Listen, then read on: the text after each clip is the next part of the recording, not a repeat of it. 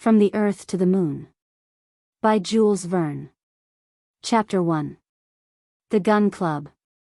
During the War of the Rebellion, a new and influential club was established in the city of Baltimore in the state of Maryland. It is well known with what energy the taste for military matters became developed among that nation of ship owners, shopkeepers, and mechanics. Simple tradesmen jumped their counters to become extemporized captains, colonels, and generals, without having ever passed the school of instruction at West Point. Nevertheless, they quickly rivaled their compeers of the old continent, and, like them, carried off victories by dint of lavish expenditure in ammunition, money, and men. But the point in which the Americans singularly distanced the Europeans was in the science of gunnery. Not, indeed, that their weapons retained a higher degree of perfection than theirs, but that they exhibited unheard of dimensions, and consequently attained hitherto unheard of ranges.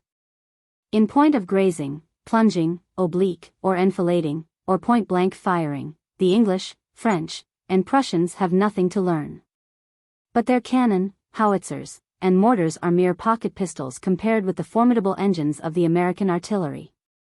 This fact need surprise no one.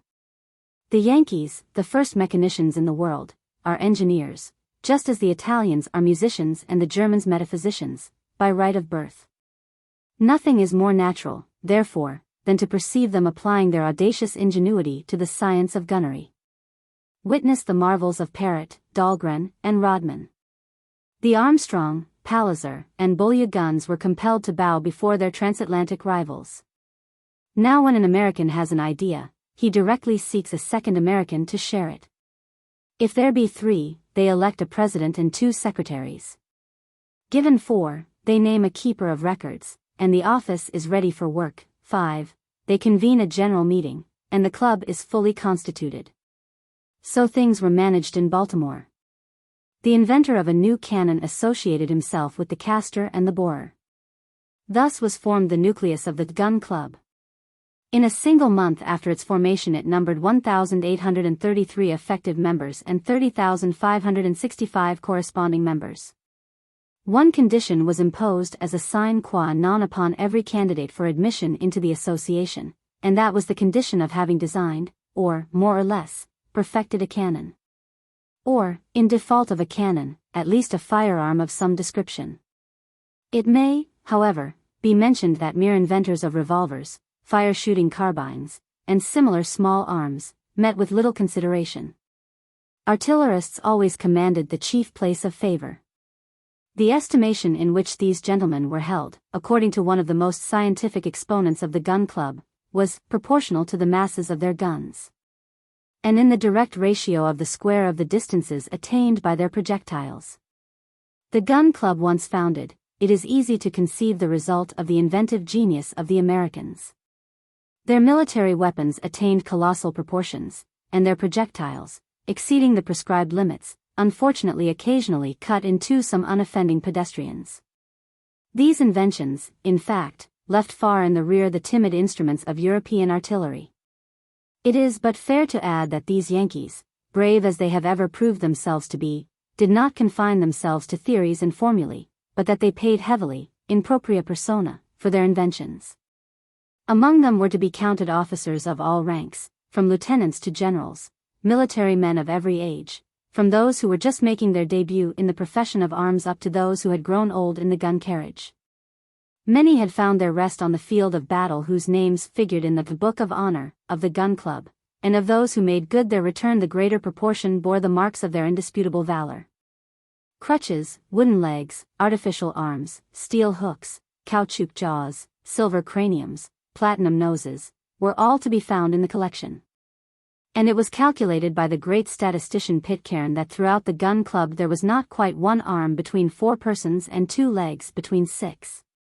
Nevertheless, these valiant artillerists took no particular account of these little facts, and felt justly proud when the dispatches of a battle returned the number of victims at tenfold the quantity of projectiles expended. One day, however, sad and melancholy day, peace was signed between the survivors of the war. The thunder of the guns gradually ceased, the mortars were silent, the howitzers were muzzled for an indefinite period, the cannon, with muzzles depressed, were returned into the arsenal, the shot were repiled, all bloody reminiscences were effaced. The cotton plants grew luxuriantly in the well-manured fields, all mourning garments were laid aside, together with grief, and the gun club was relegated to profound inactivity. Some few of the more advanced and inveterate theorists set themselves again to work upon calculations regarding the laws of projectiles. They reverted invariably to gigantic shells and howitzers of unparalleled caliber. Still, in default of practical experience, what was the value of mere theories? Consequently, the clubrooms became deserted, the servants dozed in the antechambers, the newspapers grew moldy on the tables, sounds of snoring came from dark corners, and the members of the gun club, erstwhile so noisy in their séances, were reduced to silence by this disastrous peace and gave themselves up wholly to dreams of a platonic kind of artillery. "This is horrible," said Tom Hunter one evening, while rapidly carbonizing his wooden legs in the fireplace of the smoking room. "Nothing to do. Nothing to look forward to. What a loathsome existence. When again shall the guns arouse us in the morning with their delightful reports?" "Those days are gone by," said Jolly Billsby, trying to extend his missing arms. "It was delightful once upon a time. One invented a gun, and hardly was it cast, when one hastened to try it in the face of the enemy. Then one returned to camp with a word of encouragement from Sherman or a friendly shake of the hand from McClellan. But now the generals are gone back to their counters, and in place of projectiles, they dispatch bales of cotton. By Jove, the future of gunnery in America is lost. Aye. And no war in prospect," continued the famous James T. Maston, scratching with his steel hook his gutta percha cranium. "Not a cloud on the horizon. And that too at such a critical period in the progress of the science of artillery. Yes, gentlemen. I who address you have myself this very morning perfected a model, plan, section, elevation, etc., of a mortar destined to change all the conditions of warfare." "No. Is it possible?" replied Tom Hunter, his thoughts reverting involuntarily to a former invention of the Honorable J. T. Maston, by which, at its first trial, he had succeeded in killing 337 people. "Fact," replied he. "Still, what is the use of so many studies worked out, so many difficulties vanquished? It's mere waste of time. The New World seems to have made up its mind to live in peace. And our bellicose tribune predicts some approaching catastrophes arising out of this scandalous increase of population." "Nevertheless," replied Colonel Blomsberry, "they are always struggling in Europe to maintain the principle of nationalities." Well, there might be some field for enterprise down there, and if they would accept our services." "What are you dreaming of?" screamed Billsby. "Work at gunnery for the benefit of foreigners." "That would be better than doing nothing here," returned the colonel. "Quite so," said J. T. Matson, "but still we need not dream of that expedient." "And why not?" demanded the colonel. "Because their ideas of progress in the Old World are contrary to our American habits of thought. Those fellows believe that one can't become a general without having served first as an ensign. Which is as much as to say that one can't point a gun without having first cast it oneself."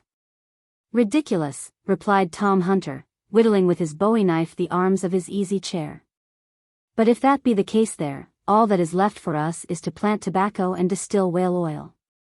"What?" roared J. T. Maston, "shall we not employ these remaining years of our life in perfecting firearms?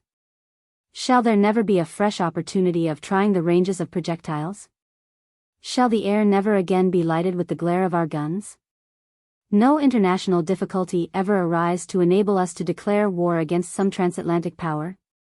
Shall not the French sink one of our steamers, or the English, in defiance of the rights of nations, hang a few of our countrymen?" "No such luck," replied Colonel Blomsberry. "Nothing of the kind is likely to happen. And even if it did, we should not profit by it. American susceptibility is fast declining, and we are all going to the dogs." "It is too true," replied J. T. Maston, with fresh violence. "There are 1,000 grounds for fighting, and yet we don't fight. We save up our arms and legs for the benefit of nations who don't know what to do with them." But stop, without going out of one's way to find a cause for war, did not North America once belong to the English? "Undoubtedly," replied Tom Hunter, stamping his crutch with fury. Well, then, replied J.T. Maston, why should not England in her turn belong to the Americans? It would be but just and fair, returned Colonel Blomsberry. Go and propose it to the President of the United States, cried J.T. Maston, and see how he will receive you. Bah, growled Billsby between the 4 teeth which the war had left him, that will never do. By Jove, cried J.T. Maston, he mustn't count on my vote at the next election. Nor on ours, replied unanimously all the bellicose invalids. Meanwhile, replied J.T. Maston, allow me to say that, if I cannot get an opportunity to try my new mortars on a real field of battle, I shall say goodbye to the members of the Gun Club, and go and bury myself in the prairies of Arkansas. In that case we will accompany you, cried the others. Matters were in this unfortunate condition, and the club was threatened with approaching dissolution, when an unexpected circumstance occurred to prevent so deplorable a catastrophe. On the morrow after this conversation every member of the association received a sealed circular couched in the following terms. Baltimore, October 3rd. The president of the Gun Club has the honor to inform his colleagues that, at the meeting of the 5th instant, he will bring before them a communication of an extremely interesting nature. He requests, therefore, that they will make it convenient to attend in accordance with the present invitation. Very cordially, Impey Barbicane, P.G.C. Chapter 2. President Barbicane's Communication. On the 5th of October, at 8 p.m. A dense crowd pressed toward the saloons of the Gun Club at No. 21 Union Square. All the members of the association resident in Baltimore attended the invitation of their president. As regards the corresponding members, notices were delivered by hundreds throughout the streets of the city, and, large as was the great hall, it was quite inadequate to accommodate the crowd of savants. They overflowed into the adjoining rooms, down the narrow passages, into the outer courtyards. There they ran against the vulgar herd who pressed up to the doors, each struggling to reach the front ranks, all eager to learn the nature of the important communication of President Barbicane. All pushing, squeezing, crushing with that perfect freedom of action which is so peculiar to the masses when educated in ideas of self-government. On that evening a stranger who might have chanced to be in Baltimore could not have gained admission for love or money into the great hall. That was reserved exclusively for resident or corresponding members. No one else could possibly have obtained a place, and the city magnates, municipal councilors, and select men were compelled to mingle with the mere townspeople in order to catch stray bits of news from the interior. Nevertheless, the vast hall presented a curious spectacle. Its immense area was singularly adapted to the purpose. Lofty pillars formed of cannon, superposed upon huge mortars as a base, supported the fine ironwork of the arches, a perfect piece of cast iron lacework. Trophies of blunderbusses, matchlocks, arquebus, carbines, all kinds of firearms, ancient and modern, were picturesquely interlaced against the walls. The gas lit up in full glare myriads of revolvers grouped in the form of lustres, while groups of pistols, and candelabra formed of muskets bound together, completed this magnificent display of brilliance. Models of cannon, bronze castings, sights covered with dents, plates battered by the shots of the Gun Club, assortments of rammers and sponges, chaplets of shells, wreaths of projectiles, garlands of howitzers, in short, all the apparatus of the artillerist, enchanted the eye by this wonderful arrangement and induced a kind of belief that their real purpose was ornamental rather than deadly. At the further end of the saloon the president, assisted by 4 secretaries, occupied a large platform. His chair, supported by a carved gun carriage, was modeled upon the ponderous proportions of a 32-inch mortar. It was pointed at an angle of 90 degrees, and suspended upon truncheons, so that the president could balance himself upon it as upon a rocking chair, a very agreeable fact in the very hot weather. Upon the table, a huge iron plate supported upon 6 carronades, stood an inkstand of exquisite elegance, made of a beautifully chased Spanish piece, and a sonnet, which, when required, could give forth a report equal to that of a revolver. During violent debates this novel kind of bell scarcely sufficed to drown the clamor of these excitable artillerists.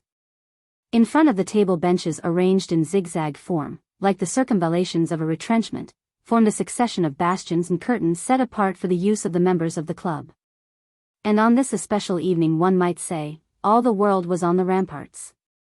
The president was sufficiently well known, however, for all to be assured that he would not put his colleagues to discomfort without some very strong motive.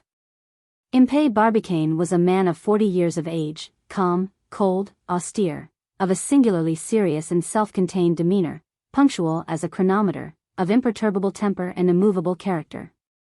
By no means chivalrous, yet adventurous withal, and always bringing practical ideas to bear upon the very rashest enterprises. An essentially New Englander, a northern colonist, a descendant of the old anti-Stuart Roundheads, and the implacable enemy of the gentlemen of the South, those ancient cavaliers of the mother country. In a word, he was a Yankee to the backbone. Barbicane had made a large fortune as a timber merchant. Being nominated director of artillery during the war, he proved himself fertile in invention. Bold in his conceptions, he contributed powerfully to the progress of that arm and gave an immense impetus to experimental researches. He was personage of the middle height, having, by a rare exception in the gun club, all his limbs complete. His strongly marked features seemed drawn by square and rule.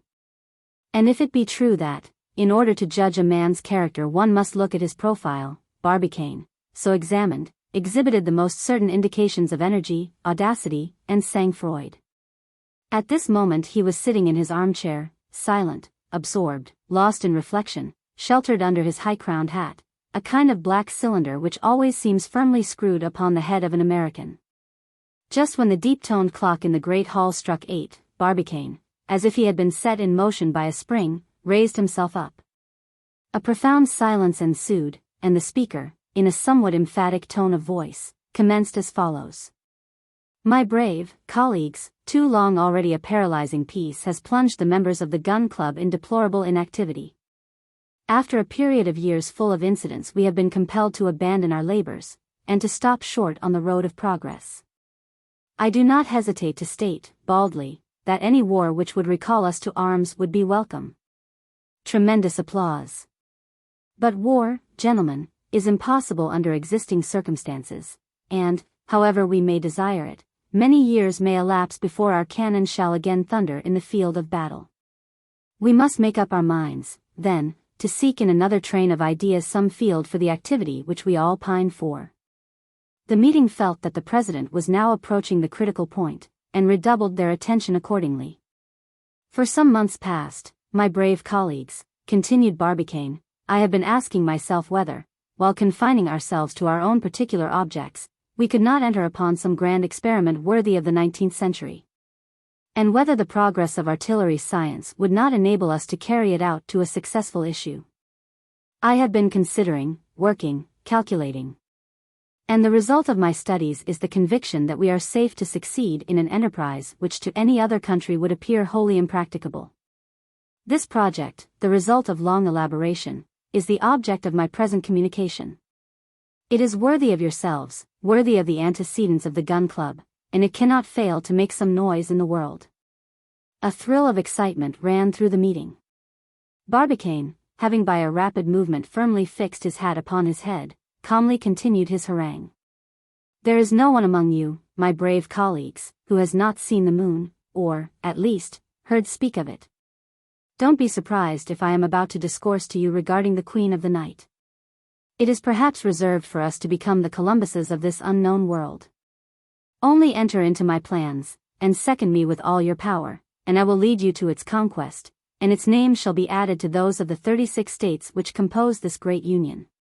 3 cheers for the moon! Roared the Gun Club, with one voice. The moon, gentlemen, has been carefully studied, continued Barbicane, her mass, density, and weight. Her constitution, motions, distance, as well as her place in the solar system, have all been exactly determined. Selenographic charts have been constructed with a perfection which equals, if it does not even surpass, that of our terrestrial maps. Photography has given us proofs of the incomparable beauty of our satellite. All is known regarding the moon which mathematical science, astronomy, geology, and optics can learn about her. But up to the present moment no direct communication has been established with her. A violent movement of interest and surprise here greeted this remark of the speaker. Permit me, he continued, to recount to you briefly how certain ardent spirits, starting on imaginary journeys, have penetrated the secrets of our satellite. In the 17th century, a certain David Fabricius boasted of having seen with his own eyes the inhabitants of the moon.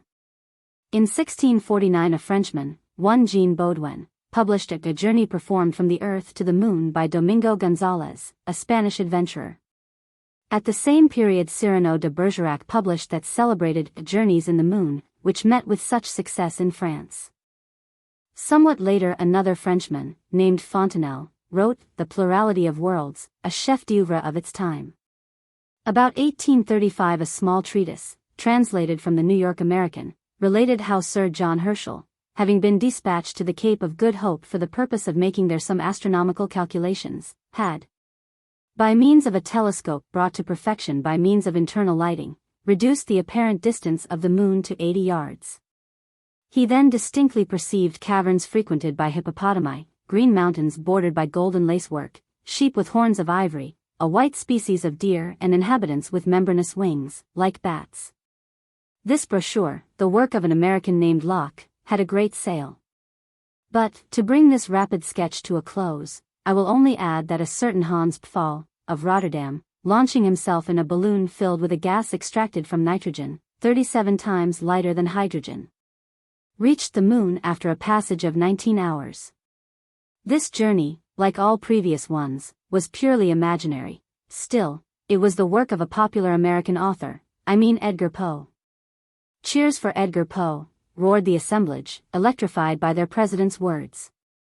I have now enumerated, said Barbicane, the experiments which I call purely paper ones, and wholly insufficient to establish serious relations with the Queen of the Night. Nevertheless, I am bound to add that some practical geniuses have attempted to establish actual communication with her. Thus, a few days ago, a German geometrician proposed to send a scientific expedition to the steppes of Siberia. There, on those vast plains, they were to describe enormous geometric figures, drawn in characters of reflecting luminosity, among which was the proposition regarding the square of the hypotenuse, commonly called the ass's bridge, by the French. Every intelligent being, said the geometrician, must understand the scientific meaning of that figure. The Selenites, do they exist, will respond by a similar figure. And, a communication being thus once established, it will be easy to form an alphabet which shall enable us to converse with the inhabitants of the moon. So spoke the German geometrician. But his project was never put into practice, and up to the present day there is no bond in existence between the Earth and her satellite. It is reserved for the practical genius of Americans to establish a communication with the sidereal world. The means of arriving thither are simple, easy, certain, infallible, and that is the purpose of my present proposal. A storm of acclamations greeted these words. There was not a single person in the whole audience who was not overcome, carried away, lifted out of himself by the speaker's words. Long continued applause resounded from all sides. As soon as the excitement had partially subsided, Barbicane resumed his speech in a somewhat graver voice. You know, said he, what progress artillery science has made during the last few years, and what a degree of perfection firearms of every kind have reached. Moreover, you are well aware that, in general terms, the resisting power of cannon and the expansive force of gunpowder are practically unlimited. Well, starting from this principle, I ask myself whether, supposing sufficient apparatus could be obtained constructed upon the conditions of ascertained resistance, it might not be possible to project a shot up to the moon? At these words a murmur of amazement escaped from 1,000 panting chests, then succeeded a moment of perfect silence, resembling that profound stillness which precedes the bursting of a thunderstorm. In point of fact, a thunderstorm did peal forth, but it was the thunder of applause, or cries, and of uproar which made the very hall tremble. The president attempted to speak, but could not. It was fully 10 minutes before he could make himself heard. Suffer me to finish, he calmly continued. I have looked at the question in all its bearings, I have resolutely attacked it, and by incontrovertible calculations I find that a projectile endowed with an initial velocity of 12,000 yards per second, and aimed at the moon, must necessarily reach it. I have the honor, my brave colleagues, to propose a trial of this little experiment. Chapter 3. Effect of the President's communication. It is impossible to describe the effect produced by the last words of the Honorable President, the cries, the shouts, the succession of roars, hurrahs, and all the varied vociferations which the American language is capable of supplying. It was a scene of indescribable confusion and uproar. They shouted, they clapped, they stamped on the floor of the hall. All the weapons in the museum discharged at once could not have more violently set in motion the waves of sound. One need not be surprised at this. There are some cannoneers nearly as noisy as their own guns. Barbicane remained calm in the midst of this enthusiastic clamor. Perhaps he was desirous of addressing a few more words to his colleagues, for by his gestures he demanded silence, and his powerful alarum was worn out by its violent reports. No attention, however, was paid to his request. He was presently torn from his seat and passed from the hands of his faithful colleagues into the arms of a no less excited crowd. Nothing can astound an American. It has often been asserted that the word impossible is not a French one. People have evidently been deceived by the dictionary. In America, all is easy, all is simple, and as for mechanical difficulties, they are overcome before they arise. Between Barbicane's proposition and its realization, no true Yankee would have allowed even the semblance of a difficulty to be possible. A thing with them is no sooner said than done. The triumphal progress of the President continued throughout the evening. It was a regular torchlight procession. Irish, Germans, French, Scotch, all the heterogeneous units which make up the population of Maryland shouted in their respective vernaculars, and the vivas, hurrahs, and bravos were intermingled in inexpressible enthusiasm. Just at this crisis, as though she comprehended all this agitation regarding herself, the moon shone forth with serene splendor, eclipsing by her intense illumination all the surrounding lights. The Yankees all turned their gaze toward her resplendent orb, kissed their hands, called her by all kinds of endearing names. Between 8 o'clock and midnight, one optician in Jones Fall Street made his fortune by the sale of opera glasses. Midnight arrived, and the enthusiasm showed no signs of diminution. It spread equally among all classes of citizens, men of science, shopkeepers, merchants, porters, chairmen, as well as greenhorns, were stirred in their innermost fibers. A national enterprise was at stake. The whole city, high and low, the quays bordering the Patapsco, the ships lying in the basins, disgorged a crowd drunk with joy, gin, and whiskey. Every one chattered, argued, discussed, disputed, applauded. From the gentleman lounging upon the barroom settee with his tumbler of sherry cobbler before him down to the waterman who got drunk upon his knock me down in the dingy taverns of Fell Point. About 2 a.m., however, the excitement began to subside. President Barbicane reached his house, bruised, crushed, and squeezed almost to a mummy. Hercules could not have resisted a similar outbreak of enthusiasm.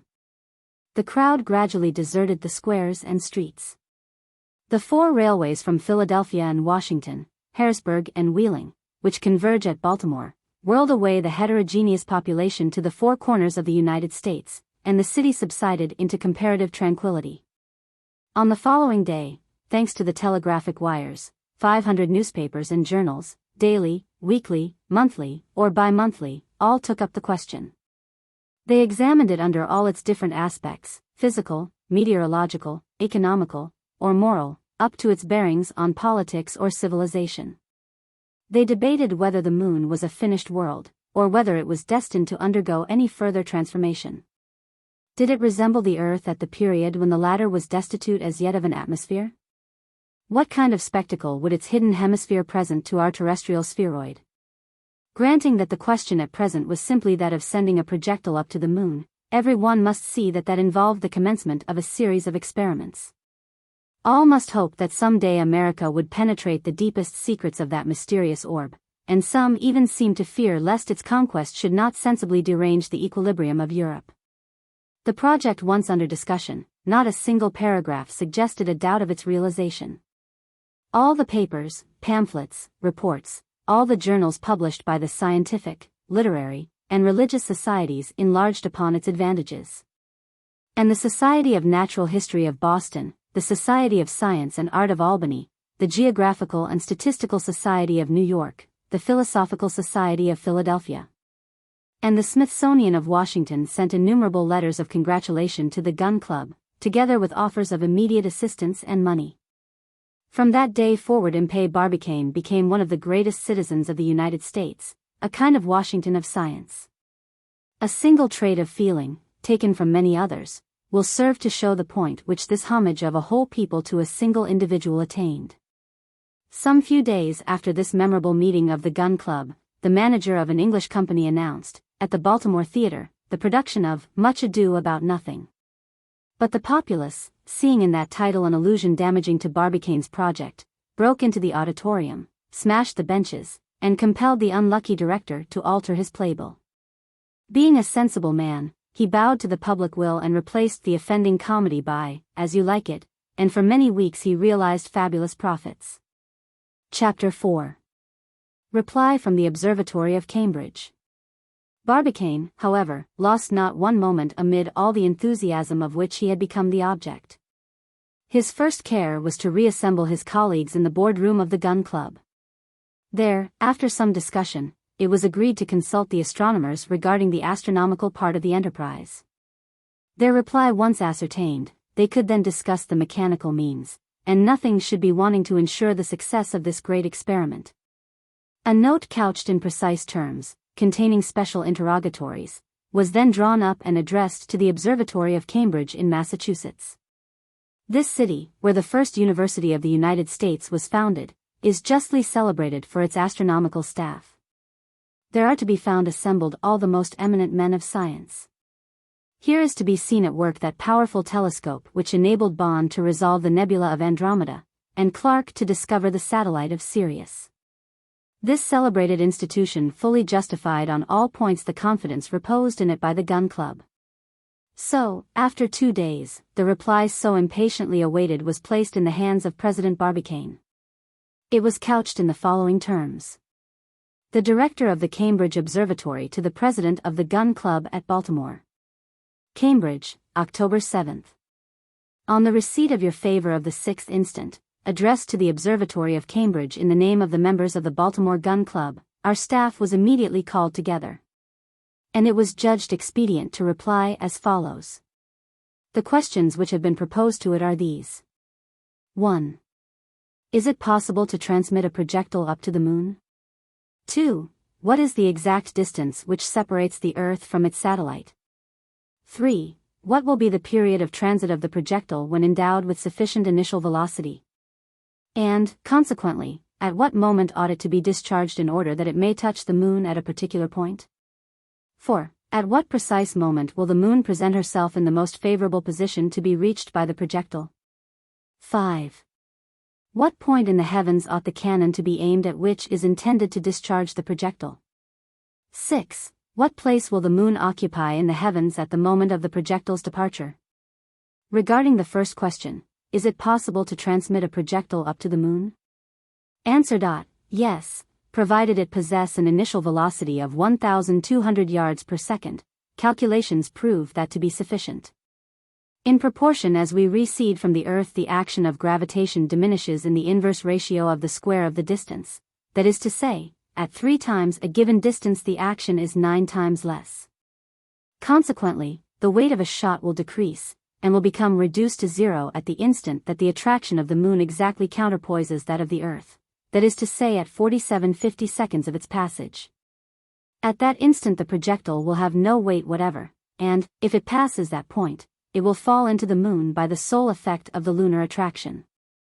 The theoretical possibility of the experiment is therefore absolutely demonstrated. Its success must depend upon the power of the engine employed. As to the second question, what is the exact distance which separates the Earth from its satellite? Answer. The moon does not describe a circle round the Earth, but rather an ellipse, of which our Earth occupies one of the foci. The consequence, therefore, is, that at certain times it approaches nearer to, and at others it recedes farther from, the Earth. In astronomical language, it is at one time in apogee, at another in perigee. Now the difference between its greatest and its least distance is too considerable to be left out of consideration. In point of fact, in its apogee the moon is 247,552 miles, and in its perigee, 218,657 miles only distant, a fact which makes a difference of 28,895 miles, or more than 1/9 of the entire distance. The perigee distance, therefore, is that which ought to serve as the basis of all calculations. To the third question. Answer. If the shot should preserve continuously its initial velocity of 12,000 yards per second, it would require little more than 9 hours to reach its destination. But, inasmuch as that initial velocity will be continually decreasing, it will occupy 300,000 seconds, that is 83 hours, 20 m. In reaching the point where the attraction of the Earth and Moon will be in equilibrio. From this point it will fall into the Moon in 50,000 seconds, or 13 hours, 53 m. 20 seconds.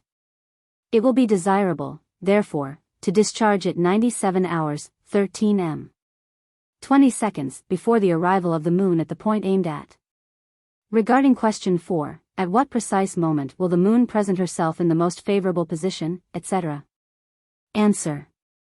After what has been said above, it will be necessary, first of all, to choose the period when the Moon will be in perigee, and also the moment when she will be crossing the zenith. Which latter event will further diminish the entire distance by a length equal to the radius of the Earth, i.e., 3,919 miles, the result of which will be that the final passage remaining to be accomplished will be 214,976 miles. But although the Moon passes her perigee every month, she does not reach the zenith always at exactly the same moment. She does not appear under these two conditions simultaneously, except at long intervals of time. It will be necessary, therefore, to wait for the moment when her passage in perigee shall coincide with that in the zenith. Now, by a fortunate circumstance, on the 4th of December in the ensuing year the Moon will present these two conditions. At midnight she will be in perigee, that is, at her shortest distance from the Earth, and at the same moment she will be crossing the zenith. On the fifth question, at what point in the heavens ought the cannon to be aimed? Answer. The preceding remarks being admitted, the cannon ought to be pointed to the zenith of the place. Its fire, therefore, will be perpendicular to the plane of the horizon. And the projectile will soonest pass beyond the range of the terrestrial attraction. But, in order that the Moon should reach the zenith of a given place, it is necessary that the place should not exceed in latitude the declination of the luminary. In other words, it must be comprised within the degrees 0 degrees and 28 degrees of lat. N or S. In every other spot the fire must necessarily be oblique, which would seriously militate against the success of the experiment. As to the sixth question, what place will the Moon occupy in the heavens at the moment of the projectile's departure? Answer. At the moment when the projectile shall be discharged into space, the Moon, which travels daily forward 13 degrees 1035, will be distant from the zenith point by 4 times that quantity, i.e. by 52 degrees 4120, a space which corresponds to the path which she will describe during the entire journey of the projectile. But, inasmuch as it is equally necessary to take into account the deviation which the rotary motion of the Earth will impart to the shot, and as the shot cannot reach the Moon until after a deviation equal to 16 radii of the Earth, which, calculated upon the Moon's orbit, are equal to about 11 degrees, it becomes necessary to add these 11 degrees to those which express the retardation of the Moon just mentioned, that is to say, in round numbers, about 64 degrees. Consequently, at the moment of firing the visual radius applied to the Moon will describe, with the vertical line of the place, an angle of 64 degrees. These are our answers to the questions proposed to the Observatory of Cambridge by the members of the Gun Club. To sum up. First, the cannon ought to be planted in a country situated between 0 degrees and 28 degrees of N or S lat. Second, it ought to be pointed directly toward the zenith of the place. Third, the projectile ought to be propelled with an initial velocity of 12,000 yards per second. Fourth, it ought to be discharged at 10 hours, 46 m. 40 seconds. Of the 1st of December of the ensuing year. Fifth, it will meet the Moon 4 days after its discharge, precisely at midnight on the 4th of December, at the moment of its transit across the zenith. The members of the Gun Club ought, therefore, without delay, to commence the works necessary for such an experiment, and to be prepared to set to work at the moment determined upon. For, if they should suffer this 4th of December to go by, they will not find the moon again under the same conditions of perigee and of zenith until 18 years and 11 days afterward. The staff of the Cambridge Observatory place themselves entirely at their disposal in respect of all questions of theoretical astronomy, and herewith add their congratulations to those of all the rest of America. For the astronomical staff, J. M. Belfast, Director of the Observatory of Cambridge. Chapter 5. The Romance of the Moon. An observer endued with an infinite range of vision, and placed in that unknown center around which the entire world revolves, might have beheld myriads of atoms filling all space during the chaotic epoch of the universe. Little by little, as ages went on, a change took place. A general law of attraction manifested itself, to which the hitherto errant atoms became obedient. These atoms combined together chemically according to their affinities, formed themselves into molecules, and composed those nebulous masses with which the depths of the heavens are strewed. These masses became immediately endued with a rotary motion around their own central point. This center, formed of indefinite molecules, began to revolve around its own axis during its gradual condensation. Then, following the immutable laws of mechanics, in proportion as its bulk diminished by condensation, its rotary motion became accelerated, and these two effects continuing, the result was the formation of one principal star, the center of the nebulous mass. By attentively watching, the observer would then have perceived the other molecules of the mass, following the example of this central star, become likewise condensed by gradually accelerated rotation, and gravitating round it in the shape of innumerable stars. Thus was formed the nebulae, of which astronomers have reckoned up nearly 5,000. Among these 5,000 nebulae there is one which has received the name of the Milky Way, and which contains 18 millions of stars, each of which has become the center of a solar world. If the observer had then specially directed his attention to one of the more humble and less brilliant of these stellar bodies, a star of the 4th class, that which is arrogantly called the Sun, all the phenomena to which the formation of the universe is to be ascribed would have been successively fulfilled before his eyes. In fact, he would have perceived this sun, as yet in the gaseous state, and composed of moving molecules, revolving round its axis in order to accomplish its work of concentration. This motion, faithful to the laws of mechanics, would have been accelerated with the diminution of its volume. And a moment would have arrived when the centrifugal force would have overpowered the centripetal, which causes the molecules all to tend toward the center. Another phenomenon would now have passed before the observer's eye, and the molecules situated on the plane of the equator, escaping like a stone from a sling of which the cord had suddenly snapped, would have formed around the sun sundry concentric rings resembling that of Saturn. In their turn, again, these rings of cosmical matter, excited by a rotary motion about the central mass, would have been broken up and decomposed into secondary nebulosities, that is to say, into planets. Similarly, he would have observed these planets throw off one or more rings each, which became the origin of the secondary bodies which we call satellites.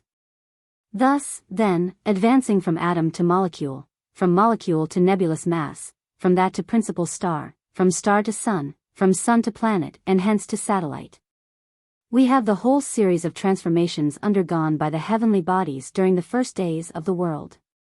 Now, of those attendant bodies which the sun maintains in their elliptical orbits by the great law of gravitation, some few in turn possess satellites. Uranus has 8, Saturn 8, Jupiter 4, Neptune possibly 3, and the Earth 1.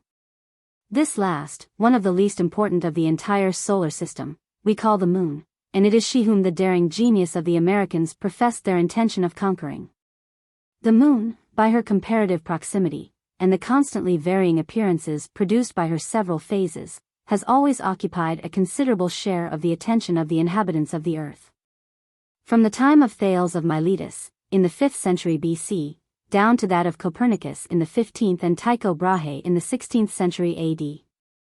Observations have been from time to time carried on with more or less correctness, until in the present day the altitudes of the lunar mountains have been determined with exactitude.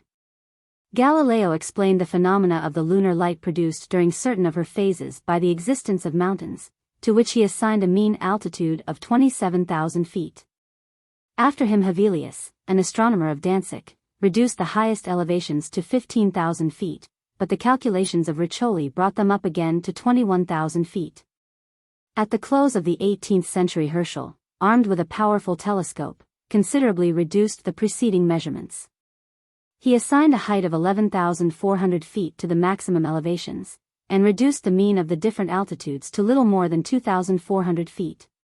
But Herschel's calculations were in their turn corrected by the observations of Halley, Naismith, Bianchini, Gruithuysen, and others, but it was reserved for the labors of Boer and Mädler finally to solve the question.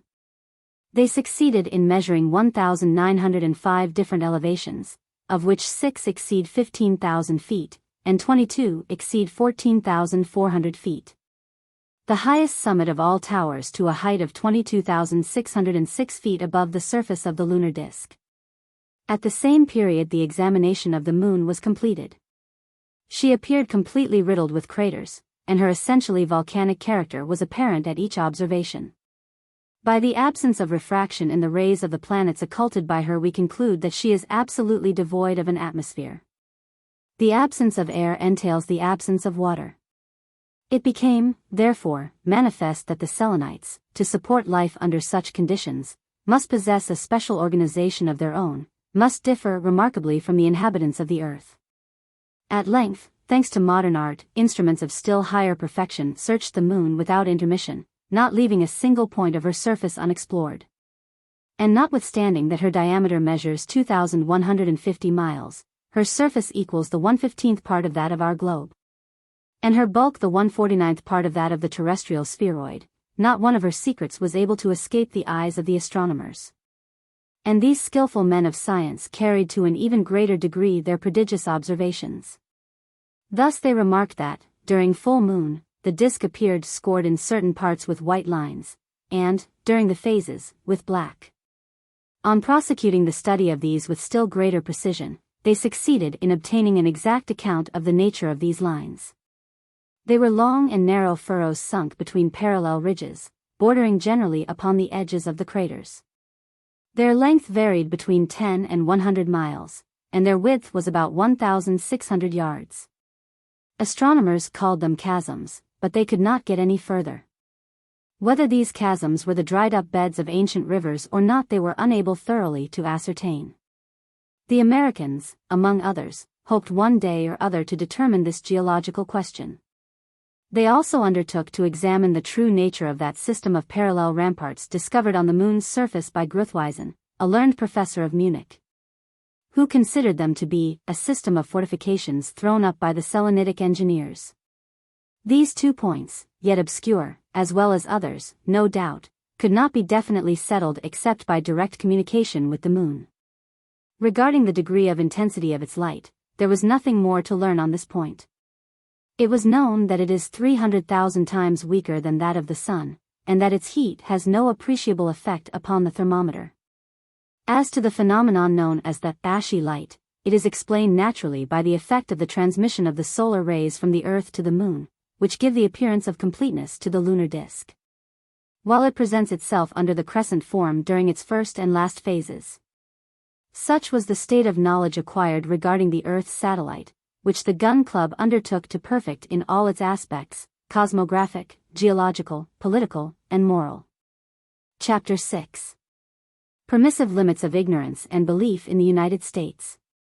The immediate result of Barbicane's proposition was to place upon the orders of the day all the astronomical facts relative to the Queen of the Night. Everybody set to work to study assiduously.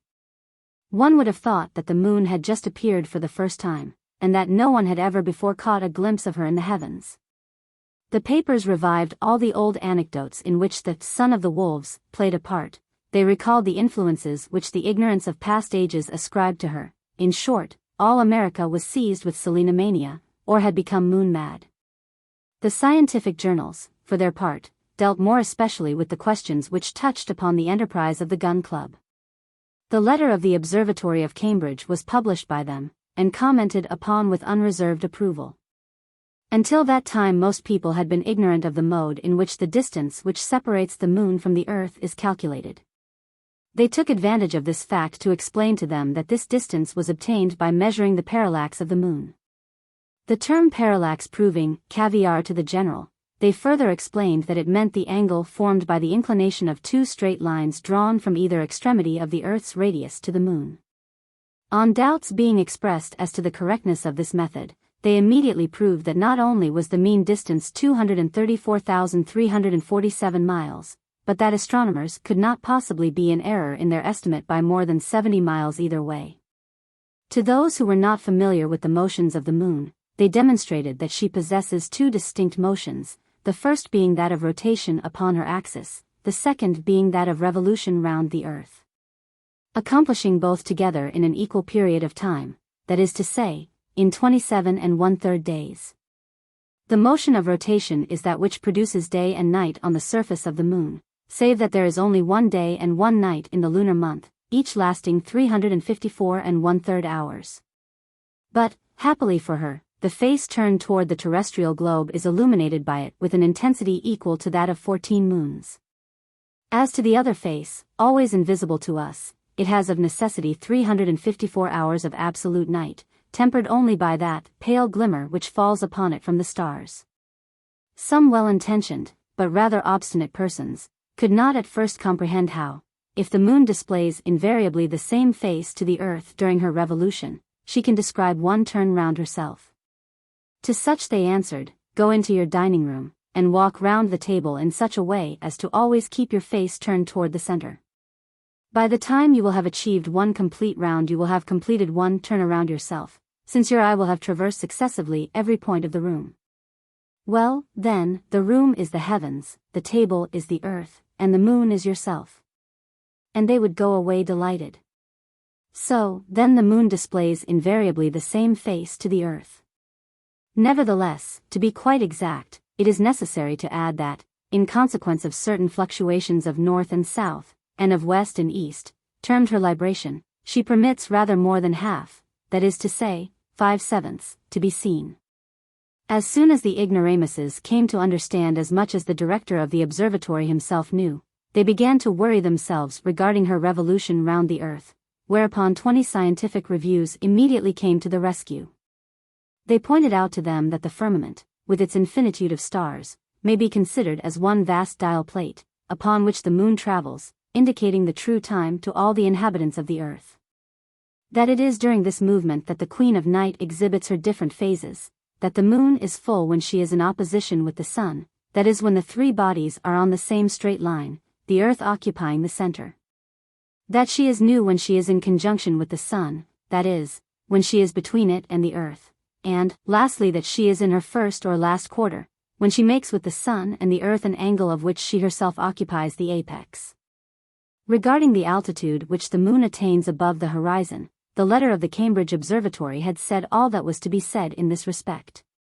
Every one knew that this altitude varies according to the latitude of the observer.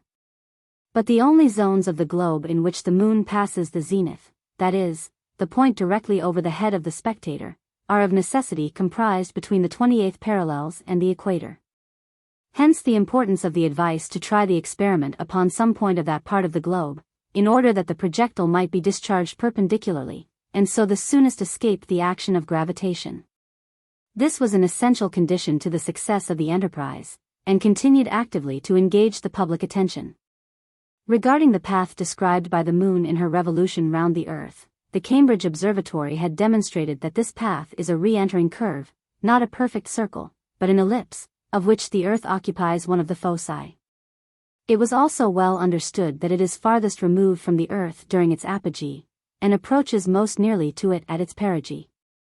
Such was then the extent of knowledge possessed by every American on the subject, and of which no one could decently profess ignorance.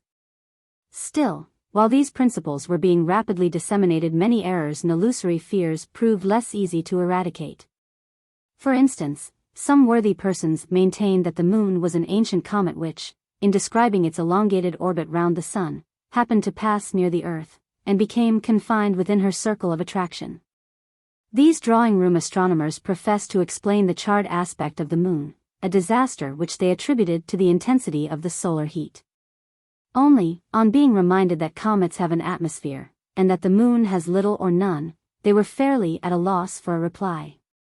Others again, belonging to the doubting class, expressed certain fears as to the position of the moon. They had heard it said that, according to observations made in the time of the caliphs, her revolution had become accelerated in a certain degree. Hence they concluded, logically enough, that an acceleration of motion ought to be accompanied by a corresponding diminution in the distance separating the two bodies. And that, supposing the double effect to be continued to infinity, the moon would end by one day falling into the earth. However, they became reassured as to the fate of future generations on being apprised that, according to the calculations of Laplace, this acceleration of motion is confined within very restricted limits, and that a proportional diminution of speed will be certain to succeed it. So, then, the stability of the solar system would not be deranged in ages to come. There remains but the third class, the superstitious. These worthies were not content merely to rest in ignorance. They must know all about things which had no existence whatever, and as to the moon, they had long known all about her. One set regarded her disk as a polished mirror, by means of which people could see each other from different points of the earth and interchange their thoughts. Another set pretended that out of 1,000 new moons that had been observed, 950 had been attended with remarkable disturbances, such as cataclysms, revolutions, earthquakes, the deluge, etc. Then they believed in some mysterious influence exercised by her over human destinies, that every Selenite was attached to some inhabitant of the earth by a tie of sympathy. They maintained that the entire vital system is subject to her control, etc. But in time the majority renounced these vulgar errors, and espoused the true side of the question. As for the Yankees, they had no other ambition than to take possession of this new continent of the sky, and to plant upon the summit of its highest elevation the star-spangled banner of the United States of America. Chapter 7. The Hymn of the Cannonball. The Observatory of Cambridge in its memorable letter had treated the question from a purely astronomical point of view. The mechanical part still remained. President Barbicane had, without loss of time, nominated a working committee of the Gun Club. The duty of this committee was to resolve the three grand questions of the cannon, the projectile, and the powder. It was composed of 4 members of great technical knowledge: Barbicane, with a casting vote in case of equality, General Morgan, Major Elphinstone, and J.T. Maston, to whom were confided the functions of secretary. On the 8th of October the committee met at the house of President Barbicane, 3 Republican Street. The meeting was opened by the president himself. "Gentlemen," said he, "we have to resolve one of the most important problems in the whole of the noble science of gunnery. It might appear, perhaps, the most logical course to devote our first meeting to the discussion of the engine to be employed. Nevertheless, after mature consideration, it has appeared to me that the question of the projectile must take precedence of that of the cannon, and that the dimensions of the latter must necessarily depend on those of the former." "Suffer me to say a word," here broke in J.T. Maston. "Permission having been granted, gentlemen," said he with an inspired accent, "our president is right in placing the question of the projectile above all others. The ball we are about to discharge at the moon is our ambassador to her, and I wish to consider it from a moral point of view. The cannonball, gentlemen, to my mind, is the most magnificent manifestation of human power. If Providence has created the stars and the planets, man has called the cannonball into existence. Let Providence claim the swiftness of electricity and of light, of the stars, the comets, and the planets, of wind and sound. We claim to have invented the swiftness of the cannonball, 100 times superior to that of the swiftest horses or railway train. How glorious will be the moment when, infinitely exceeding all hitherto attained velocities, we shall launch our new projectile with the rapidity of 7 miles a second. Shall it not, gentlemen, shall it not be received up there with the honors due to a terrestrial ambassador?" Overcome with emotion the orator sat down and applied himself to a huge plate of sandwiches before him. "And now," said Barbicane, "let us quit the domain of poetry and come direct to the question." "By all means," replied the members, each with his mouth full of sandwich. "The problem before us," continued the president, "is how to communicate to a projectile a velocity of 12,000 yards per second. Let us at present examine the velocities hitherto attained. General Morgan will be able to enlighten us on this point. And the more easily, replied the general, that during the war I was a member of the Committee of Experiments. I may say, then, that the 100-pounder Dahlgrens, which carried a distance of 5,000 yards, impressed upon their projectile an initial velocity of 500 yards a second. The Rodman Columbiad threw a shot weighing half a ton a distance of 6 miles, with a velocity of 800 yards per second, a result which Armstrong and Palliser have never obtained in England. This, replied Barbicane, is, I believe, the maximum velocity ever attained? It is so, replied the general. Ah, groaned J.T. Maston, if my mortar had not burst.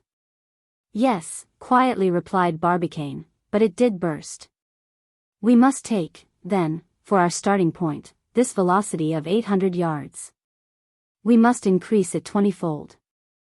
Now, reserving for another discussion the means of producing this velocity, I will call your attention to the dimensions which it will be proper to assign to the shot. You understand that we have nothing to do here with projectiles weighing at most but half a ton. Why not? Demanded the major. Because the shot, quickly replied J.T. Maston, must be big enough to attract the attention of the inhabitants of the moon, if there are any? Yes, replied Barbicane, and for another reason more important still. What mean you? Asked the major. I mean that it is not enough to discharge a projectile, and then take no further notice of it. We must follow it throughout its course, up to the moment when it shall reach its goal. What? Shouted the general and the major in great surprise. Undoubtedly, replied Barbicane composedly, or our experiment would produce no result. But then, replied the major, you will have to give this projectile enormous dimensions. No.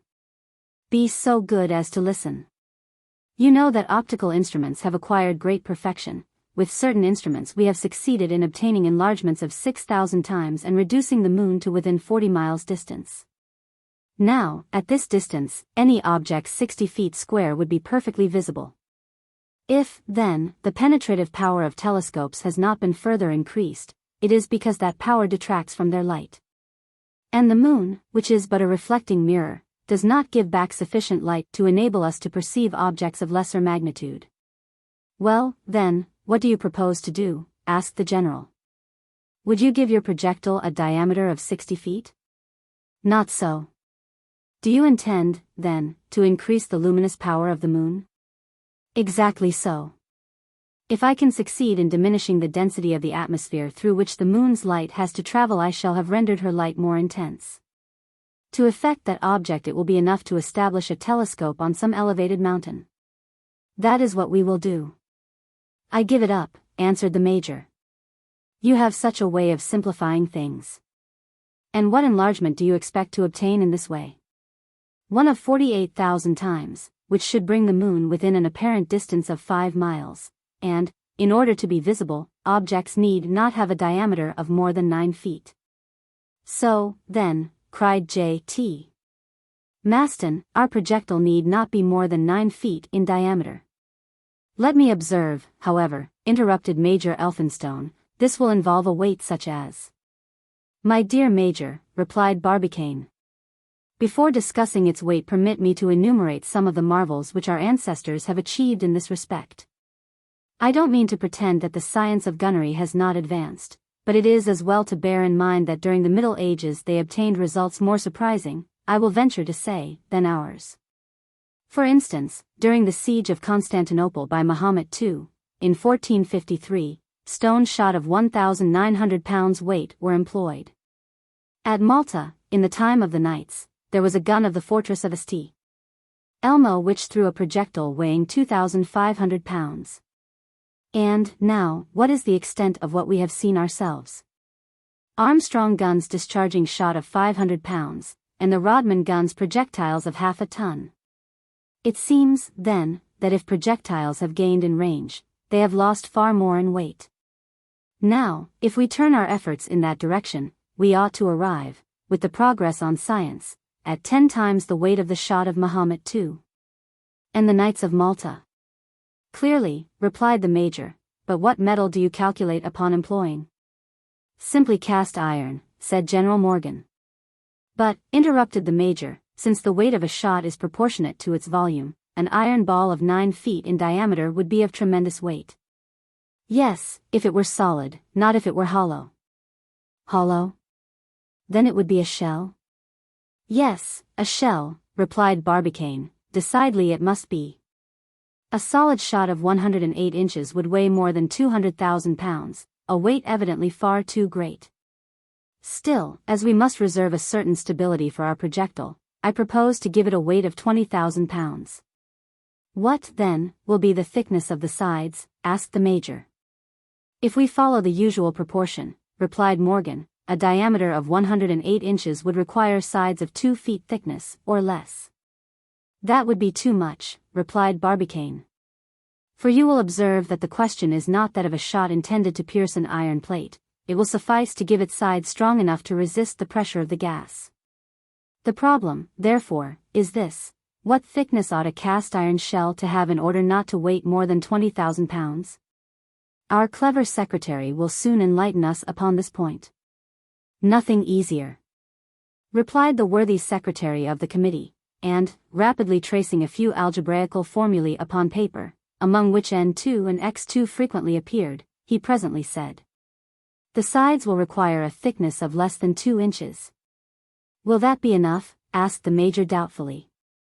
"Clearly not," replied the President. "What is to be done, then?" said Elphinstone, with a puzzled air. "Employ another metal instead of iron." "Copper?" said Morgan. "No. That would be too heavy. I have better than that to offer." "What then?" asked the Major. "Aluminum," replied Barbicane. "Aluminum?" cried his 3 colleagues in chorus. "Unquestionably, my friends. This valuable metal possesses the whiteness of silver, the indestructibility of gold, the tenacity of iron, the fusibility of copper, the lightness of glass.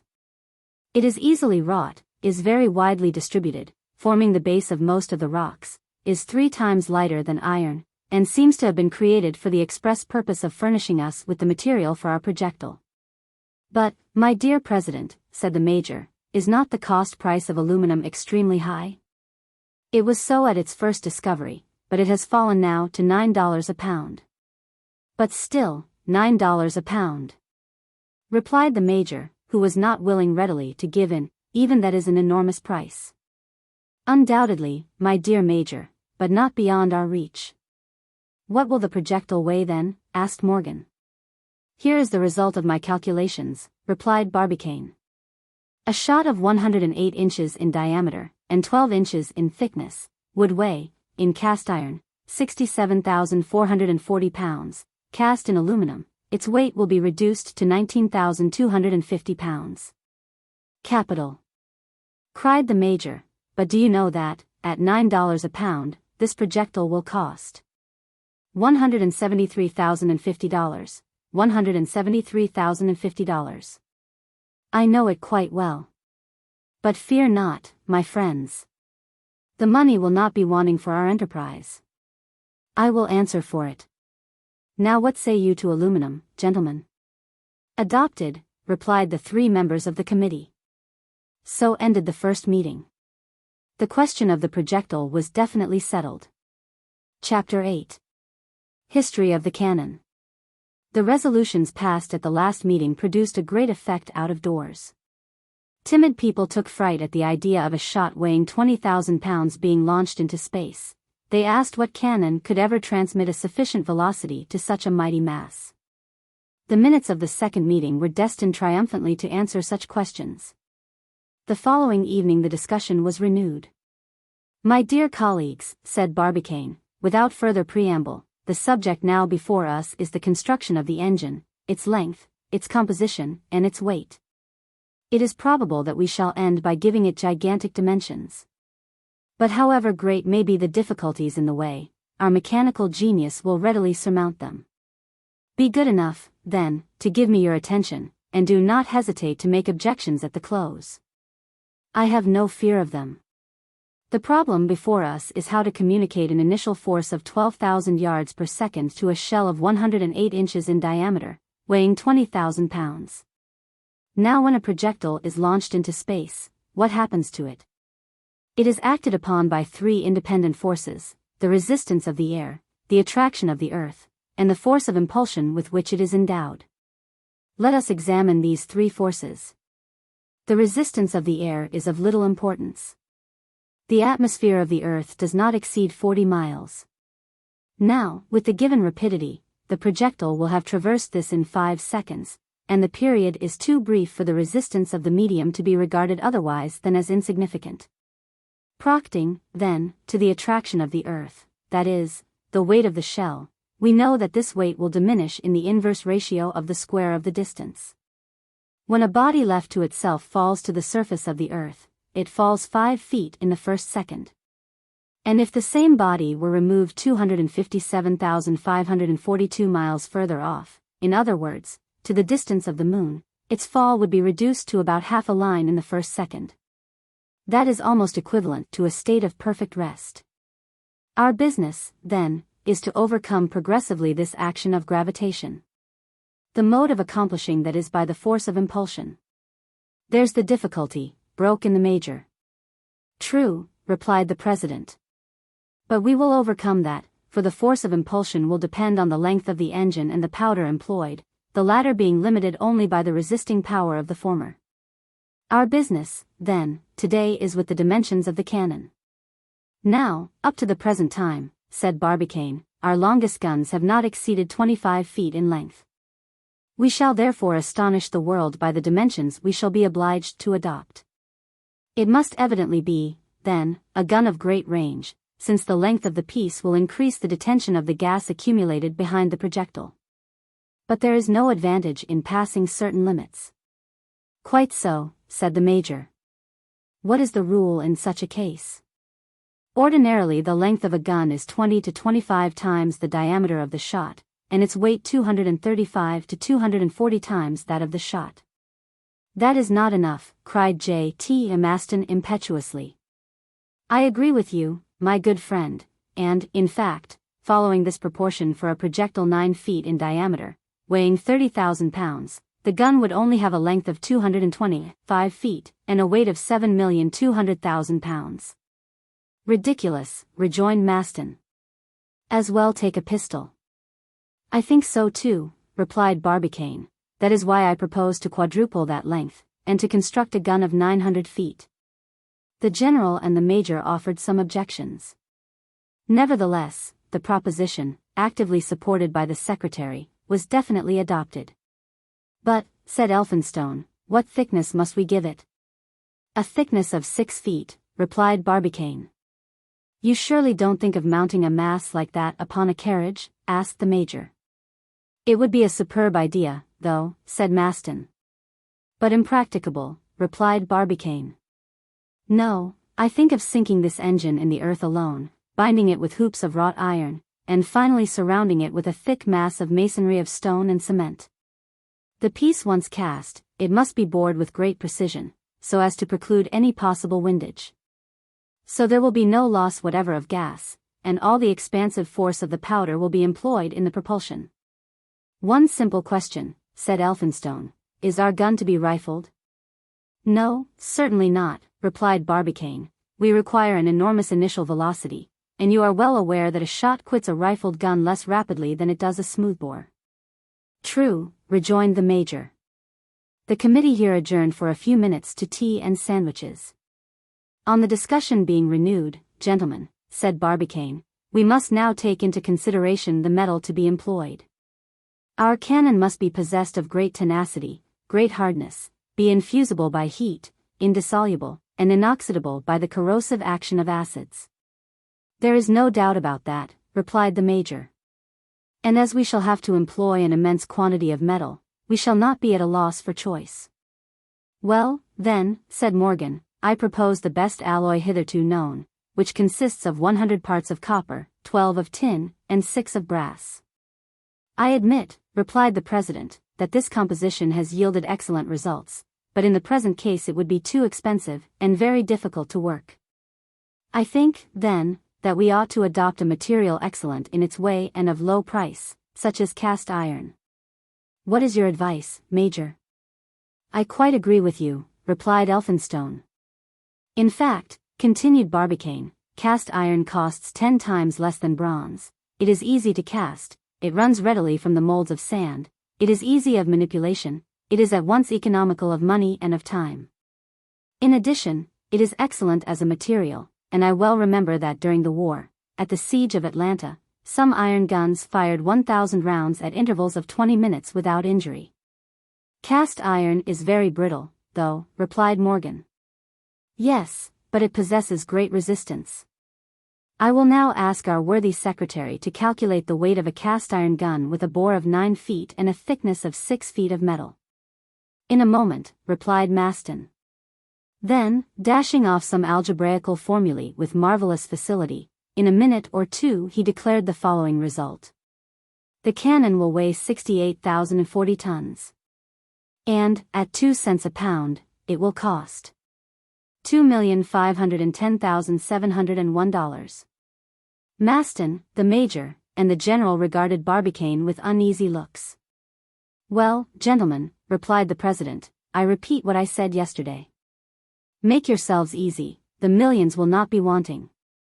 With this assurance of their president the committee separated, after having fixed their third meeting for the following evening. Chapter 9. The question of the powders.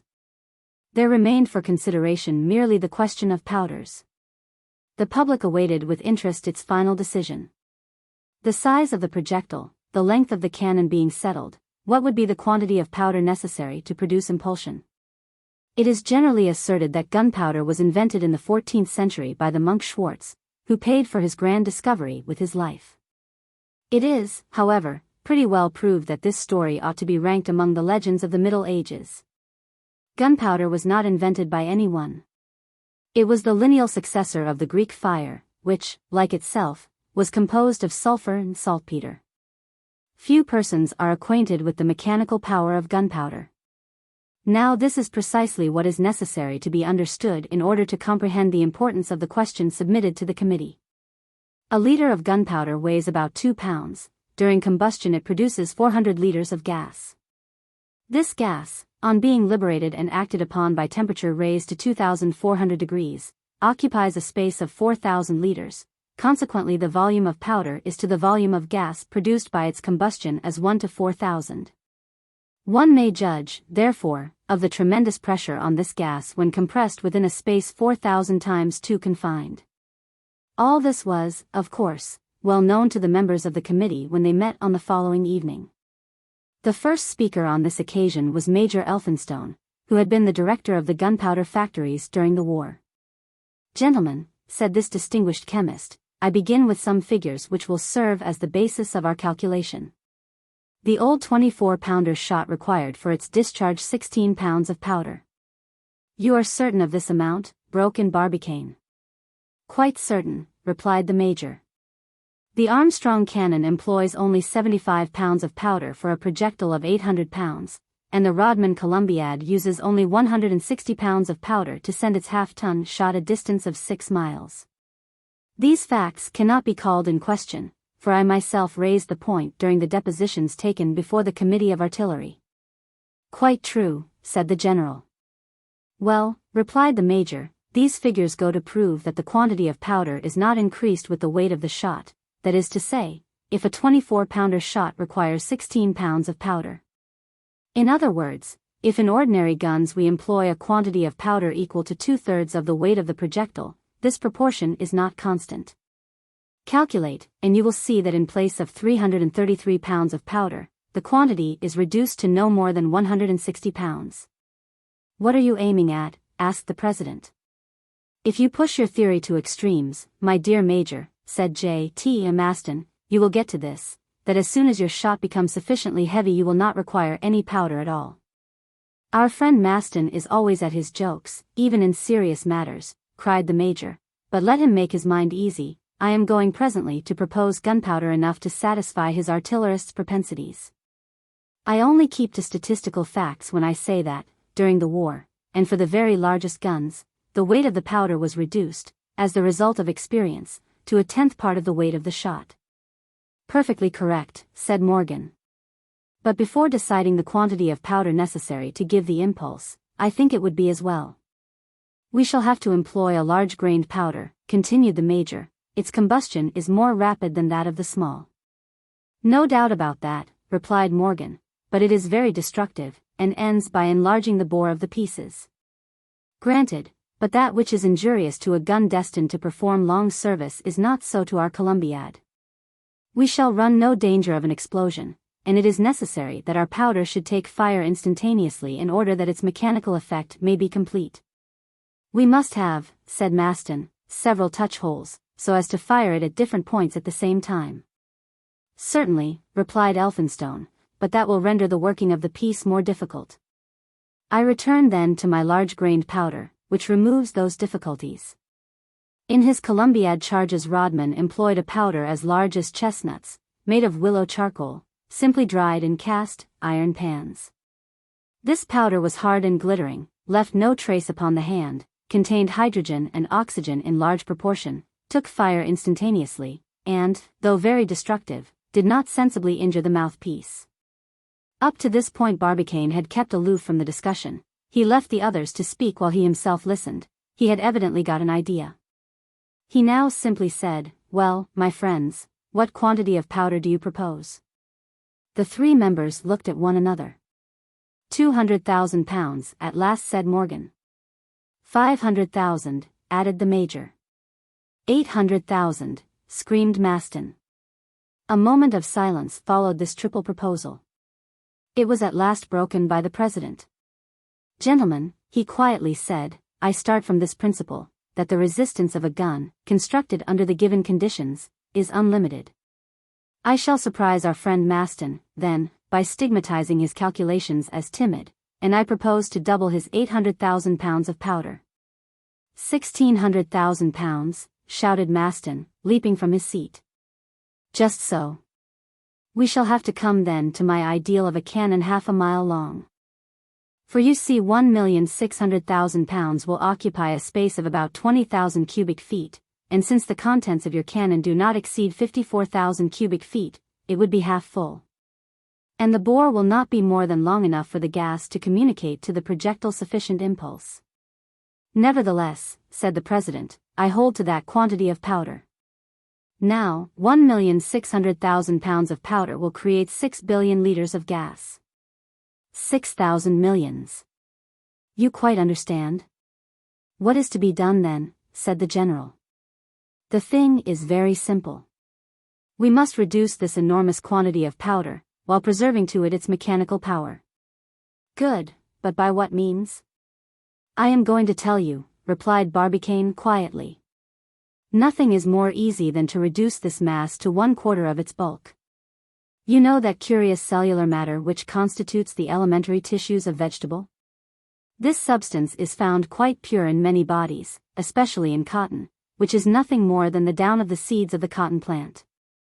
Now cotton, combined with cold nitric acid, become transformed into a substance eminently insoluble, combustible, and explosive. It was first discovered in 1832, by Braconnot, a French chemist, who called it xyloidine.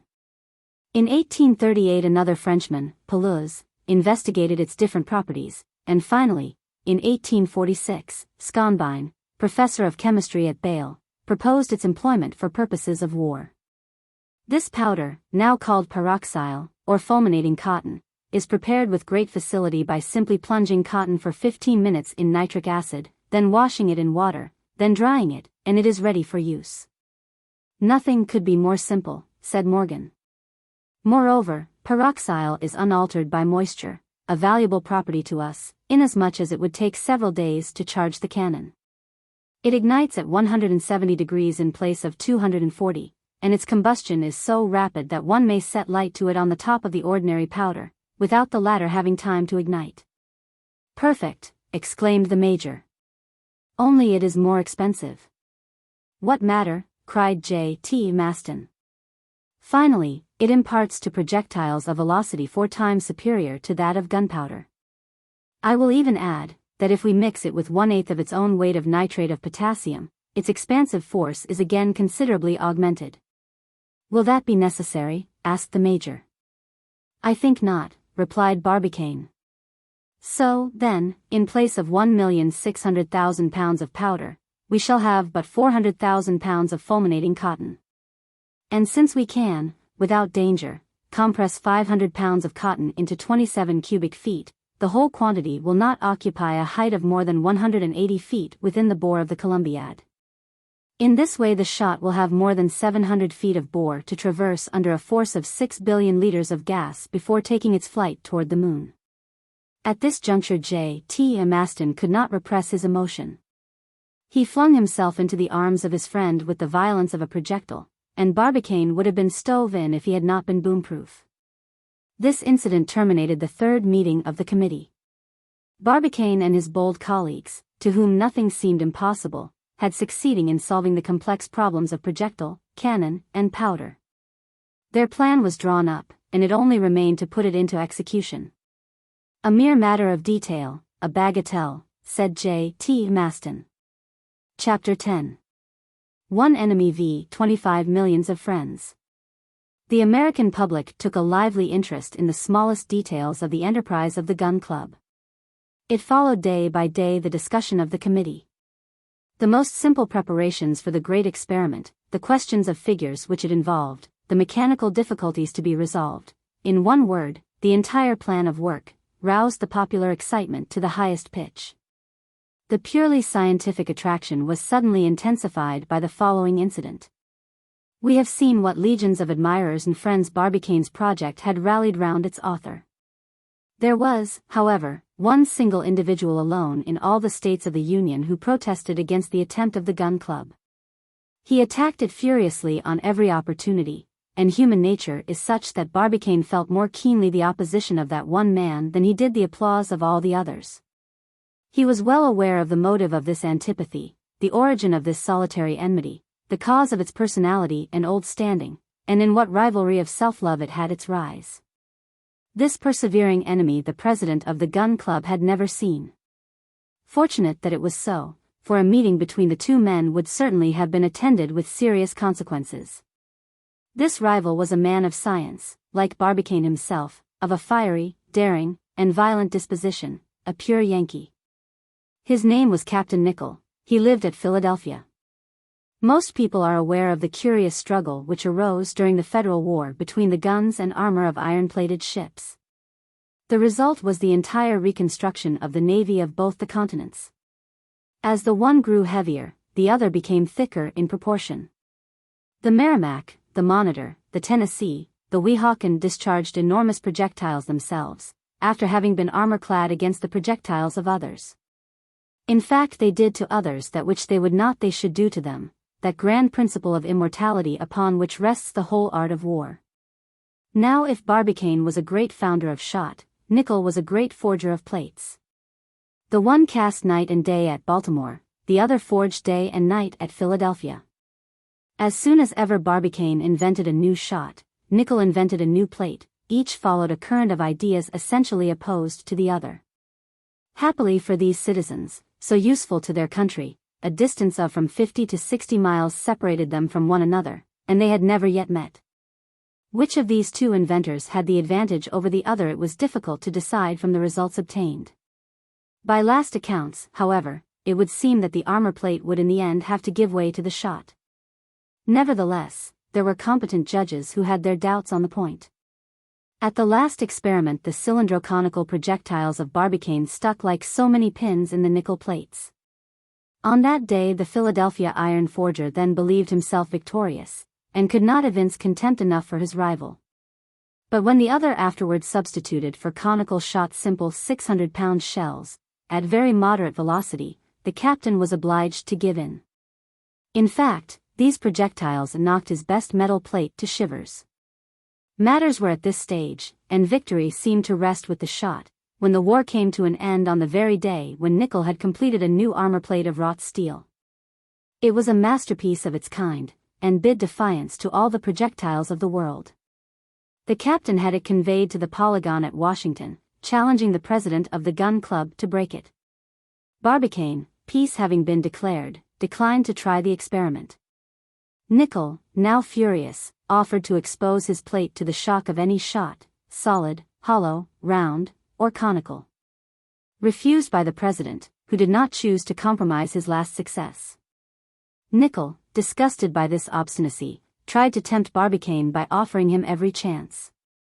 He proposed to fix the plate within 200 yards of the gun. Barbicane still obstinate in refusal.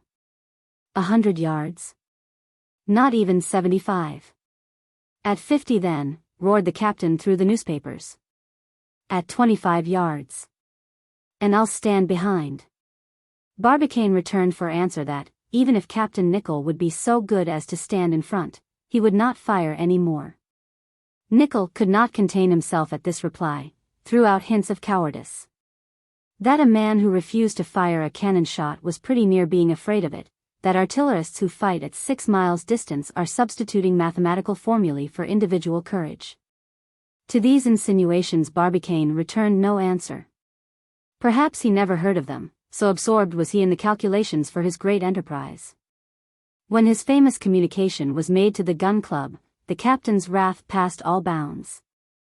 With his intense jealousy was mingled a feeling of absolute impotence. How was he to invent anything to beat this 900 feet Columbiad? What armor plate could ever resist a projectile of 30,000 pounds weight? Overwhelmed at first under this violent shock, he by and by recovered himself, and resolved to crush the proposal by weight of his arguments. He then violently attacked the labors of the gun club, published a number of letters in the newspapers, endeavored to prove Barbicane ignorant of the first principles of gunnery. He maintained that it was absolutely impossible to impress upon any body whatever a velocity of 12,000 yards per second, that even with such a velocity a projectile of such a weight could not transcend the limits of the Earth's atmosphere. Further still, even regarding the velocity to be acquired, and granting it to be sufficient, the shell could not resist the pressure of the gas developed by the ignition of 1,600,000 pounds of powder. And supposing it to resist that pressure, it would be less able to support that temperature, it would melt on quitting the Columbiad, and fall back in a red-hot shower upon the heads of the imprudent spectators. Barbicane continued his work without regarding these attacks. Nickel then took up the question in its other aspects.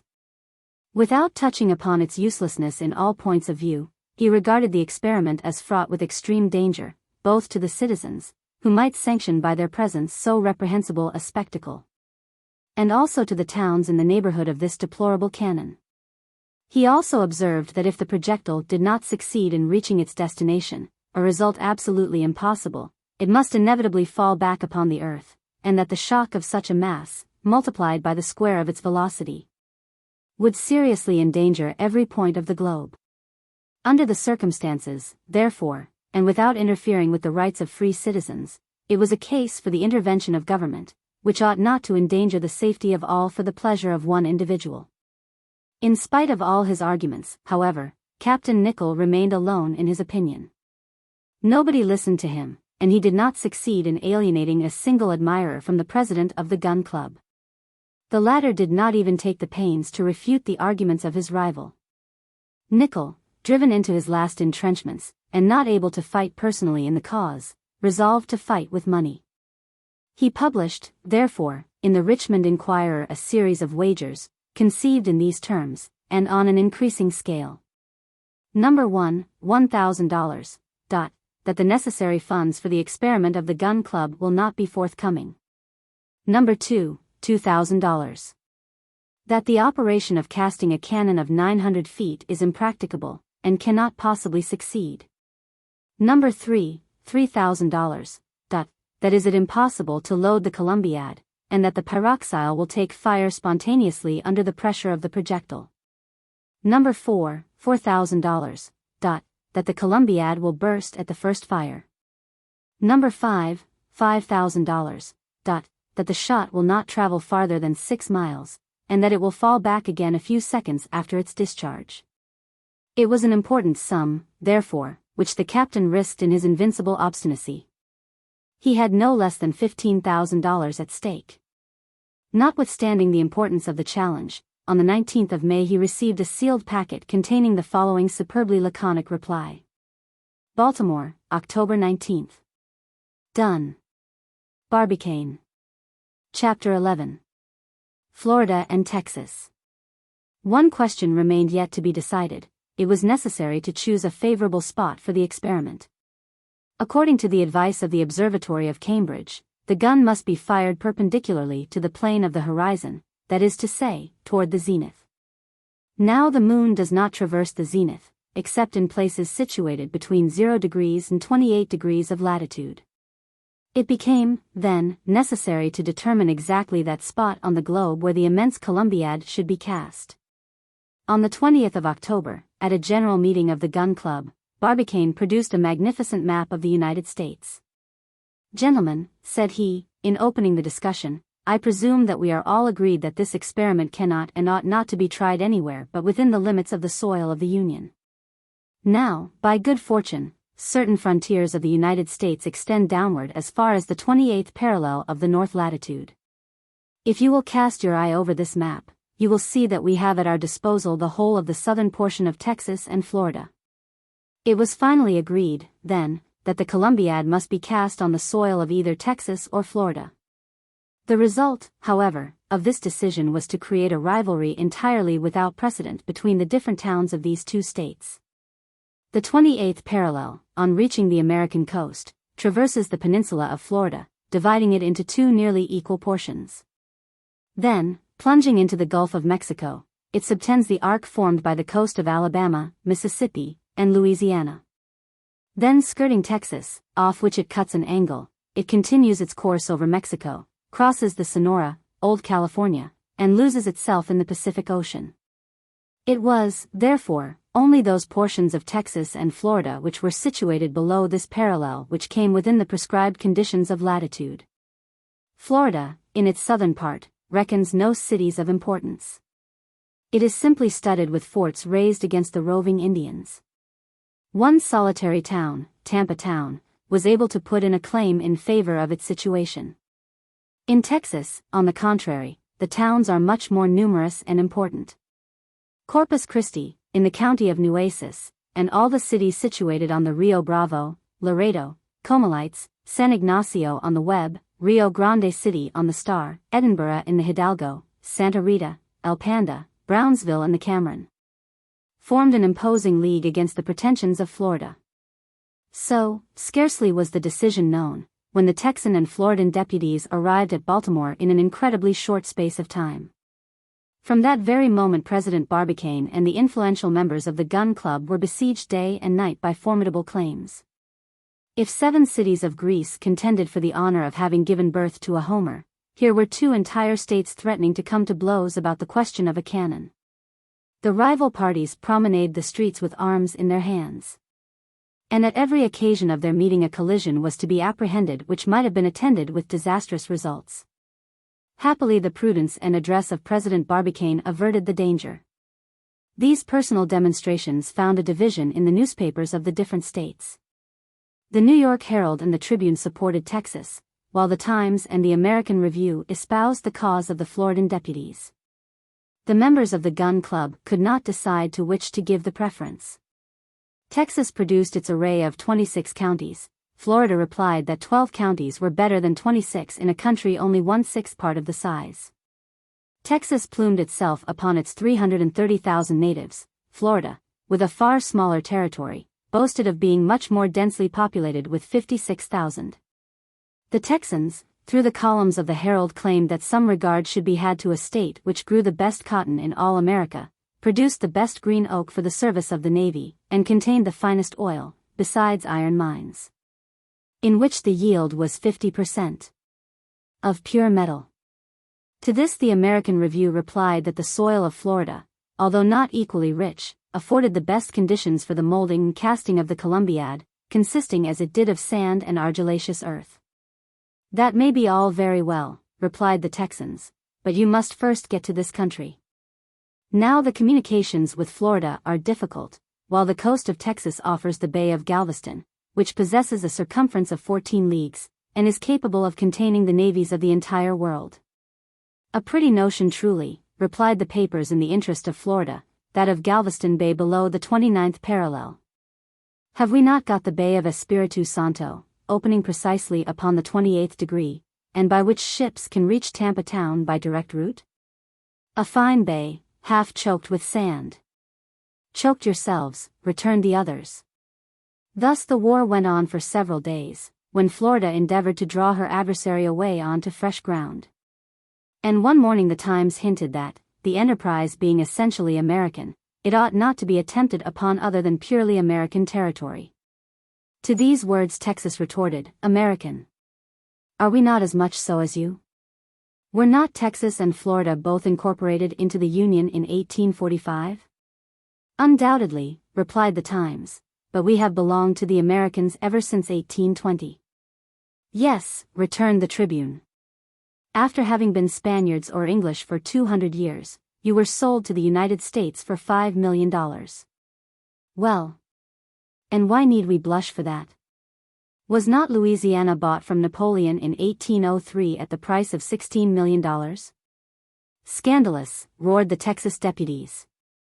A wretched little strip of country like Florida to dare to compare itself to Texas, who, in place of selling herself, asserted her own independence, drove out the Mexicans in March 2, 1846. And declared herself a federal republic after the victory gained by Samuel Houston, on the banks of the San Jacinto, over the troops of Santa Anna. A country, in fine, which voluntarily annexed itself to the United States of America. Yes, because it was afraid of the Mexicans, replied Florida. Afraid. From this moment the state of things became intolerable. A sanguinary encounter seemed daily imminent between the two parties in the streets of Baltimore. It became necessary to keep an eye upon the deputies. President Barbicane knew not which way to look. Notes, documents, letters full of menaces showered down upon his house. Which side ought he to take? As regarded the appropriation of the soil, the facility of communication, the rapidity of transport, the claims of both states were evenly balanced.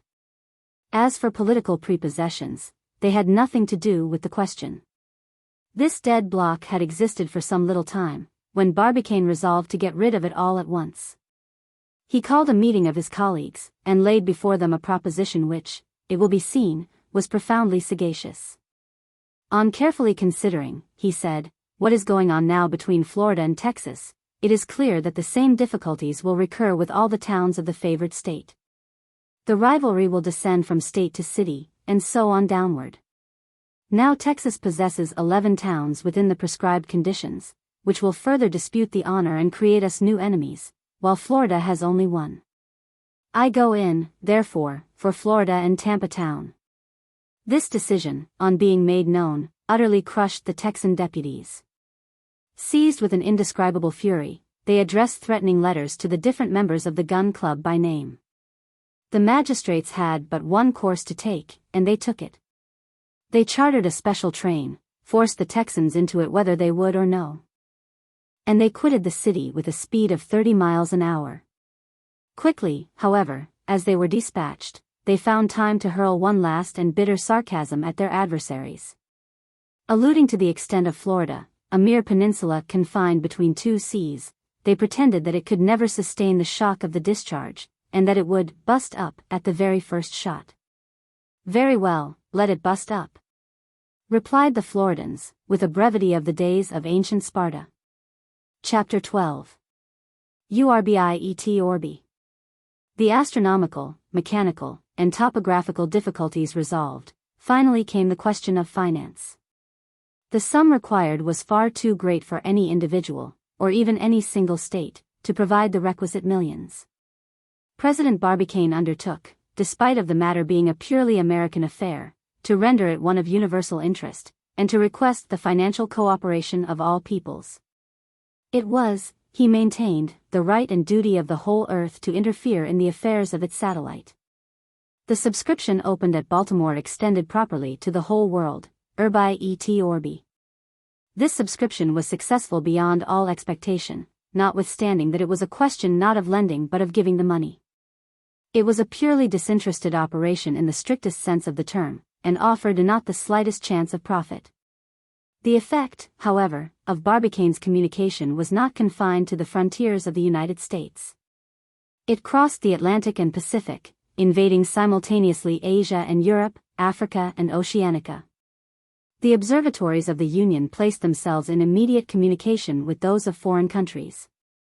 Some, such as those of Paris, Petersburg, Berlin, Stockholm, Hamburg, Malta, Lisbon, Benares, Madras, and others, transmitted their good wishes. The rest maintained a prudent silence, quietly awaiting the result. As for the observatory at Greenwich, seconded as it was by the 22 astronomical establishments of Great Britain, it spoke plainly enough. It boldly denied the possibility of success, and pronounced in favor of the theories of Captain Nicholl. But this was nothing more than mere English jealousy. On the 8th of October, President Barbicane published a manifesto full of enthusiasm, in which he made an appeal to all persons of good will upon the face of the earth. This document, translated into all languages, met with immense success. Subscription lists were opened in all the principal cities of the Union, with a central office at the Baltimore Bank, 9 Baltimore Street. In addition, subscriptions were received at the following banks in the different states of the 2 continents. At Vienna, with S. M. de Rothschild. At Petersburg, Stieglitz and Company. At Paris, the Credit Mobilier. At Stockholm, Tottai and Arfjordson. At London, N. M. Rothschild and Son. At Turin, Arduin and Company. At Berlin, Mendelssohn. At Geneva, Lombard, Odier and Company.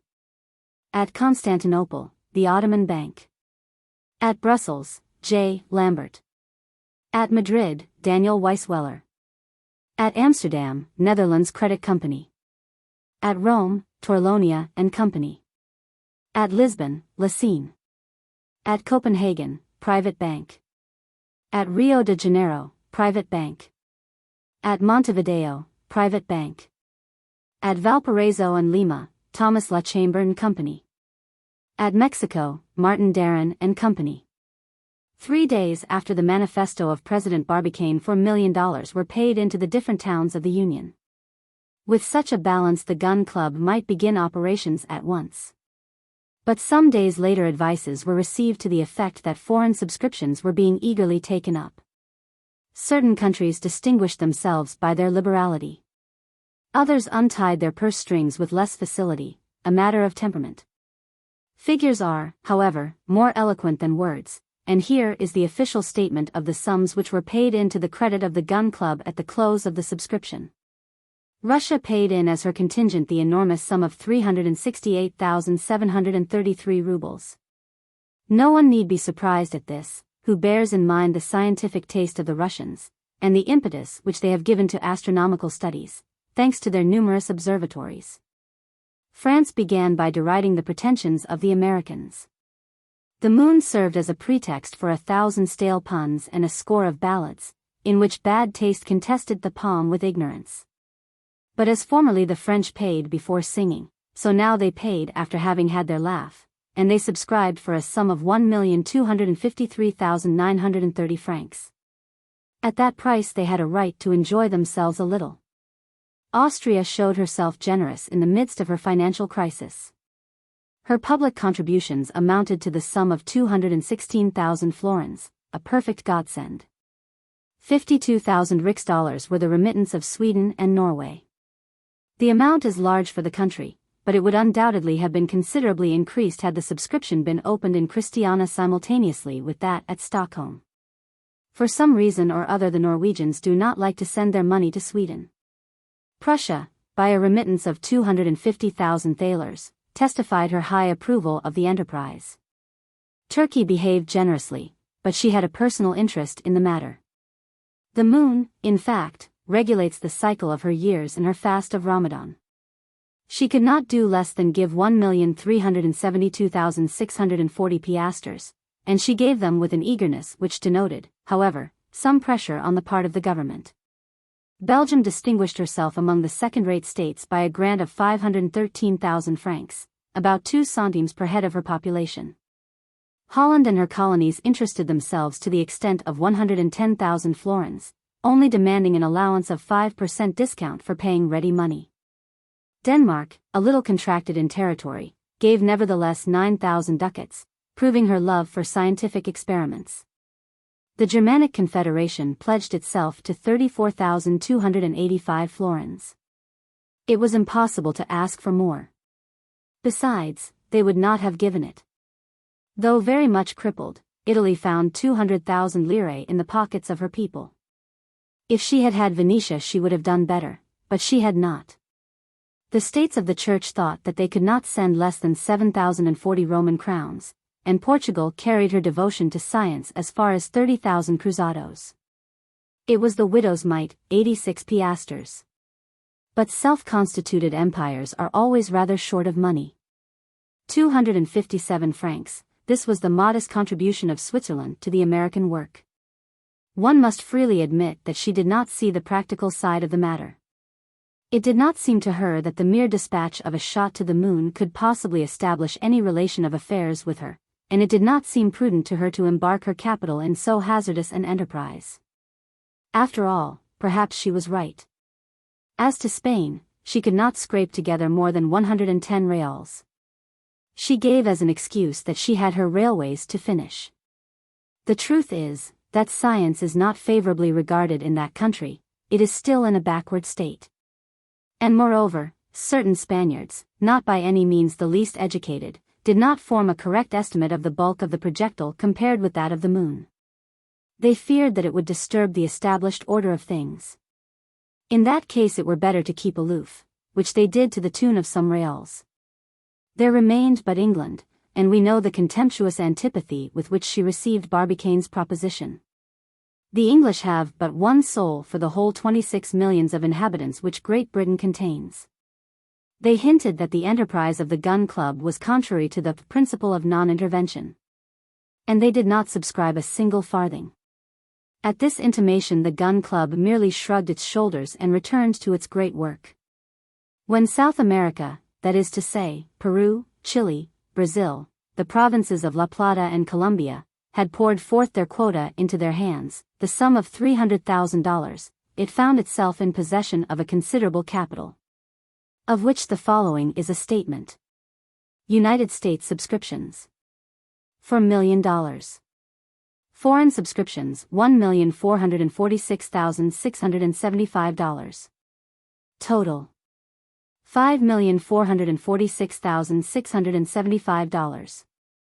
Such was the sum which the public poured into the treasury of the Gun Club.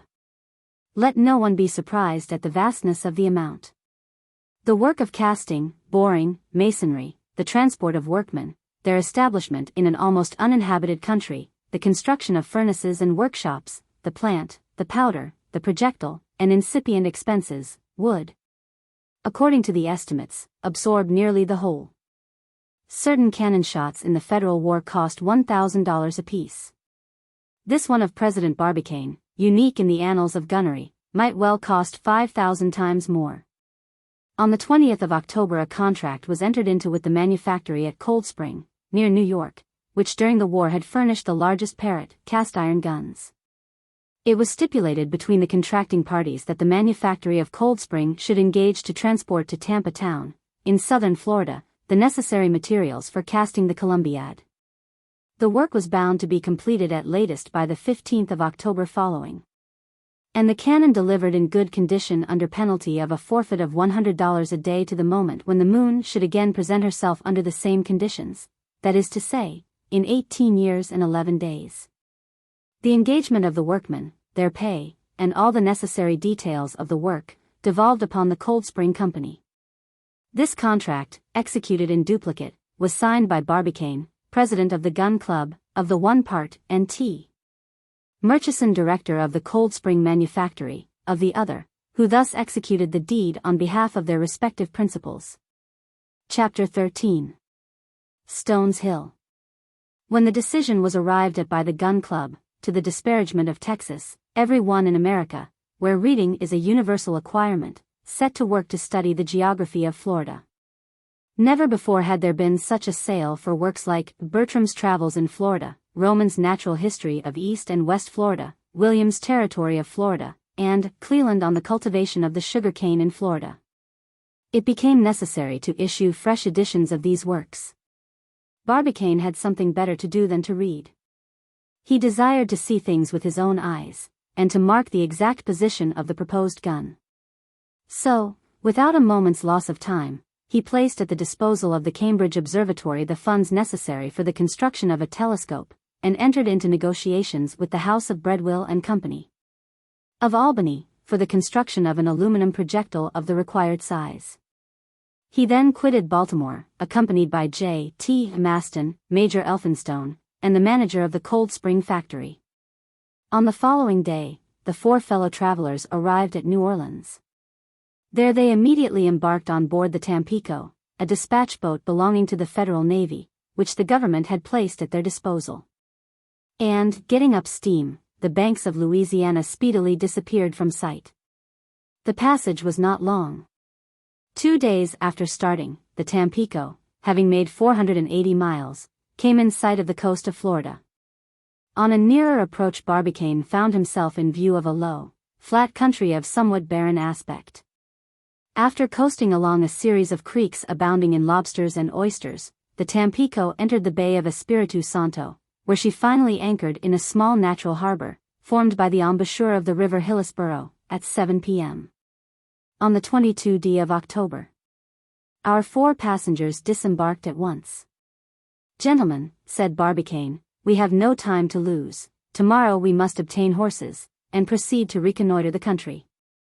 Barbicane had scarcely set his foot on shore when 3,000 of the inhabitants of Tampa town came forth to meet him, an honor due to the president who had signalized their country by his choice.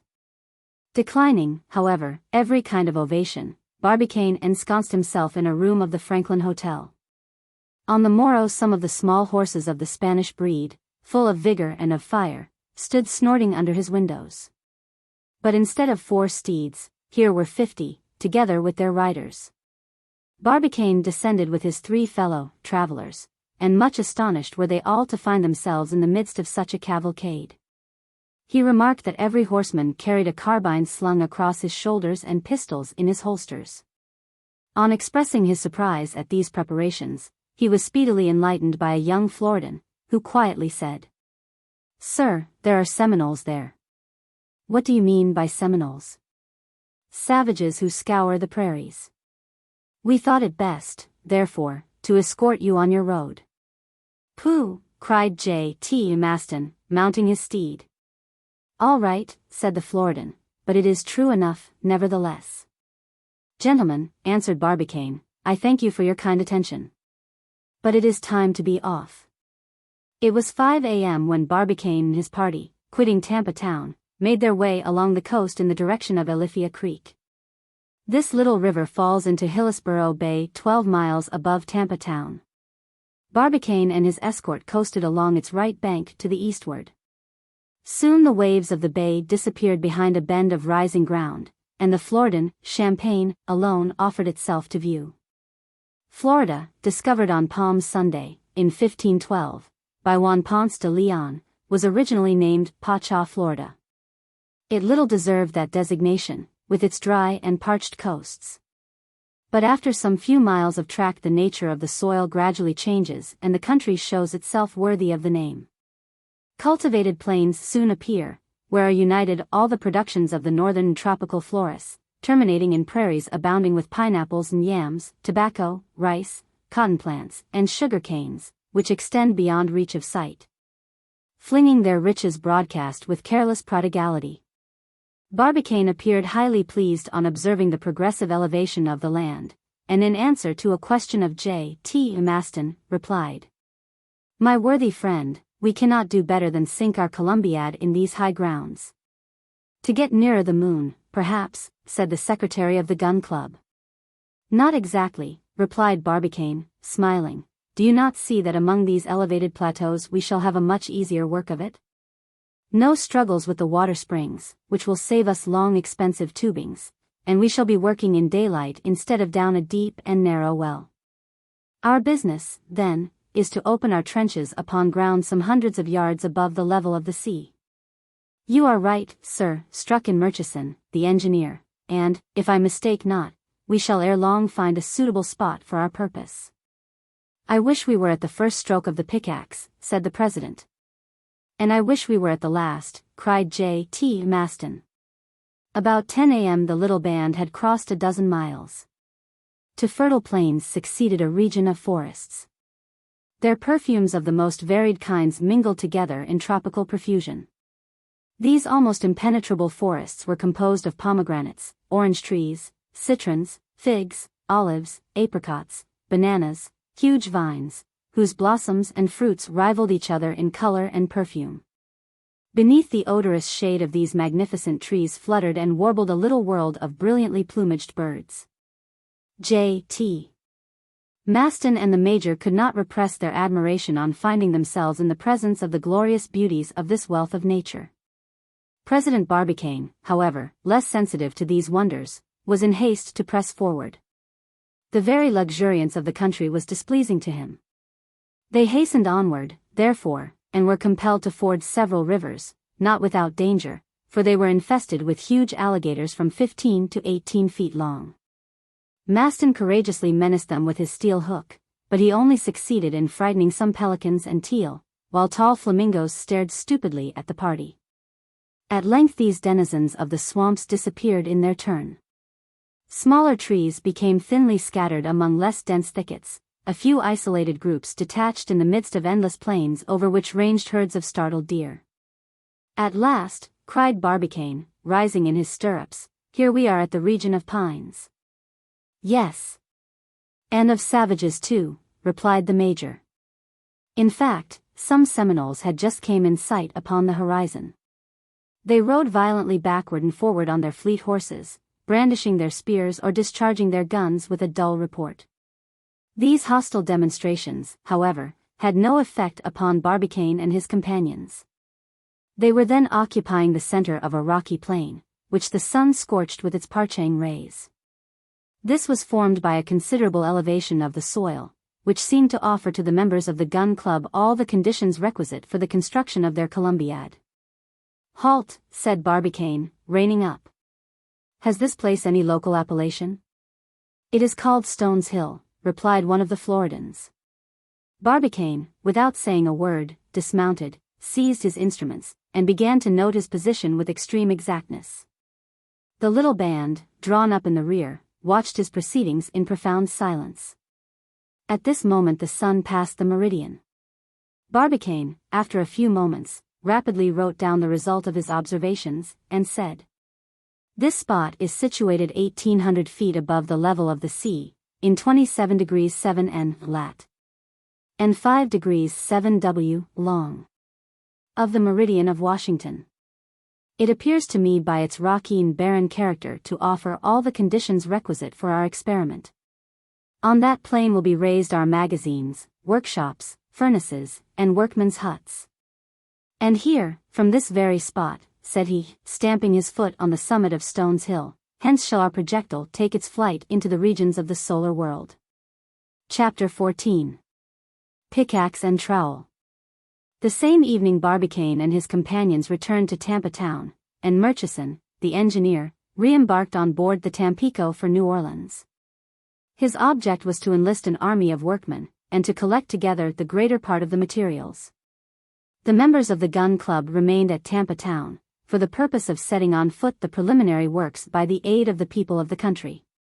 8 days after its departure, the Tampico returned into the Bay of Espiritu Santo, with a whole flotilla of steamboats. Murchison had succeeded in assembling together 1,500 artisans. Attracted by the high pay and considerable bounties offered by the Gun Club, he had enlisted a choice legion of stokers, iron founders, lime burners, miners, brickmakers, and artisans of every trade, without distinction of color.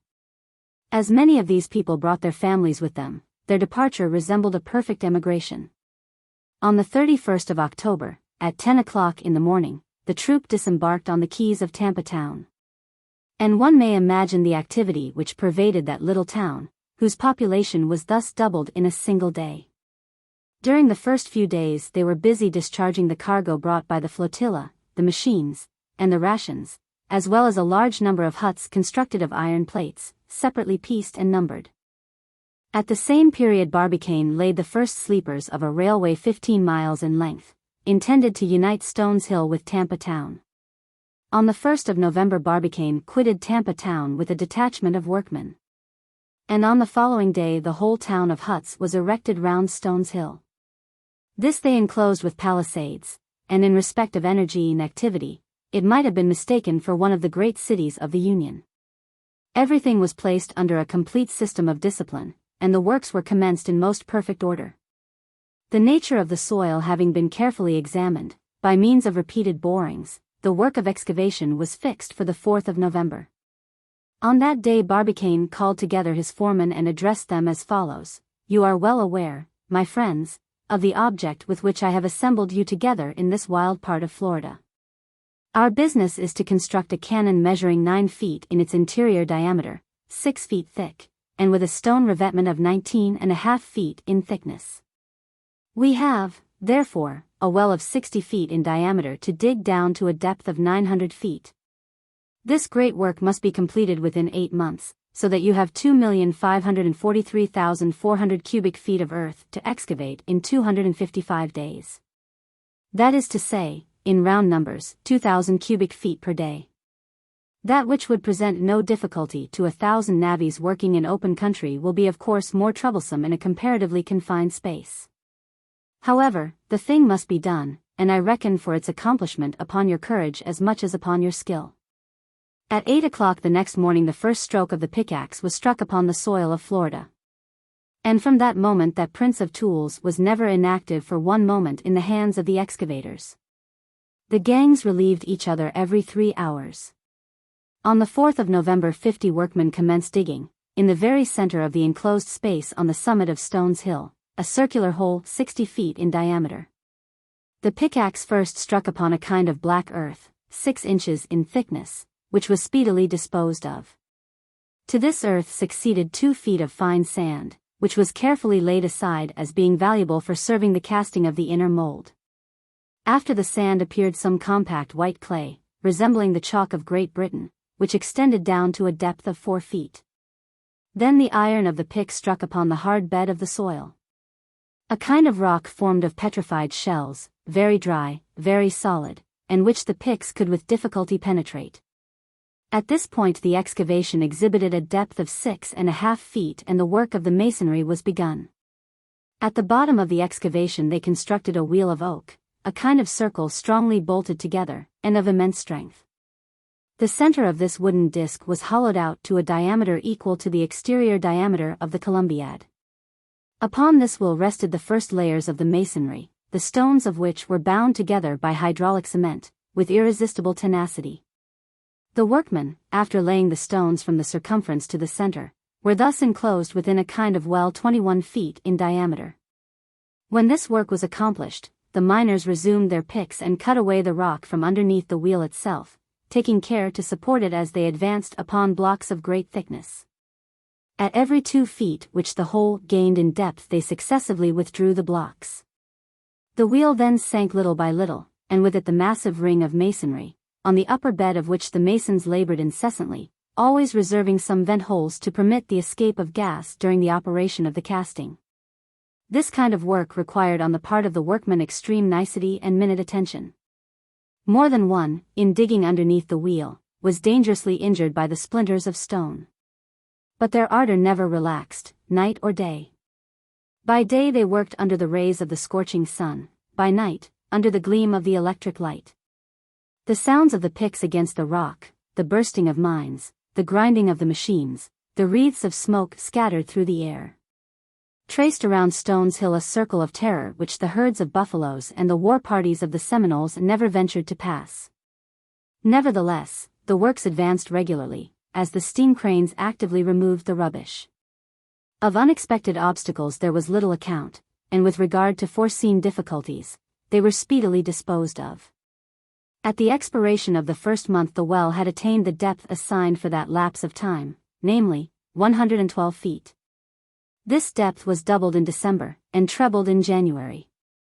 During the month of February the workmen had to contend with a sheet of water which made its way right across the outer soil. It became necessary to employ very powerful pumps and compressed air engines to drain it off, so as to close up the orifice from whence it issued, just as one stops a leak on board ship. They at last succeeded in getting the upper hand of these untoward streams, only, in consequence of the loosening of the soil, the wheel partly gave way, and a slight partial settlement ensued. This accident cost the life of several workmen. No fresh occurrence thenceforward arrested the progress of the operation. And on the 10th of June, 20 days before the expiration of the period fixed by Barbicane, the well, lined throughout with its facing of stone, had attained the depth of 900 feet. At the bottom the masonry rested upon a massive block measuring 30 feet in thickness, while on the upper portion it was level with the surrounding soil. President Barbicane and the members of the Gun Club warmly congratulated their engineer Murchison. The cyclopean work had been accomplished with extraordinary rapidity. During these 8 months Barbicane never quitted Stones Hill for a single instant. Keeping ever close by the work of excavation, he busied himself incessantly with the welfare and health of his workpeople, and was singularly fortunate in warding off the epidemics common to large communities of men, and so disastrous in those regions of the globe which are exposed to the influences of tropical climates. Many workmen, it is true, paid with their lives for the rashness inherent in these dangerous labors, but these mishaps are impossible to be avoided, and they are classed among the details with which the Americans trouble themselves but little. They have in fact more regard for human nature in general than for the individual in particular. Nevertheless, Barbicane professed opposite principles to these, and put them in force at every opportunity. So, thanks to his care, his intelligence, his useful intervention in all difficulties, his prodigious and humane sagacity, the average of accidents did not exceed that of transatlantic countries, noted for their excessive precautions, France, for instance, among others, where they reckon about 1 accident for every 200,000 francs of work. Chapter 15. The Fate of the Casting. During the 8 months which were employed in the work of excavation, the preparatory works of the casting had been carried on simultaneously with extreme rapidity. A stranger arriving at Stones Hill would have been surprised at the spectacle offered to his view. At 600 yards from the well, and circularly arranged around it as a central point, rose 1,200 reverberating ovens, each 6 feet in diameter, and separated from each other by an interval of 3 feet. The circumference occupied by these 1,200 ovens presented a length of 2 miles. Being all constructed on the same plan, each with its high quadrangular chimney, they produced a most singular effect. It will be remembered that on their third meeting the committee had decided to use cast iron for the Columbiad, and in particular the white description. This metal, in fact, is the most tenacious, the most ductile, and the most malleable, and consequently suitable for all molding operations. And when smelted with pit coal, is of superior quality for all engineering works requiring great resisting power, such as cannon, steam boilers, hydraulic presses, and the like. Cast iron, however, if subjected to only one single fusion, is rarely sufficiently homogeneous, and it requires a second fusion completely to refine it by dispossessing it of its last earthly deposits. So long before being forwarded to Tampa town, the iron ore, molten in the great furnaces of Cold Spring, and brought into contact with coal and silicium heated to a high temperature, was carbized and transformed into cast iron. After this first operation, the metal was sent on to Stones Hill. They had, however, to deal with 136 million pounds of iron, a quantity far too costly to send by railway. The cost of transport would have been double that of material. It appeared preferable to freight vessels at New York, and to load them with the iron in bars. This, however, required not less than 8 vessels of 1,000 tons, a veritable fleet, which, quitting New York on the 3rd of May, on the 10th of the same month ascended the Bay of Espiritu Santo, and discharged their cargoes, without dues, in the port at Tampa town. Thence the iron was transported by rail to Stones Hill, and about the middle of January this enormous mass of metal was delivered at its destination. It will easily be understood that 1,200 furnaces were not too many to melt simultaneously these 60,000 tons of iron. Each of these furnaces contained nearly 140,000 pounds weight of metal.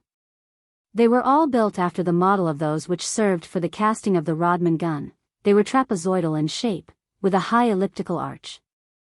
These furnaces, constructed of fireproof brick, were especially adapted for burning pit coal, with a flat bottom upon which the iron bars were laid.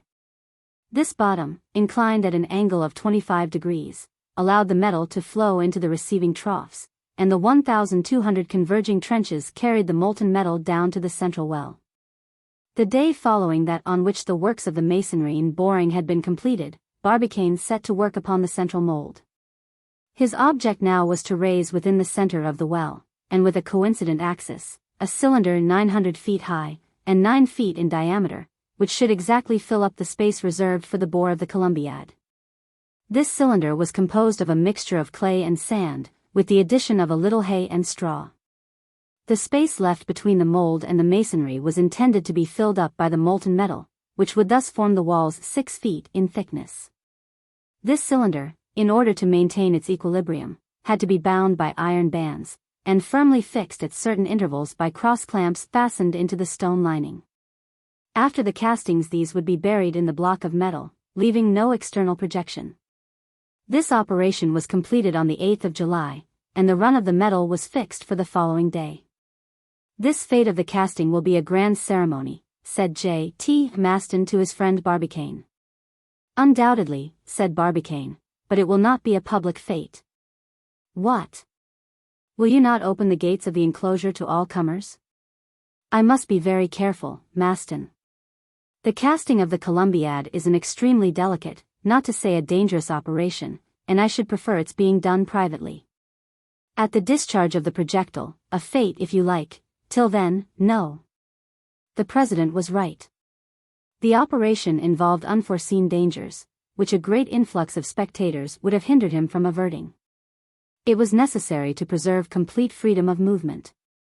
No one was admitted within the enclosure except a delegation of members of the Gun Club, who had made the voyage to Tampa Town. Among these was the brisk Bilsby, Tom Hunter, Colonel Blomsberry, Major Elphinstone, General Morgan, and the rest of the lot to whom the casting of the Columbiad was a matter of personal interest. J.T. Maston became their cicerone. He omitted no point of detail. He conducted them throughout the magazines, workshops, through the midst of the engines, and compelled them to visit the whole 1,200 furnaces one after the other. At the end of the 1200th visit they were pretty well knocked up. The casting was to take place at 12 o'clock precisely. The previous evening each furnace had been charged with 114,000 pounds weight of metal in bars disposed crossways to each other, so as to allow the hot air to circulate freely between them. At daybreak the 1,200 chimneys vomited their torrents of flame into the air, and the ground was agitated with dull tremblings. As many pounds of metal as there were to cast, so many pounds of coal were there to burn. Thus there were 68,000 tons of coal which projected in the face of the sun a thick curtain of smoke. The heat soon became insupportable within the circle of furnaces, the rumbling of which resembled the rolling of thunder. The powerful ventilators added their continuous blasts and saturated with oxygen the glowing plates. The operation, to be successful, required to be conducted with great rapidity. On a signal given by a cannon shot each furnace was to give vent to the molten iron and completely to empty itself. These arrangements made, foreman and workmen waited the preconcerted moment with an impatience mingled with a certain amount of emotion. Not a soul remained within the enclosure. Each superintendent took his post by the aperture of the run. Barbicane and his colleagues, perched on a neighboring eminence, assisted at the operation. In front of them was a piece of artillery ready to give fire on the signal from the engineer. Some minutes before midday the first driblets of metal began to flow, the reservoirs filled little by little. And, by the time that the whole melting was completely accomplished, it was kept in abeyance for a few minutes in order to facilitate the separation of foreign substances. 12 o'clock struck. A gunshot suddenly pealed forth and shot its flame into the air. 1,200 melting troughs were simultaneously opened and 1,200 fiery serpents crept toward the central well, unrolling their incandescent curves. There, down they plunged with a terrific noise into a depth of 900 feet. It was an exciting and a magnificent spectacle. The ground trembled, while these molten waves, launching into the sky their wreaths of smoke, evaporated the moisture of the mold and hurled it upward through the vent holes of the stone lining in the form of dense vapor clouds. These artificial clouds unrolled their thick spirals to a height of 1,000 yards into the air. A savage, wandering somewhere beyond the limits of the horizon, might have believed that some new crater was forming in the bosom of Florida, although there was neither any eruption, nor typhoon, nor storm, nor struggle of the elements. Nor any of those terrible phenomena which nature is capable of producing. No, it was man alone who had produced these reddish vapors, these gigantic flames worthy of a volcano itself, these tremendous vibrations resembling the shock of an earthquake, these reverberations rivaling those of hurricanes and storms. And it was his hand which precipitated into an abyss, dug by himself, a whole Niagara of molten metal. Chapter 16. The Columbiad. Had the casting succeeded? They were reduced to mere conjecture. There was indeed every reason to expect success, since the mold has absorbed the entire mass of the molten metal. Still some considerable time must elapse before they could arrive at any certainty upon the matter. The patience of the members of the Gun Club was sorely tried during this period of time. But they could do nothing. XXIII Maston escaped roasting by a miracle.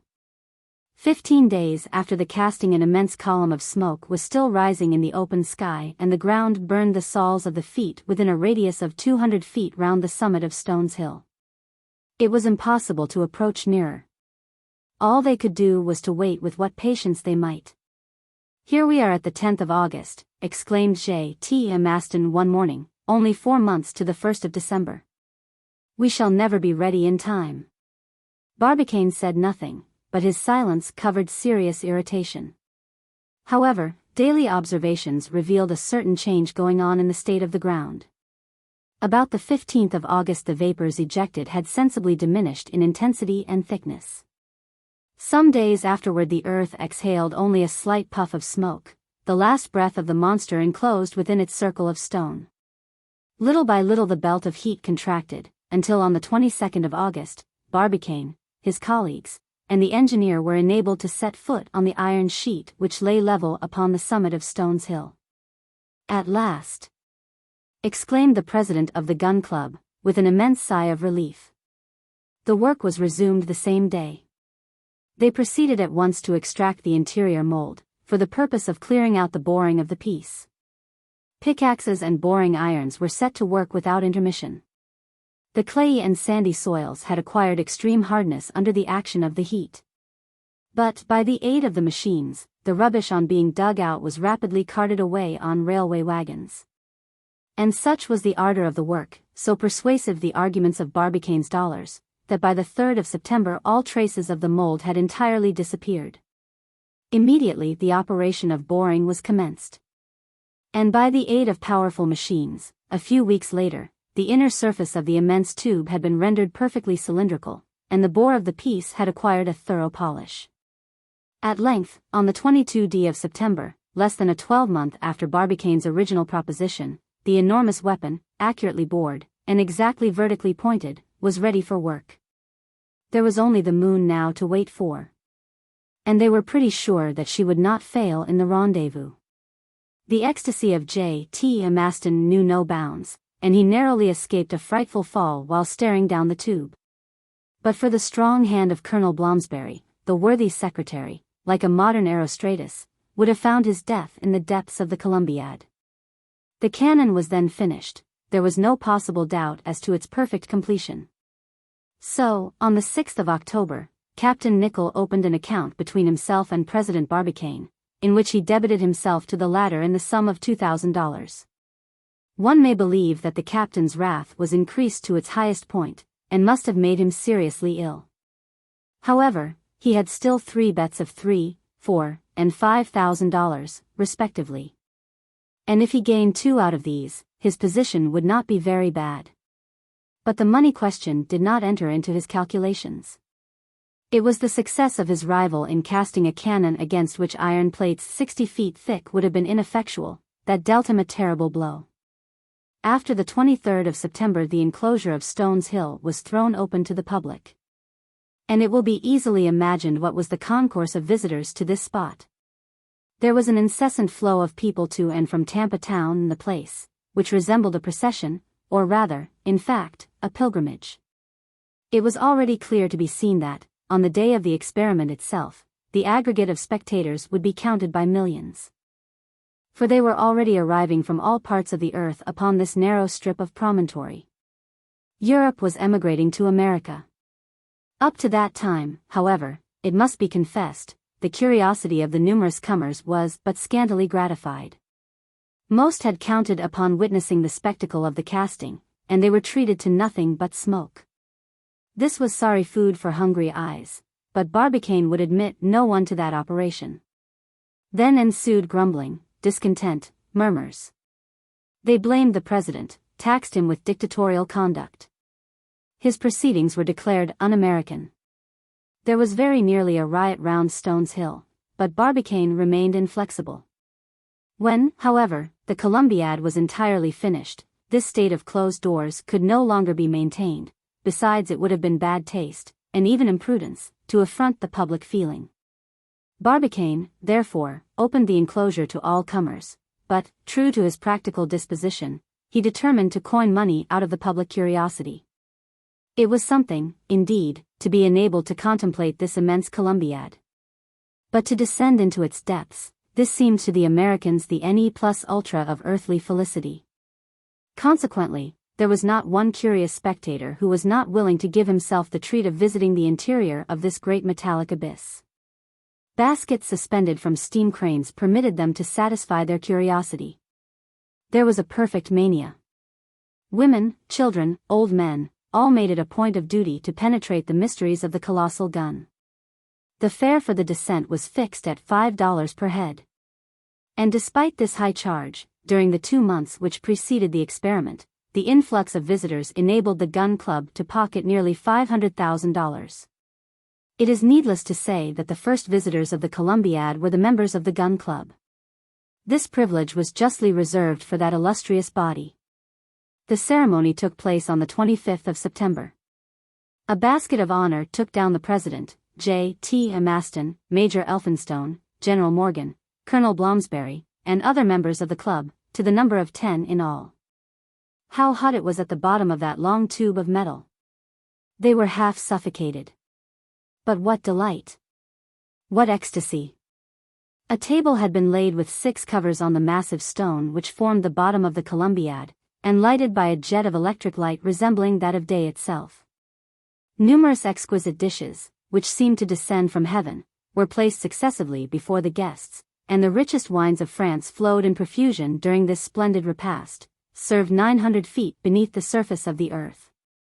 The festival was animated, not to say somewhat noisy. Toasts flew backward and forward. They drank to the earth and to her satellite, to the Gun Club, the Union, the Moon, Diana, Phoebe, Selene, the peaceful courier of the night. All the hurrahs, carried upward upon the sonorous waves of the immense acoustic tube, arrived with the sound of thunder at its mouth.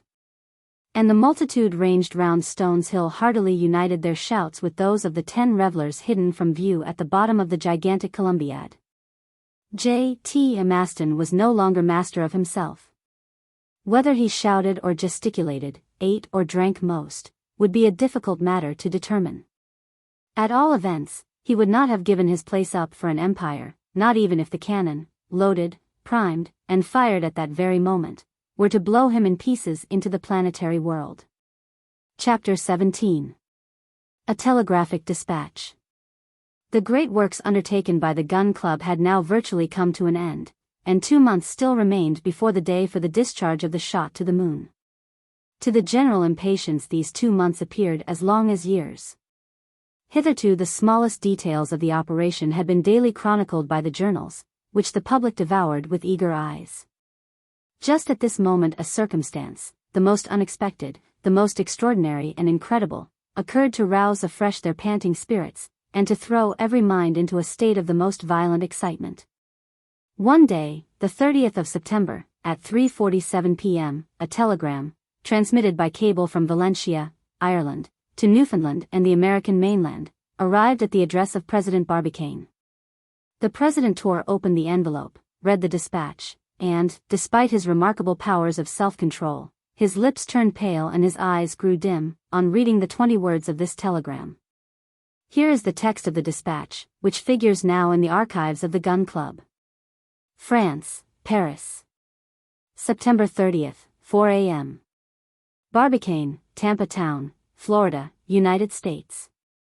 Substitute for your spherical shell a cylindro-conical projectile. I shall go inside. Shall arrive by steamer Atlanta. Michel Ardan. Chapter 18. The passenger of the Atlanta. If this astounding news, instead of flying through the electric wires, had simply arrived by post in the ordinary sealed envelope, Barbicane would not have hesitated a moment. He would have held his tongue about it, both as a measure of prudence, and in order not to have to reconsider his plans. This telegram might be a cover for some jest, especially as it came from a Frenchman. What human being would ever have conceived the idea of such a journey? And, if such a person really existed, he must be an idiot, whom one would shut up in a lunatic ward, rather than within the walls of the projectile. The contents of the dispatch, however, speedily became known, for the telegraphic officials possessed but little discretion, and Michel Ardan's proposition ran at once throughout the several states of the Union. Barbicane had, therefore, no further motives for keeping silence.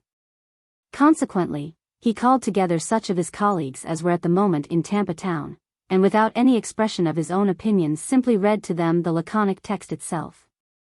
It was received with every possible variety of expressions of doubt, incredulity, and derision from every one, with the exception of J.T. Maston, who exclaimed, "It is a grand idea, however." When Barbicane originally proposed to send a shot to the moon, every one looked upon the enterprise as simple and practicable enough, a mere question of gunnery. But when a person, professing to be a reasonable being, offered to take passage within the projectile, the whole thing became a farce, or, in plainer language, a humbug.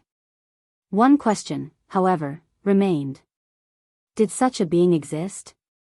This telegram flashed across the depths of the Atlantic, the designation of the vessel on board which he was to take his passage, the date assigned for his speedy arrival, all combined to impart a certain character of reality to the proposal. They must get some clearer notion of the matter. Scattered groups of inquirers at length condensed themselves into a compact crowd, which made straight for the residence of President Barbicane.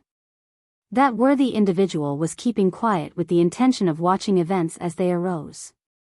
But he had forgotten to take into account the public impatience.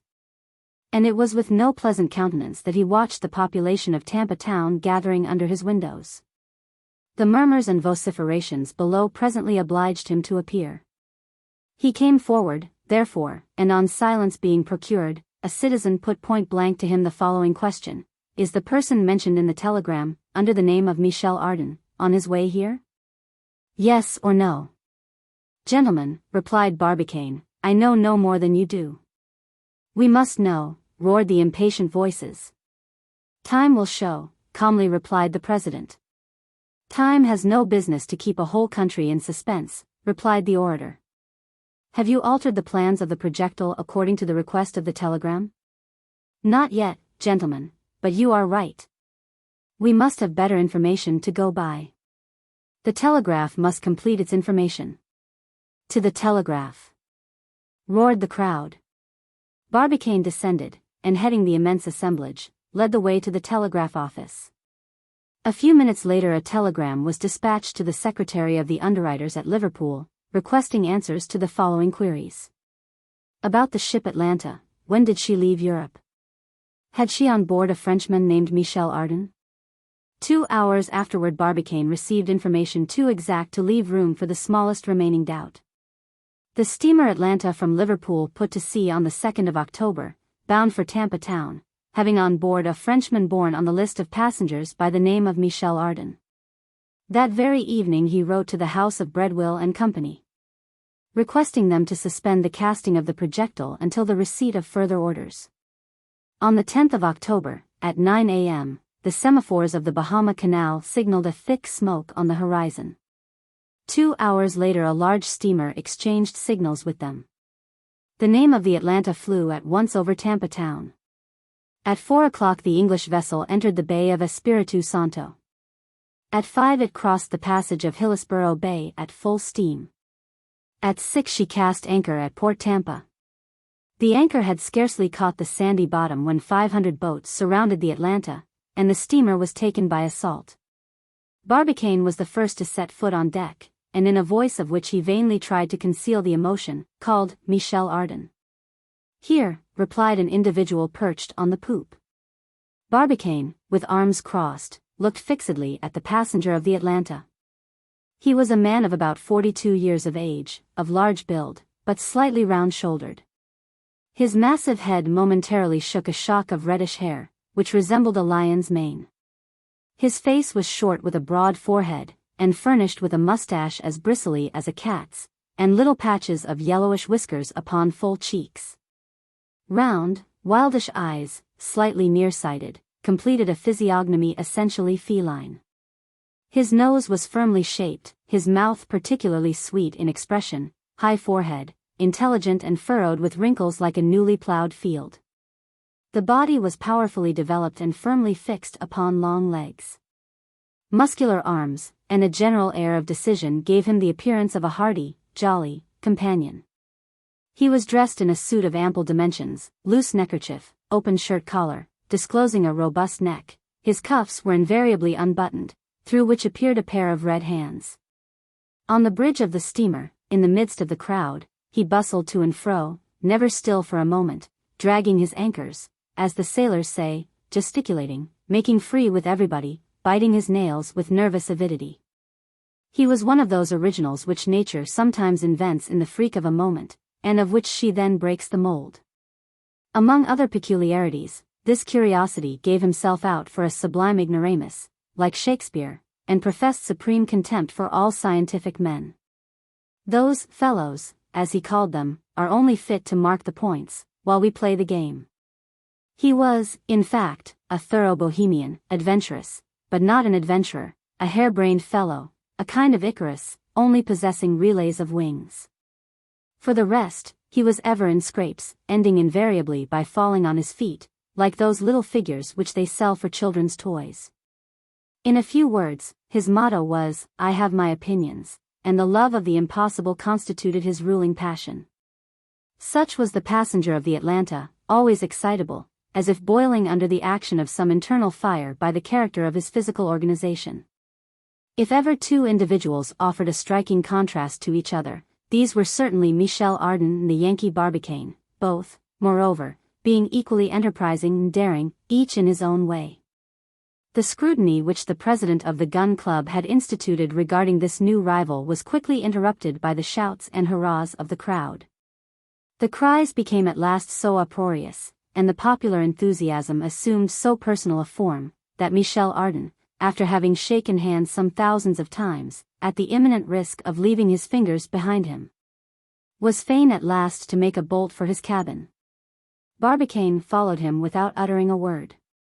"You are Barbicane, I suppose," said Michel Ardan, in a tone of voice in which he would have addressed a friend of 20 years' standing. "Yes," replied the president of the Gun Club. "All right. How d'ye do, Barbicane? How are you getting on? Pretty well." "That's right." "So," said Barbicane without further preliminary, "you are quite determined to go?" "Quite decided." "Nothing will stop you?" "Nothing." "Have you modified your projectile according to my telegram?" "I waited for your arrival." "But," asked Barbicane again, "have you carefully reflected?" "Reflected? Have I any time to spare? I find an opportunity of making a tour in the moon, and I mean to profit by it. There is the whole gist of the matter." Barbicane looked hard at this man who spoke so lightly of his project with such complete absence of anxiety. "But, at least," said he, "you have some plans, some means of carrying your project into execution?" "Excellent, my dear Barbicane. Only permit me to offer one remark. My wish is to tell my story once for all, to everybody, and then have done with it. Then there will be no need for recapitulation. So, if you have no objection, assemble your friends, colleagues, the whole town, all Florida, all America if you like, and tomorrow I shall be ready to explain my plans and answer any objections whatever that may be advanced. You may rest assured I shall wait without stirring. Will that suit you?" "All right," replied Barbicane. So saying, the president left the cabin and informed the crowd of the proposal of Michel Ardan.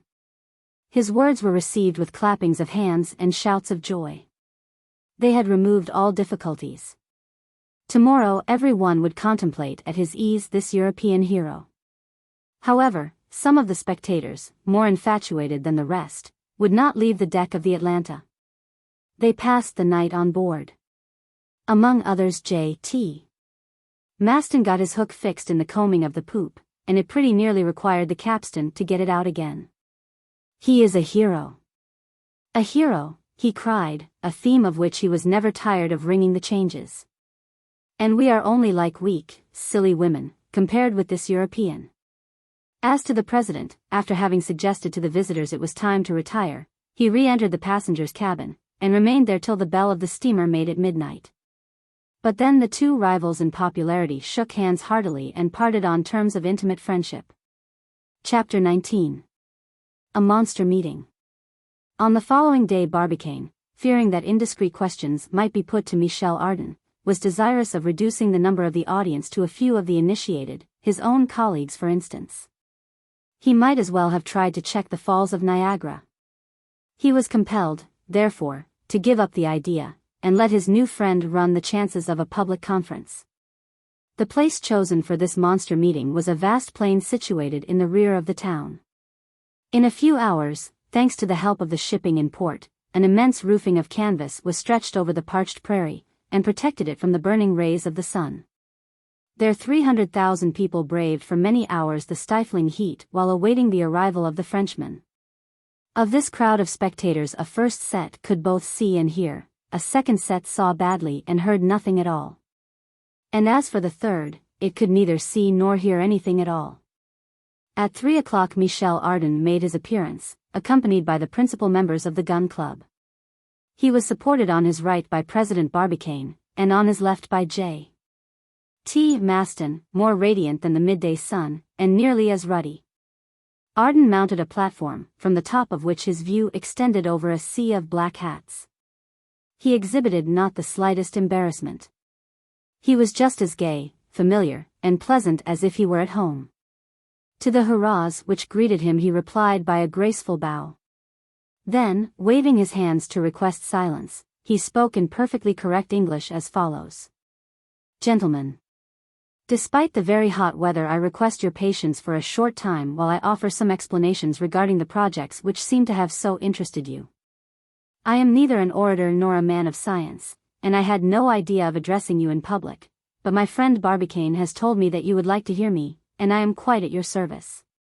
Listen to me, therefore, with your 600,000 ears, and please excuse the faults of the speaker.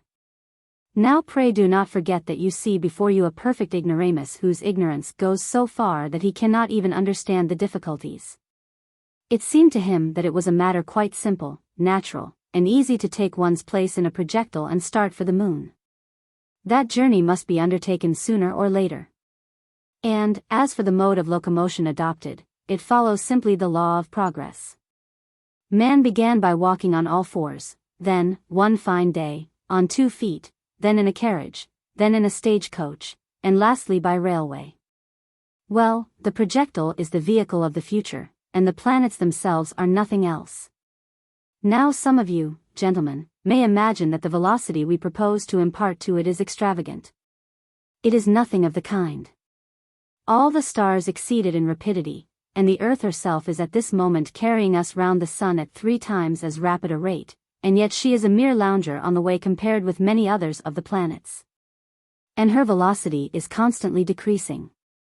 Is it not evident, then, I ask you, that there will some day appear velocities far greater than these, of which light or electricity will probably be the mechanical agent? Yes, gentlemen, continued the orator, in spite of the opinions of certain narrow-minded people, who would shut up the human race upon this globe, as within some magic circle which it must never outstep, we shall one day travel to the moon.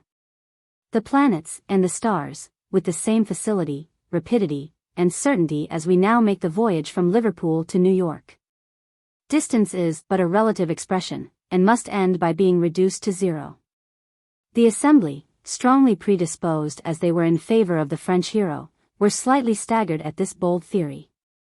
Michel Ardan perceived the fact. Gentlemen, he continued with a pleasant smile, you do not seem quite convinced. Very good. Let us reason the matter out. Do you know how long it would take for an express train to reach the moon? 300 days, no more.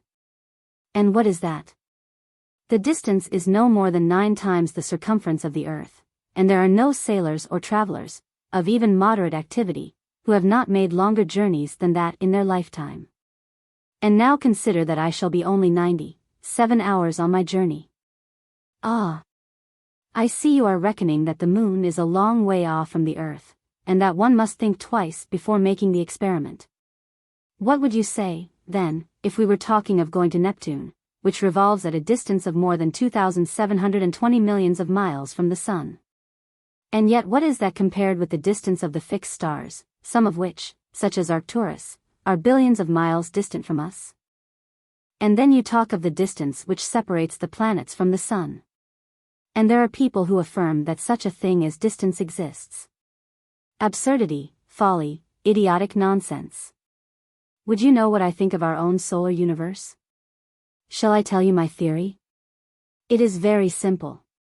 In my opinion, the solar system is a solid homogeneous body. The planets which compose it are in actual contact with each other. And whatever space exists between them is nothing more than the space which separates the molecules of the densest metal, such as silver, iron, or platinum. I have the right, therefore, to affirm, and I repeat, with the conviction which must penetrate all your minds, distance is but an empty name. Distance does not really exist. Hurrah! Cried one voice. Need it be said it was that of J.T. Maston. Distance does not exist. And overcome by the energy of his movements, he nearly fell from the platform to the ground. He just escaped a severe fall, which would have proved to him that distance was by no means an empty name. Gentlemen, resumed the orator, I repeat that the distance between the Earth and her satellite is a mere trifle, and undeserving of serious consideration. I am convinced that before 20 years are over, 1/2 of our Earth will have paid a visit to the moon. Now, my worthy friends, if you have any question to put to me, you will, I fear, sadly embarrass a poor man like myself. Still, I will do my best to answer you. Up to this point the president of the Gun Club had been satisfied with the turn which the discussion had assumed. It became now, however, desirable to divert Ardan from questions of a practical nature, with which he was doubtless far less conversant. Barbicane, therefore, hastened to get in a word, and began by asking his new friend whether he thought that the moon and the planets were inhabited. You put before me a great problem, my worthy president, replied the orator, smiling. Still, men of great intelligence, such as Plutarch, Swedenborg, Bernardin de Saint Pierre, and others have, if I mistake not, pronounced in the affirmative. Looking at the question from the natural philosopher's point of view, I should say that nothing useless existed in the world. And, replying to your question by another, should venture to assert, that if these worlds are habitable, they either are, have been, or will be inhabited. No one could answer more logically or fairly, replied the president. The question then reverts to this: are these worlds habitable? For my own part, one believe they are. For myself, I feel certain of it, said Michel Ardan. Nevertheless, retorted one of the audience, there are many arguments against the habitability of the worlds. The conditions of life must evidently be greatly modified upon the majority of them. To mention only the planets, we should be either broiled alive in some, or frozen to death in others, according as they are more or less removed from the sun. I regret, replied Michel Ardan, that I have not the honor of personally knowing my contradictor, for I would have attempted to answer him. His objection has its merits, I admit. But I think we may successfully combat it, as well as all others which affect the habitability of other worlds. If I were a natural philosopher, I would tell him that if less of caloric were set in motion upon the planets which are nearest to the sun, and more, on the contrary, upon those which are farthest removed from it, this simple fact would alone suffice to equalize the heat, and to render the temperature of those worlds supportable by beings organized like ourselves. If I were a naturalist, I would tell him that, according to some illustrious men of science, nature has furnished us with instances upon the earth of animals existing under very varying conditions of life. That fish respire in a medium fatal to other animals, that amphibious creatures possess a double existence very difficult of explanation. That certain denizens of the seas maintain life at enormous depths, and there support a pressure equal to that of 50 or 60 atmospheres without being crushed. That several aquatic insects, insensible to temperature, are met with equally among boiling springs and in the frozen plains of the polar sea. In fine, that we cannot help recognizing in nature a diversity of means of operation oftentimes incomprehensible, but not the less real. If I were a chemist, I would tell him that the aerolites, bodies evidently formed exteriorly of our terrestrial globe, have, upon analysis, revealed indisputable traces of carbon, a substance which owes its origin solely to organized beings, and which, according to the experiments of Reichenbach, must necessarily itself have been endued with animation. And lastly, were I a theologian, I would tell him that the scheme of the divine redemption, according to St. Paul, seems to be applicable, not merely to the earth, but to all the celestial worlds. But, unfortunately, I am neither theologian, nor chemist, nor naturalist, nor philosopher. Therefore, in my absolute ignorance of the great laws which govern the universe, I confine myself to saying in reply, I do not know whether the worlds are inhabited or not, and since I do not know, I am going to see. Whether Michel Ardan's antagonist hazarded any further arguments or not it is impossible to say, for the uproarious shouts of the crowd would not allow any expression of opinion to gain a hearing. On silence being restored, the triumphant orator contented himself with adding the following remarks. Gentlemen, you will observe that I have but slightly touched upon this great question. There is another altogether different line of argument in favor of the habitability of the stars, which I omit for the present. I only desire to call attention to one point. To those who maintain that the planets are not inhabited one may reply, you might be perfectly in the right, if you could only show that the Earth is the best possible world, in spite of what Voltaire has said. She has but one satellite, while Jupiter, Uranus, Saturn, Neptune have each several, an advantage by no means to be despised. But that which renders our own globe so uncomfortable is the inclination of its axis to the plane of its orbit. Hence the inequality of days and nights, hence the disagreeable diversity of the seasons. On the surface of our unhappy spheroid we are always either too hot or too cold, we are frozen in winter, broiled in summer. It is the planet of rheumatism, coughs, bronchitis, while on the surface of Jupiter, for example, where the axis is but slightly inclined, the inhabitants may enjoy uniform temperatures. It possesses zones of perpetual springs, summers, autumns, and winters. Every Jovian may choose for himself what climate he likes, and there spend the whole of his life in security from all variations of temperature. You will, I am sure, readily admit this superiority of Jupiter over our own planet, to say nothing of his years, which each equal 12 of ours. Under such auspices and such marvelous conditions of existence, it appears to me that the inhabitants of so fortunate a world must be in every respect superior to ourselves. All we require, in order to attain such perfection, is the mere trifle of having an axis of rotation less inclined to the plane of its orbit. Hurrah! Roared an energetic voice, let us unite our efforts, invent the necessary machines, and rectify the Earth's axis. A thunder of applause followed this proposal, the author of which was, of course, no other than J.T. Maston. And, in all probability, if the truth must be told, if the Yankees could only have found a point of application for it, they would have constructed a lever capable of raising the Earth and rectifying its axis. It was just this deficiency which baffled these daring mechanicians. Chapter 20. Attack and Riposte. As soon as the excitement had subsided, the following words were heard uttered in a strong and determined voice. Now that the speaker has favored us with so much imagination, would he be so good as to return to his subject and give us a little practical view of the question? All eyes were directed toward the person who spoke. He was a little dried-up man, of an active figure, with an American goatee beard. Profiting by the different movements in the crowd, he had managed by degrees to gain the front row of spectators. There, with arms crossed and stern gaze, he watched the hero of the meeting. After having put his question he remained silent, and appeared to take no notice of the thousands of looks directed toward himself, nor of the murmur of disapprobation excited by his words. Meeting at first with no reply, he repeated his question with marked emphasis, adding, "We are here to talk about the moon and not about the earth." "You are right, sir," replied Michel Ardan, the discussion has become irregular. We will return to the moon. Sir, said the unknown, you pretend that our satellite is inhabited. Very good, but if Selenites do exist, that race of beings assuredly must live without breathing, for, I warn you for your own sake, there is not the smallest particle of air on the surface of the moon. At this remark Ardan pushed up his shock of red hair. He saw that he was on the point of being involved in a struggle with this person upon the very gist of the whole question. He looked sternly at him in his turn and said, "Oh. So there is no air in the moon? And pray, if you are so good, who ventures to affirm that?" "The men of science." "Really? Really?"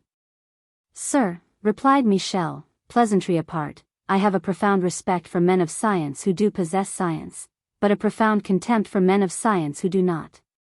Do you know any who belong to the latter category?" "Decidedly. In France there are some who maintain that, mathematically, a bird cannot possibly fly, and others who demonstrate theoretically that fishes were never made to live in water.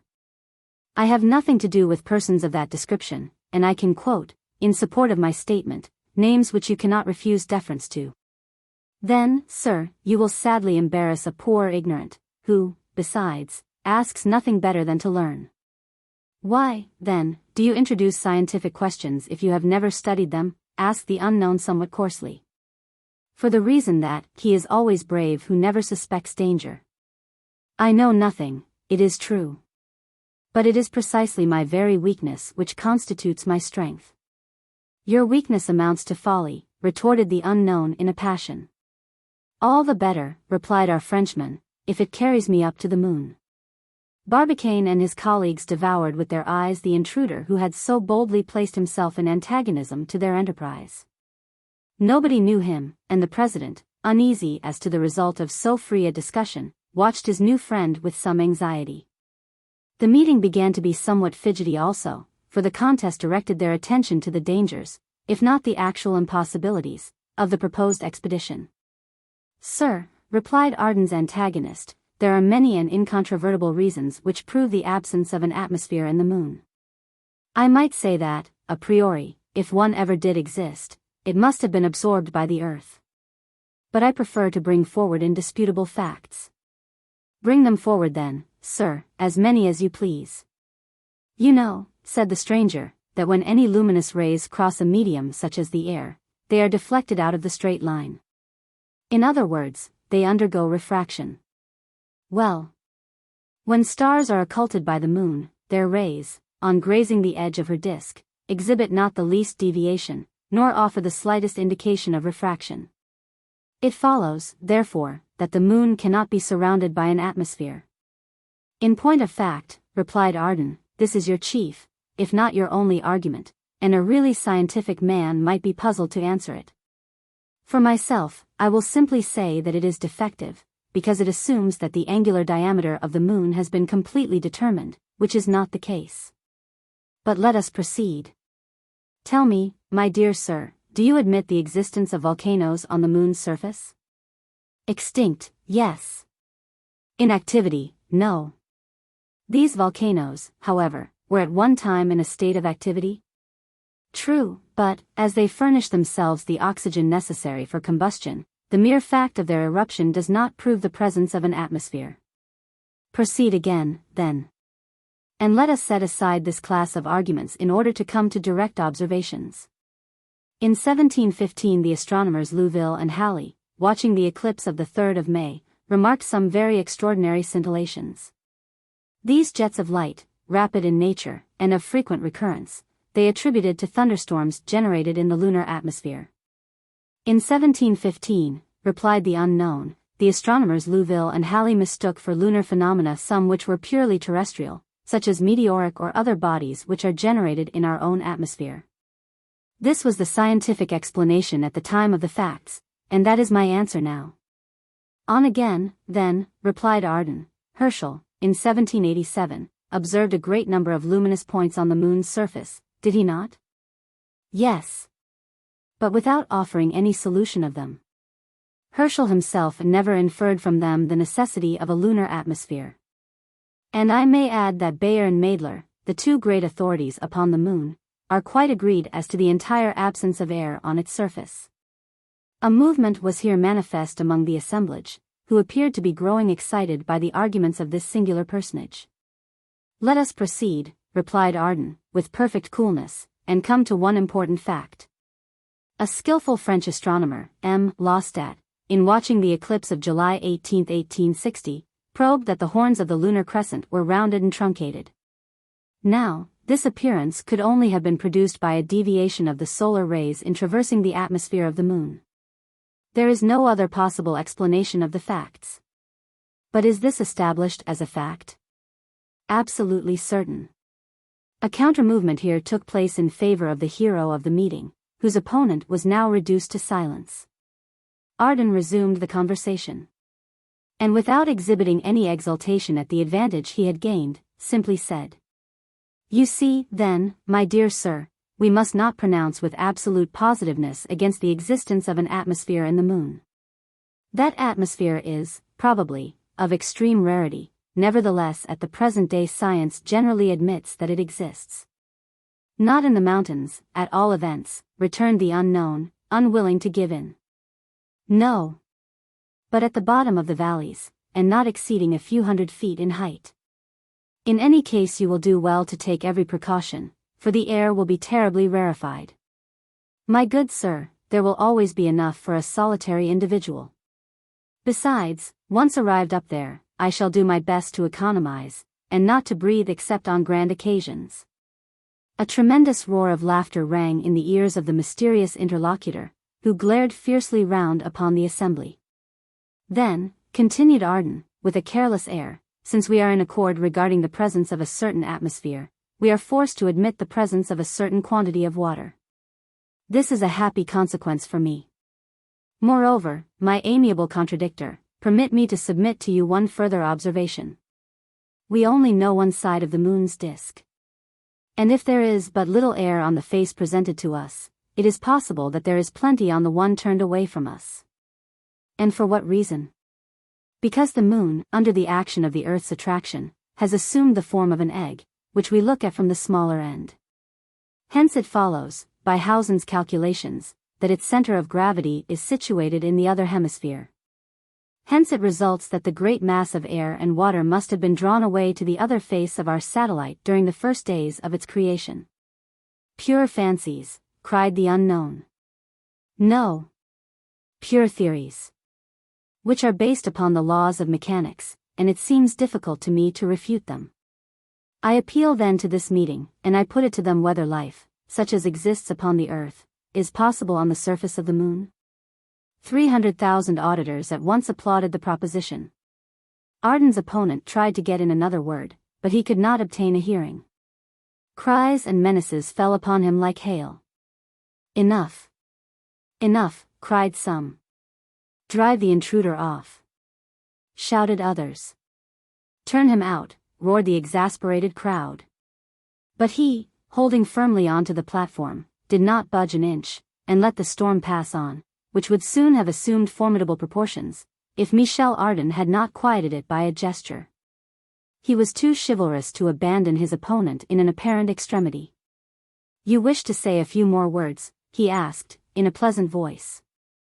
"Yes, 1,000, or rather, no, only one. If you persevere in your enterprise, you must be a very rash person. How can you treat me as such? Me, who have demanded a cylindro-conical projectile, in order to prevent turning round and round on my way like a squirrel? But, unhappy man, the dreadful recoil will smash you to pieces at your starting. My dear contradictor, you have just put your finger upon the true and only difficulty. Nevertheless, I have too good an opinion of the industrial genius of the Americans not to believe that they will succeed in overcoming it. But the heat developed by the rapidity of the projectile in crossing the strata of air? Oh! The walls are thick, and I shall soon have crossed the atmosphere. But victuals and water?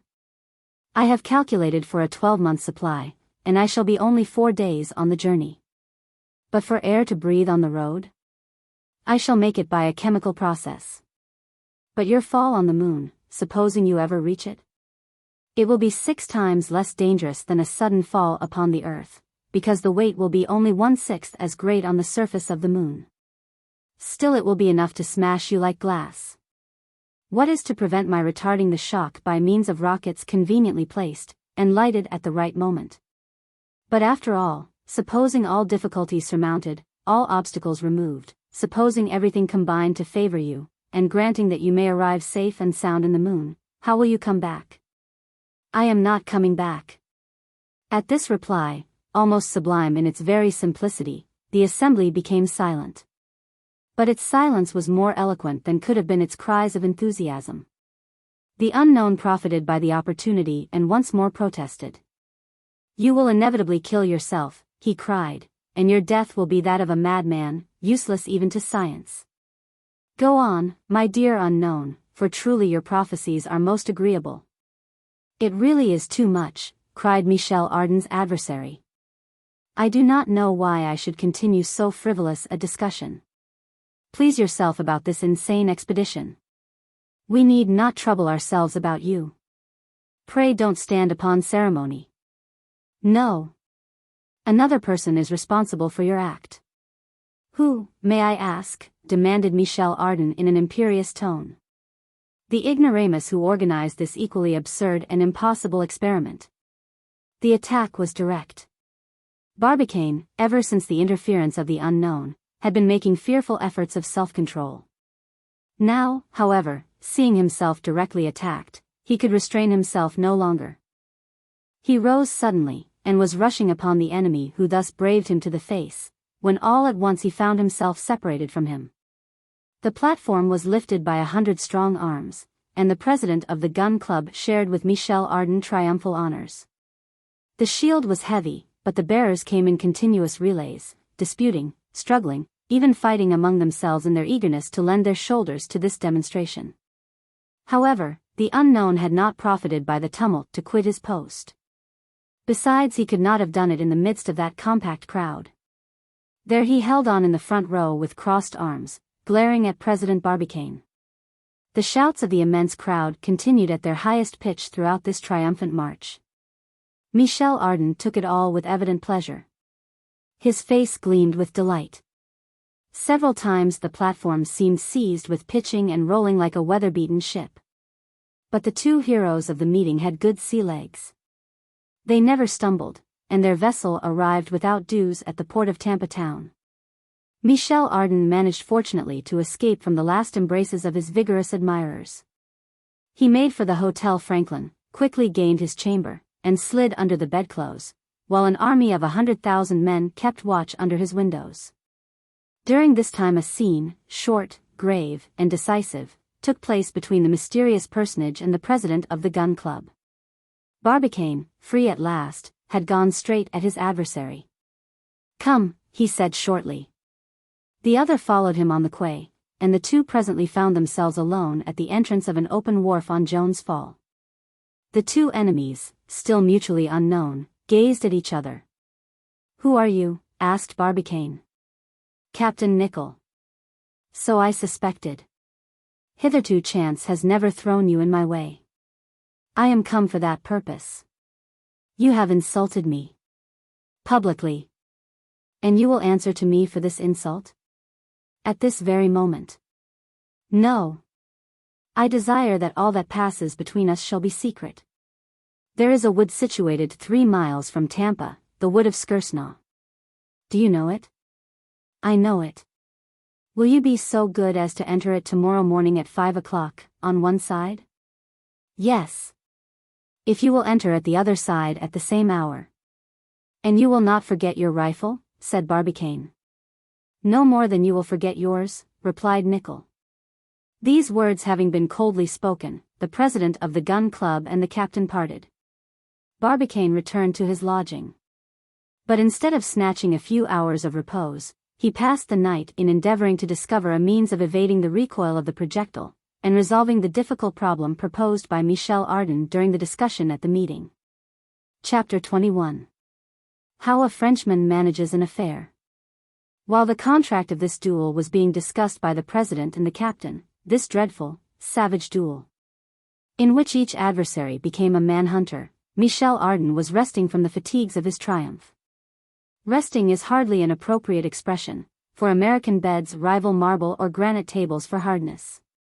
Ardan was sleeping, then, badly enough, tossing about between the cloths which served him for sheets, and he was dreaming of making a more comfortable couch in his projectile when a frightful noise disturbed his dreams. Thundering blows shook his door. They seemed to be caused by some iron instrument. A great deal of loud talking was distinguishable in this racket, which was rather too early in the morning. "Open the door," someone shrieked, "for heaven's sake." Ardan saw no reason for complying with a demand so roughly expressed. However, he got up and opened the door just as it was giving way before the blows of this determined visitor. The secretary of the gun club burst into the room. A bomb could not have made more noise or have entered the room with less ceremony. "Last night," cried J.T. Maston, ex abrupto, "our president was publicly insulted during the meeting. He provoked his adversary, who is none other than Captain Nicholl. They are fighting this morning in the wood of XXIII. I heard all the particulars from the mouth of Barbicane himself. If he is killed, then our scheme is at an end. We must prevent his duel, and one man alone has enough influence over Barbicane to stop him, and that man is Michel Ardan." While J.T. Maston was speaking, Michel Ardan, without interrupting him, had hastily put on his clothes. And, in less than 2 minutes, the two friends were making for the suburbs of Tampa Town with rapid strides. It was during this walk that Maston told Ardan the state of the case. He told him the real causes of the hostility between Barbicane and Nicholl, how it was of old date, and why, thanks to unknown friends, the president and the captain had, as yet, never met face to face.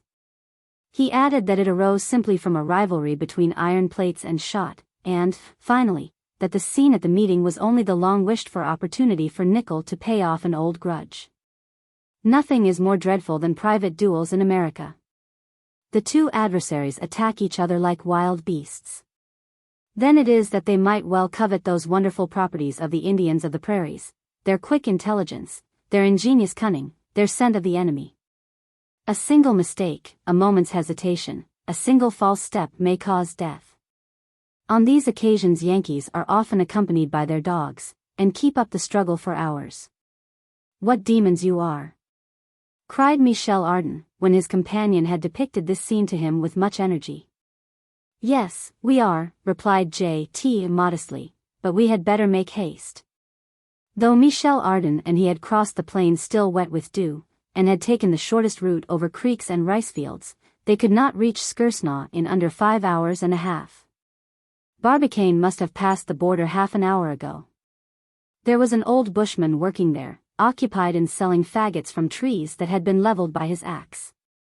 Maston ran toward him, saying, "Have you seen a man go into the wood, armed with a rifle?"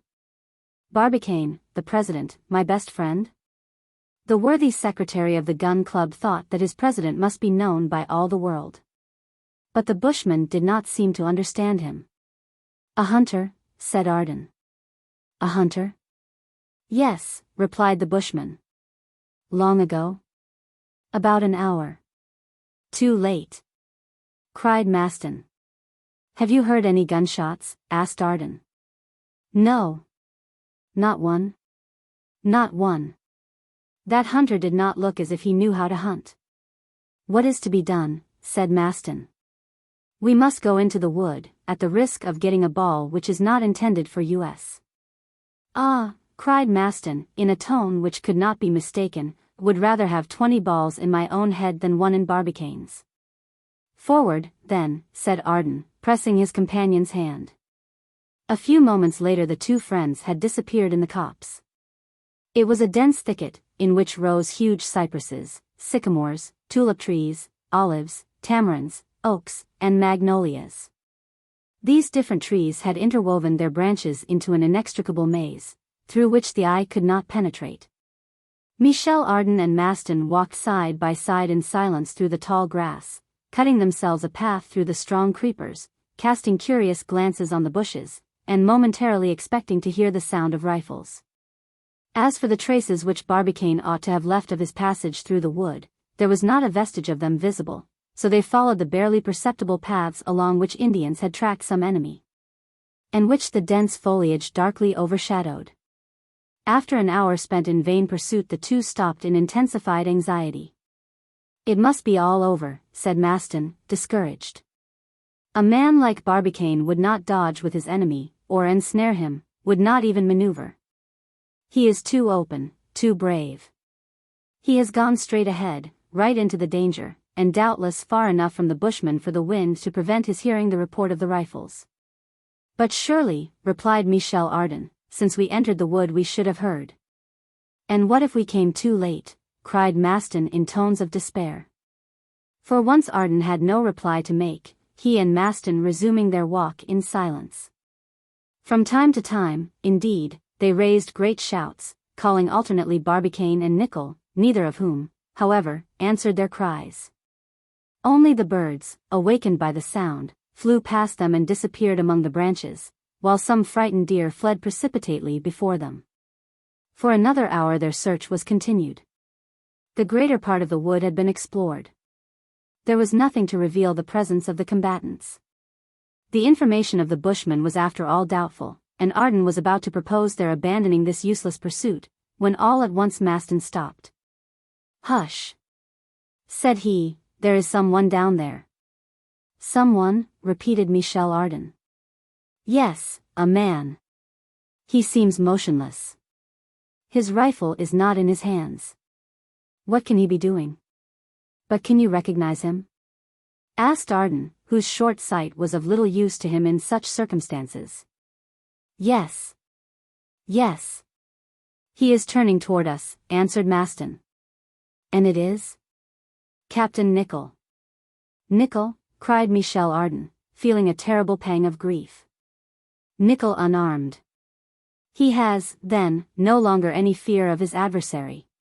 "Let us go to him," said Michel Ardan, "and find out the truth." But he and his companion had barely taken 50 steps, when they paused to examine the captain more attentively. They expected to find a bloodthirsty man, happy in his revenge. On seeing him, they remained stupefied. A net, composed of very fine meshes, hung between two enormous tulip trees, and in the midst of this snare, with its wings entangled, was a poor little bird, uttering pitiful cries, while it vainly struggled to escape. The bird-catcher who had laid this snare was no human being, but a venomous spider, peculiar to that country, as large as a pigeon's egg, and armed with enormous claws.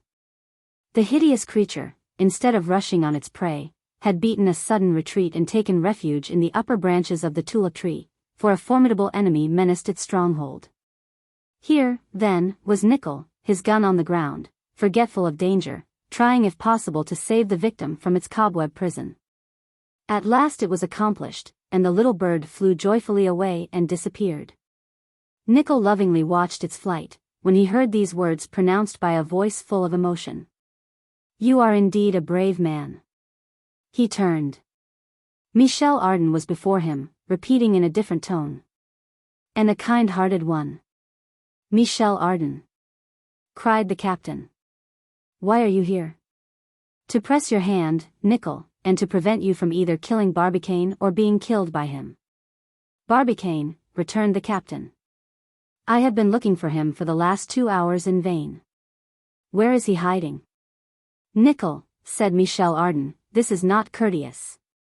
We ought always to treat an adversary with respect. Rest assured, if Barbicane is still alive we shall find him all the more easily. Because if he has not, like you, been amusing himself with freeing oppressed birds, he must be looking for you. When we have found him, Michel Ardan tells you this, there will be no duel between you." "Between President Barbicane and myself," gravely replied Nicholl, "there is a rivalry which the death of one of us." "Pooh, pooh," said Ardan. "Brave fellows like you indeed. You shall not fight." "I will fight, sir." "No." "Captain," said J.T. Maston, with much feeling, "I am a friend of the President's, his alter ego, his second self. If you really must kill someone, shoot me. It will do just as well." "Sir," Nicholl replied, seizing his rifle convulsively, "these jokes." "Our friend Maston is not joking," replied Ardan. "I fully understand his idea of being killed himself in order to save his friend. But neither he nor Barbicane will fall before the balls of Captain Nicholl. Indeed, I have so attractive a proposal to make to the two rivals, that both will be eager to accept it." "What is it?" asked Nicholl with manifest incredulity. "Patience," exclaimed Ardan. "I can only reveal it in the presence of Barbicane." "Let us go in search of him then," cried the captain. The three men started off at once. The captain, having discharged his rifle, threw it over his shoulder, and advanced in silence. Another half-hour passed, and the pursuit was still fruitless. Maston was oppressed by sinister forebodings.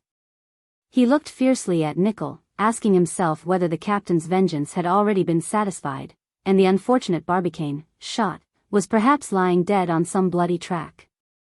The same thought seemed to occur to Ardan. And both were casting inquiring glances on Nicholl, when suddenly Maston paused. The motionless figure of a man leaning against a gigantic catalpa 20 feet off appeared, half veiled by the foliage. "It is he," said Maston. Barbicane never moved. Ardan looked at the captain, but he did not wince. Ardan went forward crying, "Barbicane! Barbicane!" No answer. Ardan rushed toward his friend, but in the act of seizing his arms, he stopped short and uttered a cry of surprise. Barbicane, pencil in hand, was tracing geometrical figures in a memorandum book, while his unloaded rifle lay beside him on the ground. Absorbed in his studies, Barbicane, in his turn forgetful of the duel, had seen and heard nothing.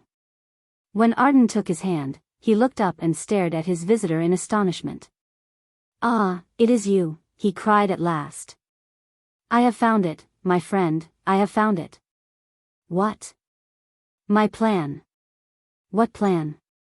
"The plan for countering the effect of the shock at the departure of the projectile." "Indeed," said Michel Ardan, looking at the captain out of the corner of his eye. "Yes."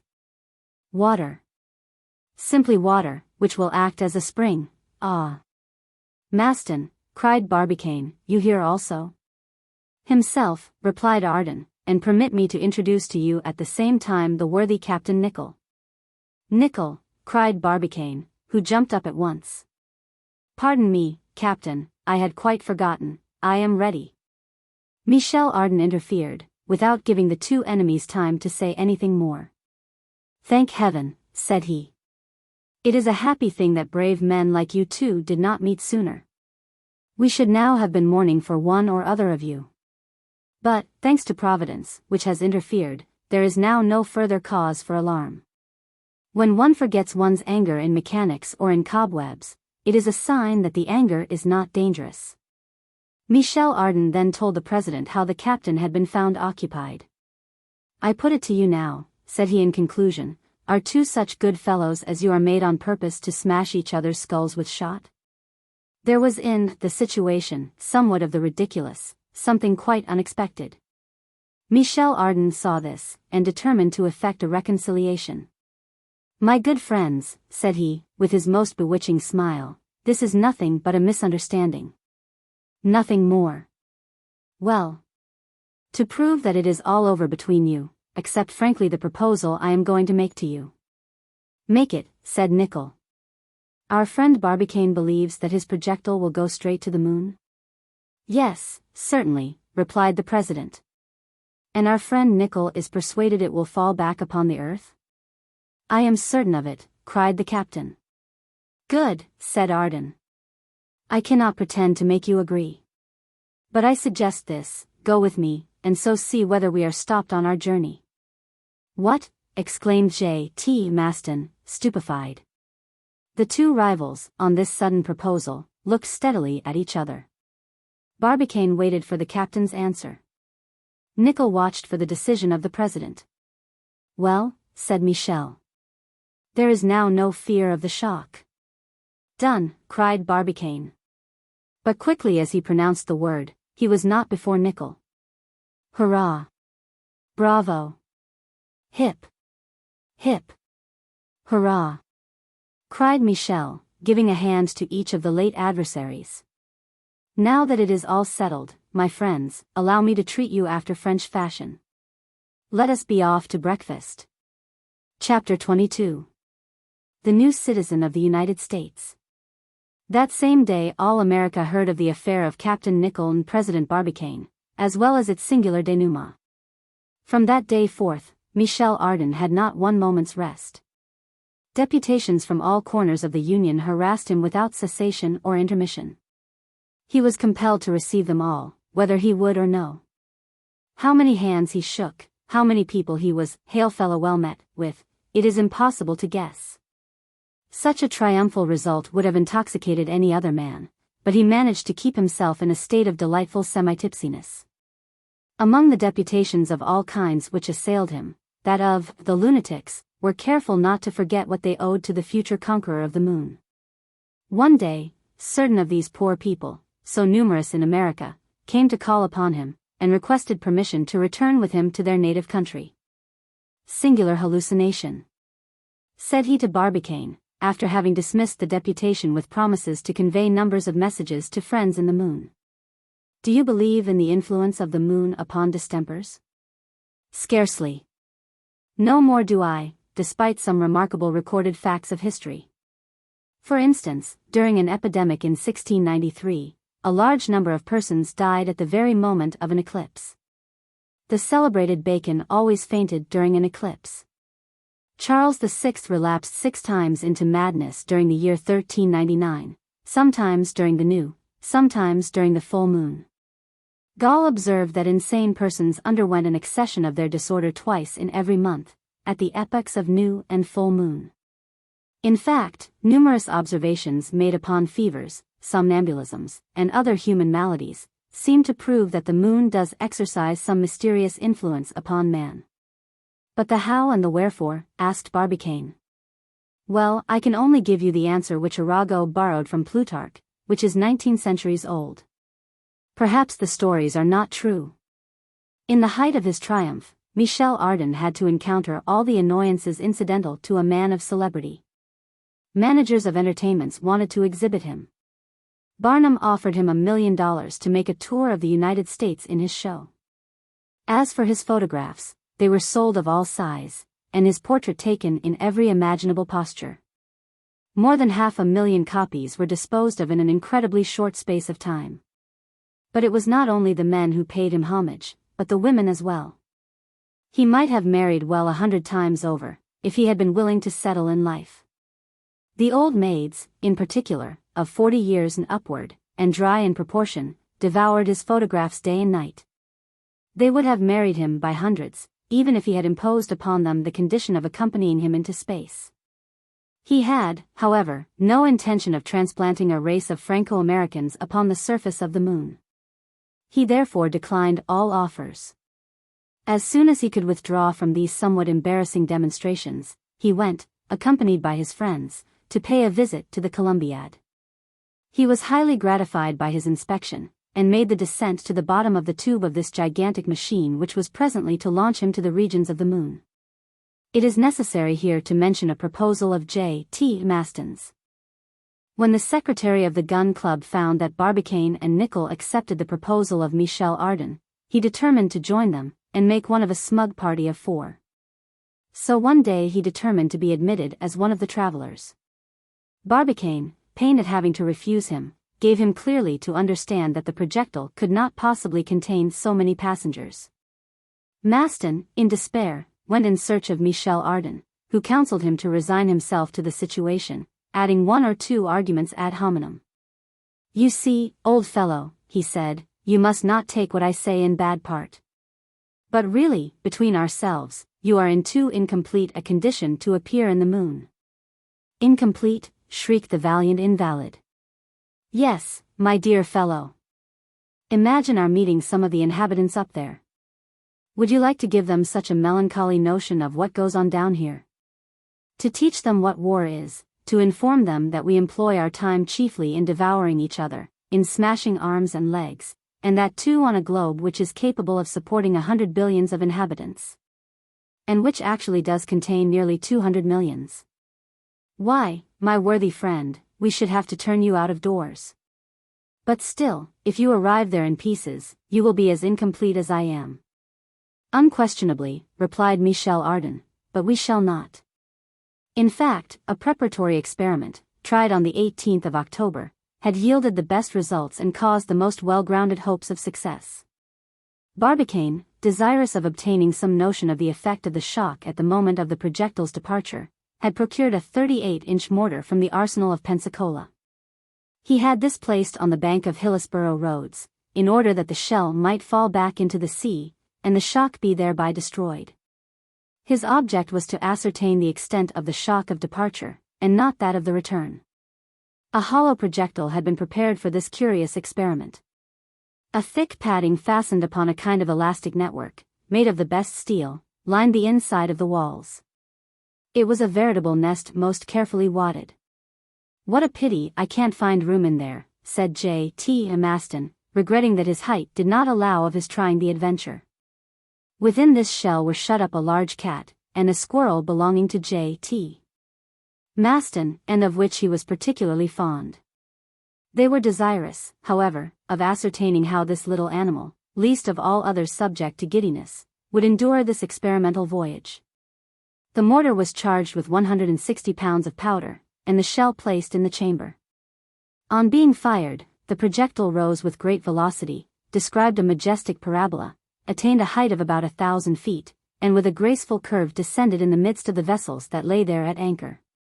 Without a moment's loss of time, a small boat put off in the direction of its fall. Some divers plunged into the water and attached ropes to the handles of the shell, which was quickly dragged on board. 5 minutes did not elapse between the moment of enclosing the animals and that of unscrewing the coverlet of their prison.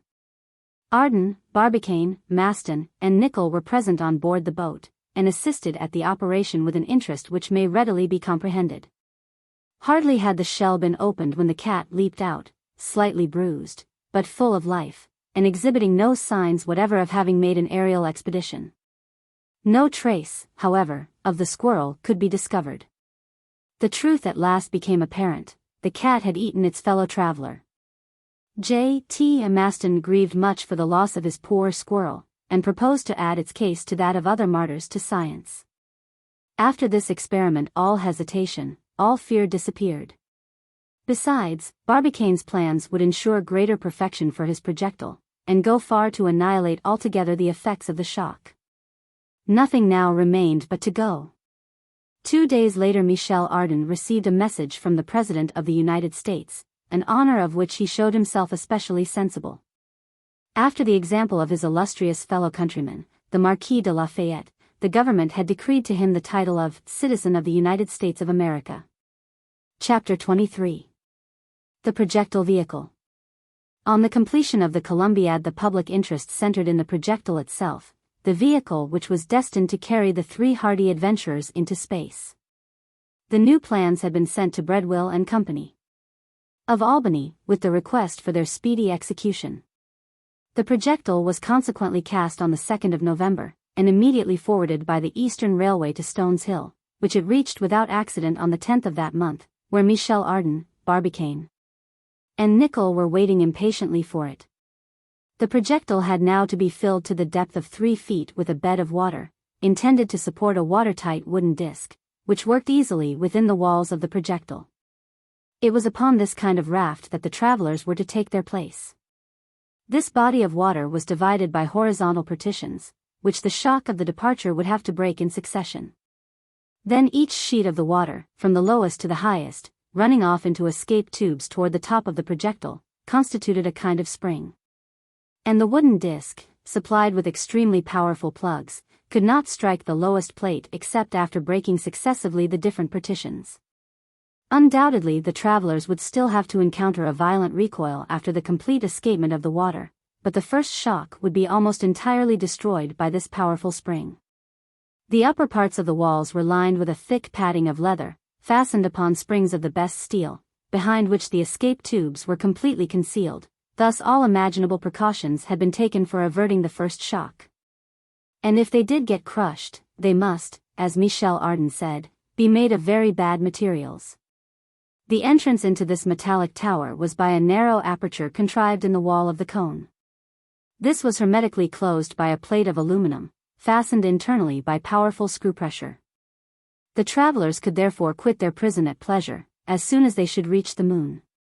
Light and view were given by means of 4 thick lenticular glass scuttles, 2 pierced in the circular wall itself, the 3rd in the bottom, the 4th in the top.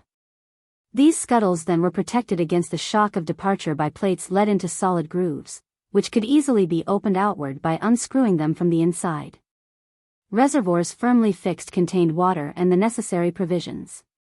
And fire and light were procurable by means of gas, contained in a special reservoir under a pressure of several atmospheres. They had only to turn a tap, and for 6 hours the gas would light and warm this comfortable vehicle. There now remained only the question of air, for allowing for the consumption of air by Barbicane, his 2 companions, and 2 dogs which he proposed taking with him, it was necessary to renew the air of the projectile. Now air consists principally of 21 parts of oxygen and 79 of nitrogen. The lungs absorb the oxygen, which is indispensable for the support of life, and reject the nitrogen. The air expired loses nearly 5% of the former and contains nearly an equal volume of carbonic acid, produced by the combustion of the elements of the blood. In an airtight enclosure, then, after a certain time, all the oxygen of the air will be replaced by the carbonic acid, a gas fatal to life. There were 2 things to be done then: first, to replace the absorbed oxygen. Secondly, to destroy the expired carbonic acid, both easy enough to do, by means of chlorid of potassium and caustic potash. The former is a salt which appears under the form of white crystals. When raised to a temperature of 400 degrees it is transformed into chlorure of potassium, and the oxygen which it contains is entirely liberated. Now 28 pounds of chloride of potassium produces 7 pounds of oxygen, or 2,400 liters, the quantity necessary for the travelers during 24 hours. Caustic potash has a great affinity for carbonic acid, and it is sufficient to shake it in order for it to seize upon the acid and form bicarbonate of potassium. By these 2 means they would be enabled to restore to the vitiated air its life-supporting properties. It is necessary, however, to add that the experiments had hitherto been made in anima vili. Whatever its scientific accuracy was, they were at present ignorant how it would answer with human beings. The honor of putting it to the proof was energetically claimed by J.T. Maston. "Since I am not to go," said the brave artillerist, "I may at least live for a week in the projectile." It would have been hard to refuse him. So they consented to his wish. A sufficient quantity of chloride of potassium and of caustic potash was placed at his disposal, together with provisions for 8 days. And having shaken hands with his friends, on the 12th of November, at 6 o'clock a.m., after strictly informing them not to open his prison before the 20th, at 6 o'clock p.m., he slid down the projectile, the plate of which was at once hermetically sealed. What did he do with himself during that week? They could get no information. The thickness of the walls of the projectile prevented any sound reaching from the inside to the outside. On the 20th of November, at 6 p.m. exactly, the plate was opened. The friends of J.T. Maston had been all along in a state of much anxiety. But they were promptly reassured on hearing a jolly voice shouting a boisterous hurrah. Presently afterward the secretary of the gun club appeared at the top of the cone in a triumphant attitude. He had grown fat. Chapter 24. The Telescope of the Rocky Mountains. On the 20th of October in the preceding year, after the close of the subscription, the president of the gun club had credited the Observatory of Cambridge with the necessary sums for the construction of a gigantic optical instrument. This instrument was designed for the purpose of rendering visible on the surface of the moon any object exceeding 9 feet in diameter. At the period when the gun club essayed their great experiment, such instruments had reached a high degree of perfection, and produced some magnificent results. 2 telescopes in particular, at this time, were possessed of remarkable power and of gigantic dimensions. The first, constructed by Herschel, was 36 feet in length, and had an object glass of 4 feet 6 inches. It possessed a magnifying power of 6,000. The second was raised in Ireland, in Parsonstown Park, and belongs to Lord Rosse.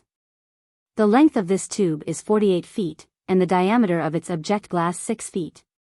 It magnifies 6,400 times, and required an immense erection of brickwork and masonry for the purpose of working it, its weight being 12.5 tons.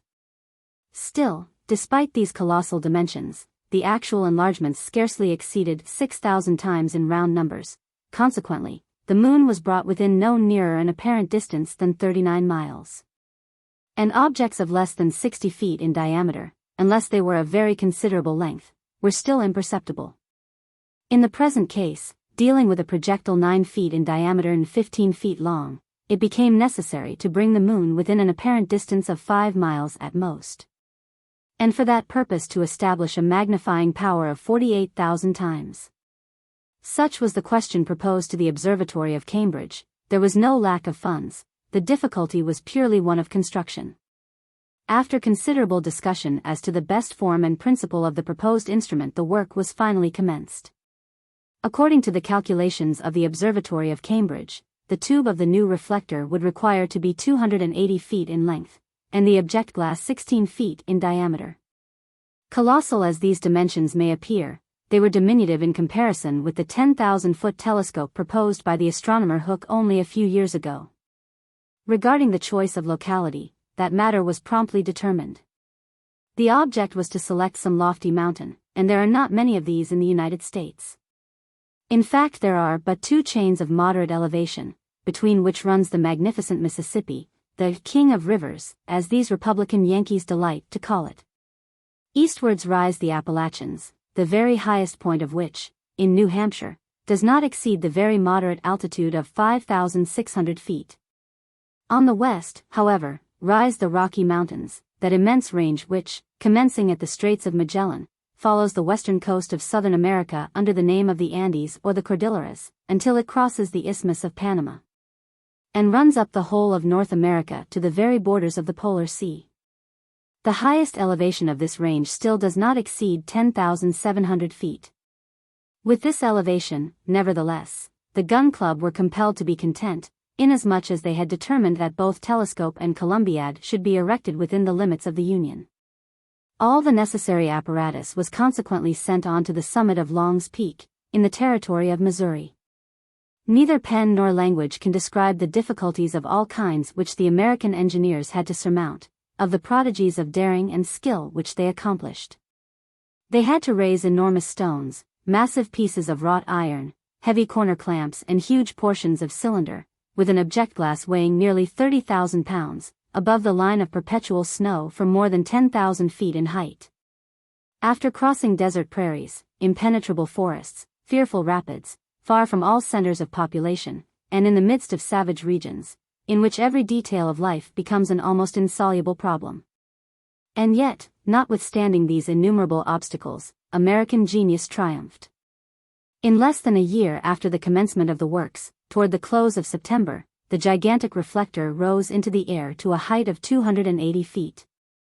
It was raised by means of an enormous iron crane. An ingenious mechanism allowed it to be easily worked toward all the points of the heavens, and to follow the stars from the one horizon to the other during their journey through the heavens. It had cost $400,000. The first time it was directed toward the moon, the observers evinced both curiosity and anxiety. What were they about to discover in the field of this telescope which magnified objects 48,000 times? Would they perceive peoples, herds of lunar animals, towns, lakes, seas? No. There was nothing which science had not already discovered. And on all the points of its disk the volcanic nature of the moon became determinable with the utmost precision. But the telescope of the Rocky Mountains, before doing its duty to the Gun Club, rendered immense services to astronomy. Thanks to its penetrative power, the depths of the heavens were sounded to the utmost extent. The apparent diameter of a great number of stars was accurately measured, and Mr. Clark, of the Cambridge staff, resolved the Crab Nebula in Taurus, which the reflector of Lord Rosse had never been able to decompose. Chapter 25. Final details. It was the 22nd of November, the departure was to take place in 10 days. One operation alone remained to be accomplished to bring all to a happy termination. An operation delicate and perilous, requiring infinite precautions, and against the success of which Captain Nicholl had laid his third bet. It was, in fact, nothing less than the loading of the Columbiad, and the introduction into it of 400,000 pounds of gun cotton. Nicholl had thought, not perhaps without reason, that the handling of such formidable quantities of pyroxyle would, in all probability, involve a grave catastrophe. And at any rate, that this immense mass of eminently inflammable matter would inevitably ignite when submitted to the pressure of the projectile.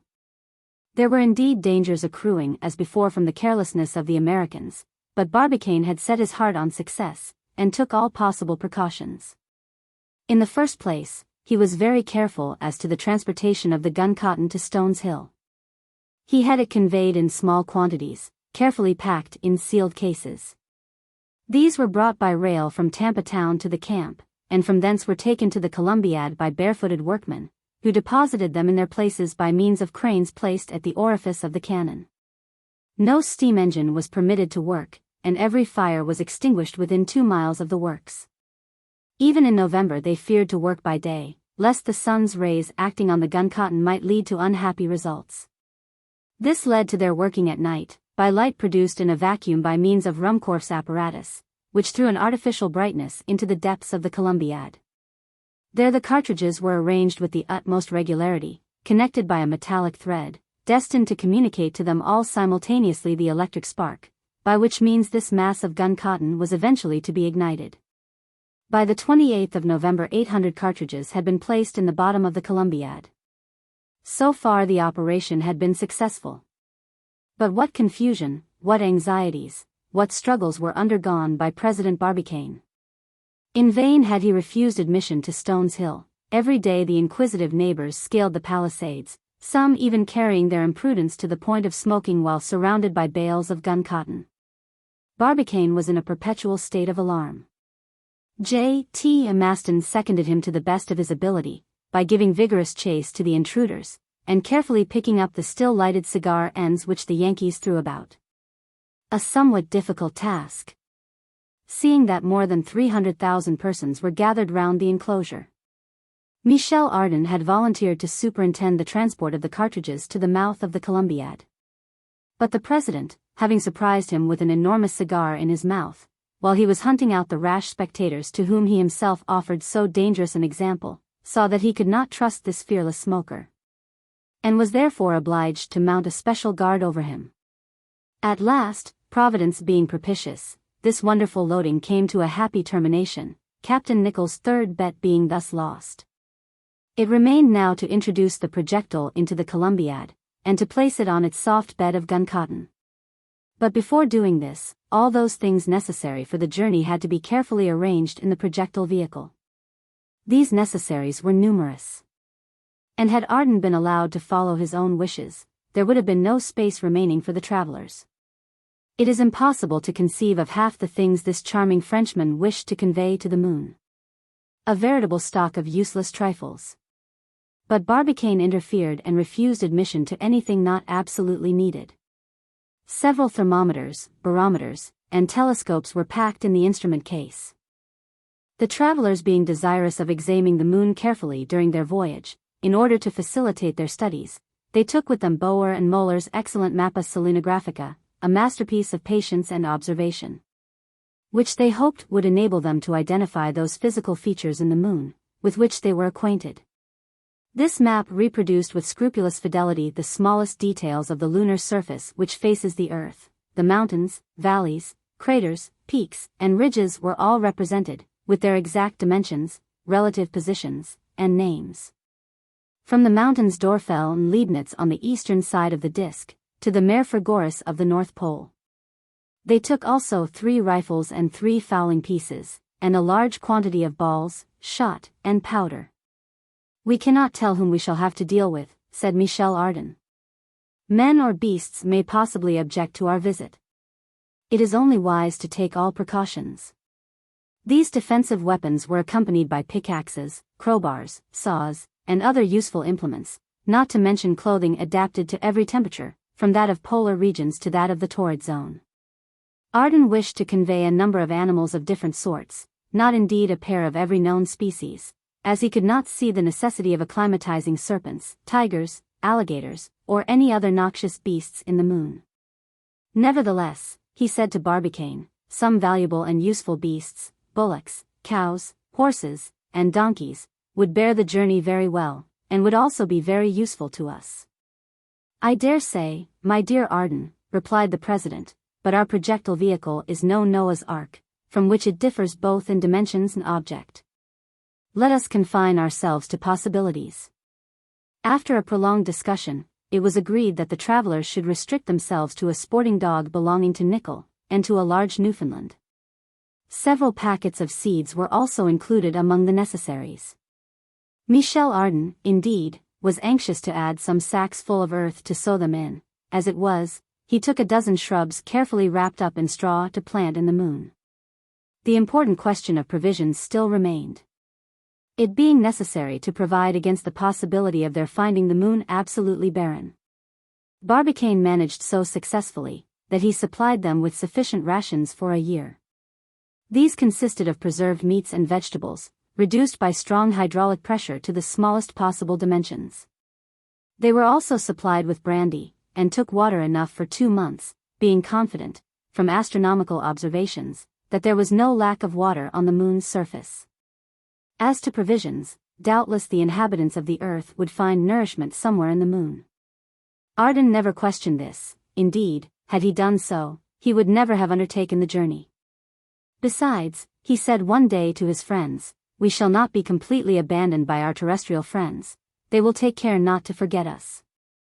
"No, indeed," replied J.T. Maston. "Nothing would be simpler," replied Ardan.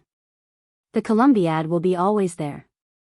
"Well, whenever the moon is in a favorable condition as to the zenith, if not to the perigee, that is to say about once a year, could you not send us a shell packed with provisions, which we might expect on some appointed day?" "Hurrah! Hurrah!" cried J.T. Maston. "What an ingenious fellow! What a splendid idea! Indeed, my good friends, we shall not forget you. I shall reckon upon you. Then, you see, we shall receive news regularly from the earth, and we shall indeed be stupid if we hit upon no plan for communicating with our good friends here." These words inspired such confidence, that Michel Ardan carried all the gun club with him in his enthusiasm. What he said seemed so simple and so easy, so sure of success, that none could be so sordidly attached to this earth as to hesitate to follow the 3 travelers on their lunar expedition. All being ready at last, it remained to place the projectile in the Columbiad, an operation abundantly accompanied by dangers and difficulties. The enormous shell was conveyed to the summit of Stones Hill. There, powerful cranes raised it, and held it suspended over the mouth of the cylinder. It was a fearful moment. What if the chains should break under its enormous weight? The sudden fall of such a body would inevitably cause the gun cotton to explode. Fortunately this did not happen. And some hours later the projectile vehicle descended gently into the heart of the cannon and rested on its couch of pyroxyle, a veritable bed of explosive eiderdown. Its pressure had no result, other than the more effectual ramming down of the charge in the Columbiad. "I have lost," said the captain, who forthwith paid President Barbicane the sum of $3,000. Barbicane did not wish to accept the money from one of his fellow travelers, but gave way at last before the determination of Nickel, who wished before leaving the earth to fulfill all his engagements. "Now," said Michel Ardan, "I have only one thing more to wish for you, my brave captain." "What is that?" asked Nickel. "It is that you may lose your 2 other bets. Then we shall be sure not to be stopped on our journey." Chapter 26. Fire. The 1st of December had arrived. The fatal day. For, if the projectile were not discharged that very night at 10h. 48 m. p.m. more than 18 years must roll by before the moon would again present herself under the same conditions of zenith and perigee. The weather was magnificent. Despite the approach of winter, the sun shone brightly, and bathed in its radiant light that earth which 3 of its denizens were about to abandon for a new world. How many persons lost their rest on the night which preceded this long-expected day? All hearts beat with disquietude, save only the heart of Michel Ardan. That imperturbable personage came and went with his habitual businesslike air, while nothing whatever denoted that any unusual matter preoccupied his mind. After dawn, an innumerable multitude covered the prairie which extends, as far as the eye can reach, round Stones Hill.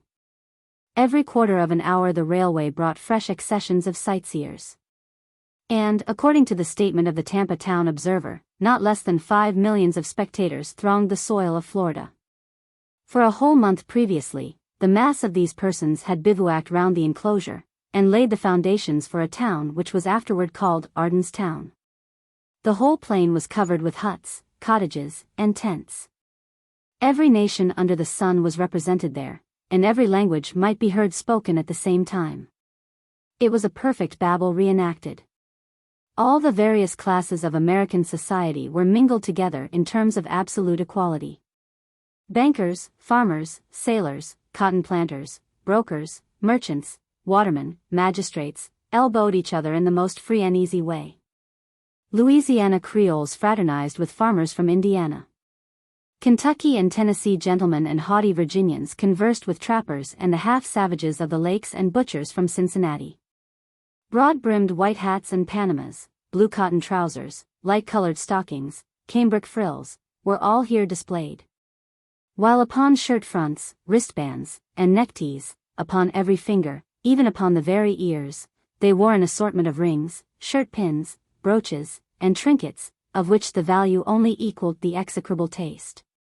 Women, children, and servants, in equally expensive dress, surrounded their husbands, fathers, or masters, who resembled the patriarchs of tribes in the midst of their immense households.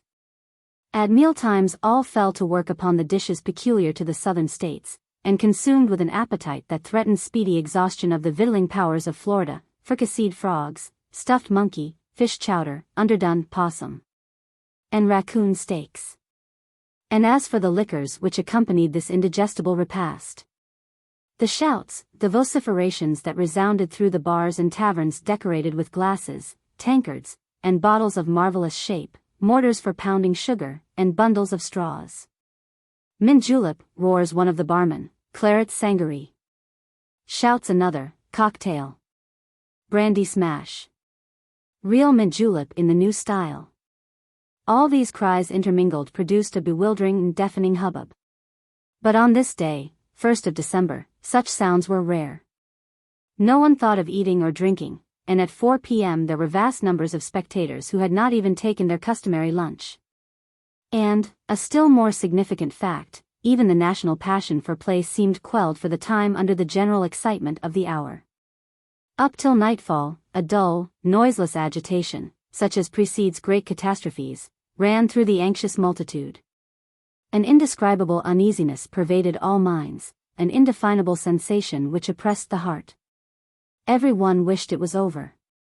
However, about 7 o'clock, the heavy silence was dissipated. The moon rose above the horizon. Millions of hurrahs hailed her appearance. She was punctual to the rendezvous, and shouts of welcome greeted her on all sides, as her pale beams shone gracefully in the clear heavens. At this moment the 3 intrepid travelers appeared.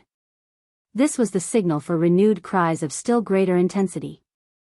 Instantly the vast assemblage, as with one accord, struck up the national hymn of the United States, and Yankee Doodle, sung by 5 million of hearty throats, rose like a roaring tempest to the farthest limits of the atmosphere. Then a profound silence reigned throughout the crowd. The Frenchmen and the 2 Americans had by this time entered the enclosure reserved in the center of the multitude. They were accompanied by the members of the Gun Club, and by deputations sent from all the European observatories. Barbicane, cool and collected, was giving his final directions. Nicholl, with compressed lips, his arms crossed behind his back, walked with a firm and measured step. Michel Ardan, always easy, dressed in thorough traveler's costume, leathern gaiters on his legs, pouch by his side, in loose velvet suit, cigar in mouth, was full of inexhaustible gaiety, laughing, joking, playing pranks with J.T. Maston. In one word, he was the thorough Frenchman, and worse, a Parisian, to the last moment. 10 o'clock struck. The moment had arrived for taking their places in the projectile. The necessary operations for the descent, and the subsequent removal of the cranes and scaffolding that inclined over the mouth of the Columbiad, required a certain period of time. Barbicane had regulated his chronometer to the 10th part of a second by that of Murchison the engineer, who was charged with the duty of firing the gun by means of an electric spark. Thus the travelers enclosed within the projectile were enabled to follow with their eyes the impassive needle which marked the precise moment of their departure. The moment had arrived for saying goodbye. The scene was a touching one. Despite his feverish gaiety, even Michel Ardan was touched. J.T. Maston had found in his own dry eyes one ancient tear, which he had doubtless reserved for the occasion. He dropped it on the forehead of his dear president. "Can I not go?" he said. "There is still time." "Impossible, old fellow," replied Barbicane. A few moments later, the three fellow travelers had ensconced themselves in the projectile, and screwed down the plate which covered the entrance aperture. The mouth of the Columbiad, now completely disencumbered, was open entirely to the sky. The moon advanced upward in a heaven of the purest clearness, outshining in her passage the twinkling light of the stars. She passed over the constellation of the Twins, and was now nearing the halfway point between the horizon and the zenith. A terrible silence weighed upon the entire scene. Not a breath of wind upon the earth. Not a sound of breathing from the countless chests of the spectators. Their hearts seemed afraid to beat. All eyes were fixed upon the yawning mouth of the Columbiad. Murchison followed with his eye the hand of his chronometer. It wanted scarce 40 seconds to the moment of departure, but each second seemed to last an age. At the 20th there was a general shudder, as it occurred to the minds of that vast assemblage that the bold travelers shut up within the projectile were also counting those terrible seconds. Some few cries here and there escaped the crowd. 35, 36, 37, 38, 39, 40. Fire. Instantly Murchison pressed with his finger the key of the electric battery, restored the current of the fluid, and discharged the spark into the breech of the Columbiad. An appalling unearthly report followed instantly, such as can be compared to nothing whatever known, not even to the roar of thunder, or the blast of volcanic explosions. No words can convey the slightest idea of the terrific sound. An immense spout of fire shot up from the bowels of the earth as from a crater. The earth heaved up, and with great difficulty some few spectators obtained a momentary glimpse of the projectile victoriously cleaving the air in the midst of the fiery vapors. Chapter 27. Foul weather. At the moment when that pyramid of fire rose to a prodigious height into the air, the glare of flame lit up the whole of Florida, and for a moment day superseded night over a considerable extent of the country. This immense canopy of fire was perceived at a distance of 100 miles out at sea, and more than one ship's captain entered in his log the appearance of this gigantic meteor. The discharge of the Columbiad was accompanied by a perfect earthquake. Florida was shaken to its very depths. The gases of the powder, expanded by heat, forced back the atmospheric strata with tremendous violence, and this artificial hurricane rushed like a waterspout through the air. Not a single spectator remained on his feet. Men, women, children, all lay prostrate like ears of corn under a tempest. There ensued a terrible tumult. A large number of persons were seriously injured. J.T.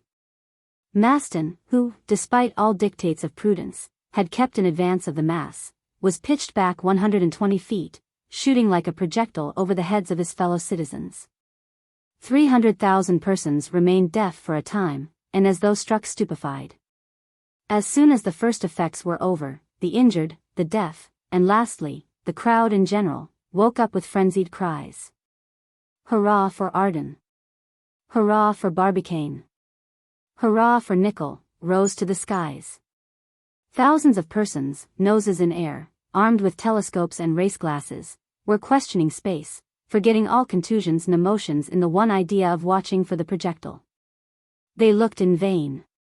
It was no longer to be seen, and they were obliged to wait for telegrams from Long's Peak. The director of the Cambridge Observatory was at his post on the Rocky Mountains. And to him, as a skillful and persevering astronomer, all observations had been confided. But an unforeseen phenomenon came in to subject the public impatience to a severe trial. The weather, hitherto so fine, suddenly changed. The sky became heavy with clouds. It could not have been otherwise after the terrible derangement of the atmospheric strata, and the dispersion of the enormous quantity of vapor arising from the combustion of 200,000 pounds of pyroxyle. On the morrow the horizon was covered with clouds, a thick and impenetrable curtain between earth and sky, which unhappily extended as far as the Rocky Mountains. It was a fatality. But since man had chosen so to disturb the atmosphere, he was bound to accept the consequences of his experiment. Supposing, now, that the experiment had succeeded, the travelers having started on the 1st of December, at 10h. 46 m. 40s. p.m. were due on the 4th at 0h. p.m. at their destination. So that up to that time it would have been very difficult after all to have observed, under such conditions, a body so small as the shell. Therefore they waited with what patience they might. From the 4th to the 6th of December inclusive, the weather remaining much the same in America, the great European instruments of Herschel, Ross, and Foucault were constantly directed toward the moon, for the weather was then magnificent. But the comparative weakness of their glasses prevented any trustworthy observations being made. On the 7th the sky seemed to lighten. They were in hopes now, but their hope was of but short duration, and at night again thick clouds hid the starry vault from all eyes. Matters were now becoming serious, when on the 9th the sun reappeared for an instant, as if for the purpose of teasing the Americans. It was received with hisses, and wounded, no doubt, by such a reception, showed itself very sparing of its rays. On the 10th, no change. J.T. Maston went nearly mad, and great fears were entertained regarding the brain of this worthy individual, which had hitherto been so well preserved within his gutta-percha cranium. But on the 11th one of those inexplicable tempests peculiar to those intertropical regions was let loose in the atmosphere. A terrific east wind swept away the groups of clouds which had been so long gathering, and at night the semi-disk of the orb of night rode majestically amid the soft constellations of the sky. Chapter 28. A New Star. That very night, the startling news so impatiently awaited, burst like a thunderbolt over the United States of the Union, and thence, darting across the ocean, ran through all the telegraphic wires of the globe. The projectile had been detected, thanks to the gigantic reflector of Long's Peak. Here is the note received by the director of the Observatory of Cambridge. It contains the scientific conclusion regarding this great experiment of the Gun Club. Long's Peak, December 12. To the officers of the Observatory of Cambridge. The projectile discharged by the Columbiad at Stones Hill has been detected by Messrs. Belfast and J.T. Maston, 12th of December, at 8:47 p.m. The moon having entered her last quarter. This projectile has not arrived at its destination. It has passed by the side, but sufficiently near to be retained by the lunar attraction. The rectilinear movement has thus become changed into a circular motion of extreme velocity, and it is now pursuing an elliptical orbit round the moon, of which it has become a true satellite. The elements of this new star we have as yet been unable to determine. We do not yet know the velocity of its passage. The distance which separates it from the surface of the moon may be estimated at about 2,833 miles. However, two hypotheses come here into our consideration. 1. Either the attraction of the moon will end by drawing them into itself, and the travelers will attain their destination, or 2. The projectile, following an immutable law, will continue to gravitate round the moon till the end of time. At some future time, our observations will be able to determine this point, but till then the experiment of the Gun Club can have no other result than to have provided our solar system with a new star. J. Belfast. To how many questions did this unexpected denouement give rise?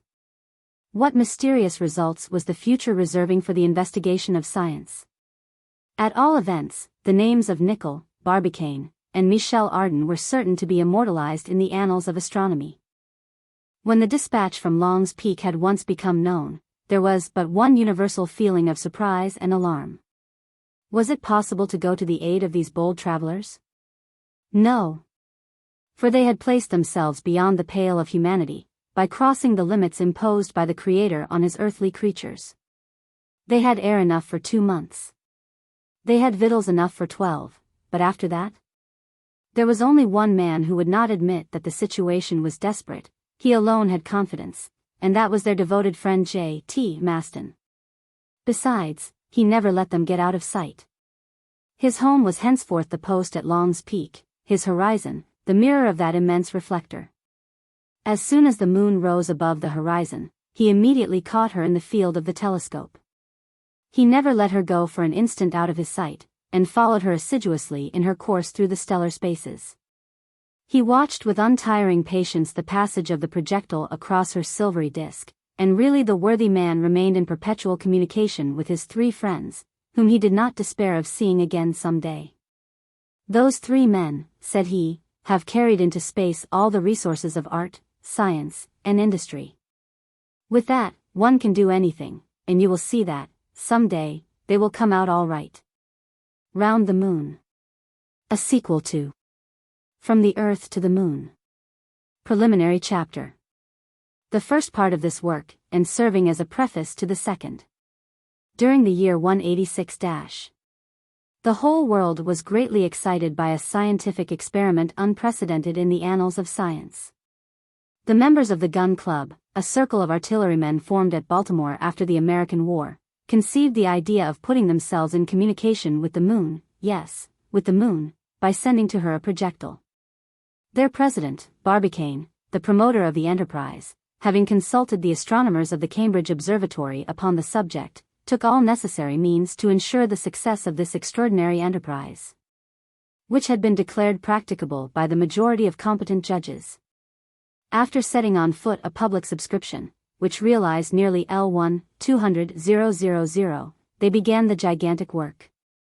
According to the advice forwarded from the members of the observatory, the gun destined to launch the projectile had to be fixed in a country situated between the 0 and 28th degrees of north or south latitude, in order to aim at the moon when at the zenith. And its initiatory velocity was fixed at 12,000 yards to the second. Launched on the 1st of December, at 10 hours, 46 p.m. It ought to reach the moon 4 days after its departure, that is on the 5th of December, at midnight precisely, at the moment of her attaining her perigee, that is her nearest distance from the Earth, which is exactly 86,410 leagues, French, or 238,833 miles mean distance, English. The principal members of the Gun Club, President Barbicane, Major Elphinstone, the Secretary Joseph T. Maston, and other learned men, held several meetings, at which the shape and composition of the projectile were discussed, also the position and nature of the gun, and the quality and quantity of powder to be used. It was decided, first, that the projectile should be a shell made of aluminum with a diameter of 108 inches and a thickness of 12 inches to its walls, and should weigh 19,250 pounds. Second, that the gun should be a Columbiad cast in iron, 900 feet long, and run perpendicularly into the earth. Third, that the charge should contain 400,000 pounds of gun cotton, which, giving out 6 billions of liters of gas in rear of the projectile, would easily carry it toward the orb of night. These questions determined President Barbicane, assisted by Murchison the engineer, to choose a spot situated in Florida, in 27 degrees 7 north latitude, and 77 degrees 3 west, Greenwich, longitude. It was on this spot, after stupendous labor, that the Columbiad was cast with full success. Things stood thus, when an incident took place which increased the interest attached to this great enterprise 100-fold. A Frenchman, an enthusiastic Parisian, as witty as he was bold, asked to be enclosed in the projectile, in order that he might reach the moon, and reconnoiter this terrestrial satellite. The name of this intrepid adventurer was Michel Ardan.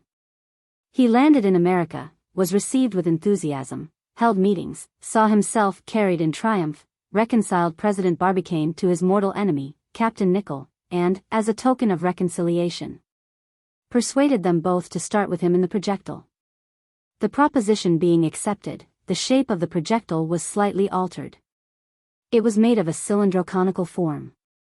This species of aerial car was lined with strong springs and partitions to deaden the shock of departure.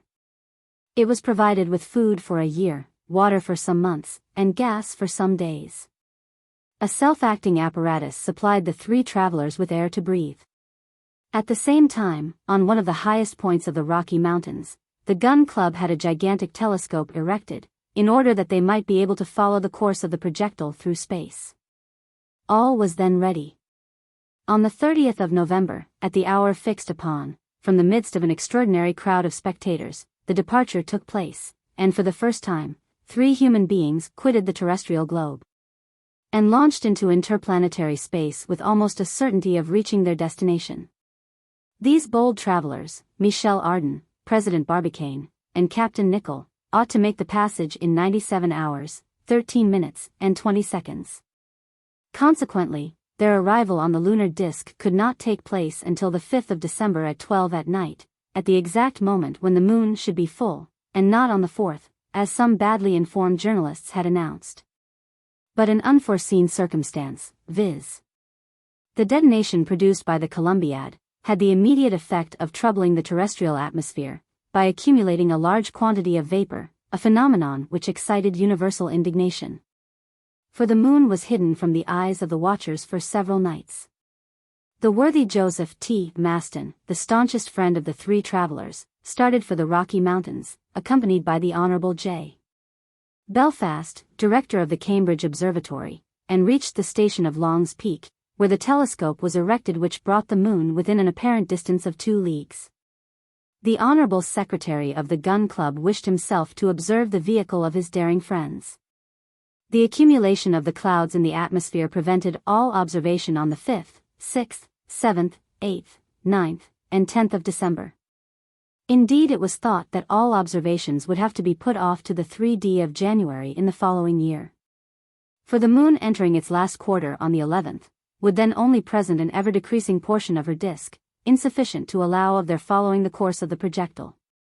At length, to the general satisfaction, a heavy storm cleared the atmosphere on the night of the 11th and 12th of December, and the moon, with half-illuminated disk, was plainly to be seen upon the black sky.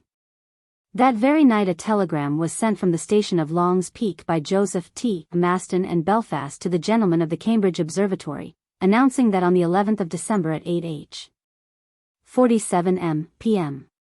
the projectile launched by the Columbiad of Stones Hill had been detected by Messrs. Belfast and Maston, that it had deviated from its course from some unknown cause, and had not reached its destination. But that it had passed near enough to be retained by the lunar attraction, that its rectilinear movement had been changed to a circular one, and that following an elliptical orbit round the star of night it had become its satellite. The telegram added that the elements of this new star had not yet been calculated, and indeed 3 observations made upon a star in 3 different positions are necessary to determine these elements. Then it showed that the distance separating the projectile from the lunar surface might be reckoned at about 2,833 miles.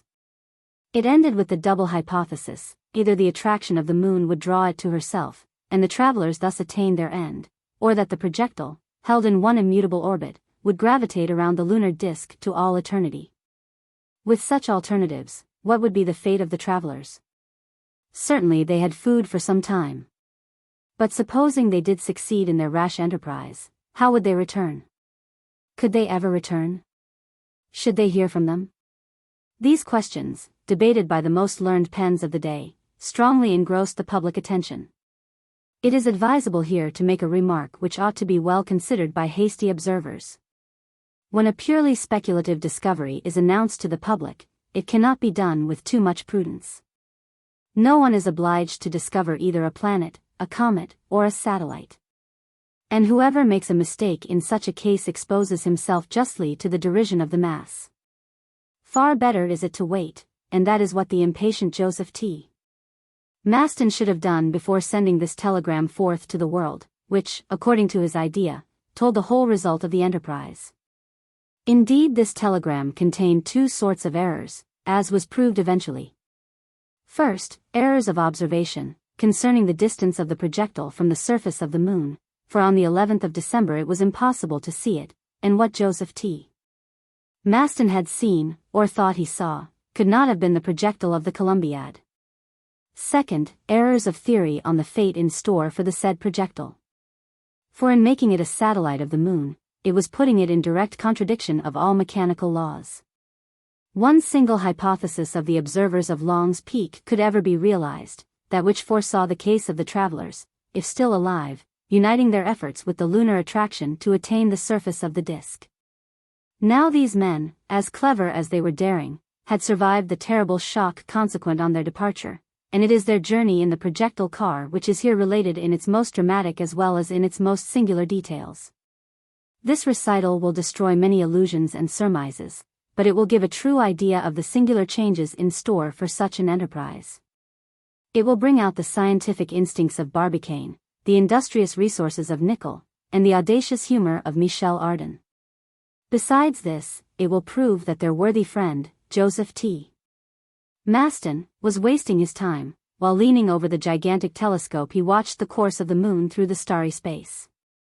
Chapter 1. 20 minutes past 10 to 47 minutes past 10 p.m. As 10 o'clock struck, Michel Ardan, Barbicane, and Nickel took leave of the numerous friends they were leaving on the Earth. The two dogs, destined to propagate the canine race on the lunar continents, were already shut up in the projectile.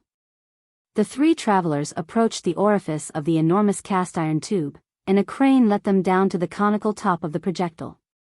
There, an opening made for the purpose gave them access to the aluminum car. The tackle belonging to the crane being hauled from outside, the mouth of the Columbiad was instantly disencumbered of its last supports.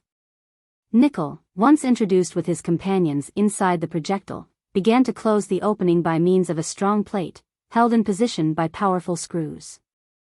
Other plates, closely fitted, covered the lenticular glasses, and the travelers, hermetically enclosed in their metal prison, were plunged in profound darkness. "And now, my dear companions," said Michel Ardan, "let us make ourselves at home.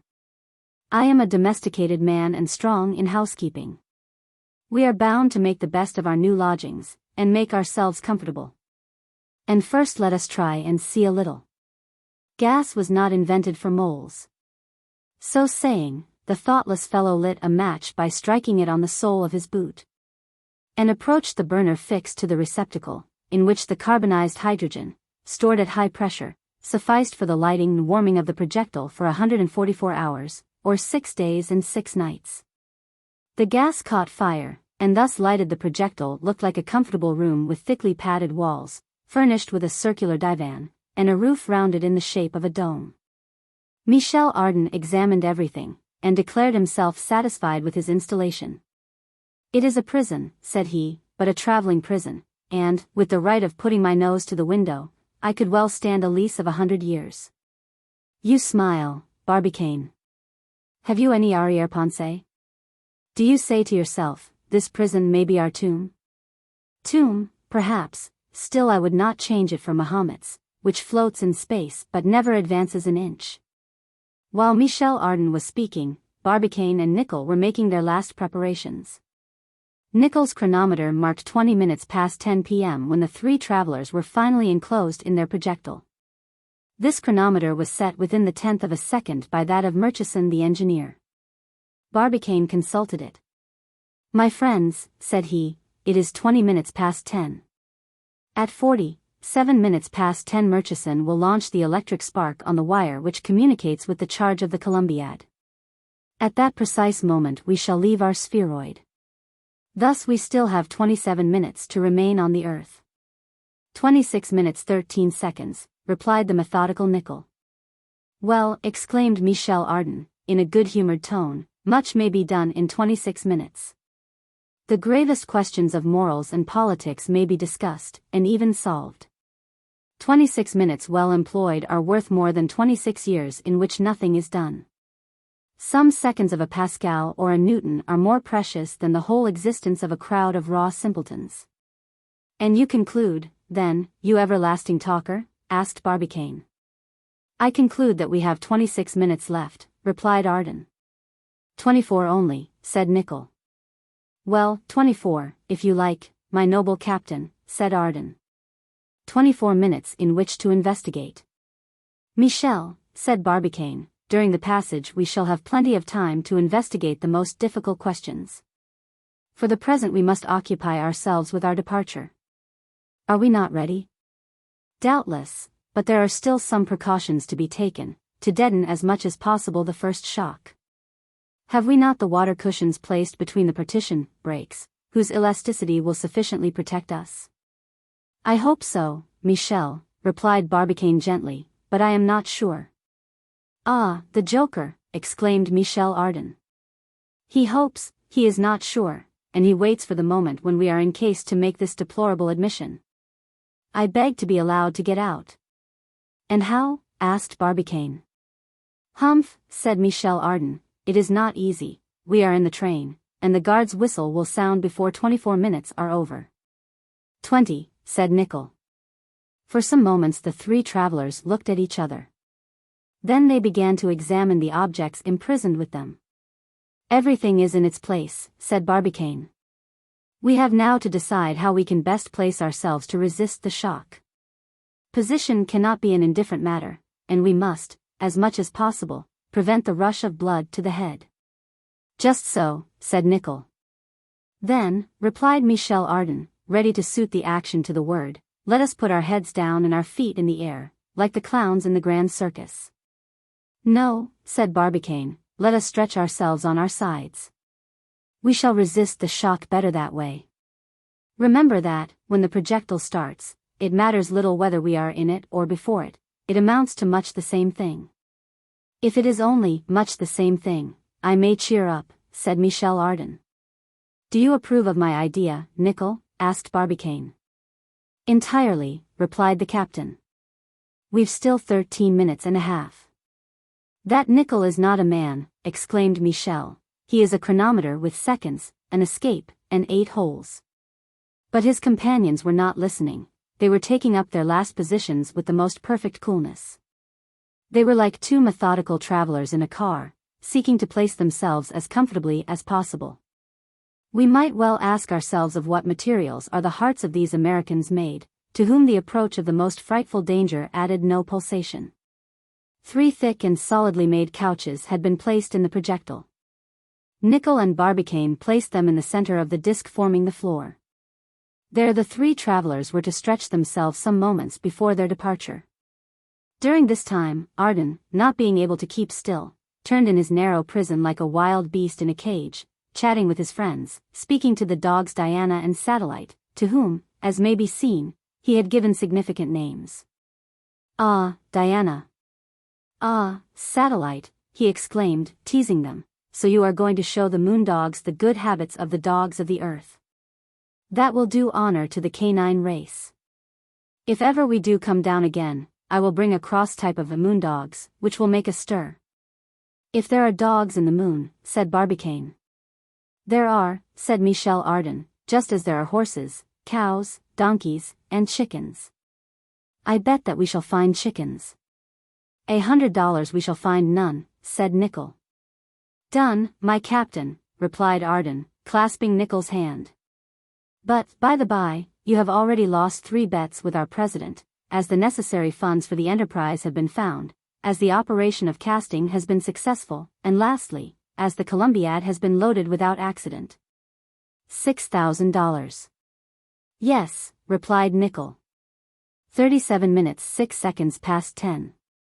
It is understood, Captain. Well, before another quarter of an hour you will have to count $9,000 to the President. 4,000 because the Columbiad will not burst, and 5,000 because the projectile will rise more than 6 miles in the air. I have the dollars, replied Nicholl, slapping the pocket of this coat. I only ask to be allowed to pay. Come, Nicholl. I see that you are a man of method, which I could never be, but indeed you have made a series of bets of very little advantage to yourself, allow me to tell you. And why? Asked Nicholl. Because, if you gain the first, the Columbiad will have burst, and the projectile with it, and Barbicane will no longer be there to reimburse your dollars. My stake is deposited at the bank in Baltimore, replied Barbicane simply. And if Nicholl is not there, it will go to his heirs. Ah, you practical men, exclaimed Michel Ardan, I admire you the more for not being able to understand you. 42 minutes past 10, said Nicholl. Only 5 minutes more, answered Barbicane. Yes, 5 little minutes, replied Michel Ardan, and we are enclosed in a projectile, at the bottom of a gun 900 feet long. And under this projectile are rammed 400,000 pounds of gun cotton, which is equal to 1,600,000 pounds of ordinary powder. And friend Murchison, with his chronometer in hand, his eye fixed on the needle, his finger on the electric apparatus, is counting the seconds preparatory to launching us into interplanetary space. Enough, Michel, enough," said Barbicane, in a serious voice. "Let us prepare. A few instants alone separate us from an eventful moment. One clasp of the hand, my friends." "Yes," exclaimed Michel Ardan, more moved than he wished to appear. And the three bold companions were united in a last embrace. "God preserve us," said the religious Barbicane. Michel Ardan and Nicholl stretched themselves on the couches placed in the center of the disc. 47 minutes past 10. Murmured the captain. 20 seconds more. Barbicane quickly put out the gas and lay down by his companions, and the profound silence was only broken by the ticking of the chronometer marking the seconds. Suddenly a dreadful shock was felt, and the projectile, under the force of 6 billions of liters of gas, developed by the combustion of pyroxyle, mounted into space. Chapter 2. The first half hour. What had happened? What effect had this frightful shock produced? Had the ingenuity of the constructors of the projectile obtained any happy result? Had the shock been deadened, thanks to the springs, the 4 plugs, the water cushions, and the partition brakes?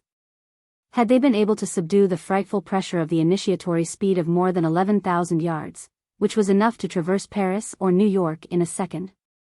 This was evidently the question suggested to the 1,000 spectators of this moving scene. They forgot the aim of the journey, and thought only of the travelers. And if one of them, Joseph T. Maston for example, could have cast one glimpse into the projectile, what would he have seen? Nothing then. The darkness was profound. But its cylindro-conical partitions had resisted wonderfully. Not a rent or a dent anywhere. The wonderful projectile was not even heated under the intense deflagration of the powder, nor liquefied, as they seemed to fear, in a shower of aluminum. The interior showed but little disorder. Indeed, only a few objects had been violently thrown toward the roof, but the most important seemed not to have suffered from the shock at all. Their fixtures were intact. On the movable disc, sunk down to the bottom by the smashing of the partition breaks and the escape of the water, 3 bodies lay apparently lifeless. Barbicane, Nicholl, and Michel Ardan, did they still breathe? Or was the projectile nothing now but a metal coffin, bearing 3 corpses into space? Some minutes after the departure of the projectile, one of the bodies moved, shook its arms, lifted its head, and finally succeeded in getting on its knees. It was Michel Ardan. He felt himself all over, gave a sonorous hem, and then said, "Michel Ardan is whole. How about the others?" The courageous Frenchman tried to rise, but could not stand. His head swam, from the rush of blood, he was blind. He was a drunken man. "Burrard," said he. "It produces the same effect as 2 bottles of Corton, though perhaps less agreeable to swallow." Then, passing his hands several times across his forehead and rubbing his temples, he called in a firm voice, "Nicholl. Barbicane." He waited anxiously. No answer, not even a sigh to show that the hearts of his companions were still beating. He called again. The same silence. "The devil," he exclaimed. "They look as if they had fallen from a 5th story on their heads. Bah!" He added, with that imperturbable confidence which nothing could check, "If a Frenchman can get on his knees, 2 Americans ought to be able to get on their feet. But first let us light up." Ardan felt the tide of life return by degrees. His blood became calm, and returned to its accustomed circulation. Another effort restored his equilibrium. He succeeded in rising, drew a match from his pocket, and approaching the burner lighted it. The receiver had not suffered at all. The gas had not escaped. Besides, the smell would have betrayed it, and in that case Michel Ardan could not have carried a lighted match with impunity through the space filled with hydrogen. The gas mixing with the air would have produced a detonating mixture, and the explosion would have finished what the shock had perhaps begun. When the burner was lit, Ardan leaned over the bodies of his companions. They were lying one on the other, an inert mass, Nicholl above, Barbicane underneath. Ardan lifted the captain, propped him up against the divan, and began to rub vigorously. This means, used with judgment, restored Nicholl, who opened his eyes, and instantly recovering his presence of mind, seized Ardan's hand and looked around him. "And Barbicane," said he. "Each in turn," replied Michel Ardan. "I began with you, Nicholl, because you were on the top. Now let us look to Barbicane." Saying which, Ardan and Nicholl raised the president of the gun club and laid him on the divan. He seemed to have suffered more than either of his companions. He was bleeding, but Nicholl was reassured by finding that the hemorrhage came from a slight wound on the shoulder, a mere graze, which he bound up carefully. Still, Barbicane was a long time coming to himself, which frightened his friends, who did not spare friction. "He breathes though," said Nicholl, putting his ear to the chest of the wounded man. "Yes," replied Ardan, "he breathes like a man who has some notion of that daily operation. Rub, Nicholl, let us rub harder." And the two improvised practitioners worked so hard and so well that Barbicane recovered his senses.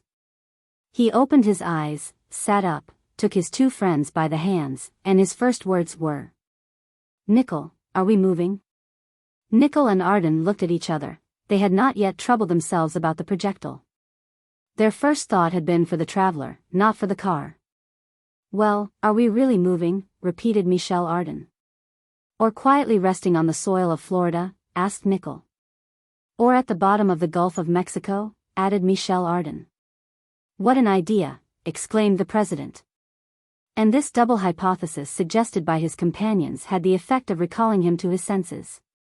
In any case, they could not decide on the position of the projectile.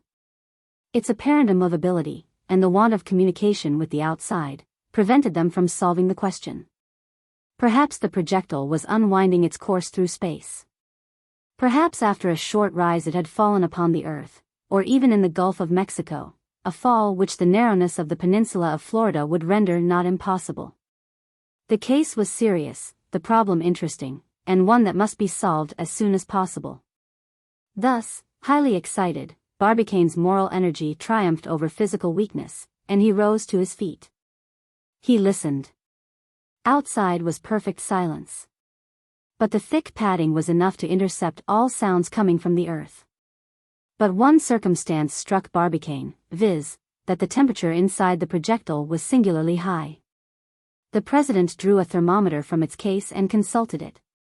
The instrument showed 81 degrees Fahr. "Yes," he exclaimed, "yes, we are moving." This stifling heat, penetrating through the partitions of the projectile, is produced by its friction on the atmospheric strata. It will soon diminish, because we are already floating in space, and after having nearly stifled, we shall have to suffer intense cold. "What?" said Michel Ardan. "According to your showing, Barbicane, we are already beyond the limits of the terrestrial atmosphere?" "Without a doubt, Michel. Listen to me. It is 55 minutes past 10, we have been gone about 8 minutes. And if our initiatory speed has not been checked by the friction, 6 seconds would be enough for us to pass through the 40 miles of atmosphere which surrounds the globe." "Just so," replied Nicholl.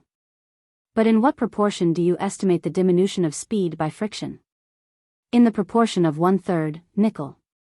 "This diminution is considerable, but according to my calculations it is nothing less. If, then, we had an initiatory speed of 12,000 yards, on leaving the atmosphere this speed would be reduced to 9,165 yards. In any case we have already passed through this interval, and then," said Michel Ardan, "friend Nicholl has lost his 2 bets, $4,000 because the Columbiad did not burst. $5,000 because the projectile has risen more than 6 miles. Now, Nicholl, pay up." "Let us prove it first," said the captain, "and we will pay afterward. It is quite possible that Barbicane's reasoning is correct, and that I have lost my $9,000. But a new hypothesis presents itself to my mind, and it annuls the wager." "What is that?" asked Barbicane quickly. "The hypothesis that, for some reason or other, fire was never set to the powder, and we have not started at all." "My goodness, Captain," exclaimed Michel Ardan, "that hypothesis is not worthy of my brain. It cannot be a serious one. For have we not been half annihilated by the shock? Did I not recall you to life? Is not the president's shoulder still bleeding from the blow it has received? Granted, replied Nicholl, but one question. Well, Captain? Did you hear the detonation, which certainly ought to be loud? No, replied Ardan, much surprised. Certainly I did not hear the detonation. And you, Barbicane? Nor I, either. Very well, said Nicholl. Well now, murmured the president, why did we not hear the detonation? The three friends looked at each other with a disconcerted air. It was quite an inexplicable phenomenon. The projectile had started, and consequently there must have been a detonation. Let us first find out where we are, said Barbicane, and let down this panel. This very simple operation was soon accomplished. The nuts which held the bolts to the outer plates of the right-hand scuttle gave way under the pressure of the English wrench. These bolts were pushed outside, and the buffers covered with india rubber stopped up the holes which let them through. Immediately the outer plate fell back upon its hinges like a porthole, and the lenticular glass which closed the scuttle appeared. A similar one was let into the thick partition on the opposite side of the projectile, another in the top of the dome, and finally a fourth in the middle of the base. They could, therefore, make observations in 4 different directions. The firmament by the side and most direct windows, the earth or the moon by the upper and under openings in the projectile. Barbicane and his 2 companions immediately rushed to the uncovered window. But it was lit by no ray of light. Profound darkness surrounded them, which, however, did not prevent the president from exclaiming, "No, my friends, we have not fallen back upon the earth, no, nor are we submerged in the Gulf of Mexico. Yes. We are mounting into space. See those stars shining in the night, and that impenetrable darkness heaped up between the earth and us. Hurrah! Hurrah!" exclaimed Michel Ardan and Nicholl in one voice. Indeed, this thick darkness proved that the projectile had left the earth, for the soil, brilliantly lit by the moonbeams, would have been visible to the travelers, if they had been lying on its surface. This darkness also showed that the projectile had passed the atmospheric strata, for the diffused light spread in the air would have been reflected on the metal walls, which reflection was wanting. This light would have lit the window, and the window was dark. Doubt was no longer possible, the travelers had left the earth. "I have lost," said Nicholl. "I congratulate you," replied Ardan. "Here are the $9,000, said the captain, drawing a roll of paper dollars from his pocket. "Will you have a receipt for it?" asked Barbicane, taking the sum. "If you do not mind," answered Nicholl, "it is more businesslike." And coolly and seriously, as if he had been at his strong-box, the president drew forth his notebook, tore out a blank leaf, wrote a proper receipt in pencil, dated and signed it with the usual flourish, and gave it to the captain, who carefully placed it in his pocketbook. Michel Ardan, taking off his hat, bowed to his 2 companions without speaking. So much formality under such circumstances left him speechless. He had never before seen anything so American. This is a purely French habit. This affair settled, Barbicane and Nicholl had returned to the window, and were watching the constellations. The stars looked like bright points on the black sky. But from that side they could not see the orb of night, which, traveling from east to west, would rise by degrees toward the zenith. Its absence drew the following remark from Ardan. "And the moon, will she perchance fail at our rendezvous?" "Do not alarm yourself," said Barbicane, "our future globe is at its post, but we cannot see her from this side, let us open the other." As Barbicane was about leaving the window to open the opposite scuttle, his attention was attracted by the approach of a brilliant object. It was an enormous disk, whose colossal dimension could not be estimated. Its face, which was turned to the earth, was very bright. One might have thought it a small moon reflecting the light of the large one. She advanced with great speed, and seemed to describe an orbit round the earth, which would intersect the passage of the projectile. This body revolved upon its axis, and exhibited the phenomena of all celestial bodies abandoned in space. "Ah!" exclaimed Michel Ardan, "what is that? Another projectile?" Barbicane did not answer. The appearance of this enormous body surprised and troubled him. A collision was possible, and might be attended with deplorable results. Either the projectile would deviate from its path, or a shock, breaking its impetus, might precipitate it to Earth, or, lastly, it might be irresistibly drawn away by the powerful asteroid. The president caught at a glance the consequences of these three hypotheses, either of which would, one way or the other, bring their experiment to an unsuccessful and fatal termination. His companions stood silently looking into space. The object grew rapidly as it approached them, and by an optical illusion the projectile seemed to be throwing itself before it.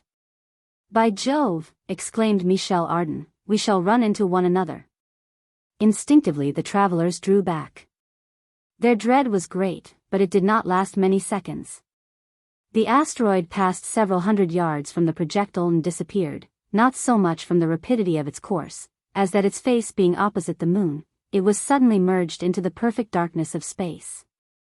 "A happy journey to you," exclaimed Michel Ardan, with a sigh of relief. Surely infinity of space is large enough for a poor little projectile to walk through without fear. "Now, what is this portentous globe which nearly struck us?" "I know," replied Barbicane. "Oh, indeed. You know everything." "It is," said Barbicane, "a simple meteorite, but an enormous one, which the attraction of the Earth has retained as a satellite." "Is it possible?" exclaimed Michel Ardan. "The Earth then has two moons like Neptune?"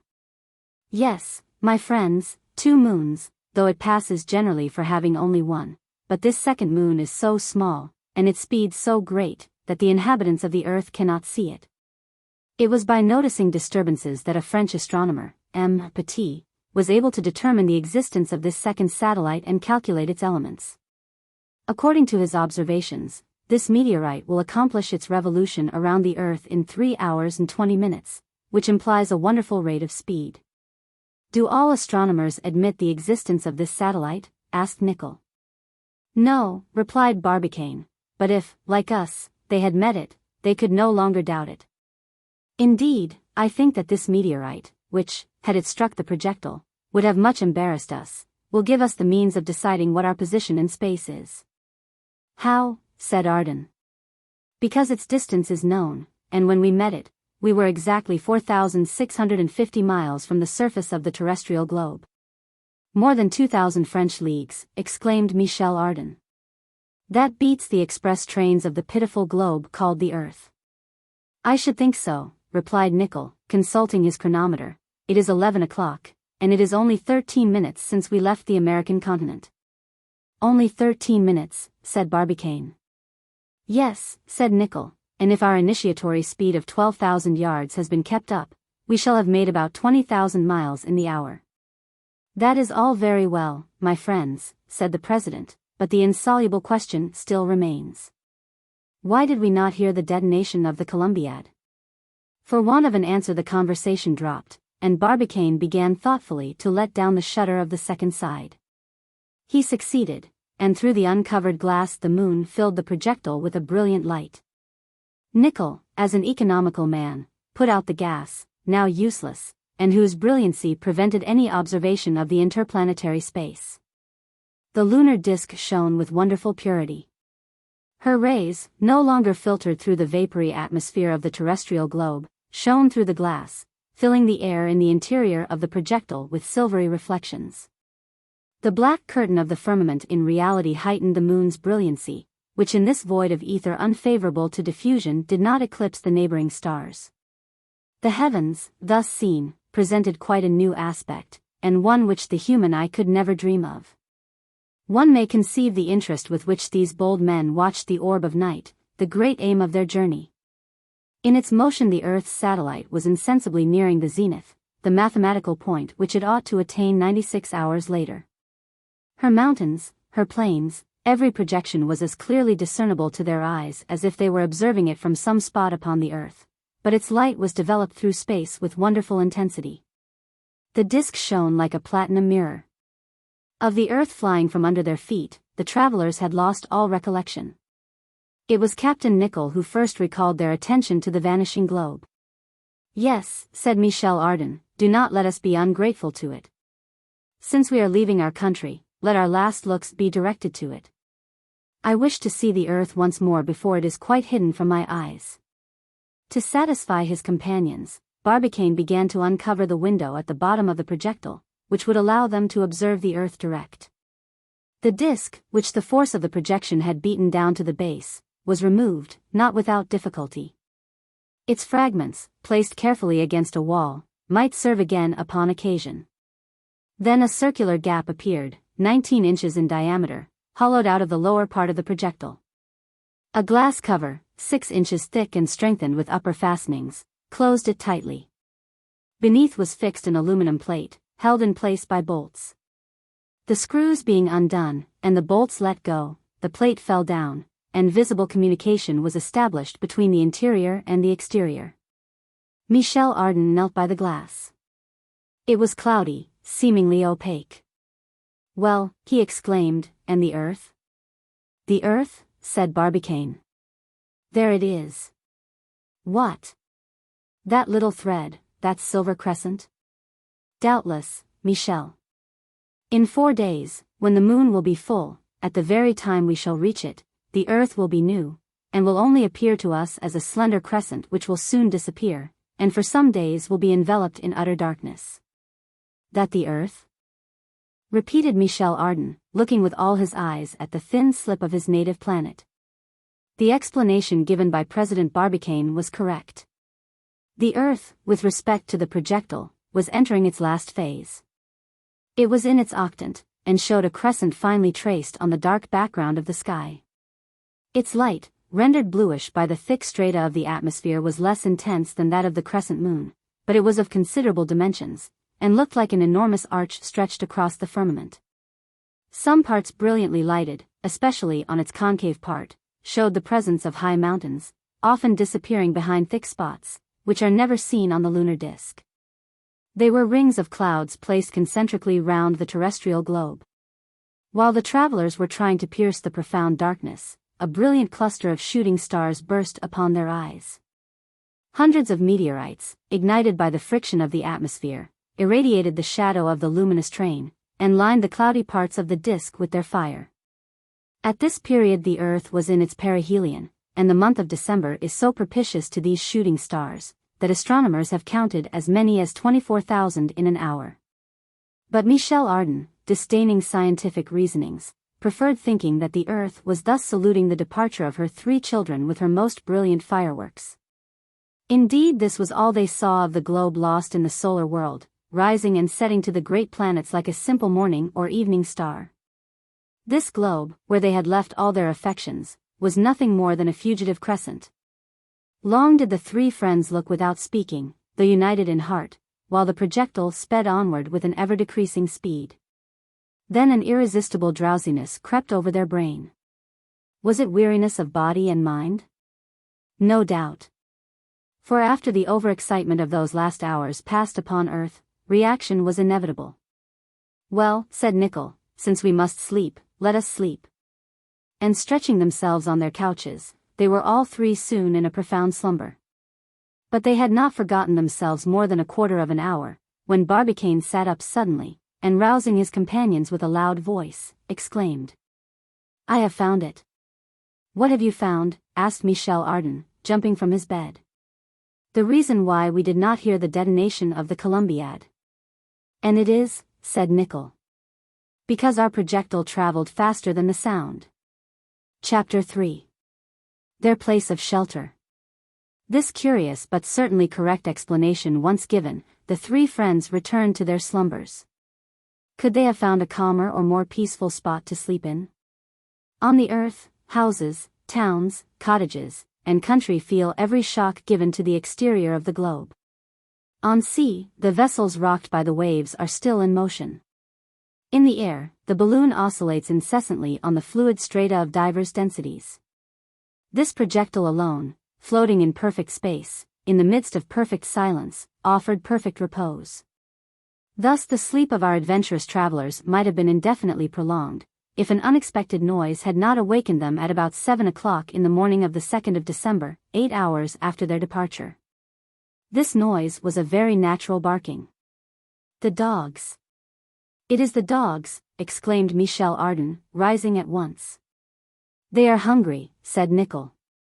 "By Jove!" replied Michel, we have forgotten them. Where are they? Asked Barbicane. They looked and found one of the animals crouched under the divan. Terrified and shaken by the initiatory shock, it had remained in the corner till its voice returned with the pangs of hunger. It was the amiable Diana, still very confused, who crept out of her retreat, though not without much persuasion, Michel Ardan encouraging her with most gracious words. Come, Diana, said he, come, my girl. Thou whose destiny will be marked in the synergetic annals, thou whom the pagans would have given as companion to the god Anubis, and Christians as friend to Saint Roch. Thou who art rushing into interplanetary space, and will perhaps be the Eve of all Selenite dogs. Come, Diana, come here. Diana, flattered or not, advanced by degrees, uttering plaintive cries. Good, said Barbicane, I see Eve, but where is Adam?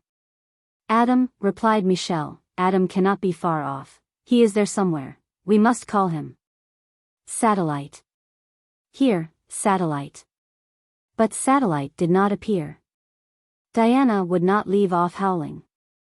They found, however, that she was not bruised, and they gave her a pie, which silenced her complaints. As to Satellite, he seemed quite lost. They had to hunt a long time before finding him in one of the upper compartments of the projectile, whither some unaccountable shock must have violently hurled him. The poor beast, much hurt, was in a piteous state. The devil, said Michel. They brought the unfortunate dog down with great care. Its skull had been broken against the roof, and it seemed unlikely that he could recover from such a shock. Meanwhile, he was stretched comfortably on a cushion. Once there, he heaved a sigh. We will take care of you, said Michel, we are responsible for your existence. I would rather lose an arm than a paw of my poor Satellite. Saying which, he offered some water to the wounded dog, who swallowed it with avidity. This attention paid, the travelers watched the earth and the moon attentively. The earth was now only discernible by a cloudy disk ending in a crescent, rather more contracted than that of the previous evening. But its expanse was still enormous, compared with that of the moon, which was approaching nearer and nearer to a perfect circle. By Jove! Said Michel Ardan, I am really sorry that we did not start when the earth was full, that is to say, when our globe was in opposition to the sun. Why, said Nicholl. Because we should have seen our continents and seas in a new light, the first resplendent under the solar rays, the latter cloudy as represented on some maps of the world. I should like to have seen those poles of the earth on which the eye of man has never yet rested. I dare say, replied Barbicane, but if the earth had been full, the moon would have been new. That is to say, invisible, because of the rays of the sun. It is better for us to see the destination we wish to reach, than the point of departure. You are right, Barbicane, replied Captain Nicholl. And, besides, when we have reached the moon, we shall have time during the long lunar nights to consider at our leisure the globe on which our likenesses swarm. Our likenesses, exclaimed Michel Ardan. They are no more our likenesses than the Selenites are. We inhabit a new world, peopled by ourselves, the projectile. I am Barbicane's likeness, and Barbicane is Nicholl's. Beyond us, around us, human nature is at an end, and we are the only population of this microcosm until we become pure Selenites. In about 88 hours, replied the captain. Which means to say, asked Michel Ardan. That it is 8:30, replied Nicholl. Very well, retorted Michel, then it is impossible for me to find even the shadow of a reason why we should not go to breakfast. Indeed, the inhabitants of the new star could not live without eating, and their stomachs were suffering from the imperious laws of hunger. Michel Ardan, as a Frenchman, was declared chief cook, an important function, which raised no rival. The gas gave sufficient heat for the culinary apparatus, and the provision box furnished the elements of this first feast. The breakfast began with 3 bowls of excellent soup, thanks to the liquefaction in hot water of those precious cakes of Liebig, prepared from the best parts of the ruminants of the pampas. To the soup succeeded some beefsteaks, compressed by an hydraulic press, as tender and succulent as if brought straight from the kitchen of an English eating-house. Michel, who was imaginative, maintained that they were even red. Preserved vegetables, fresher than nature, said the amiable Michel, succeeded the dish of meat, and was followed by some cups of tea with bread and butter, after the American fashion. The beverage was declared exquisite, and was due to the infusion of the choicest leaves, of which the Emperor of Russia had given some chests for the benefit of the travelers. And lastly, to crown the repast, Ardan had brought out a fine bottle of newts, which was found, by chance, in the provision box. The three friends drank to the union of the earth and her satellite. And, as if he had not already done enough for the generous wine which he had distilled on the slopes of Burgundy, the sun chose to be part of the party. At this moment the projectile emerged from the conical shadow cast by the terrestrial globe, and the rays of the radiant orb struck the lower disk of the projectile direct occasioned by the angle which the moon's orbit makes with that of the earth. "The sun," exclaimed Michel Ardan. "No doubt," replied Barbicane, "I expected it." "But," said Michel, "the conical shadow which the earth leaves in space extends beyond the moon?" "Far beyond it, if the atmospheric refraction is not taken into consideration," said Barbicane. "But when the moon is enveloped in this shadow, it is because the centers of the three stars, the sun, the earth, and the moon, are all in one and the same straight line. Then the nodes coincide with the phases of the moon, and there is an eclipse. If we had started when there was an eclipse of the moon, all our passage would have been in the shadow, which would have been a pity." "Why?" "Because, though we are floating in space, our projectile, bathed in the solar rays, will receive light and heat. It economizes the gas, which is in every respect a good economy. Indeed, under these rays which no atmosphere can temper, either in temperature or brilliancy, the projectile grew warm and bright, as if it had passed suddenly from winter to summer. The moon above, the sun beneath, were inundating it with their fire." "It is pleasant here," said Nicholl. "I should think so," said Michel Ardan. "With a little earth spread on our aluminum planet we should have green peas in 24 hours. I have but one fear, which is that the walls of the projectile might melt." "Calm yourself, my worthy friend," replied Barbicane. "The projectile withstood a very much higher temperature than this as it slid through the strata of the atmosphere. I should not be surprised if it did not look like a meteor on fire to the eyes of the spectators in Florida. But then J.T. Maston will think we are roasted." "What astonishes me," said Barbicane, "is that we have not been. That was a danger we had not provided for." "I feared it," said Nicholl simply. "And you never mentioned it, my sublime captain," exclaimed Michel Ardan, clasping his friend's hand. Barbicane now began to settle himself in the projectile as if he was never to leave it. One must remember that this aerial car had a base with a superficies of 54 square feet. Its height to the roof was 12 feet. Carefully laid out in the inside, and little encumbered by instruments and traveling utensils, which each had their particular place, it left the three travelers a certain freedom of movement. The thick window inserted in the bottom could bear any amount of weight, and Barbicane and his companions walked upon it as if it were solid plank. But the sun striking it directly with its rays lit the interior of the projectile from beneath, thus producing singular effects of light. They began by investigating the state of their store of water and provisions, neither of which had suffered, thanks to the care taken to deaden the shock. Their provisions were abundant, and plentiful enough to last the three travelers for more than a year. Barbicane wished to be cautious, in case the projectile should land on a part of the moon which was utterly barren. As to water and the reserve of brandy, which consisted of 50 gallons, there was only enough for 2 months.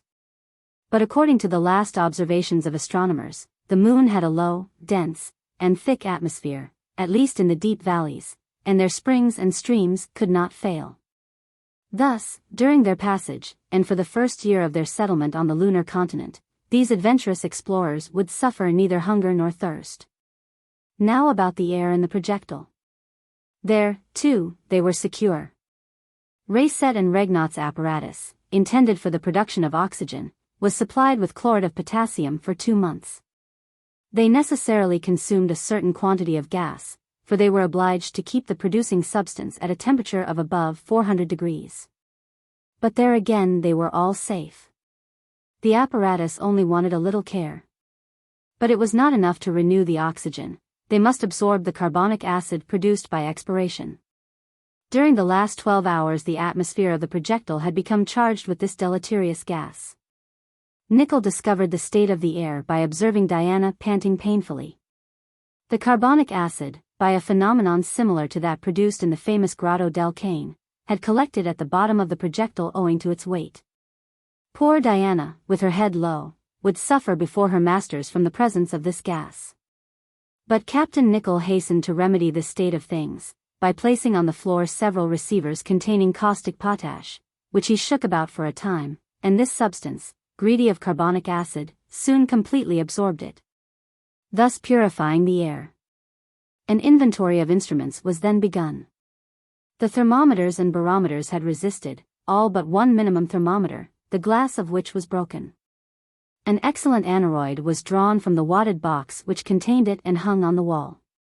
Of course it was only affected by and marked the pressure of the air inside the projectile, but it also showed the quantity of moisture which it contained. At that moment its needle oscillated between 25.24 and 25.08. It was fine weather. Barbicane had also brought several compasses, which he found intact. One must understand that under present conditions their needles were acting wildly, that is without any constant direction. Indeed, at the distance they were from the Earth, the magnetic pole could have no perceptible action upon the apparatus, but the box placed on the lunar disk might perhaps exhibit some strange phenomena. In any case it would be interesting to see whether the Earth's satellite submitted like herself to its magnetic influence. A hypsometer to measure the height of the lunar mountains, a sextant to take the height of the sun, glasses which would be useful as they neared the moon, all these instruments were carefully looked over and pronounced good in spite of the violent shock. As to the pickaxes and different tools which were Nickel's especial choice. As to the sacks of different kinds of grain and shrubs which Michel Ardan hoped to transplant into selenite ground, they were stowed away in the upper part of the projectile. There was a sort of granary there, loaded with things which the extravagant Frenchman had heaped up. What they were no one knew, and the good-tempered fellow did not explain. Now and then he climbed up by cramp irons riveted to the walls, but kept the inspection to himself. He arranged and rearranged, he plunged his hand rapidly into certain mysterious boxes, singing in one of the falsest of voices an old French refrain to enliven the situation. Barbicane observed with some interest that his guns and other arms had not been damaged. These were important, because, heavily loaded, they were to help lessen the fall of the projectile, when drawn by the lunar attraction, after having passed the point of neutral attraction, onto the moon's surface. A fall which ought to be 6 times less rapid than it would have been on the Earth's surface, thanks to the difference of bulk. The inspection ended with general satisfaction, when each returned to watch space through the side windows and the lower glass coverlid. There was the same view. The whole extent of the celestial sphere swarmed with stars and constellations of wonderful purity, enough to drive an astronomer out of his mind. On one side the sun, like the mouth of a lighted oven, a dazzling disk without a halo, standing out on the dark background of the sky. On the other, the moon returning its fire by reflection, and apparently motionless in the midst of the starry world. Then, a large spot seemingly nailed to the firmament, bordered by a silvery cord, it was the Earth. Here and there nebulous masses like large flakes of starry snow, and from the zenith to the nadir, an immense ring formed by an impalpable dust of stars, the Milky Way, in the midst of which the sun ranks only as a star of the 4th magnitude. The observers could not take their eyes from this novel spectacle, of which no description could give an adequate idea. What reflections it suggested! What emotions hitherto unknown awoke in their souls! Barbicane wished to begin the relation of his journey while under its first impressions, and hour after hour took notes of all facts happening in the beginning of the enterprise. He wrote quietly, with his large square writing, in a businesslike style. During this time Nickel, the calculator, looked over the minutes of their passage, and worked out figures with unparalleled dexterity.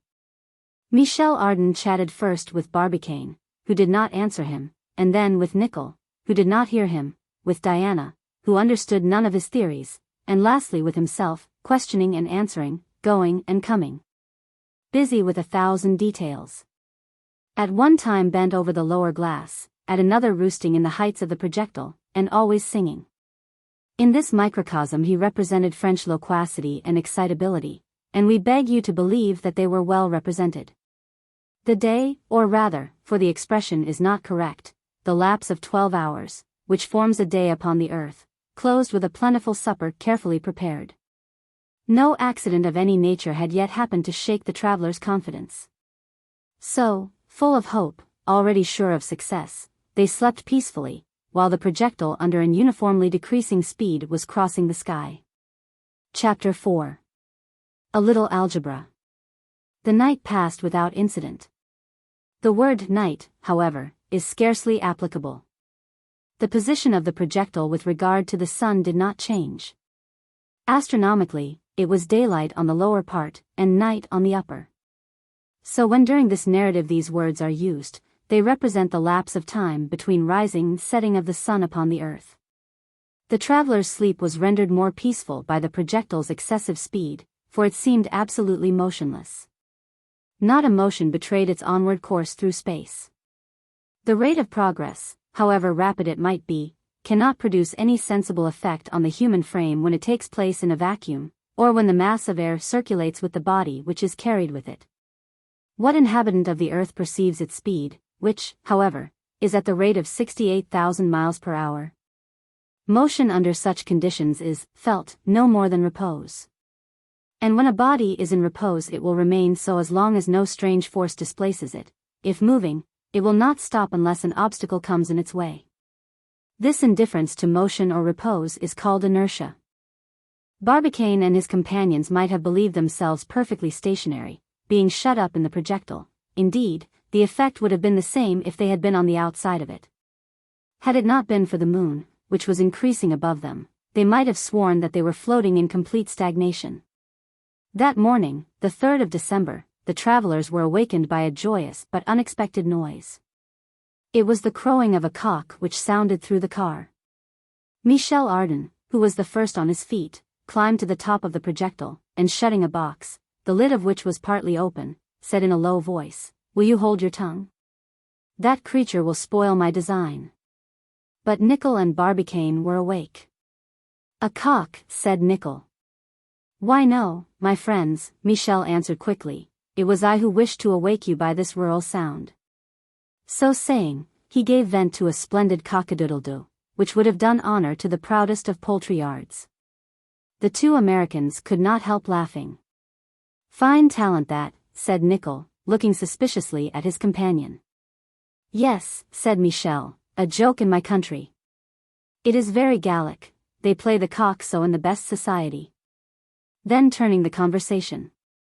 "Barbicane, do you know what I have been thinking of all night?" "No," answered the president. "Of our Cambridge friends. You have already remarked that I am an ignoramus in mathematical subjects. And it is impossible for me to find out how the savants of the observatory were able to calculate what initiatory speed the projectile ought to have on leaving the Columbiad in order to attain the moon." "You mean to say," replied Barbicane, "to attain that neutral point where the terrestrial and lunar attractions are equal. For, starting from that point, situated about 9/10 of the distance traveled over, the projectile would simply fall upon the moon, on account of its weight." "So be it," said Michel, "but, once more, how could they calculate the initiatory speed?" "Nothing can be easier," replied Barbicane. "And you knew how to make that calculation?" asked Michel Ardan. "Perfectly. Nicholl and I would have made it, if the observatory had not saved us the trouble." "Very well, old Barbicane," replied Michel, "they might have cut off my head, beginning at my feet, before they could have made me solve that problem." "Because you do not know algebra," answered Barbicane quietly. "Ah, there you are, you eaters of XXI, you think you have said all when you have said algebra." "Michel," said Barbicane, "can you use a forge without a hammer, or a plough without a ploughshare?" "Hardly." "Well, algebra is a tool, like the plough or the hammer, and a good tool to those who know how to use it." "Seriously?" "Quite seriously." "And can you use that tool in my presence?" "If it will interest you." "And show me how they calculated the initiatory speed of our car?" "Yes, my worthy friend. Taking into consideration all the elements of the problem, the distance from the center of the Earth to the center of the Moon, of the radius of the Earth, of its bulk, and of the bulk of the Moon. I can tell exactly what ought to be the initiatory speed of the projectile, and that by a simple formula. Let us see. You shall see it, only I shall not give you the real course drawn by the projectile between the Moon and the Earth in considering their motion round the Sun.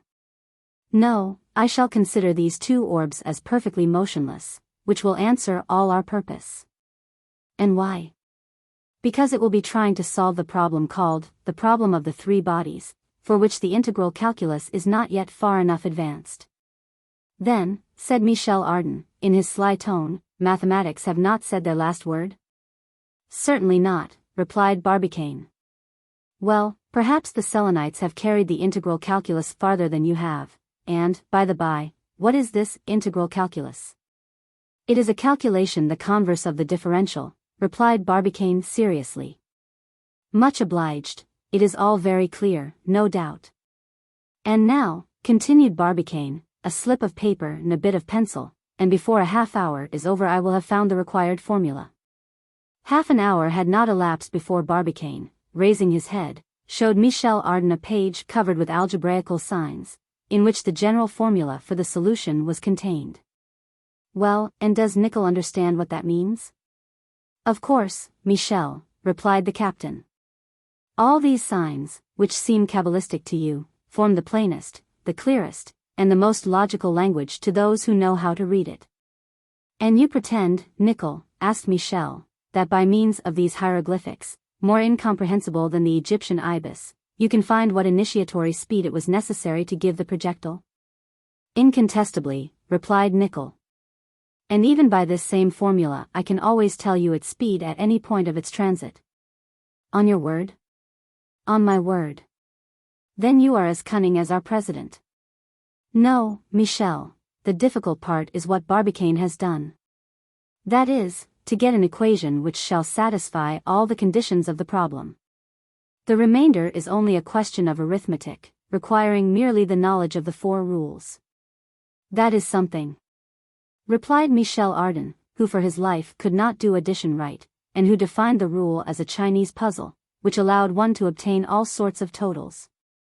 The expression V0, which you see in that equation, is the speed which the projectile will have on leaving the atmosphere. Just so, said Nicholl. It is from that point that we must calculate the velocity, since we know already that the velocity at departure was exactly 1.5 times more than on leaving the atmosphere. I understand no more, said Michel. It is a very simple calculation, said Barbicane. Not as simple as I am, retorted Michel. That means, that when our projectile reached the limits of the terrestrial atmosphere it had already lost 1/3 of its initiatory speed. As much as that? Yes, my friend, merely by friction against the atmospheric strata. You understand that the faster it goes the more resistance it meets with from the air. That I admit, answered Michel. And I understand it, although your X's and zeros, and algebraic formula, are rattling in my head like nails in a bag. First effects of algebra, replied Barbicane. And now, to finish, we are going to prove the given number of these different expressions, that is, work out their value. Finish me, replied Michel. Barbicane took the paper, and began to make his calculations with great rapidity. Nicholl looked over and greedily read the work as it proceeded. That's it. That's it, at last he cried. Is it clear? Asked Barbicane. It is written in letters of fire, said Nicholl. Wonderful fellows, muttered Ardan. Do you understand it at last? Asked Barbicane. Do I understand it? Cried Ardan, my head is splitting with it. And now, said Nicholl, to find out the speed of the projectile when it leaves the atmosphere, we have only to calculate that. The captain, as a practical man equal to all difficulties, began to write with frightful rapidity. Divisions and multiplications grew under his fingers, the figures were like hail on the white page. Barbicane watched him, while Michel Ardan nursed a growing headache with both hands. Very well, asked Barbicane, after some minutes' silence. Well, replied Nicholl. Every calculation made, V0, that is to say, the speed necessary for the projectile on leaving the atmosphere, to enable it to reach the equal point of attraction, ought to be. Yes, said Barbicane. 12,000 yards. What? Exclaimed Barbicane, starting, you say? 12,000 yards. The devil, cried the president, making a gesture of despair. What is the matter? Asked Michel Ardan, much surprised. What is the matter? Why, if at this moment our speed had already diminished 1/3 by friction, the initiatory speed ought to have been 17,000 yards. And the Cambridge Observatory declared that 12,000 yards was enough at starting. And our projectile, which only started with that speed. Well, asked Nicholl. Well, it will not be enough. Good. We shall not be able to reach the neutral point. The deuce. We shall not even get halfway.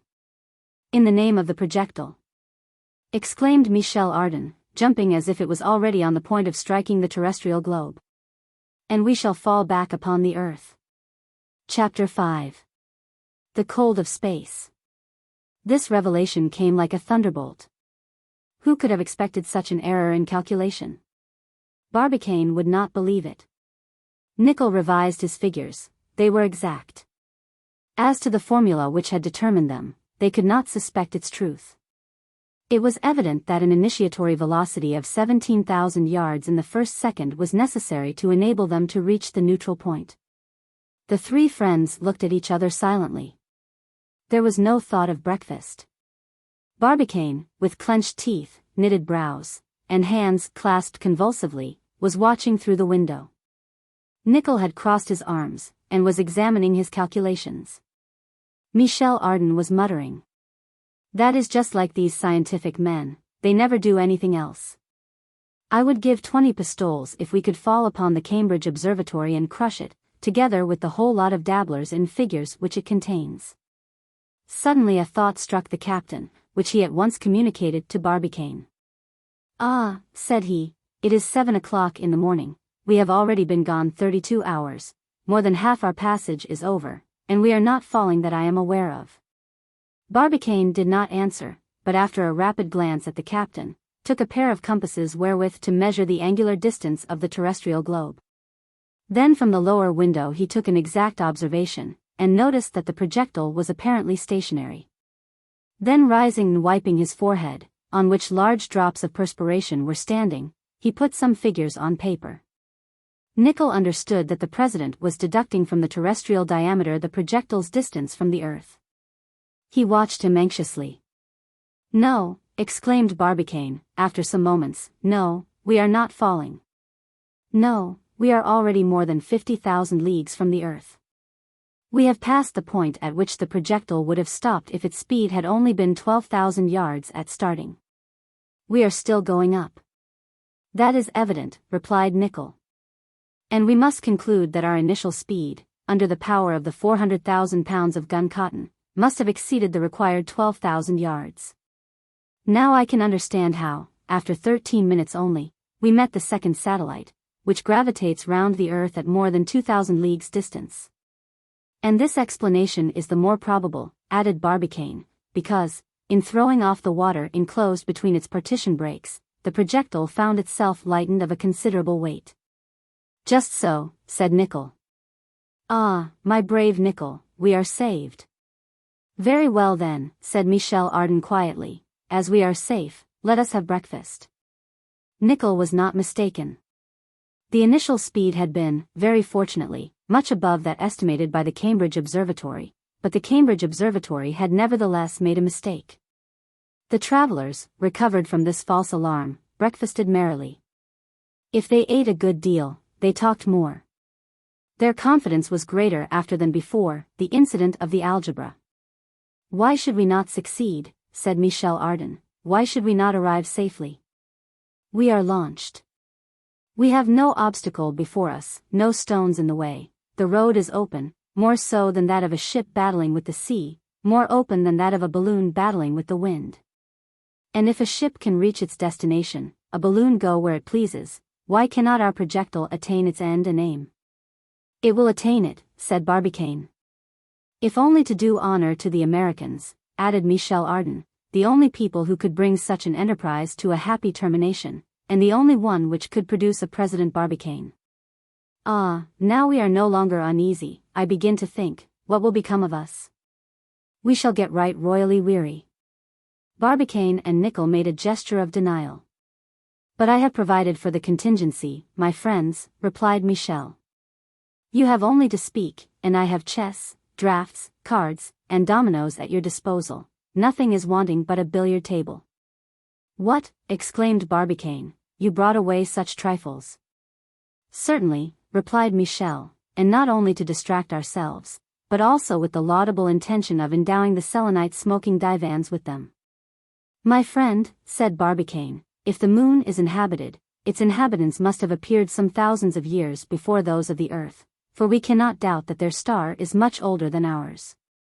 If then these Selenites have existed there hundreds of thousands of years, and if their brain is of the same organization of the human brain, they have already invented all that we have invented, and even what we may invent in future ages. They have nothing to learn from us, and we have everything to learn from them. What, said Michel, you believe that they have artists like Phidias, Michelangelo, or Raphael? Yes. Poets like Homer, Virgil, Milton, Lamartine, and Hugo? I am sure of it.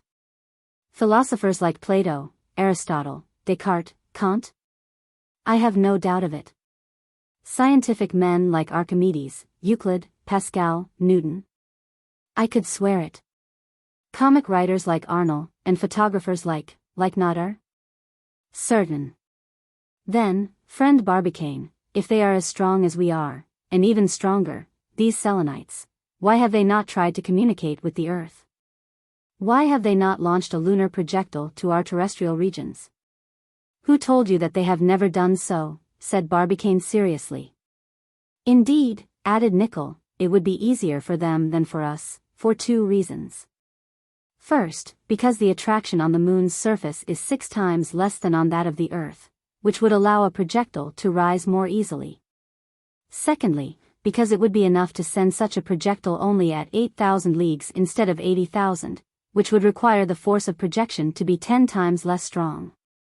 Then, continued Michel, I repeat it, why have they not done it? And I repeat, said Barbicane, who told you that they have not done it? When? Thousands of years before man appeared on Earth.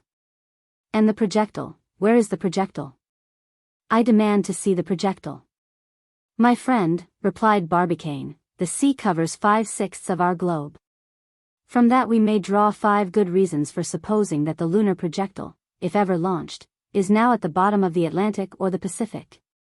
Unless it sped into some crevasse at that period when the crust of the Earth was not yet hardened. Old Barbicane, said Michel, you have an answer for everything, and I bow before your wisdom.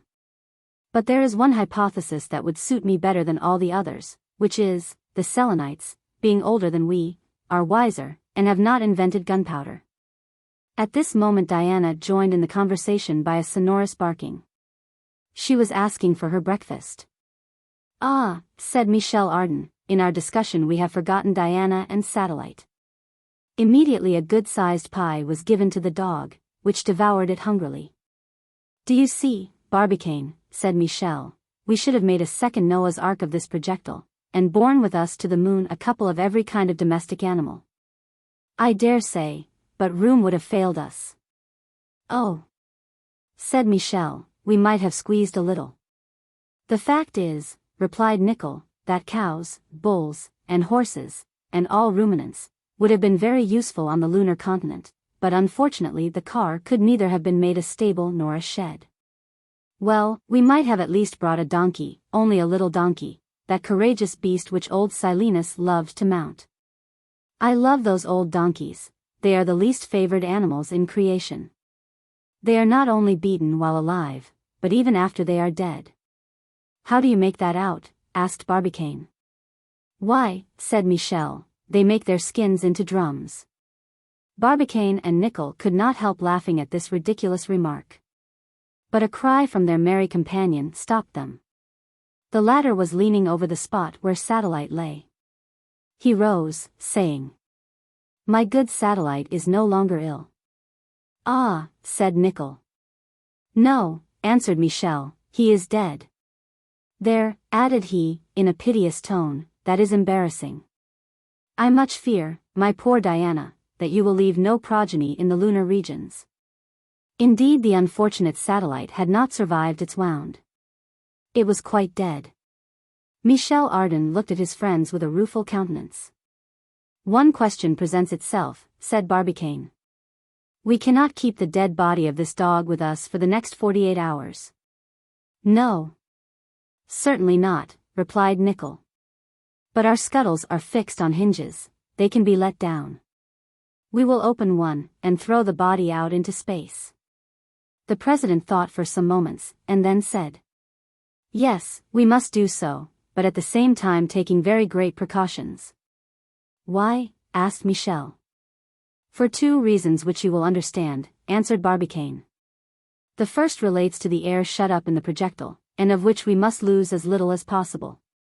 But we manufacture the air? Only in part. We make only the oxygen, my worthy Michel, and with regard to that, we must watch that the apparatus does not furnish the oxygen in too great a quantity, for an excess would bring us very serious physiological troubles. But if we make the oxygen, we do not make the azote, that medium which the lungs do not absorb, and which ought to remain intact, and that azote will escape rapidly through the open scuttles. Oh!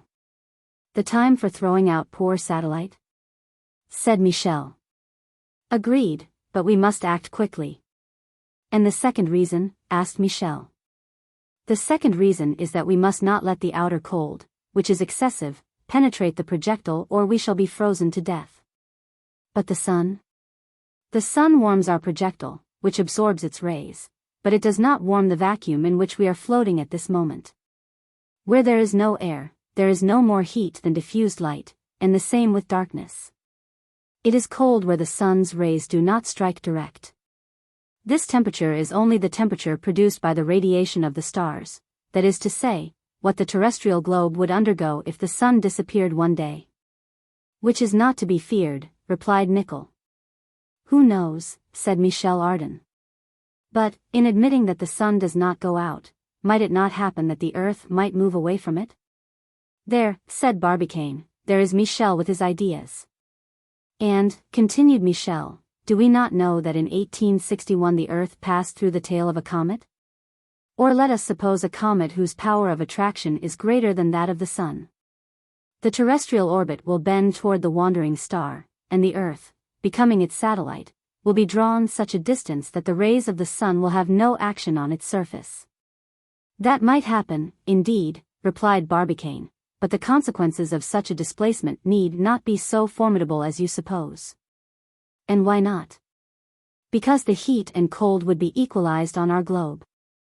It has been calculated that, had our Earth been carried along in its course by the comet of 1861, at its perihelion, that is, its nearest approach to the sun, it would have undergone a heat 28,000 times greater than that of summer.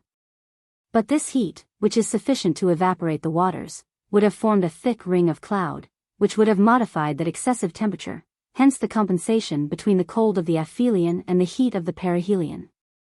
At how many degrees, asked Nicholl, is the temperature of the planetary spaces estimated?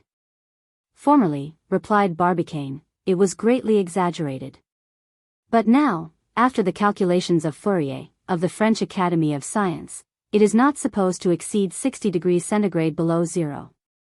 Pooh, said Michel, that's nothing. It is very much, replied Barbicane. The temperature which was observed in the polar regions, at Melville Island and Fort Reliance, that is 76 degrees Fahrenheit below zero. If I mistake not, said Nicholl, M. Pouillet, another savant, estimates the temperature of space at 250 degrees Fahrenheit below zero. We shall, however, be able to verify these calculations for ourselves. Not at present. Because the solar rays, beating directly upon our thermometer, would give, on the contrary, a very high temperature. But, when we arrive in the moon, during its 15 days of night at either face, we shall have leisure to make the experiment, for our satellite lies in a vacuum. What do you mean by a vacuum? Asked Michel. Is it perfectly such? It is absolutely void of air. And is the air replaced by nothing whatever? By the ether only, replied Barbicane. And pray what is the ether?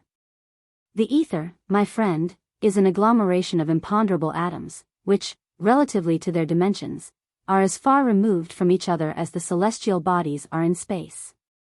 It is these atoms which, by their vibratory motion, produce both light and heat in the universe. They now proceeded to the burial of Satellite. They had merely to drop him into space, in the same way that sailors drop a body into the sea. But, as President Barbicane suggested, they must act quickly, so as to lose as little as possible of that air whose elasticity would rapidly have spread it into space. The bolts of the right scuttle, the opening of which measured about 12 inches across, were carefully drawn, while Michel, quite grieved, prepared to launch his dog into space. The glass, raised by a powerful lever, which enabled it to overcome the pressure of the inside air on the walls of the projectile, turned rapidly on its hinges, and Satellite was thrown out. Scarcely a particle of air could have escaped, and the operation was so successful that later on Barbicane did not fear to dispose of the rubbish which encumbered the car. Chapter 6. Question and Answer. On the 4th of December, when the travelers awoke after 54 hours' journey, the chronometer marked 5 o'clock of the terrestrial morning. In time it was just over 5 hours and 40 minutes, half of that assigned to their sojourn in the projectile, but they had already accomplished nearly 7/10 of the way. This peculiarity was due to their regularly decreasing speed. Now when they observed the Earth through the lower window, it looked like nothing more than a dark spot, drowned in the solar rays. No more crescent, no more cloudy light.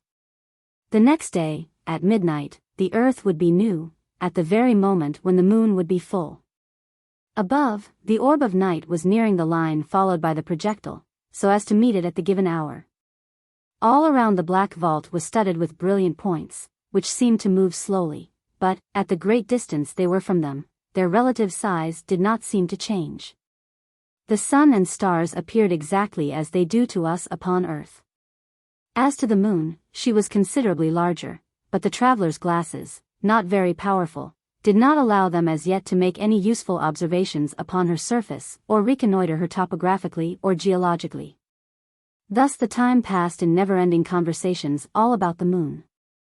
Each one brought forward his own contingent of particular facts, Barbicane and Nicholl always serious, Michel Ardan always enthusiastic.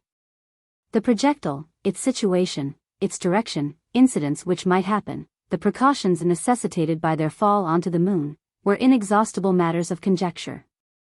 As they were breakfasting, a question of Michel's, relating to the projectile, provoked rather a curious answer from Barbicane, which is worth repeating. Michel, supposing it to be roughly stopped, while still under its formidable initial speed, wished to know what the consequences of the stoppage would have been. But, said Barbicane, I do not see how it could have been stopped. But let us suppose so, said Michel. It is an impossible supposition, said the practical Barbicane, unless that impulsive force had failed, but even then its speed would diminish by degrees, and it would not have stopped suddenly. Admit that it had struck a body in space. What body? Why, that enormous meteor which we met. Then, said Nicholl, the projectile would have been broken into 1,000 pieces, and we with it. More than that, replied Barbicane. We should have been burned to death. Burned? Exclaimed Michel, by Jove. I am sorry it did not happen, just to see. And you would have seen, replied Barbicane. It is known now that heat is only a modification of motion. When water is warmed, that is to say, when heat is added to it, its particles are set in motion. Well, said Michel, that is an ingenious theory. And a true one, my worthy friend, for it explains every phenomenon of caloric. Heat is but the motion of atoms, a simple oscillation of the particles of a body.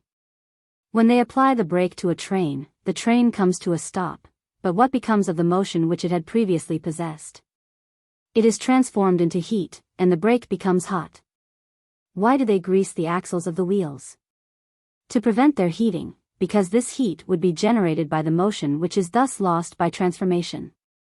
Yes, I understand, replied Michel, perfectly.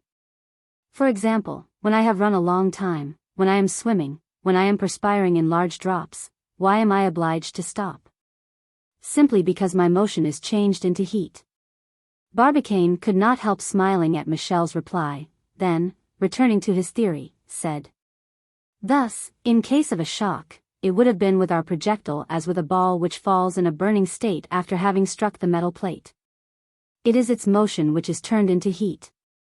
Consequently I affirm that, if our projectile had struck the meteor, its speed thus suddenly checked would have raised a heat great enough to turn it into vapor instantaneously."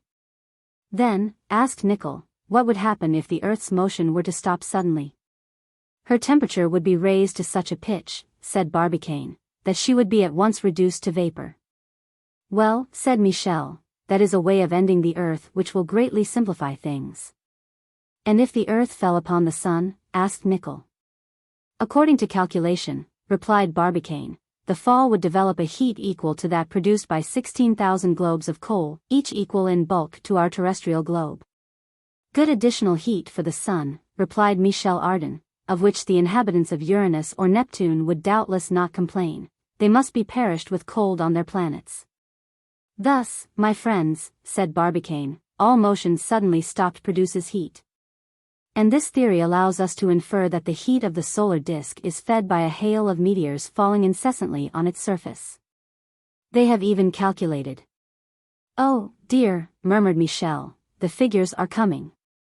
"They have even calculated," continued the imperturbable Barbicane, "that the shock of each meteor on the sun ought to produce a heat equal to that of 4,000 masses of coal of an equal bulk." "And what is the solar heat?" asked Michel.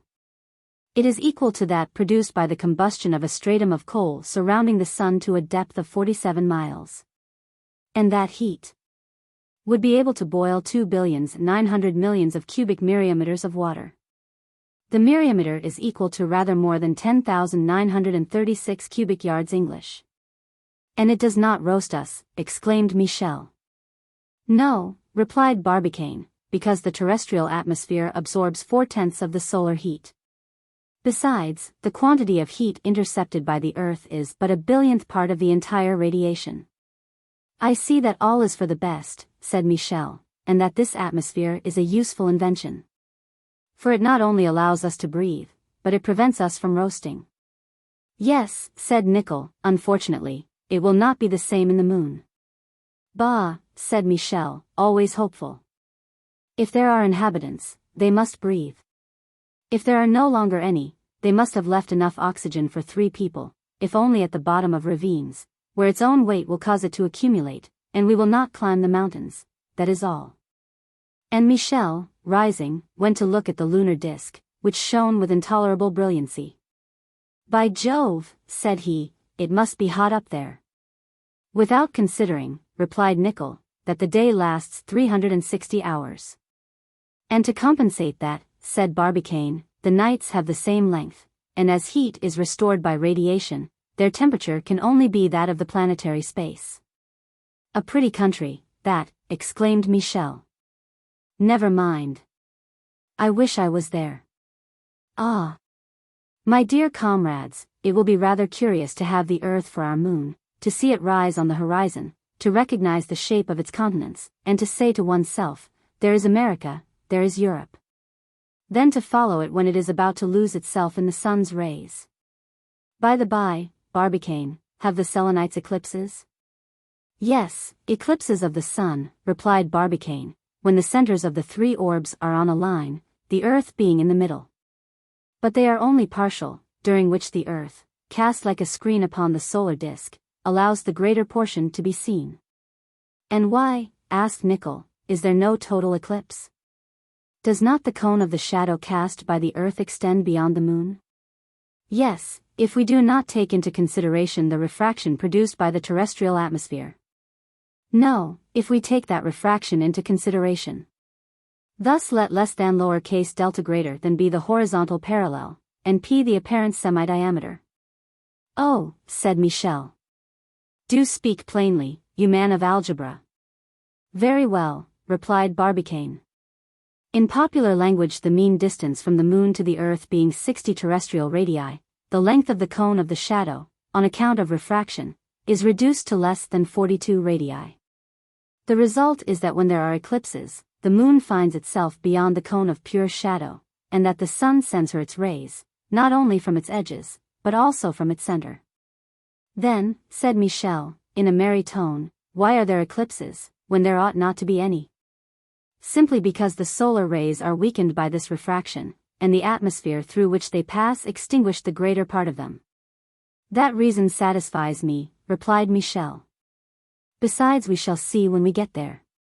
Now, tell me, Barbicane, do you believe that the moon is an old comet?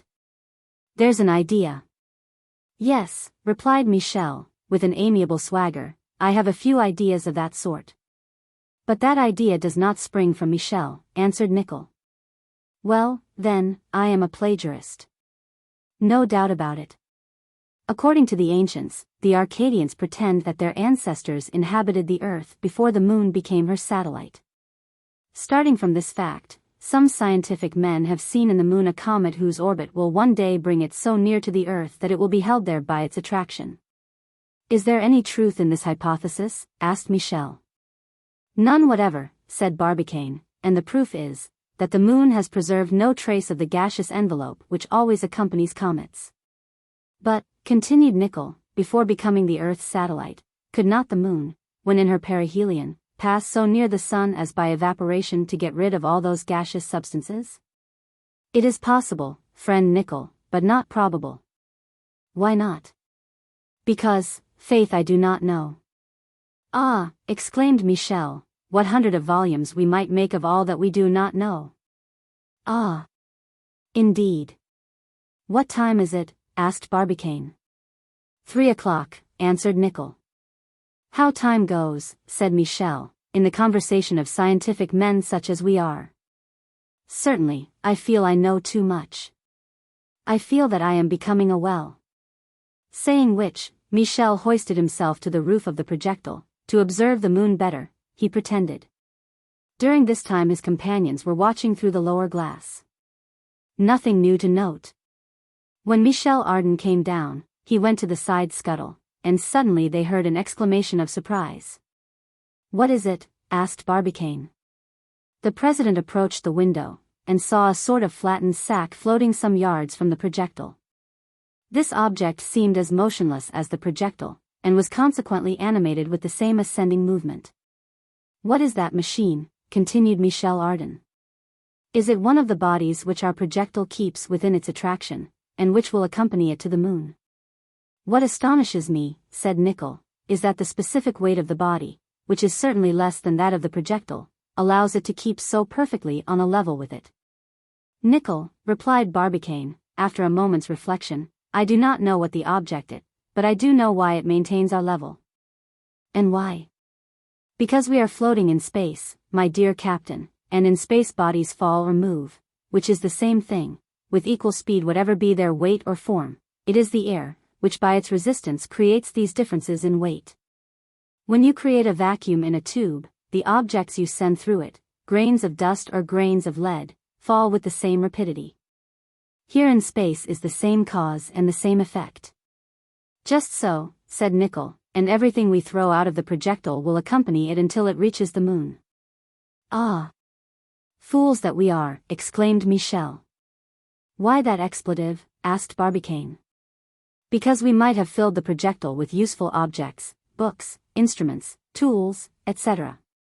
We could have thrown them all out, and all would have followed in our train. But happy thought! Why cannot we walk outside like the meteor? Why cannot we launch into space through the scuttle? What enjoyment it would be to feel oneself thus suspended in ether, more favored than the birds who must use their wings to keep themselves up. Granted, said Barbicane, but how to breathe? Hang the air, to fail so inopportunely. But if it did not fail, Michel, your density being less than that of the projectile, you would soon be left behind. Then we must remain in our car? We must. Ah, exclaimed Michel, in a low voice. What is the matter? Asked Nicholl. I know, I guess, what this pretended meteor is. It is no asteroid which is accompanying us. It is not a piece of a planet. What is it then? Asked Barbicane. It is our unfortunate dog. It is Diana's husband. Indeed, this deformed, unrecognizable object, reduced to nothing, was the body of Satellite, flattened like a bagpipe without wind, and ever mounting. Chapter 7. A moment of intoxication. Thus a phenomenon, curious but explicable, was happening under these strange conditions. Every object thrown from the projectile would follow the same course and never stop until it did. There was a subject for conversation which the whole evening could not exhaust. Besides, the excitement of the three travelers increased as they drew near the end of their journey. They expected unforeseen incidents and new phenomena. And nothing would have astonished them in the frame of mind they then were in.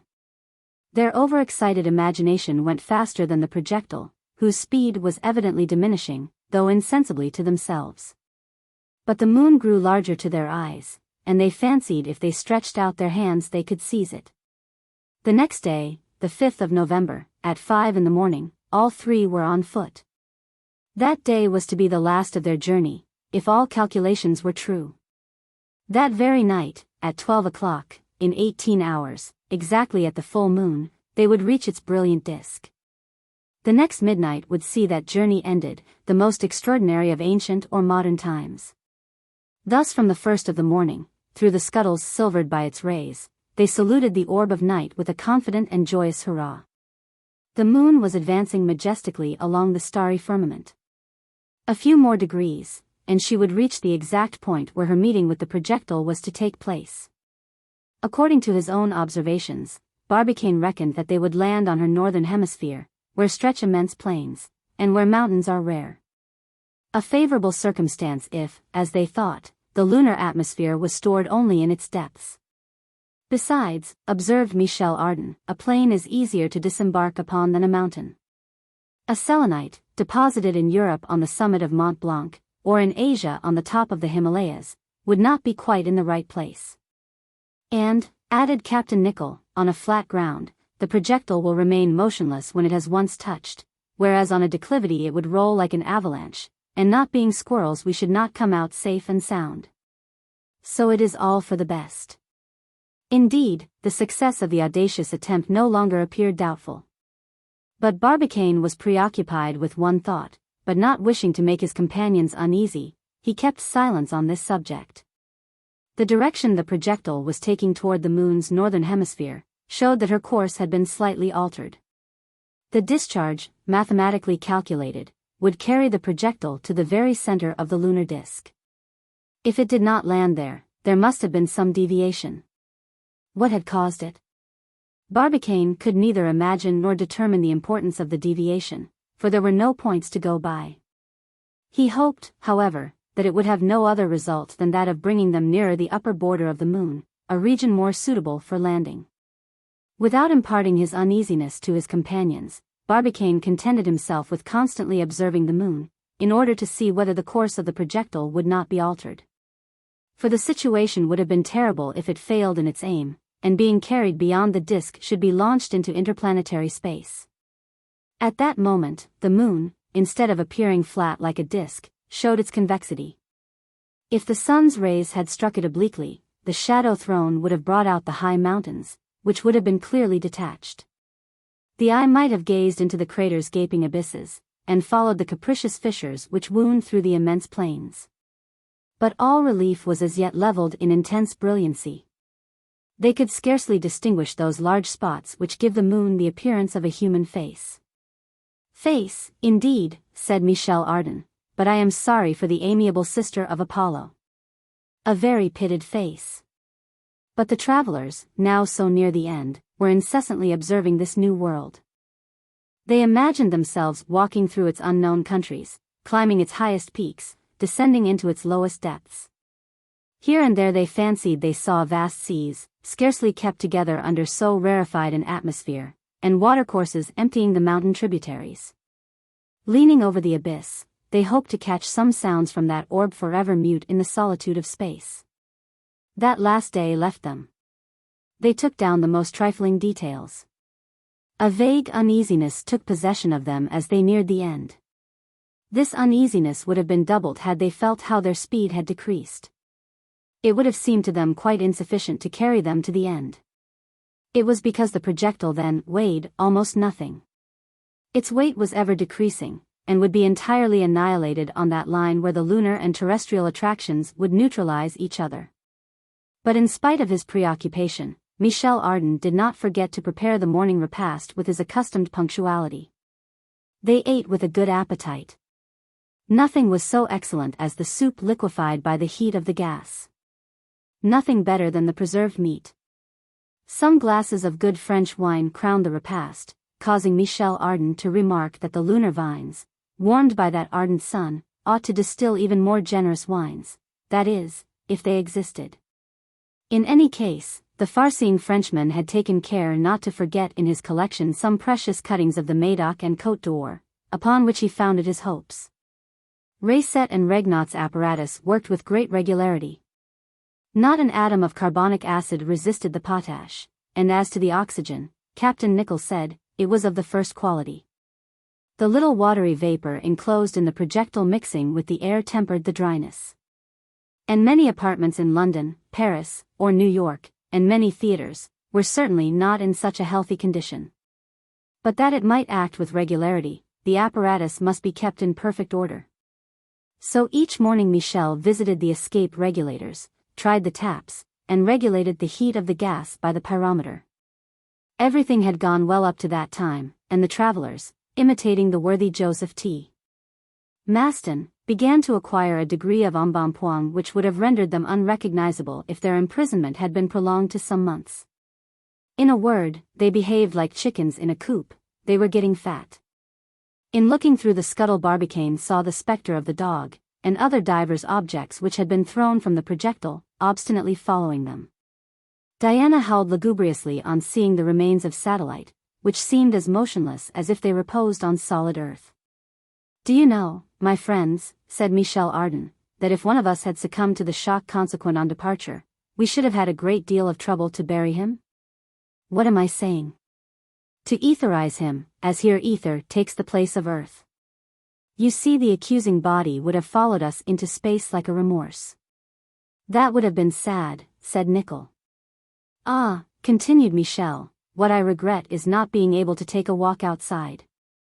What voluptuousness to float amid this radiant ether, to bathe oneself in it, to wrap oneself in the sun's pure rays.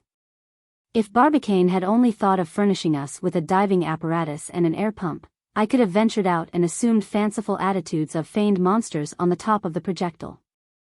"Well, old Michel," replied Barbicane, "you would not have made a feigned monster long, for in spite of your diver's dress, swollen by the expansion of air within you, you would have burst like a shell. Or rather like a balloon which has risen too high. So do not regret it, and do not forget this: as long as we float in space, all sentimental walks beyond the projectile are forbidden." Michel Ardan allowed himself to be convinced to a certain extent. He admitted that the thing was difficult but not impossible, a word which he never uttered. The conversation passed from this subject to another, not failing him for an instant. It seemed to the three friends as though, under present conditions, ideas shot up in their brains as leaves shoot at the first warmth of spring. They felt bewildered. In the middle of the questions and answers which crossed each other, Nicholl put one question which did not find an immediate solution. "Ah, indeed," said he, "it is all very well to go to the moon, but how to get back again?" His two interlocutors looked surprised. One would have thought that this possibility now occurred to them for the first time. "What do you mean by that, Nicholl?" asked Barbicane gravely. "To ask for means to leave a country," added Michel, "when we have not yet arrived there, seems to me rather inopportune." "I do not say that, wishing to draw back," replied Nicholl, "but I repeat my question, and I ask, how shall we return?" "I know nothing about it," answered Barbicane. "And I," said Michel, "if I had known how to return, would never have started." "There's an answer," cried Nicholl. "I quite approve of Michel's words," said Barbicane. "And add, that the question has no real interest. Later, when we think it is advisable to return, we will take counsel together. If the Columbiad is not there, the projectile will be. That is a step certainly. A ball without a gun." "The gun," replied Barbicane, can be manufactured. The powder can be made. Neither metals, saltpeter, nor coal can fail in the depths of the moon, and we need only go 8,000 leagues in order to fall upon the terrestrial globe by virtue of the mere laws of weight. Enough, said Michel with animation. Let it be no longer a question of returning, we have already entertained it too long. As to communicating with our former earthly colleagues, that will not be difficult. And how? By means of meteors launched by lunar volcanoes. Well thought of, Michel, said Barbicane in a convinced tone of voice. Laplace has calculated that a force 5 times greater than that of our gun would suffice to send a meteor from the moon to the earth, and there is not one volcano which has not a greater power of propulsion than that. Hurrah! Exclaimed Michel. These meteors are handy postmen, and cost nothing. And how we shall be able to laugh at the post office administration. But now I think of it. What do you think of? A capital idea. Why did we not fasten a thread to our projectile, and we could have exchanged telegrams with the earth? The deuce, answered Nicholl. Do you consider the weight of a thread 250,000 miles long nothing? As nothing. They could have trebled the Columbiad's charge, they could have quadrupled or quintupled it, exclaimed Michel, with whom the verb took a higher intonation each time. There is but one little objection to make to your proposition, replied Barbicane, which is that, during the rotary motion of the globe, our thread would have wound itself round it like a chain on a capstan. And that it would inevitably have brought us to the ground. By the 39 stars of the Union, said Michel, I have nothing but impracticable ideas today, ideas worthy of J.T. Maston. But I have a notion that, if we do not return to Earth, J.T. Maston will be able to come to us. Yes, he'll come, replied Barbicane. He is a worthy and a courageous comrade. Besides, what is easier? Is not the Columbiad still buried in the soil of Florida? Is cotton and nitric acid wanted wherewith to manufacture the pyroxyle?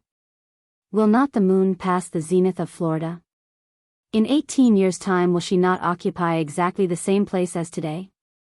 Yes, continued Michel, yes, Maston will come, and with him our friends Elphinstone, Blomsbury, all the members of the gun club, and they will be well received.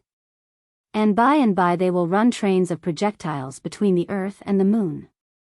Hurrah for J.T. Maston! It is probable that, if the Honorable J.T. Maston did not hear the hurrahs uttered in his honor, his ears at least tingled. What was he doing then? Doubtless, posted in the Rocky Mountains, at the station of Long's Peak, he was trying to find the invisible projectile gravitating in space. If he was thinking of his dear companions, we must allow that they were not far behind him. And that, under the influence of a strange excitement, they were devoting to him their best thoughts. But whence this excitement, which was evidently growing upon the tenants of the projectile? Their sobriety could not be doubted.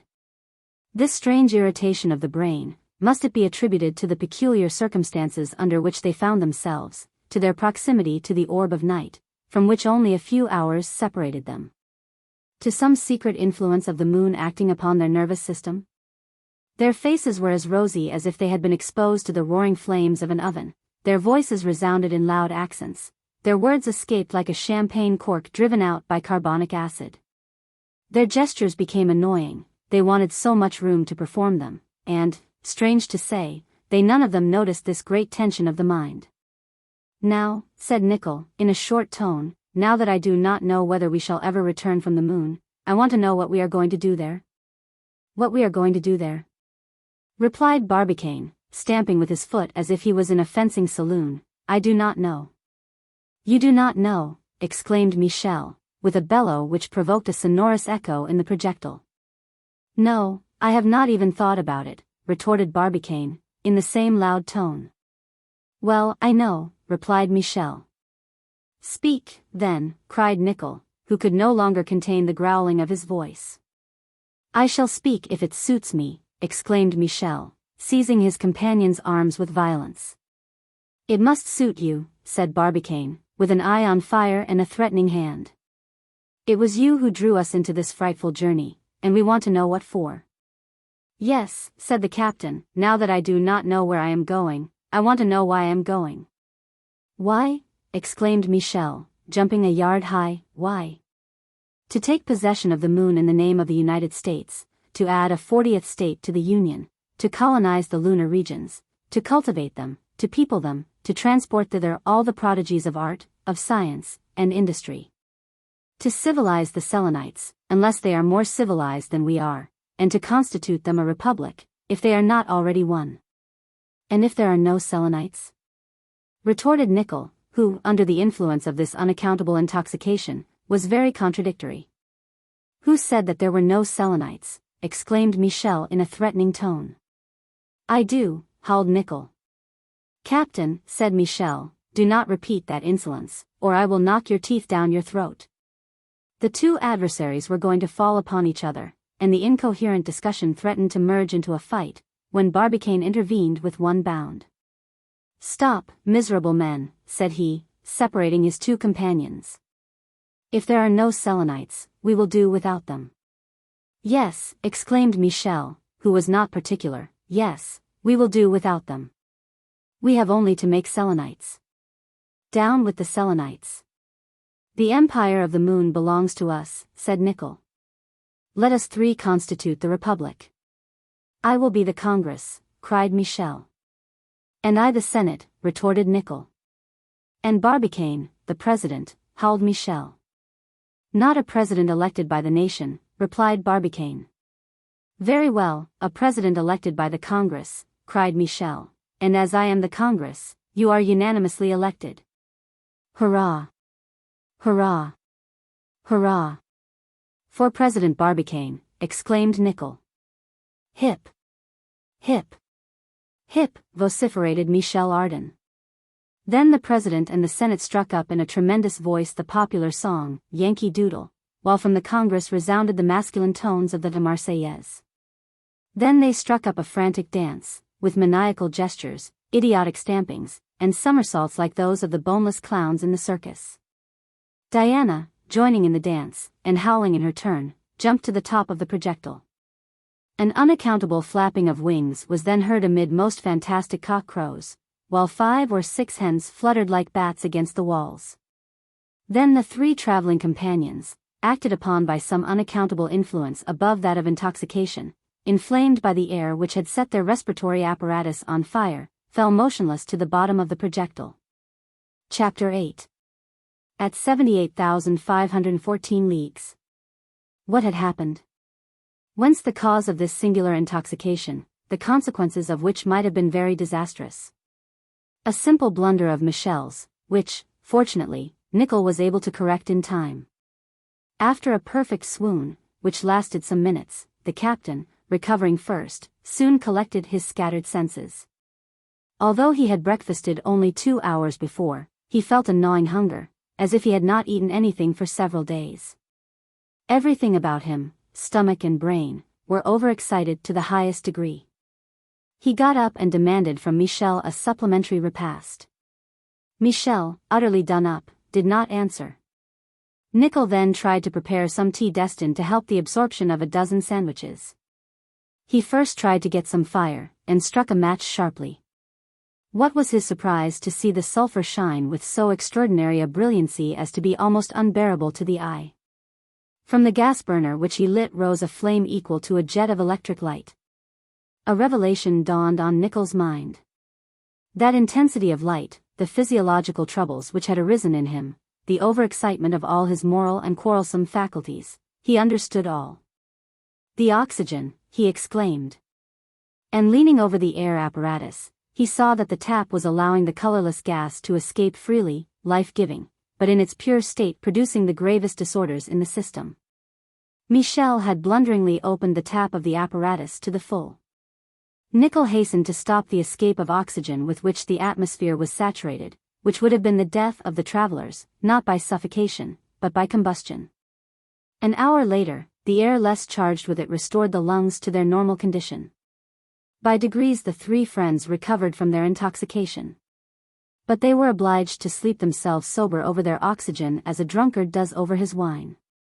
When Michel learned his share of the responsibility of this incident, he was not much disconcerted. This unexpected drunkenness broke the monotony of the journey. Many foolish things had been said while under its influence, but also quickly forgotten. And then, added the merry Frenchman, I am not sorry to have tasted a little of this heady gas. Do you know, my friends, that a curious establishment might be founded with rooms of oxygen, where people whose system is weakened could for a few hours live a more active life. Fancy parties where the room was saturated with this heroic fluid, theaters where it should be kept at high pressure. What passion in the souls of the actors and spectators! What fire, what enthusiasm! And if, instead of an assembly only a whole people could be saturated, what activity in its functions, what a supplement to life it would derive. From an exhausted nation they might make a great and strong one, and I know more than one state in old Europe which ought to put itself under the regime of oxygen for the sake of its health. Michel spoke with so much animation that one might have fancied that the tap was still too open. But a few words from Barbicane soon shattered his enthusiasm. That is all very well, friend Michel, said he, but will you inform us where these chickens came from which have mixed themselves up in our concert? Those chickens? Yes.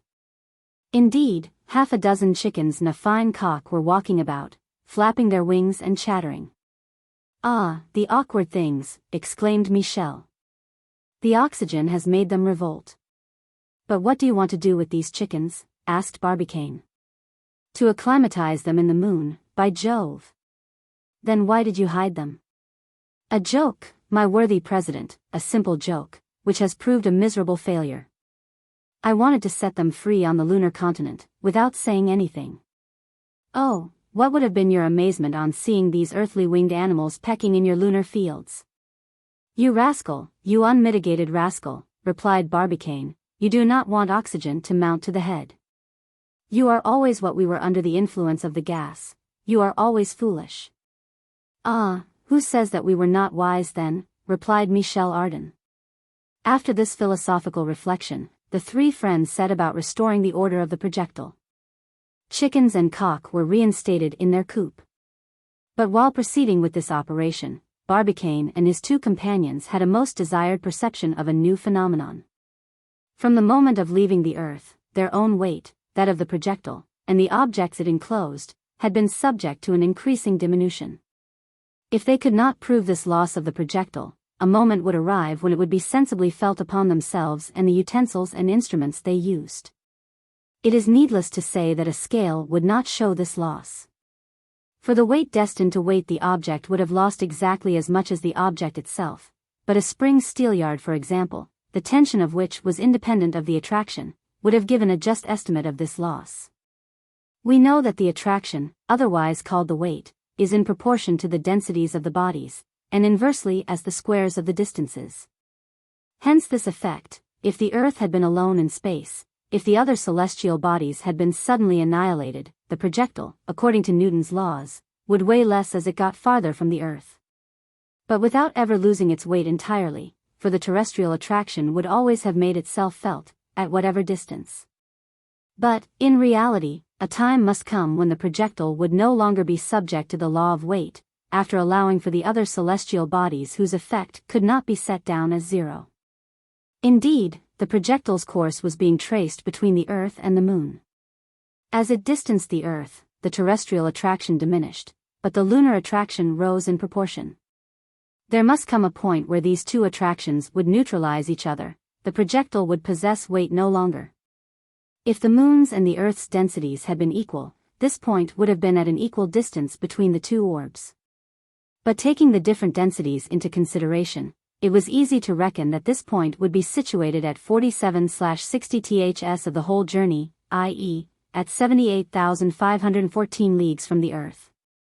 At this point, a body having no principle of speed or displacement in itself, would remain immovable forever, being attracted equally by both orbs, and not being drawn more toward one than toward the other.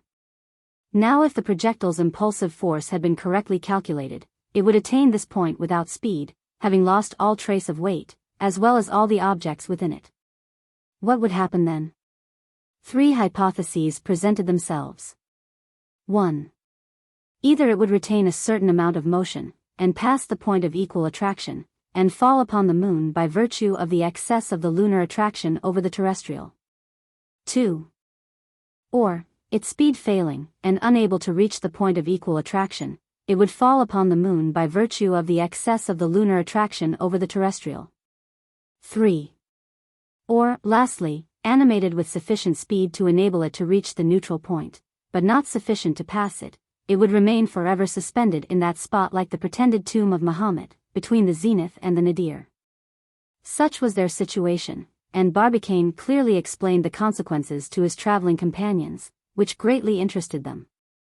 But how should they know when the projectile had reached this neutral point situated at that distance, especially when neither themselves, nor the objects enclosed in the projectile, would be any longer subject to the laws of weight?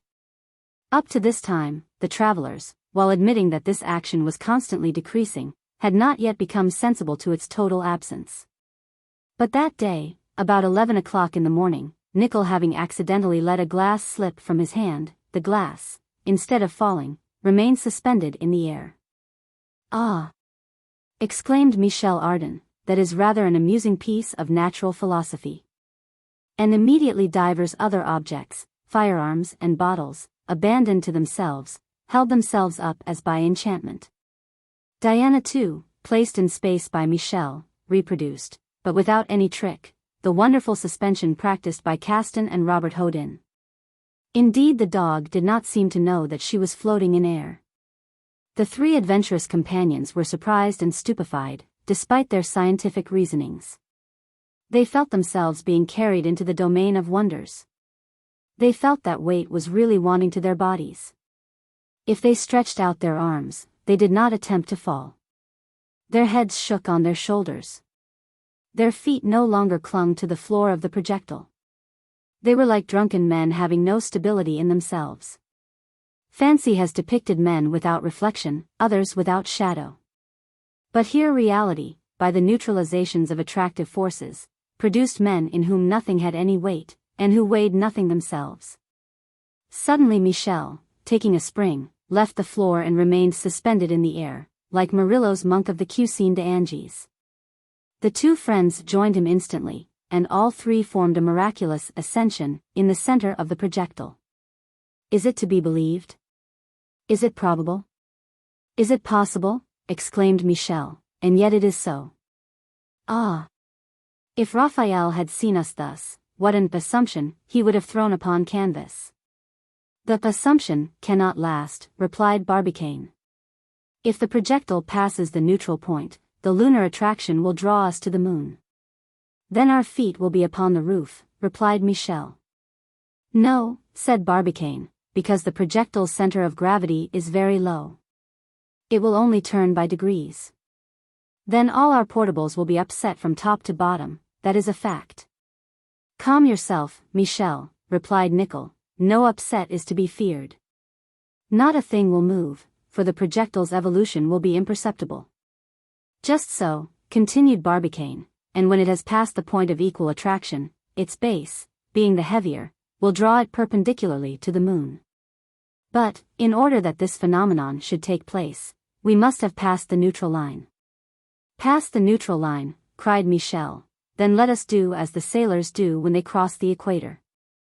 A slight side movement brought Michel back toward the padded side, thence he took a bottle and glasses, placed them, in space, before his companions, and, drinking merrily, they saluted the line with a triple hurrah. The influence of these attractions scarcely lasted an hour. The travelers felt themselves insensibly drawn toward the floor, and Barbicane fancied that the conical end of the projectile was varying a little from its normal direction toward the moon. By an inverse motion the base was approaching first, the lunar attraction was prevailing over the terrestrial. The fall toward the moon was beginning, almost imperceptibly as yet, but by degrees the attractive force would become stronger, the fall would be more decided, the projectile, drawn by its base, would turn its cone to the earth and fall with ever-increasing speed onto the surface of the Selenite continent. Their destination would then be attained. Now nothing could prevent the success of their enterprise, and Nicholl and Michel Ardan shared Barbicane's joy.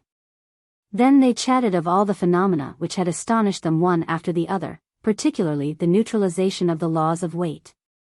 Michel Ardan, always enthusiastic, drew conclusions which were purely fanciful.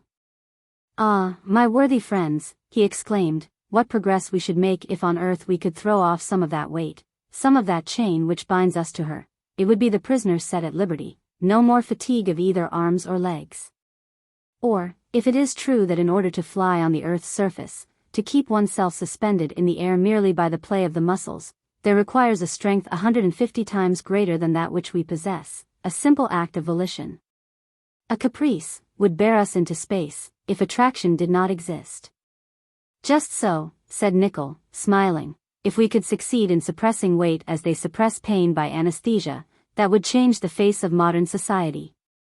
Yes, cried Michel, full of his subject, destroy weight, and no more burdens. Well said, replied Barbicane, but if nothing had any weight, nothing would keep in its place, not even your hat on your head, worthy Michel, nor your house, whose stones only adhere by weight. Nor a boat, whose stability on the waves is only caused by weight, not even the ocean, whose waves would no longer be equalized by terrestrial attraction. And lastly, not even the atmosphere, whose atoms, being no longer held in their places, would disperse in space. That is tiresome, retorted Michel, nothing like these matter-of-fact people for bringing one back to the bare reality. But console yourself, Michel, continued Barbicane, for if no orb exists from whence all laws of weight are banished, you are at least going to visit one where it is much less than on the earth. The moon? Yes, the moon, on whose surface objects weigh 6 times less than on the earth, a phenomenon easy to prove. And we shall feel it? Asked Michel. Evidently, as 200 pounds will only weigh 30 pounds on the surface of the moon. And our muscular strength will not diminish? Not at all. Instead of jumping 1 yard high, you will rise 18 feet high. But we shall be regular Herculeses in the moon, exclaimed Michel. Yes, replied Nickel. For if the height of the Selenites is in proportion to the density of their globe, they will be scarcely a foot high. Lilliputians, ejaculated Michel, I shall play the part of Gulliver. We are going to realize the fable of the giants. This is the advantage of leaving one's own planet and overrunning the solar world. One moment, Michel, answered Barbicane. If you wish to play the part of Gulliver, only visit the inferior planets, such as Mercury, Venus, or Mars, whose density is a little less than that of the Earth. But do not venture into the great planets, Jupiter, Saturn, Uranus, Neptune.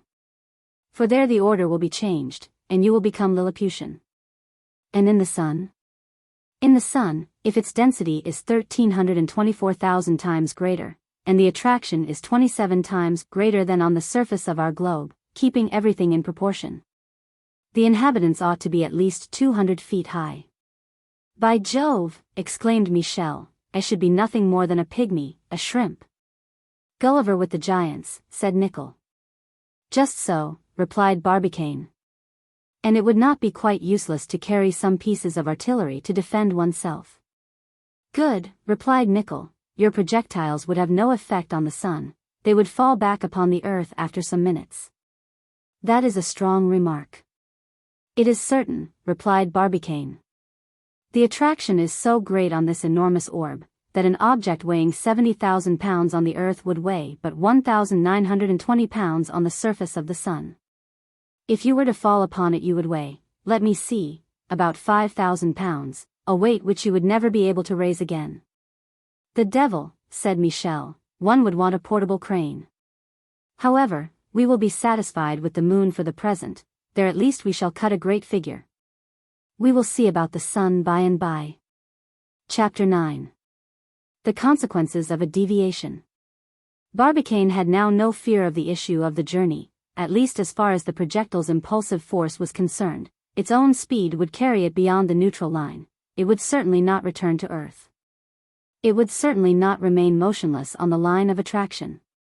One single hypothesis remained to be realized, the arrival of the projectile at its destination by the action of the lunar attraction. It was in reality a fall of 8,296 leagues on an orb, it is true, where weight could only be reckoned at 1/6 of terrestrial weight, a formidable fall, nevertheless, and one against which every precaution must be taken without delay.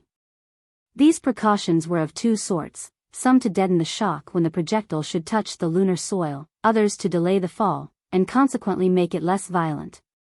To deaden the shock, it was a pity that Barbicane was no longer able to employ the means which had so ably weakened the shock at departure, that is to say, by water used as springs and the partition breaks. The partitions still existed, but water failed, for they could not use their reserve, which was precious, in case during the first days the liquid element should be found wanting on lunar soil. And indeed this reserve would have been quite insufficient for a spring. The layer of water stored in the projectile at the time of starting upon their journey occupied no less than 3 feet in depth, and spread over a surface of not less than 54 square feet. Besides, the cistern did not contain 1/5 part of it.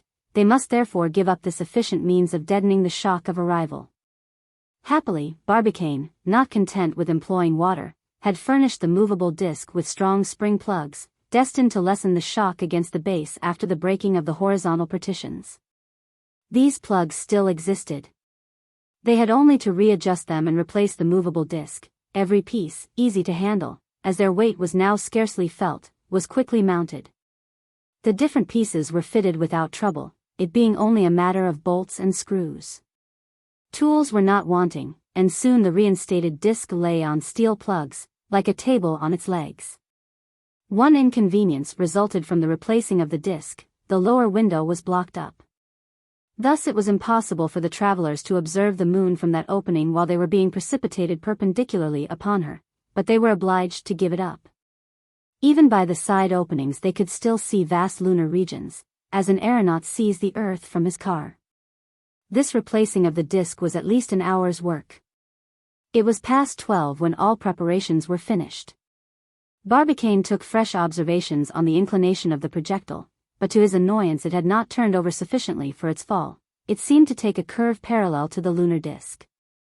The orb of night shone splendidly into space, while opposite, the orb of day blazed with fire. Their situation began to make them uneasy. "Are we reaching our destination?" said Nicholl. "Let us act as if we were about reaching it," replied Barbicane. "You are skeptical," retorted Michel Ardan. "We shall arrive, and that, too, quicker than we like." This answer brought Barbicane back to his preparations, and he occupied himself with placing the contrivances intended to break their descent. We may remember the scene of the meeting held at Tampa Town, in Florida, when Captain Nicholl came forward as Barbicane's enemy and Michel Ardan's adversary. To Captain Nicholl's maintaining that the projectile would smash like glass, Michel replied that he would break their fall by means of rockets properly placed. Thus, powerful fireworks, taking their starting point from the base and bursting outside, could, by producing a recoil, check to a certain degree the projectile's speed. These rockets were to burn in space, it is true. But oxygen would not fail them, for they could supply themselves with it, like the lunar volcanoes, the burning of which has never yet been stopped by the want of atmosphere round the moon. Barbicane had accordingly supplied himself with these fireworks, enclosed in little steel guns, which could be screwed on to the base of the projectile. Inside, these guns were flush with the bottom; outside, they protruded about 18 inches. There were 20 of them. An opening left in the disc allowed them to light the match with which each was provided. All the effect was felt outside. The burning mixture had already been rammed into each gun. They had, then, nothing to do but raise the metallic buffers fixed in the base, and replace them by the guns, which fitted closely in their places. This new work was finished about 3 o'clock, and after taking all these precautions there remained but to wait. But the projectile was perceptibly nearing the moon, and evidently succumbed to her influence to a certain degree, though its own velocity also drew it in an oblique direction. From these conflicting influences resulted a line which might become a tangent. But it was certain that the projectile would not fall directly on the moon, for its lower part, by reason of its weight, ought to be turned toward her. Barbicane's uneasiness increased as he saw his projectile resist the influence of gravitation.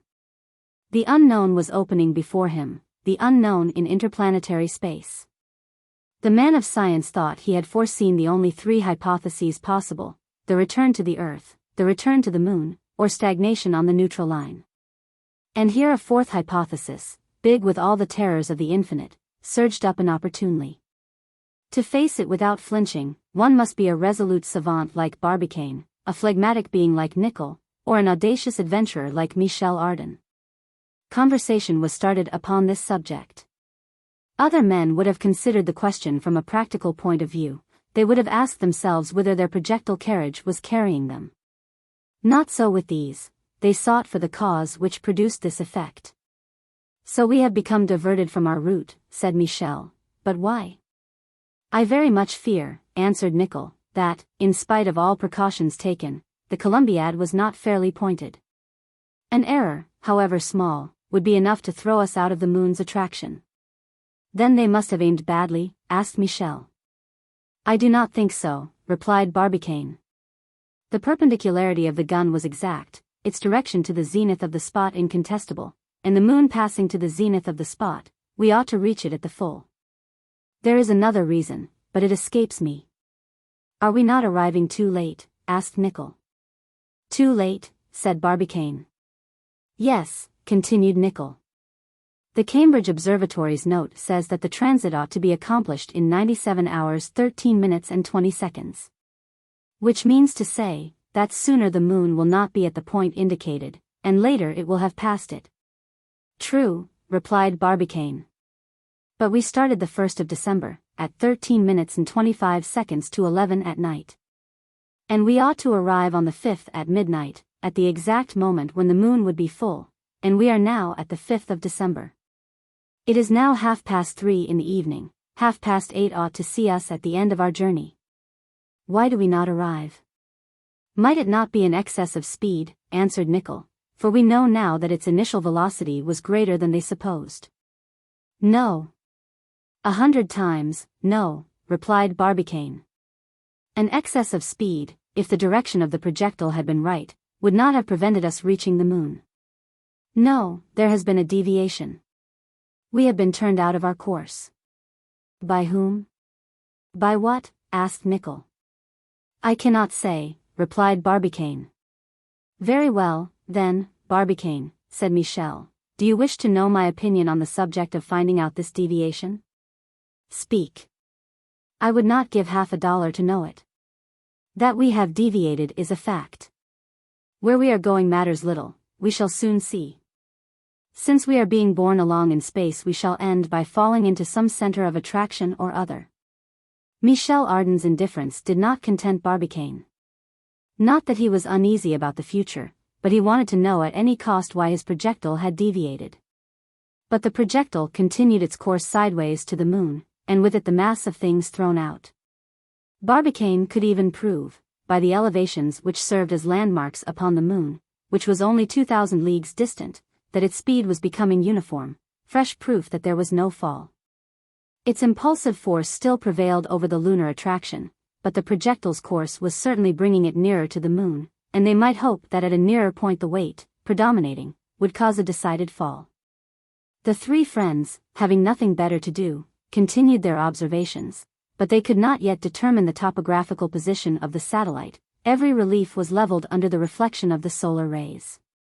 They watched thus through the side windows until 8 o'clock at night.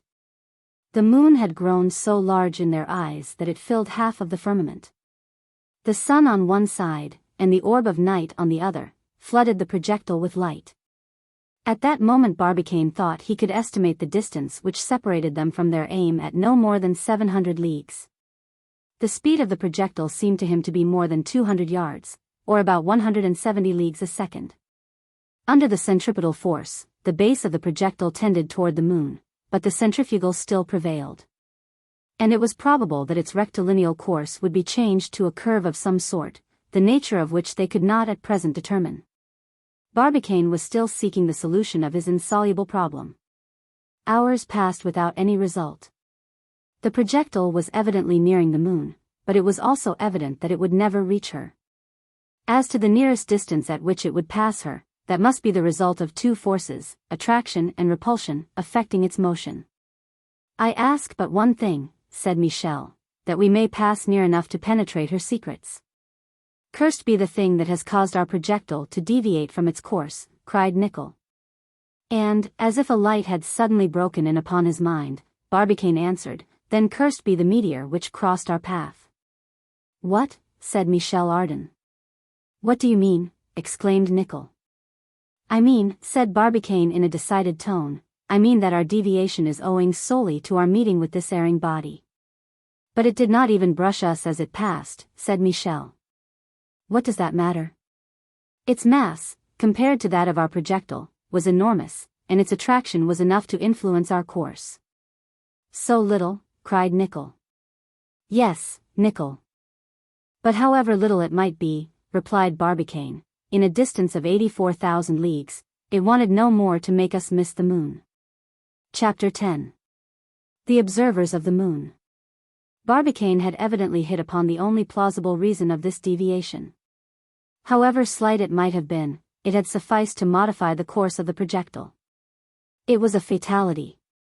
The bold attempt had miscarried by a fortuitous circumstance. And unless by some exceptional event, they could now never reach the moon's disk. Would they pass near enough to be able to solve certain physical and geological questions until then insoluble? This was the question, and the only one, which occupied the minds of these bold travelers. As to the fate in store for themselves, they did not even dream of it. But what would become of them amid these infinite solitudes, these who would soon want air? A few more days, and they would fall stifled in this wandering projectile. But some days to these intrepid fellows was a century. And they devoted all their time to observe that moon which they no longer hoped to reach. The distance which had then separated the projectile from the satellite was estimated at about 200 leagues. Under these conditions, as regards the visibility of the details of the disk, the travelers were farther from the moon than are the inhabitants of Earth with their powerful telescopes. Indeed, we know that the instrument mounted by Lord Rosse at Parsonstown, which magnifies 6,500 times, brings the moon to within an apparent distance of 16 leagues. And more than that, with the powerful one set up at Long's Peak, the orb of night, magnified 48,000 times, is brought to within less than 2 leagues, and objects having a diameter of 30 feet are seen very distinctly. So that, at this distance, the topographical details of the moon, observed without glasses, could not be determined with precision. The eye caught the vast outline of those immense depressions inappropriately called seas, but they could not recognize their nature. The prominence of the mountains disappeared under the splendid irradiation produced by the reflection of the solar rays. The eye, dazzled as if it was leaning over a bath of molten silver, turned from it involuntarily. But the oblong form of the orb was quite clear. It appeared like a gigantic egg, with the small end turned toward the earth. Indeed, the moon, liquid and pliable in the first days of its formation, was originally a perfect sphere. But being soon drawn within the attraction of the earth, it became elongated under the influence of gravitation. In becoming a satellite, she lost her native purity of form, her center of gravity was in advance of the center of her figure. And from this fact some savants draw the conclusion that the air and water had taken refuge on the opposite surface of the moon, which is never seen from the earth. This alteration in the primitive form of the satellite was only perceptible for a few moments. The distance of the projectile from the moon diminished very rapidly under its speed, though that was much less than its initial velocity, but 8 or 9 times greater than that which propels our express trains. The oblique course of the projectile, from its very obliquity, gave Michel Ardan some hopes of striking the lunar disk at some point or other. He could not think that they would never reach it. No. He could not believe it. And this opinion he often repeated. But Barbicane, who was a better judge, always answered him with merciless logic. No, Michel, no. We can only reach the moon by a fall, and we are not falling. The centripetal force keeps us under the moon's influence, but the centrifugal force draws us irresistibly away from it. This was said in a tone which quenched Michel Ardan's last hope. The portion of the moon which the projectile was nearing was the northern hemisphere, that which the selenographic maps place below. For these maps are generally drawn after the outline given by the glasses, and we know that they reverse the objects. Such was the Mappa Selenographica of Boer and Moedler which Barbicane consulted. This northern hemisphere presented vast plains, dotted with isolated mountains.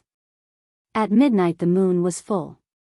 At that precise moment the travelers should have alighted upon it, if the mischievous meteor had not diverted their course.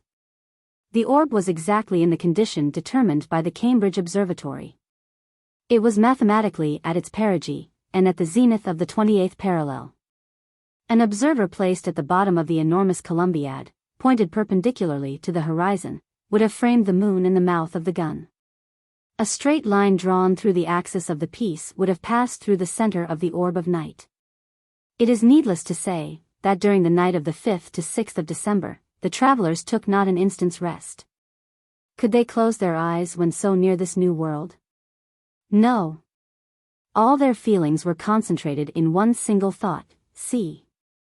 Representatives of the earth, of humanity, past and present, all centered in them. It is through their eyes that the human race look at these lunar regions, and penetrate the secrets of their satellite.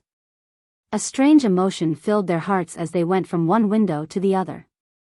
Their observations, reproduced by Barbicane, were rigidly determined. To take them, they had glasses; to correct them, maps.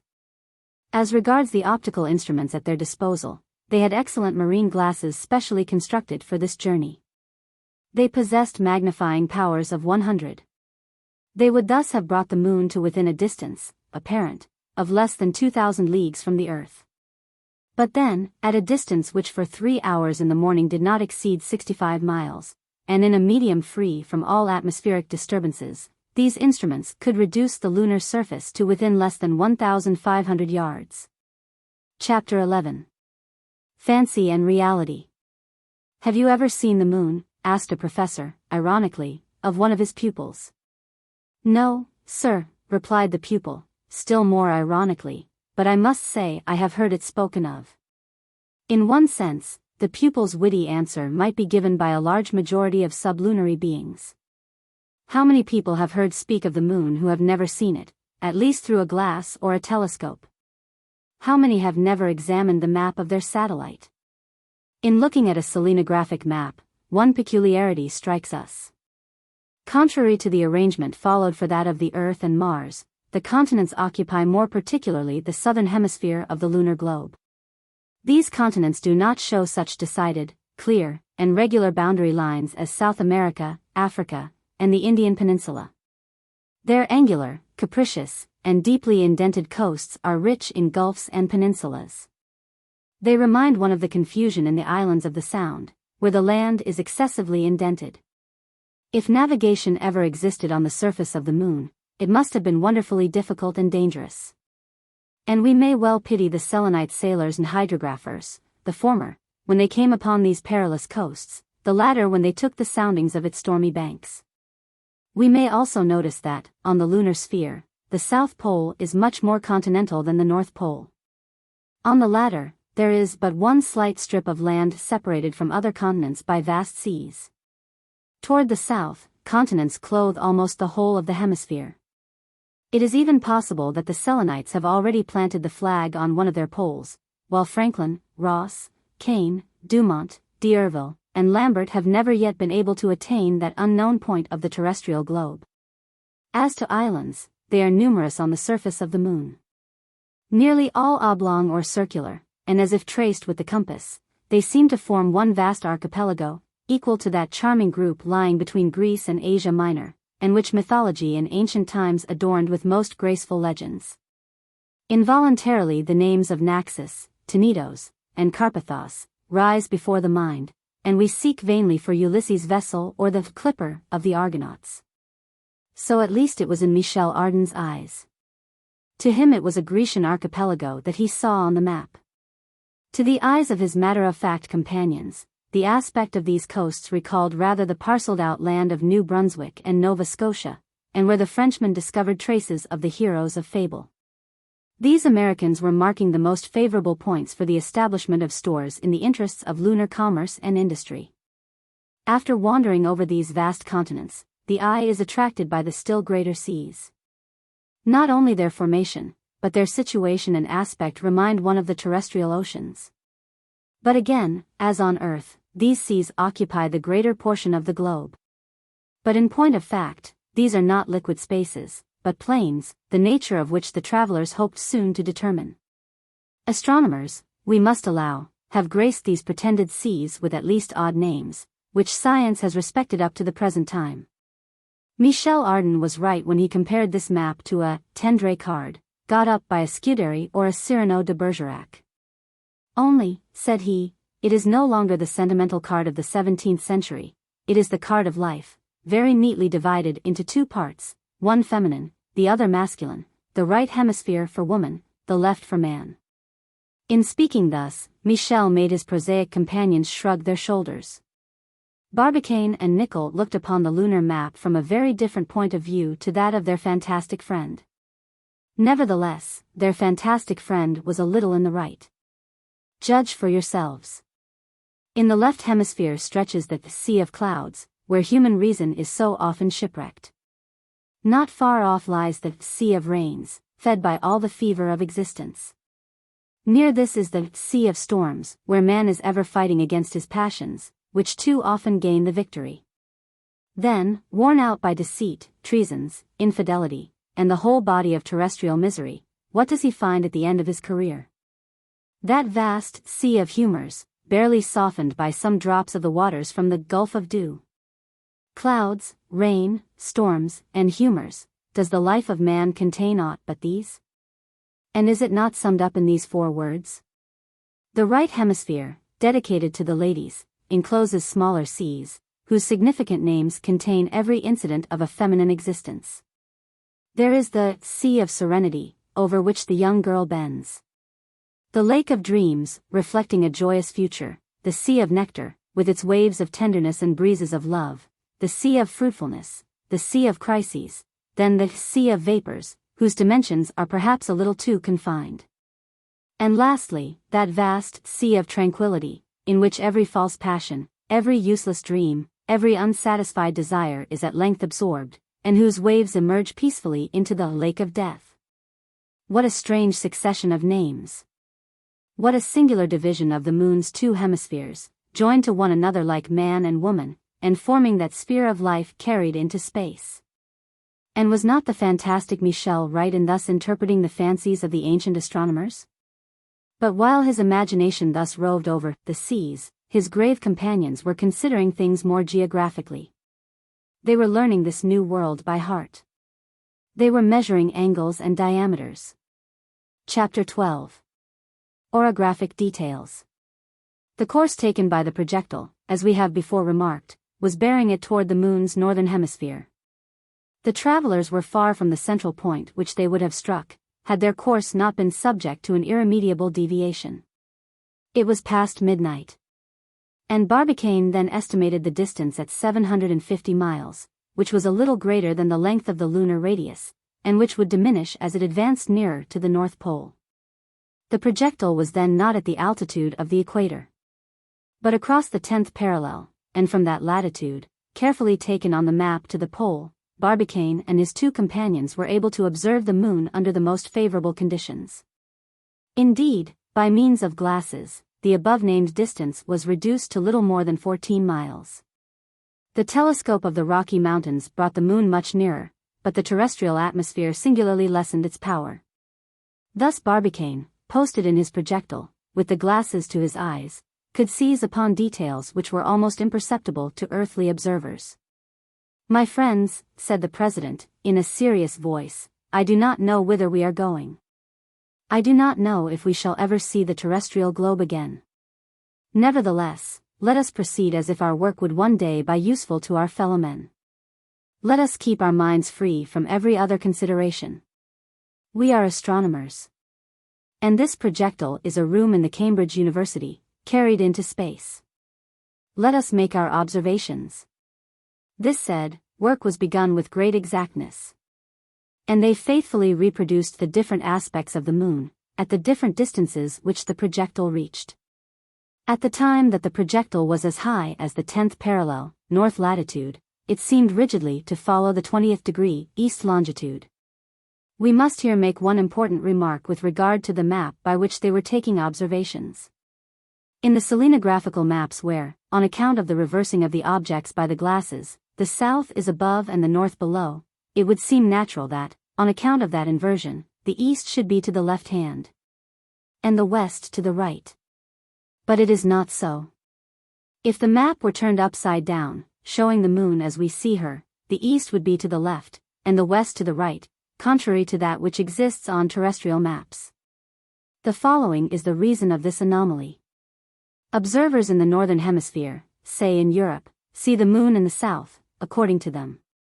When they take observations, they turn their backs to the north, the reverse position to that which they occupy when they study a terrestrial map. As they turn their backs to the north, the east is on their left, and the west to their right. To observers in the southern hemisphere, Patagonia for example, the moon's west would be quite to their left, and the east to their right, as the south is behind them. Such is the reason of the apparent reversing of these two cardinal points, and we must bear it in mind in order to be able to follow President Barbicane's observations. With the help of Boer and Moedler's Mappus Selenographica, the travelers were able at once to recognize that portion of the disk enclosed within the field of their glasses. "What are we looking at this moment?" asked Michel. "At the northern part of the Sea of Clouds," answered Barbicane. "We are too far off to recognize its nature. Are these plains composed of arid sand, as the first astronomer maintained? Or are they nothing but immense forests, according to M.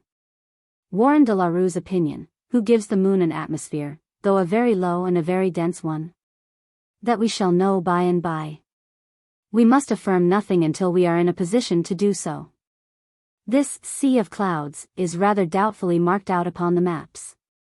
It is supposed that these vast plains are strewn with blocks of lava from the neighboring volcanoes on its right, Ptolemy, Purbach, Arzakel. But the projectile was advancing, and sensibly nearing it. Soon there appeared the heights which bound this sea at this northern limit. Before them rose a mountain radiant with beauty, the top of which seemed lost in an eruption of solar rays. "That is?" asked Michel. "Copernicus," replied Barbicane. "Let us see Copernicus." This mount, situated in 9 degrees north latitude and 20 degrees east longitude, rose to a height of 10,600 feet above the surface of the moon. It is quite visible from the Earth. And astronomers can study it with ease, particularly during the phase between the last quarter and the new moon, because then the shadows are thrown lengthways from east to west, allowing them to measure the heights. This Copernicus forms the most important of the radiating system, situated in the southern hemisphere, according to Tycho Brahe. It rises isolated like a gigantic lighthouse on that portion of the Sea of Clouds, which is bounded by the Sea of Tempests, thus lighting by its splendid rays 2 oceans at a time. It was a sight without an equal, those long luminous trains, so dazzling in the full moon, and which, passing the boundary chain on the north, extends to the Sea of Rains. At 1 o'clock of the terrestrial morning, the projectile, like a balloon borne into space, overlooked the top of this superb mount. Barbicane could recognize perfectly its chief features. Copernicus is comprised in the series of ringed mountains of the first order, in the division of great circles. Like Kepler and Aristarchus, which overlook the ocean of tempests, sometimes it appeared like a brilliant point through the cloudy light, and was taken for a volcano in activity. But it is only an extinct one, like all on that side of the moon. Its circumference showed a diameter of about 22 leagues. The glasses discovered traces of stratification produced by successive eruptions, and the neighborhood was strewn with volcanic remains which still choked some of the craters. "There exist," said Barbicane, "several kinds of circles on the surface of the moon, and it is easy to see that Copernicus belongs to the radiating class. If we were nearer, we should see the cones bristling on the inside, which in former times were so many fiery mouths. A curious arrangement, and one without an exception on the lunar disk, is that the interior surface of these circles is the reverse of the exterior, and contrary to the form taken by terrestrial craters. It follows, then, that the general curve of the bottom of these circles gives a sphere of a smaller diameter than that of the moon." "And why this peculiar disposition?" asked Nicholl. "We do not know," replied Barbicane. "What splendid radiation!" said Michel. "One could hardly see a finer spectacle, I think." "What would you say, then," replied Barbicane, "if chance should bear us toward the southern hemisphere?" "Well, I should say that it was still more beautiful," retorted Michel Ardan. At this moment the projectile hung perpendicularly over the circle. The circumference of Copernicus formed almost a perfect circle, and its steep escarpments were clearly defined. They could even distinguish a second ringed enclosure. Around spread a grayish plain, of a wild aspect, on which every relief was marked in yellow. At the bottom of the circle, as if enclosed in a jewel case, sparkled for one instant 2 or 3 eruptive cones, like enormous dazzling gems. Toward the north the escarpments were lowered by a depression which would probably have given access to the interior of the crater. In passing over the surrounding plains, Barbicane noticed a great number of less important mountains. And among others a little ringed one called Guy Lussac, the breadth of which measured 12 miles. Toward the south, the plain was very flat, without one elevation, without one projection.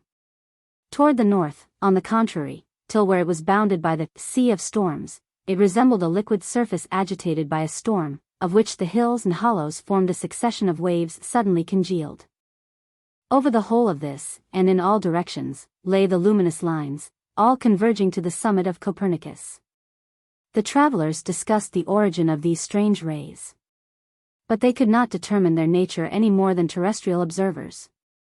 But why, said Nicholl, should not these rays be simply spurs of mountains which reflect more vividly the light of the sun? No, replied Barbicane. If it was so, under certain conditions of the moon, these ridges would cast shadows, and they do not cast any. And indeed, these rays only appeared when the orb of day was in opposition to the moon, and disappeared as soon as its rays became oblique. But how have they endeavored to explain these lines of light? Asked Michel. For I cannot believe that savants would ever be stranded for want of an explanation. Yes, replied Barbicane, Herschel has put forward an opinion, but he did not venture to affirm it. Never mind. What was the opinion? He thought that these rays might be streams of cooled lava which shone when the sun beat straight upon them. It may be so, but nothing can be less certain. Besides, if we pass nearer to Tycho, we shall be in a better position to find out the cause of this radiation. Do you know, my friends, what that plain, seen from the height we are at, resembles? Said Michel. No, replied Nicholl. Very well. With all those pieces of lava lengthened like rockets, it resembles an immense game of spelicans thrown pell-mell. There wants but the hook to pull them out one by one. Do be serious, said Barbicane. Well, let us be serious, replied Michel quietly, and instead of spelicans, let us put bones. This plain would then be nothing but an immense cemetery, on which would repose the mortal remains of thousands of extinct generations. Do you prefer that high-flown comparison? One is as good as the other, retorted Barbicane. My word, you are difficult to please, answered Michel. My worthy friend, continued the matter-of-fact Barbicane, it matters but little what it resembles, when we do not know what it is. Well answered, exclaimed Michel. That will teach me to reason with savants. But the projectile continued to advance with almost uniform speed around the lunar disk. The travelers, we may easily imagine, did not dream of taking a moment's rest. Every minute changed the landscape which fled from beneath their gaze.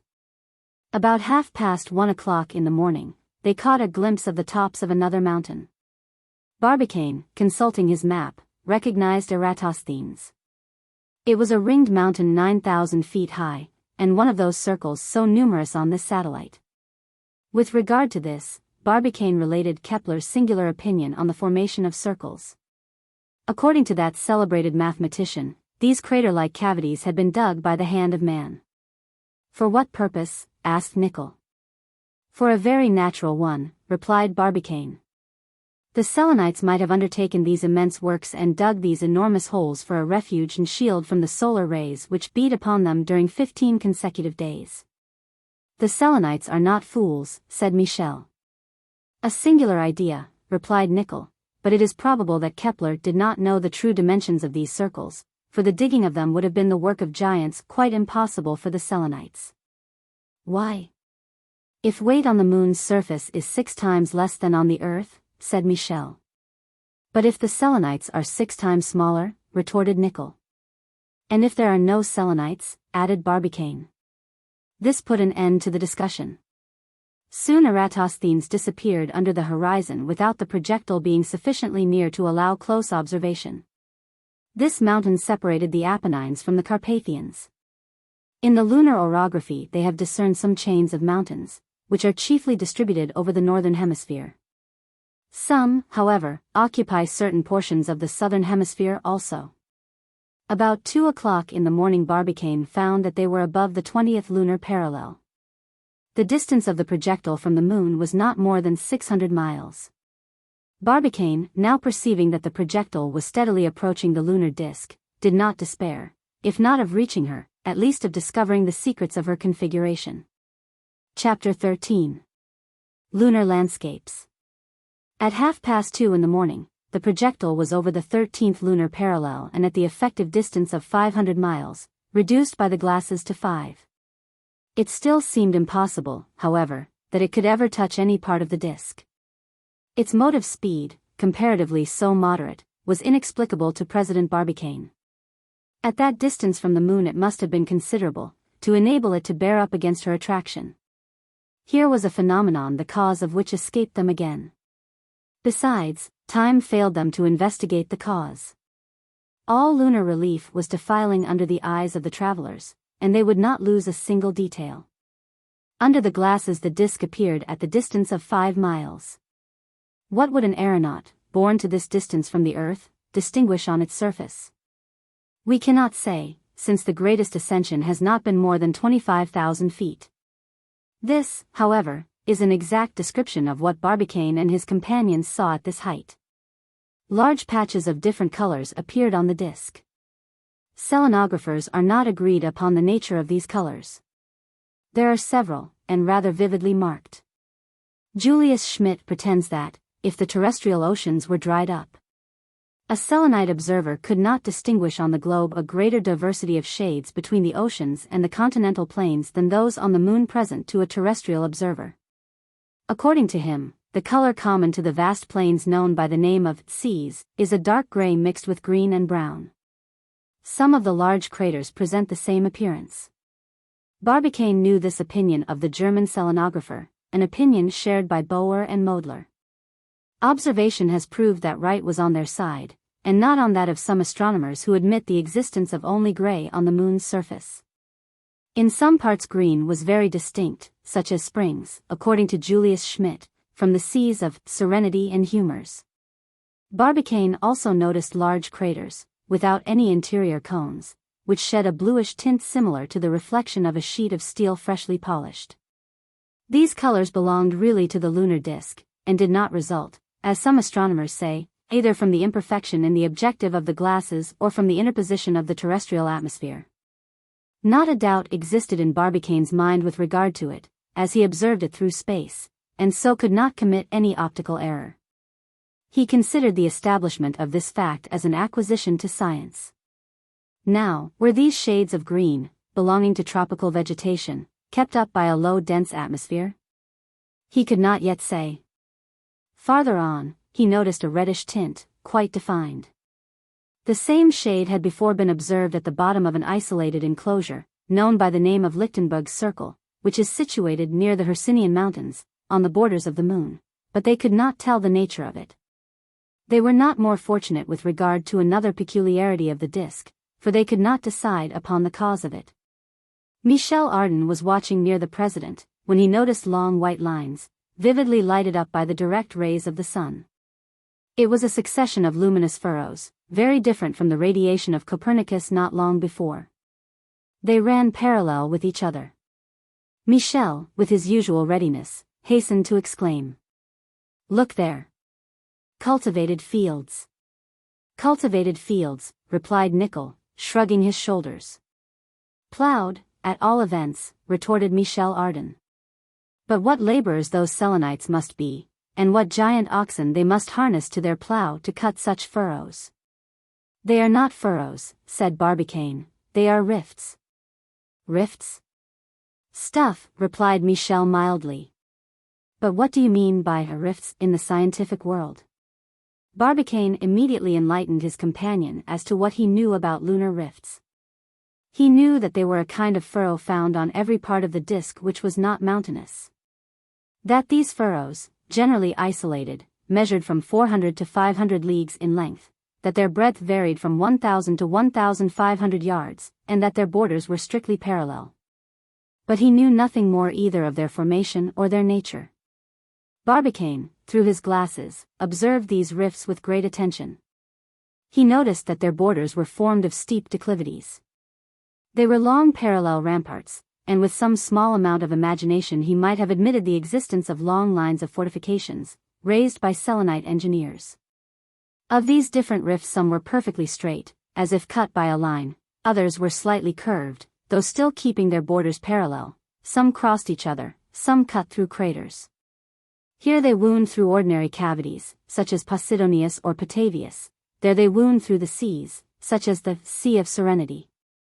These natural accidents naturally excited the imaginations of these terrestrial astronomers. The first observations had not discovered these rifts. Neither Hevelius, Cassin, La Hire, nor Herschel seemed to have known them. It was Schroeder who in 1789 first drew attention to them. Others followed who studied them, as Pastorff, Gruithuysen, Boer, and Moedler. At this time their number amounts to 70, but, if they have been counted, their nature has not yet been determined. They are certainly not fortifications, any more than they are the ancient beds of dried-up rivers, for, on one side, the waters, so slight on the moon's surface, could never have worn such drains for themselves. And, on the other, they often cross craters of great elevation. We must, however, allow that Michel Ardan had an idea, and that, without knowing it, he coincided in that respect with Julius Schmidt. Why, said he, should not these unaccountable appearances be simply phenomena of vegetation? What do you mean? Asked Barbicane quickly. Do not excite yourself, my worthy president, replied Michel. Might it not be possible that the dark lines forming that bastion were rows of trees regularly placed? You stick to your vegetation, then, said Barbicane. I like, retorted Michel Ardan, to explain what you savants cannot explain. At least my hypothesis has the advantage of indicating why these rifts disappear, or seem to disappear, at certain seasons. And for what reason? For the reason that the trees become invisible when they lose their leaves, and visible again when they regain them. Your explanation is ingenious, my dear companion, replied Barbicane, but inadmissible. Why? Because, so to speak, there are no seasons on the moon's surface, and that, consequently, the phenomena of vegetation of which you speak cannot occur. Indeed, the slight obliquity of the lunar axis keeps the sun at an almost equal height in every latitude. Above the equatorial regions the radiant orb almost invariably occupies the zenith, and does not pass the limits of the horizon in the polar regions. Thus, according to each region, there reigns a perpetual winter, spring, summer, or autumn, as in the planet Jupiter, whose axis is but little inclined upon its orbit.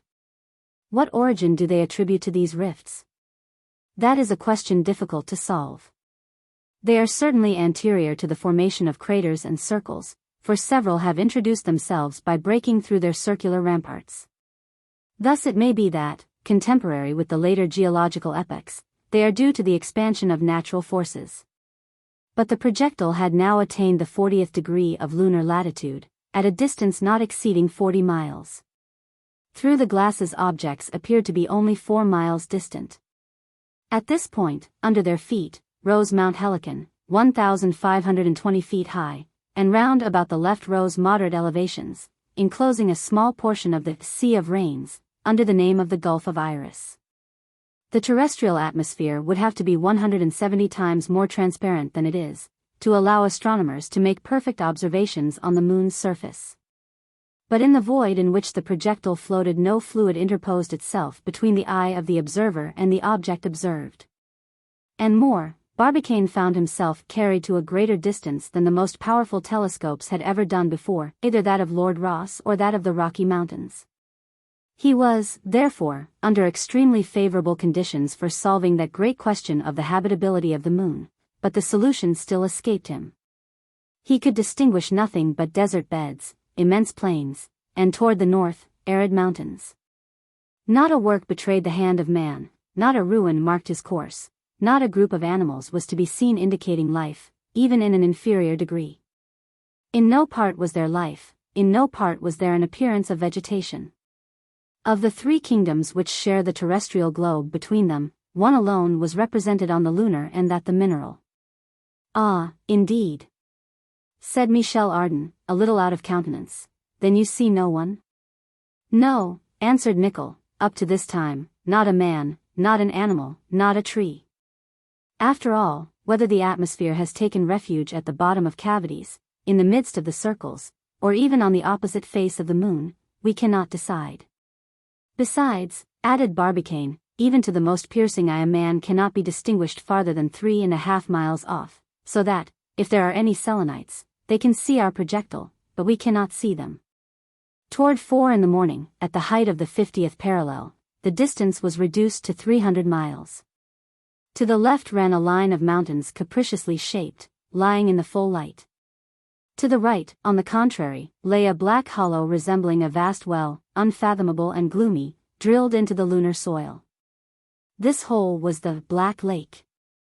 It was Pluto, a deep circle which can be conveniently studied from the Earth, between the last quarter and the new moon, when the shadows fall from west to east. This black color is rarely met with on the surface of the satellite. As yet it has only been recognized in the depths of the circle of Endymion, to the east of the Cold Sea, in the northern hemisphere, and at the bottom of Grimaldi's circle, on the equator, toward the eastern border of the orb. Pluto is an annular mountain, situated in 51 degrees north latitude, and 9 degrees east longitude. Its circuit is 47 miles long and 32 broad. Barbicane regretted that they were not passing directly above this vast opening. There was an abyss to fathom, perhaps some mysterious phenomenon to surprise, but the projectile's course could not be altered. They must rigidly submit. They could not guide a balloon, still less a projectile, when once enclosed within its walls. Toward 5 in the morning the northern limits of the Sea of Rains was at length passed. The mounts of Condamine and Fontenelle remained, one on the right, the other on the left. That part of the disk beginning with 60 degrees was becoming quite mountainous. The glasses brought them to within 2 miles, less than that separating the summit of Mont Blanc from the level of the sea.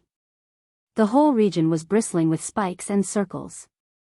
Toward the 60 degrees Philolaus stood predominant at a height of 5,550 feet with its elliptical crater, and seen from this distance, the disk showed a very fantastical appearance.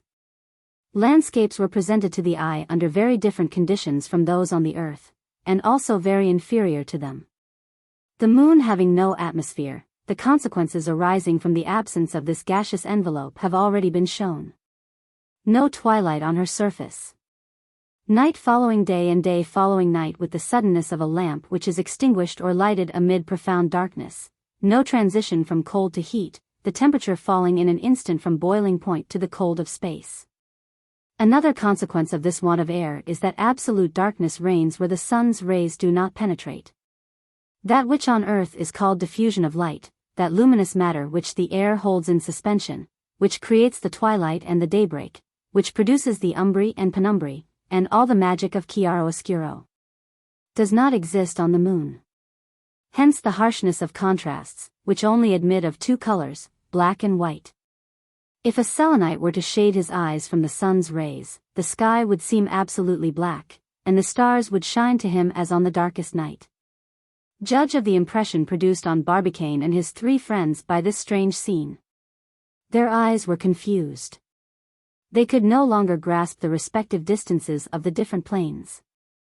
A lunar landscape without the softening of the phenomena of chiaroscuro could not be rendered by an earthly landscape painter. It would be spots of ink on a white page, nothing more.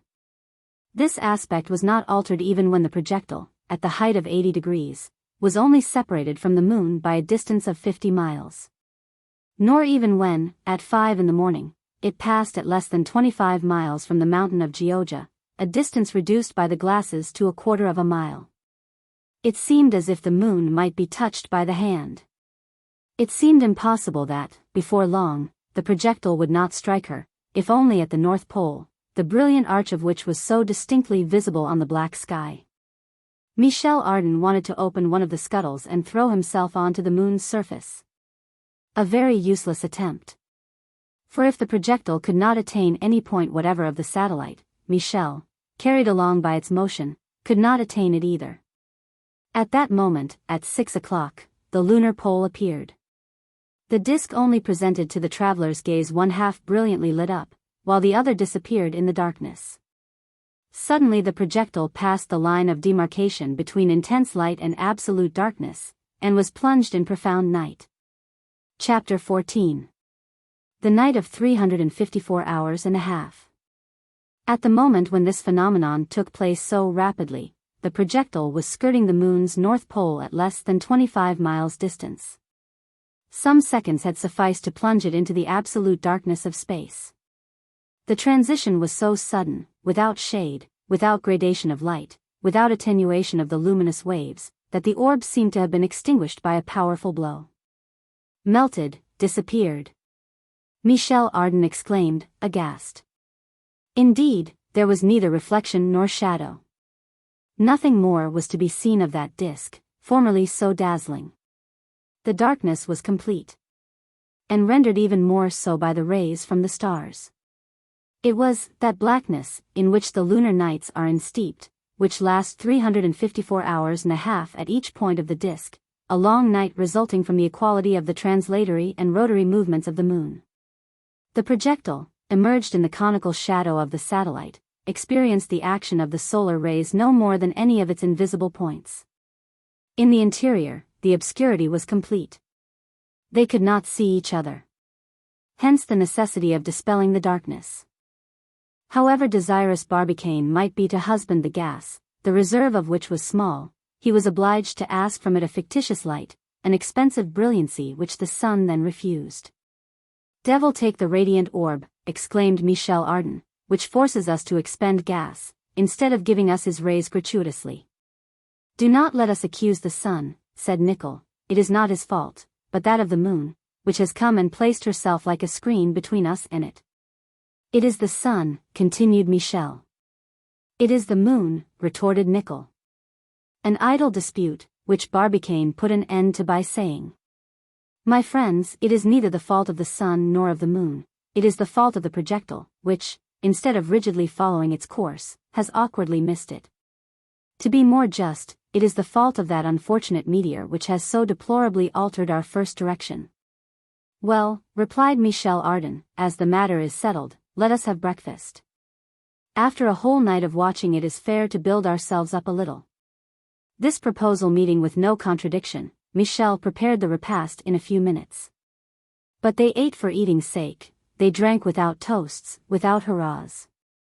The bold travelers being borne away into gloomy space, without their accustomed cortege of rays, felt a vague uneasiness in their hearts.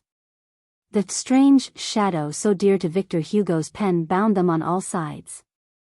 But they talked over the interminable night of 354 hours and a half, nearly 15 days, which the law of physics has imposed on the inhabitants of the moon. Barbicane gave his friends some explanation of the causes and the consequences of this curious phenomenon. "Curious indeed," said they. "For, if each hemisphere of the moon is deprived of solar light for 15 days, that above which we now float does not even enjoy during its long night any view of the earth so beautifully lit up. In a word, she has no moon, applying this designation to our globe, but on one side of her disk. Now if this were the case with the earth, if, for example, Europe never saw the moon, and she was only visible at the antipodes, imagine to yourself the astonishment of a European on arriving in Australia." "They would make the voyage for nothing but to see the moon," replied Michel. "Very well," continued Barbicane, "that astonishment is reserved for the Selenites who inhabit the face of the moon opposite to the earth, a face which is ever invisible to our countrymen of the terrestrial globe." "And which we should have seen," added Nicholl, "if we had arrived here when the moon was new, that is to say 15 days later. I will add, to make amends," continued Barbicane, "that the inhabitants of the visible face are singularly favored by nature, to the detriment of their brethren on the invisible face. The latter, as you see, have dark nights of 354 hours, without one single ray to break the darkness. The other, on the contrary, when the sun which has given its light for 15 days sinks below the horizon, see a splendid orb rise on the opposite horizon. It is the earth, which is 13 times greater than the diminutive moon that we know, the earth which develops itself at a diameter of 2 degrees.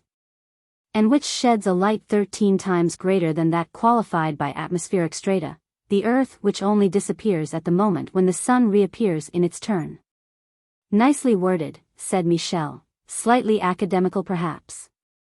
It follows, then, continued Barbicane, without knitting his brows, that the visible face of the disk must be very agreeable to inhabit, since it always looks on either the sun when the moon is full, or on the earth when the moon is new. But, said Nicholl, that advantage must be well compensated by the insupportable heat which the light brings with it. The inconvenience, in that respect, is the same for the two faces, for the earth's light is evidently deprived of heat. But the invisible face is still more searched by the heat than the visible face.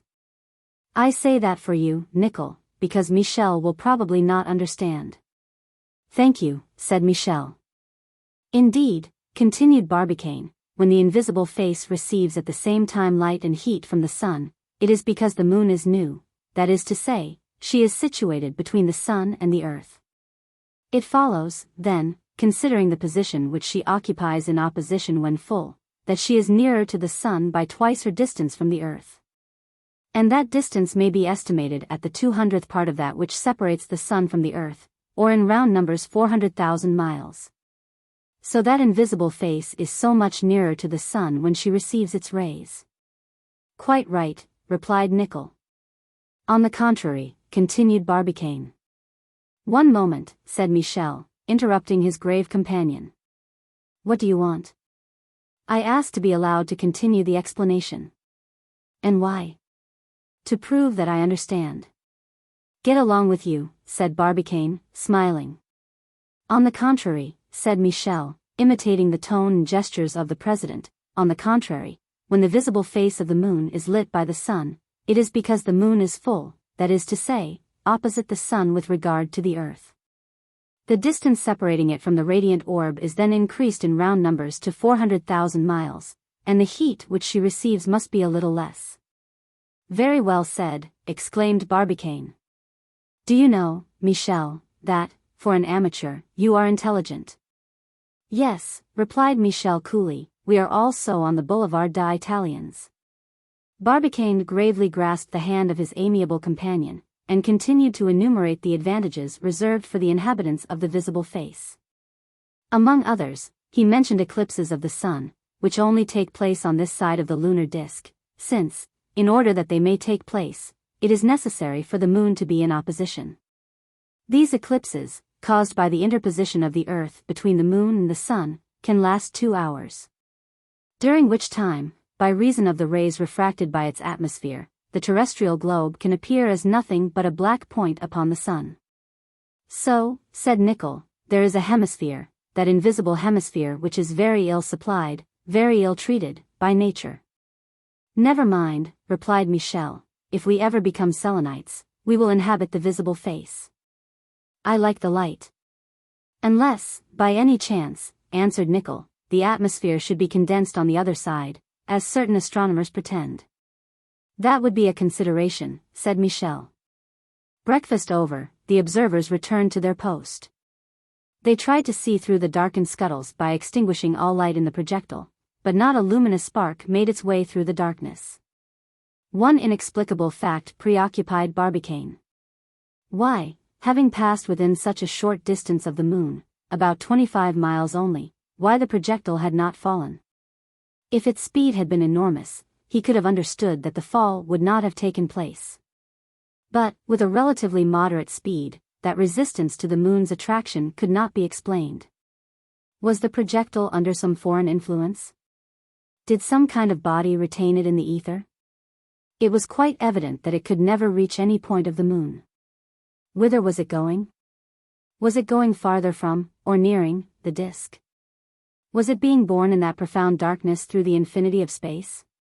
How could they learn, how calculate, in the midst of this night? All these questions made Barbicane uneasy, but he could not solve them. Certainly, the invisible orb was there, perhaps only some few miles off. But neither he nor his companions could see it. If there was any noise on its surface, they could not hear it. Air, that medium of sound, was wanting to transmit the groanings of that moon which the Arabic legends call a man already half granite and still breathing. One must allow that that was enough to aggravate the most patient observers. It was just that unknown hemisphere which was stealing from their sight. That face which 15 days sooner, or 15 days later, had been, or would be, splendidly illuminated by the solar rays, was then being lost in utter darkness. In 15 days, where would the projectile be? Who could say? Where would the chances of conflicting attractions have drawn it to? The disappointment of the travelers in the midst of this utter darkness may be imagined. All observation of the lunar disk was impossible. The constellations alone claimed all their attention, and we must allow that the astronomers Faye, Charcanac, and Secchi never found themselves in circumstances so favorable for their observation. Indeed, nothing could equal the splendor of this starry world, bathed in limpid ether. Its diamonds set in the heavenly vault sparkled magnificently. The eye took in the firmament from the Southern Cross to the North Star, those two constellations which in 12,000 years, by reason of the succession of equinoxes, will resign their part of the polar stars. The one to Canopus in the southern hemisphere, the other to Vega in the northern. Imagination loses itself in this sublime infinity, amid which the projectile was gravitating, like a new star created by the hand of man. From a natural cause, these constellations shone with a soft luster. They did not twinkle, for there was no atmosphere which, by the intervention of its layers unequally dense and of different degrees of humidity, produces this scintillation. These stars were soft eyes, looking out into the dark night, amid the silence of absolute space. Long did the travelers stand mute, watching the constellated firmament, upon which the moon, like a vast screen, made an enormous black hole. But at length a painful sensation drew them from their watchings. This was an intense cold, which soon covered the inside of the glass of the scuttles with a thick coating of ice. The sun was no longer warming the projectile with its direct rays, and thus it was losing the heat stored up in its walls by degrees. This heat was rapidly evaporating into space by radiation, and a considerably lower temperature was the result. The humidity of the interior was changed into ice upon contact with the glass, preventing all observation. Nickel consulted the thermometer, and saw that it had fallen to 17 degrees centigrade, below zero. So that, in spite of the many reasons for economizing, Barbicane, after having begged light from the gas, was also obliged to beg for heat. The projectile's low temperature was no longer endurable. Its tenants would have been frozen to death. 1 degree Fahrenheit. Well, observed Michel, we cannot reasonably complain of the monotony of our journey. What variety we have had, at least in temperature. Now we are blinded with light and saturated with heat, like the Indians of the Pampas. Now plunged into profound darkness, amid the cold, like the Eskimo of the North Pole. No, indeed. We have no right to complain, nature does wonders in our honor. But, asked Nickel, what is the temperature outside? Exactly that of the planetary space, replied Barbicane. Then, continued Michel Ardan, would not this be the time to make the experiment which we dared not attempt when we were drowned in the sun's rays? It is now or never, replied Barbicane, for we are in a good position to verify the temperature of space, and see if Fourier or Pouillet's calculations are exact. In any case it is cold, said Michel. See. The steam of the interior is condensing on the glasses of the scuttles. If the fall continues, the vapor of our breath will fall in snow around us. Let us prepare a thermometer, said Barbicane. We may imagine that an ordinary thermometer would afford no result under the circumstances in which this instrument was to be exposed. The mercury would have been frozen in its ball, as below 42 degrees Fahrenheit below zero it is no longer liquid. But Barbicane had furnished himself with a spirit thermometer on Wofford's system, which gives the minima of excessively low temperatures. Before beginning the experiment, this instrument was compared with an ordinary one, and then Barbicane prepared to use it. How shall we set about it? Asked Nickel. Nothing is easier, replied Michel Ardan, who was never at a loss. We open the scuttle rapidly, throw out the instrument, it follows the projectile with exemplary docility, and a quarter of an hour after, draw it in. With the hand? Asked Barbicane. With the hand, replied Michel.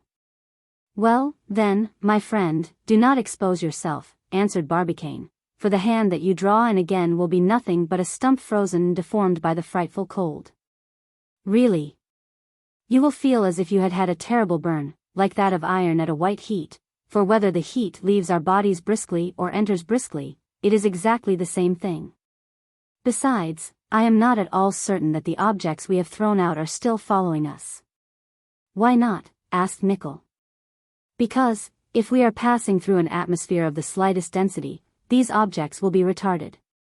Again, the darkness prevents our seeing if they still float around us. But in order not to expose ourselves to the loss of our thermometer, we will fasten it, and we can then more easily pull it back again. Barbicane's advice was followed. Through the scuttle rapidly opened, Nicholl threw out the instrument, which was held by a short cord, so that it might be more easily drawn up. The scuttle had not been opened more than a second, but that second had sufficed to let in a most intense cold. "The devil!" exclaimed Michel Ardan, "it is cold enough to freeze a white bear." Barbicane waited until half an hour had elapsed, which was more than time enough to allow the instrument to fall to the level of the surrounding temperature. Then it was rapidly pulled in. Barbicane calculated the quantity of spirits of wine overflowed into the little vial soldered to the lower part of the instrument and said, 140 degrees centigrade below zero. 218 degrees Fahrenheit below zero. Pouillet was right and Fourier wrong. That was the undoubted temperature of the starry space. Such is, perhaps, that of the lunar continents, when the orb of night has lost by radiation all the heat which 15 days of sun have poured into her. Chapter 15. Hyperbola or Parabola. We may, perhaps, be astonished to find Barbicane and his companions so little occupied with the future reserved for them in their metal prison which was bearing them through the infinity of space. Instead of asking where they were going, they passed their time making experiments, as if they had been quietly installed in their own study. We might answer that men so strong-minded were above such anxieties, that they did not trouble themselves about such trifles, and that they had something else to do than to occupy their minds with the future. The truth was that they were not masters of their projectile, they could neither check its course, nor alter its direction. A sailor can change the head of his ship as he pleases, an aeronaut can give a vertical motion to his balloon.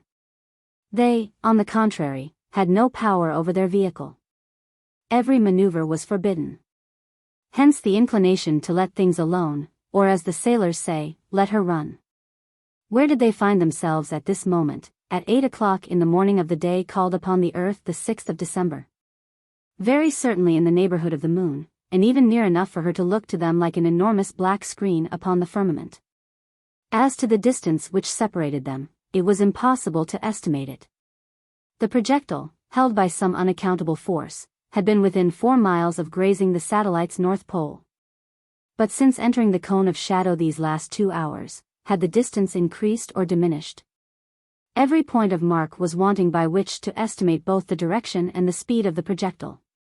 Perhaps it was rapidly leaving the disk, so that it would soon quit the pure shadow.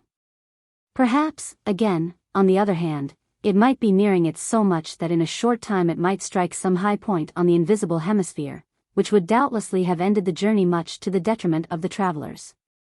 A discussion arose on this subject, and Michel Ardan, always ready with an explanation, gave it as his opinion that the projectile, held by the lunar attraction, would end by falling on the surface of the terrestrial globe like an aerolite. First of all, my friend, answered Barbicane, every aerolite does not fall to the earth. It is only a small proportion which do so. And if we had passed into an aerolite, it does not necessarily follow that we should ever reach the surface of the moon. But how if we get near enough? Replied Michel. Pure mistake, replied Barbicane.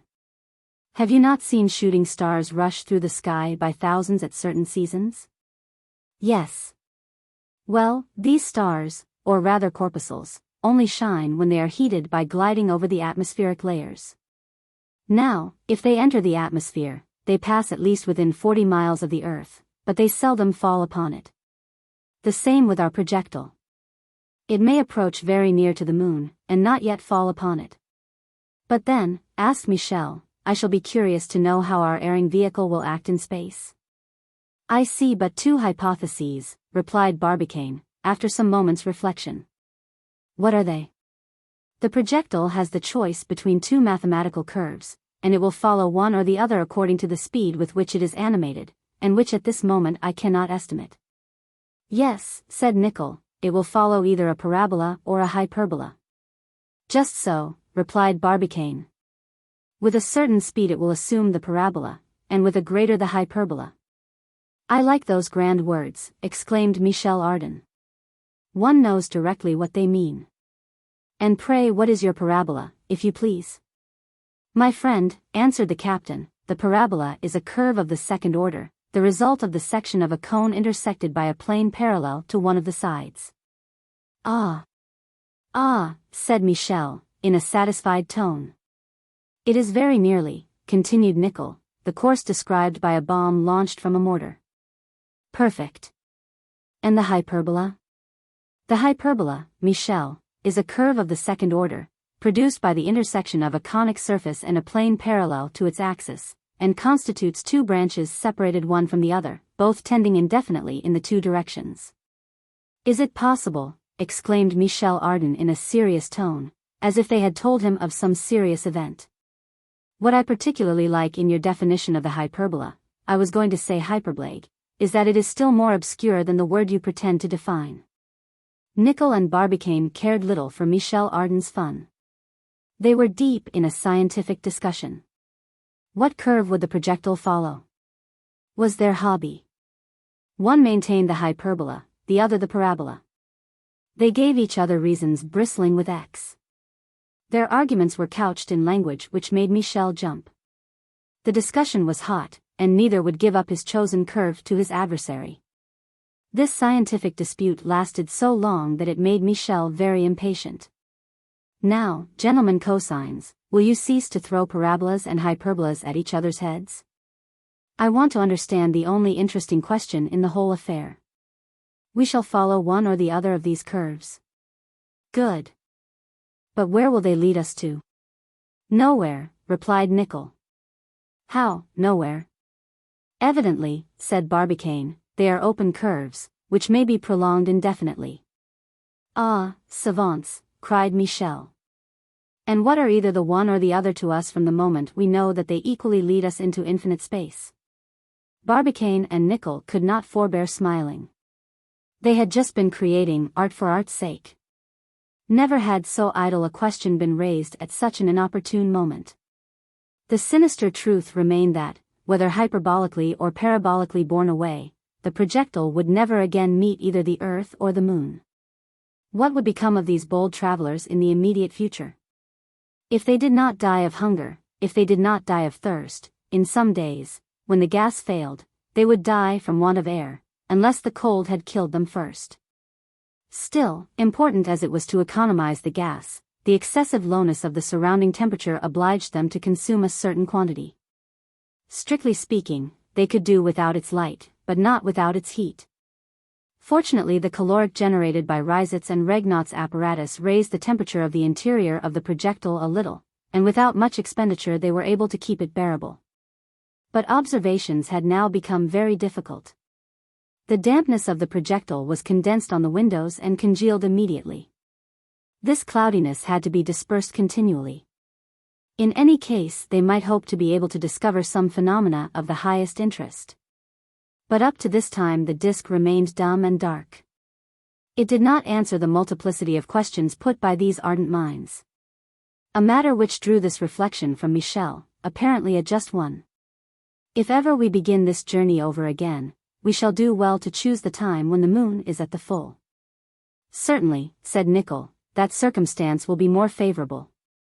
I allow that the moon, immersed in the sun's rays, will not be visible during the transit, but instead we should see the earth, which would be full. And what is more, if we were drawn round the moon, as at this moment, we should at least have the advantage of seeing the invisible part of her disk magnificently lit. Well said, Nicholl, replied Michel Ardan. What do you think, Barbicane? I think this, answered the grave president, if ever we begin this journey again, we shall start at the same time and under the same conditions. Suppose we had attained our end, Would it not have been better to have found continents in broad daylight than a country plunged in utter darkness? Would not our first installation have been made under better circumstances? Yes, evidently. As to the invisible side, we could have visited it in our exploring expeditions on the lunar globe. So that the time of the full moon was well chosen. But we ought to have arrived at the end. And in order to have so arrived, we ought to have suffered no deviation on the road. I have nothing to say to that, answered Michel Ardan. Here is, however, a good opportunity lost of observing the other side of the moon. But the projectile was now describing in the shadow that incalculable course which no sight mark would allow them to ascertain. Had its direction been altered either by the influence of the lunar attraction, or by the action of some unknown star? Barbicane could not say. But a change had taken place in the relative position of the vehicle, and Barbicane verified it about 4 in the morning. The change consisted in this, that the base of the projectile had turned toward the moon's surface, and was so held by a perpendicular passing through its axis. The attraction, that is to say the weight, had brought about this alteration. The heaviest part of the projectile inclined toward the invisible disk as if it would fall upon it. Was it falling? Were the travelers attaining that much desired end? No. And the observation of a sign point, quite inexplicable in itself, showed Barbicane that his projectile was not nearing the moon, and that it had shifted by following an almost concentric curve. This point of mark was a luminous brightness, which Nicholl sighted suddenly, on the limit of the horizon formed by the black disk. This point could not be confounded with a star.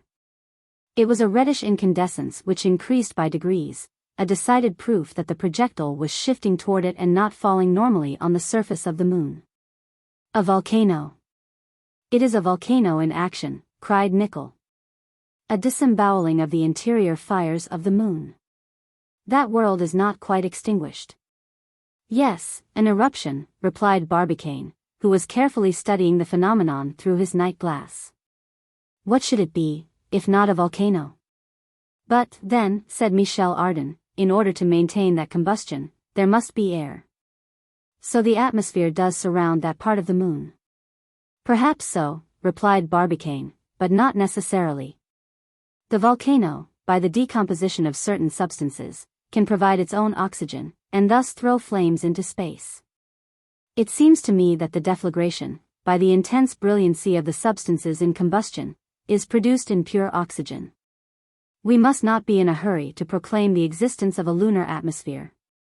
The fiery mountain must have been situated about the 45 degrees south latitude on the invisible part of the disk. But, to Barbicane's great displeasure, the curve which the projectile was describing was taking it far from the point indicated by the eruption. Thus he could not determine its nature exactly. Half an hour after being sighted, this luminous point had disappeared behind the dark horizon, but the verification of this phenomenon was of considerable consequence in their selenographic studies. It proved that all heat had not yet disappeared from the bowels of this globe, and where heat exists, who can affirm that the vegetable kingdom, nay, even the animal kingdom itself, has not up to this time resisted all destructive influences?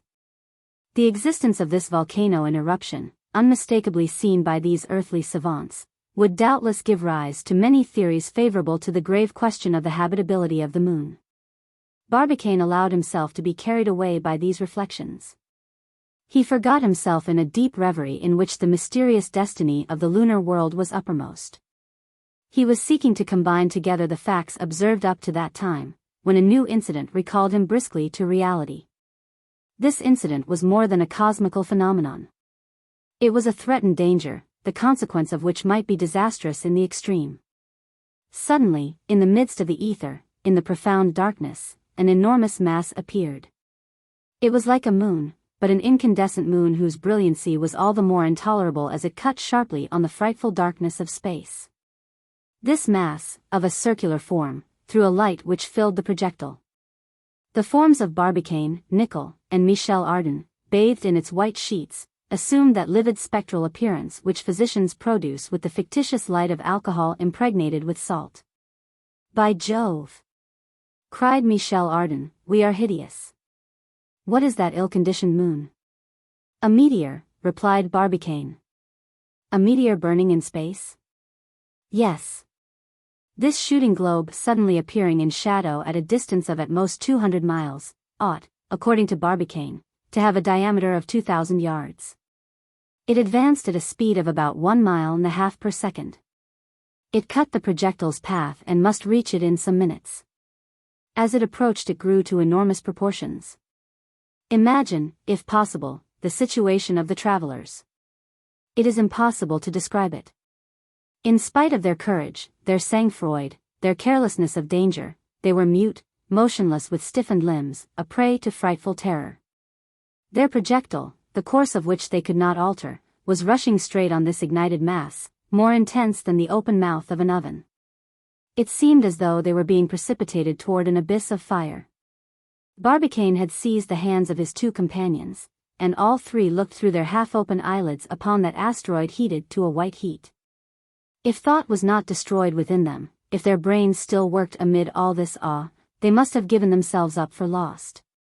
2 minutes after the sudden appearance of the meteor, to them 2 centuries of anguish, the projectile seemed almost about to strike it, when the globe of fire burst like a bomb, but without making any noise in that void where sound, which is but the agitation of the layers of air, could not be generated.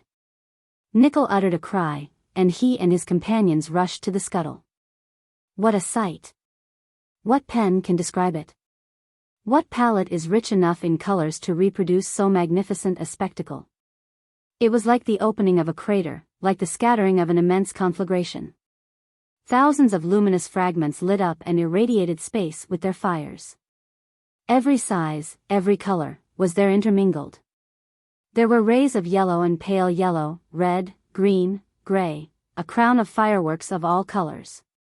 Of the enormous and much-dreaded globe there remained nothing but these fragments carried in all directions, now become asteroids in their turn, some flaming like a sword, some surrounded by a whitish cloud, and others leaving behind them trains of brilliant cosmical dust. These incandescent blocks crossed and struck each other, scattering still smaller fragments, some of which struck the projectile. Its left scuttle was even cracked by a violent shock. It seemed to be floating amid a hail of howitzer shells, the smallest of which might destroy it instantly. The light which saturated the ether was so wonderfully intense, that Michel, drawing Barbicane and Nicholl to his window, exclaimed, "The invisible moon, visible at last." And through a luminous emanation, which lasted some seconds, the whole three caught a glimpse of that mysterious disk which the eye of man now saw for the first time. What could they distinguish at a distance which they could not estimate? Some lengthened bands along the disk, real clouds formed in the midst of a very confined atmosphere, from which emerged not only all the mountains, but also projections of less importance. Its circles, its yawning craters, as capriciously placed as on the visible surface. Then immense spaces, no longer arid plains, but real seas, oceans, widely distributed, reflecting on their liquid surface all the dazzling magic of the fires of space. And, lastly, on the surface of the continents, large dark masses, looking like immense forests under the rapid illumination of a brilliance. Was it an illusion, a mistake, an optical illusion? Could they give a scientific assent to an observation so superficially obtained? Dared they pronounce upon the question of its habitability after so slight a glimpse of the invisible disk? But the lightnings in space subsided by degrees. Its accidental brilliancy died away, the asteroids dispersed in different directions and were extinguished in the distance. The ether returned to its accustomed darkness. The stars, eclipsed for a moment, again twinkled in the firmament, and the disk, so hastily discerned, was again buried in impenetrable night. Chapter XVI. The Southern Hemisphere. The projectile had just escaped a terrible danger, and a very unforeseen one. Who would have thought of such an encounter with meteors? These erring bodies might create serious perils for the travelers. They were to them so many sandbanks upon that sea of ether which, less fortunate than sailors, they could not escape. But did these adventurers complain of space? No, not since nature had given them the splendid sight of a cosmical meteor bursting from expansion, since this inimitable firework, which no Ruggieri could imitate, had lit up for some seconds the invisible glory of the moon. In that flash, continents, seas, and forests had become visible to them. Did an atmosphere, then, bring to this unknown face its life-giving atoms? Questions still insoluble, and forever closed against human curiosity. It was then 3:30 in the afternoon. The projectile was following its curvilinear direction round the moon. Had its course again been altered by the meteor? It was to be feared so. But the projectile must describe a curve unalterably determined by the laws of mechanical reasoning. Barbicane was inclined to believe that this curve would be rather a parabola than a hyperbola. But admitting the parabola, the projectile must quickly have passed through the cone of shadow projected into space opposite the sun. This cone, indeed, is very narrow, the angular diameter of the moon being so little when compared with the diameter of the orb of day, and up to this time the projectile had been floating in this deep shadow. Whatever had been its speed, and it could not have been insignificant, its period of occultation continued. That was evident, but perhaps that would not have been the case in a supposedly rigidly parabolical trajectory, a new problem which tormented Barbicane's brain, imprisoned as he was in a circle of unknowns which he could not unravel. Neither of the travelers thought of taking an instant's repose. Each one watched for an unexpected fact, which might throw some new light on their uranographic studies. About 5 o'clock, Michel Ardan distributed, under the name of dinner, some pieces of bread and cold meat, which were quickly swallowed without either of them abandoning their scuttle. The glass of which was incessantly encrusted by the condensation of vapor. About 45 minutes past 5 in the evening, Nicholl, armed with his glass, sighted toward the southern border of the moon, and in the direction followed by the projectile, some bright points cut upon the dark shield of the sky. They looked like a succession of sharp points lengthened into a tremulous line. They were very bright. Such appeared the terminal line of the moon when in one of her octants. They could not be mistaken. It was no longer a simple meteor. This luminous ridge had neither color nor motion. Nor was it a volcano in eruption. And Barbicane did not hesitate to pronounce upon it. "The sun," he exclaimed. "What?" "The sun," answered Nicholl and Michel Ardan. "Yes, my friends, it is the radiant orb itself lighting up the summit of the mountain situated on the southern borders of the moon. We are evidently nearing the South Pole." "After having passed the North Pole," replied Michel. "We have made the circuit of our satellite, then?" "Yes, my good Michel." "Then, no more hyperbolas, no more parabolas, no more open curves to fear?" "No, but a closed curve." "Which is called?" "An ellipse." Instead of losing itself in interplanetary space, it is probable that the projectile will describe an elliptical orbit around the moon. "Indeed." "And that it will become her satellite." "Moon of the moon," cried Michel Ardan. "Only, I would have you observe, my worthy friend," replied Barbicane, "that we are none the less lost for that." "Yes, in another manner, and much more pleasantly," answered the careless Frenchman with his most amiable smile. Chapter 17. Tycho. At 6 in the evening the projectile passed the South Pole at less than 40 miles off, a distance equal to that already reached at the North Pole. The elliptical curve was being rigidly carried out. At this moment the travelers once more entered the blessed rays of the sun. They saw once more those stars which move slowly from east to west. The radiant orb was saluted by a triple hurrah. With its light it also sent heat, which soon pierced the metal walls. The glass resumed its accustomed appearance. The layers of ice melted as if by enchantment. And immediately, for economy's sake, the gas was put out, the air apparatus alone consuming its usual quantity. "Ah," said Nicholl, "these rays of heat are good. With what impatience must the Selenites wait the reappearance of the orb of day." "Yes," replied Michel Ardan, imbibing as it were the brilliant ether, light and heat, all life is contained in them. At this moment the bottom of the projectile deviated somewhat from the lunar surface, in order to follow the slightly lengthened elliptical orbit. From this point, had the Earth been at the full, Barbicane and his companions could have seen it, but immersed in the sun's irradiation she was quite invisible. Another spectacle attracted their attention, that of the southern part of the moon, brought by the glasses to within 450 yards. They did not again leave the scuttles, and noted every detail of this fantastical continent. Mounts Duerfel and Leibnitz formed two separate groups very near the South Pole. The first group extended from the pole to the 84th parallel, on the eastern part of the orb. The second occupied the eastern border, extending from the 65 degrees of latitude to the pole. On their capriciously formed ridge appeared dazzling sheets, as mentioned by Pere Secchi. With more certainty than the illustrious Roman astronomer, Barbicane was enabled to recognize their nature. "They are snow," he exclaimed. "Snow?" repeated Nicholl.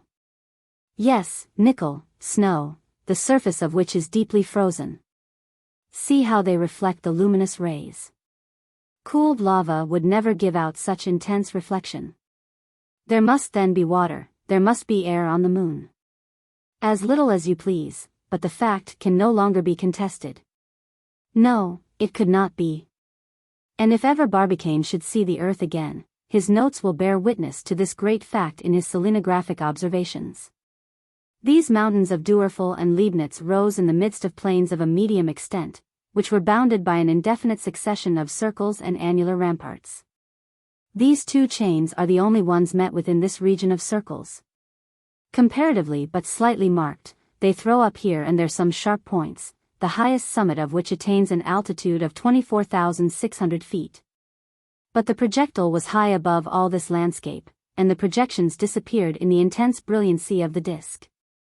And to the eyes of the travelers there reappeared that original aspect of the lunar landscapes, raw in tone, without gradation of colors, and without degrees of shadow, roughly black and white, from the want of diffusion of light. But the sight of this desolate world did not fail to captivate them by its very strangeness. They were moving over this region as if they had been borne on the breath of some storm, watching heights defile under their feet, piercing the cavities with their eyes, going down into the rifts, climbing the ramparts, sounding these mysterious holes, and leveling all cracks. But no trace of vegetation, no appearance of cities, nothing but stratification, beds of lava, overflowings polished like immense mirrors, reflecting the sun's rays with overpowering brilliancy. Nothing belonging to a living world, everything to a dead world, where avalanches, rolling from the summits of the mountains, would disperse noiselessly at the bottom of the abyss, retaining the motion, but wanting the sound. In any case it was the image of death, without its being possible even to say that life had ever existed there. Michel Ardan, however, thought he recognized a heap of ruins, to which he drew Barbicane's attention. It was about the 80th parallel, in 30 degrees longitude. This heap of stones, rather regularly placed, represented a vast fortress, overlooking a long rift, which in former days had served as a bed to the rivers of prehistorical times. Not far from that rose to a height of 17,400 feet the annular mountain of Short, equal to the Asiatic Caucasus. Michel Ardan, with his accustomed ardor, maintained the evidences of his fortress. Beneath it he discerned the dismantled ramparts of a town, here the still intact arch of a portico, there 2 or 3 columns lying under their base, farther on, a succession of arches which must have supported the conduit of an aqueduct. In another part the sunken pillars of a gigantic bridge, run into the thickest parts of the rift.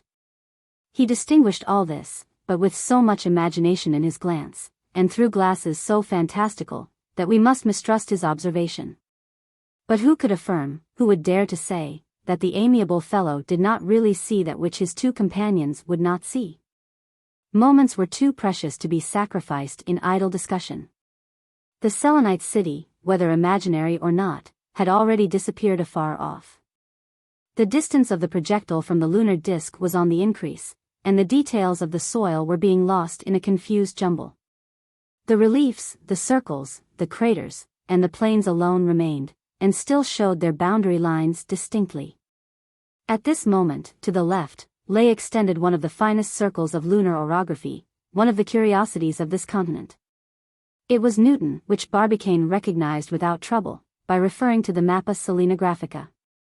Newton is situated in exactly 77 degrees south latitude, and 16 degrees east longitude. It forms an annular crater, the ramparts of which, rising to a height of 21,300 feet, seemed to be impassable. Barbicane made his companions observe that the height of this mountain above the surrounding plain was far from equaling the depth of its crater. This enormous hole was beyond all measurement, and formed a gloomy abyss, the bottom of which the sun's rays could never reach. There, according to Humboldt, reigns utter darkness, which the light of the sun and the earth cannot break.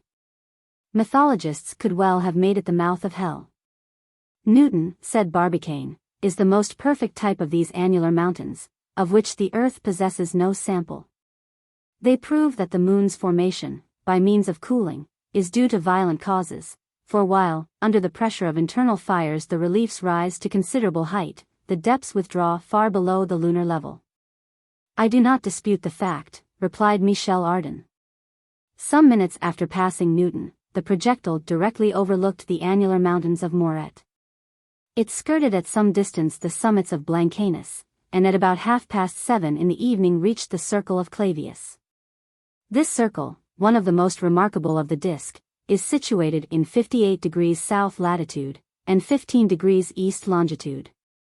Its height is estimated at 22,950 feet. The travelers, at a distance of 24 miles, reduced to 4 by their glasses, could admire this vast crater in its entirety. Terrestrial volcanoes, said Barbicane, are but molehills compared with those of the moon. Measuring the old craters formed by the first eruptions of Vesuvius and Etna, we find them little more than 3 miles in breadth. In France the circle of Cantal measures 6 miles across. At Sealand the circle of the island is 40 miles, which is considered the largest on the globe. What are these diameters against that of Clavius, which we overlook at this moment? What is its breadth? Asked Nicholl. It is 150 miles, replied Barbicane. This circle is certainly the most important on the moon, but many others measure 150, 100, or 75 miles. Ah! My friends, exclaimed Michel, can you picture to yourselves what this now peaceful orb of night must have been when its craters, filled with thunderings, vomited at the same time smoke and tongues of flame? What a wonderful spectacle then, and now what decay! This moon is nothing more than a thin carcass of fireworks, whose squibs, rockets, serpents, and suns, after a superb brilliancy, have left but sadly broken cases. Who can say the cause, the reason, the motive force of these cataclysms? Barbicane was not listening to Michel Ardan, he was contemplating these ramparts of Clavius, formed by large mountains spread over several miles. At the bottom of the immense cavity burrowed hundreds of small extinguished craters, riddling the soil like a colander, and overlooked by a peak 15,000 feet high. Around the plain appeared desolate. Nothing so arid as these reliefs, nothing so sad as these ruins of mountains, and, if we may so express ourselves, these fragments of peaks and mountains which strewed the soil. The satellites seemed to have burst at this spot. The projectile was still advancing, and this movement did not subside. Circles, craters, and uprooted mountains succeeded each other incessantly. No more plains, no more seas. A never-ending Switzerland and Norway. And lastly, in the canter of this region of crevasses, the most splendid mountain on the lunar disk, the dazzling Tycho, in which posterity will ever preserve the name of the illustrious Danish astronomer. In observing the full moon in a cloudless sky, no one has failed to remark this brilliant point of the southern hemisphere. Michel Ardan used every metaphor that his imagination could supply to designate it by. To him this Tycho was a focus of light, a center of irradiation, a crater vomiting rays. It was the tire of a brilliant wheel, an asteria enclosing the disk with its silver tentacles, an enormous eye filled with flames, a glory carved for Pluto's head, a star launched by the Creator's hand, and crushed against the face of the moon. Tycho forms such a concentration of light that the inhabitants of the earth can see it without glasses, though at a distance of 240,000 miles. Imagine, then, its intensity to the eye of observers placed at a distance of only 50 miles. Seen through this pure ether, its brilliancy was so intolerable that Barbicane and his friends were obliged to blacken their glasses with the gas smoke before they could bear the splendor. Then silent, scarcely uttering an interjection of admiration, they gazed, they contemplated. All their feelings, all their impressions, were concentrated in that look, as under any violent emotion all life is concentrated at the heart. Tycho belongs to the system of radiating mountains, like Aristarchus and Copernicus, but it is of all the most complete and decided, showing unquestionably the frightful volcanic action to which the formation of the moon is due. Tycho is situated in 43 degrees south latitude, and 12 degrees east longitude. Its center is occupied by a crater 50 miles broad. It assumes a slightly elliptical form, and is surrounded by an enclosure of annular ramparts, which on the east and west overlook the outer plain from a height of 15,000 feet. It is a group of Mont Blancs, placed round one common center and crowned by radiating beams. What this incomparable mountain really is, with all the projections converging toward it, and the interior excrescences of its crater, photography itself could never represent. Indeed, it is during the full moon that Tycho is seen in all its splendor. Then all shadows disappear, the foreshortening of perspective disappears, and all proofs become white, a disagreeable fact, for this strange region would have been marvelous if reproduced with photographic exactness. It is but a group of hollows, craters, circles, a network of crests, then, as far as the eye could see, a whole volcanic network cast upon this encrusted soil. One can then understand that the bubbles of this central eruption have kept their first form. Crystallized by cooling, they have stereotyped that aspect which the moon formerly presented when under the Plutonian forces. The distance which separated the travelers from the annular summits of Tycho was not so great but that they could catch the principal details. Even on the causeway forming the fortifications of Tycho, the mountains hanging on to the interior and exterior sloping flanks rose in stories like gigantic terraces. They appeared to be higher by 300 or 400 feet to the west than to the east. No system of terrestrial encampment could equal these natural fortifications. A town built at the bottom of this circular cavity would have been utterly inaccessible. Inaccessible and wonderfully extended over this soil covered with picturesque projections. Indeed, nature had not left the bottom of this crater flat and empty. It possessed its own peculiar orography, a mountainous system, making it a world in itself. The travelers could distinguish clearly cones, central hills, remarkable positions of the soil, naturally placed to receive the chefs d'oeuvre of Selenite architecture. There was marked out the place for a temple, here the ground of a forum, on this spot the plan of a palace, in another the plateau for a citadel, the whole overlooked by a central mountain of 1,500 feet. A vast circle, in which ancient Rome could have been held in its entirety 10 times over. Ah, exclaimed Michel Ardan, enthusiastic at the sight, what a grand town might be constructed within that ring of mountains. A quiet city, a peaceful refuge, beyond all human misery. How calm and isolated those misanthropes, those haters of humanity might live there, and all who have a distaste for social life. All. It would be too small for them, replied Barbicane simply. Chapter 18. Grave questions. But the projectile had passed the enceinte of Tycho, and Barbicane and his two companions watched with scrupulous attention the brilliant rays which the celebrated mountain shed so curiously over the horizon. What was this radiant glory? What geological phenomenon had designed these ardent beams? This question occupied Barbicane's mind. Under his eyes ran in all directions luminous furrows, raised at the edges and concave in the center, some 12 miles, others 30 miles broad. These brilliant trains extended in some places to within 600 miles of Tycho, and seemed to cover, particularly toward the east, the northeast and the north, the half of the southern hemisphere. One of these jets extended as far as the circle of Neander, situated on the 40th meridian. Another, by a slight curve, furrowed the Sea of Nectar, breaking against the chain of Pyrenees, after a circuit of 800 miles. Others, toward the west, covered the Sea of Clouds, and the Sea of Humors, with a luminous network. What was the origin of these sparkling rays, which shone on the plains as well as on the reliefs, at whatever height they might be? All started from a common center, the crater of Tycho. They sprang from him. Herschel attributed their brilliancy to currents of lava congealed by the cold, an opinion, however, which has not been generally adopted. Other astronomers have seen in these inexplicable rays a kind of moraines, rows of erratic blocks, which had been thrown up at the period of Tycho's formation. And why not? Asked Nicholl of Barbicane, who was relating and rejecting these different opinions. Because the regularity of these luminous lines, and the violence necessary to carry volcanic matter to such distances, is inexplicable. Eh. By Jove! Replied Michel Ardan, it seems easy enough to me to explain the origin of these rays. Indeed, said Barbicane. Indeed, continued Michel. It is enough to say that it is a vast star, similar to that produced by a ball or a stone thrown at a square of glass. Well, replied Barbicane, smiling. And what hand would be powerful enough to throw a ball to give such a shock as that?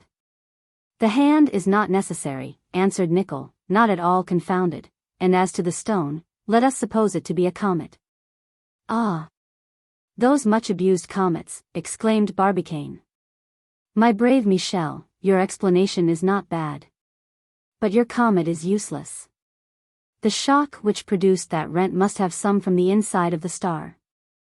A violent contraction of the lunar crust, while cooling, might suffice to imprint this gigantic star.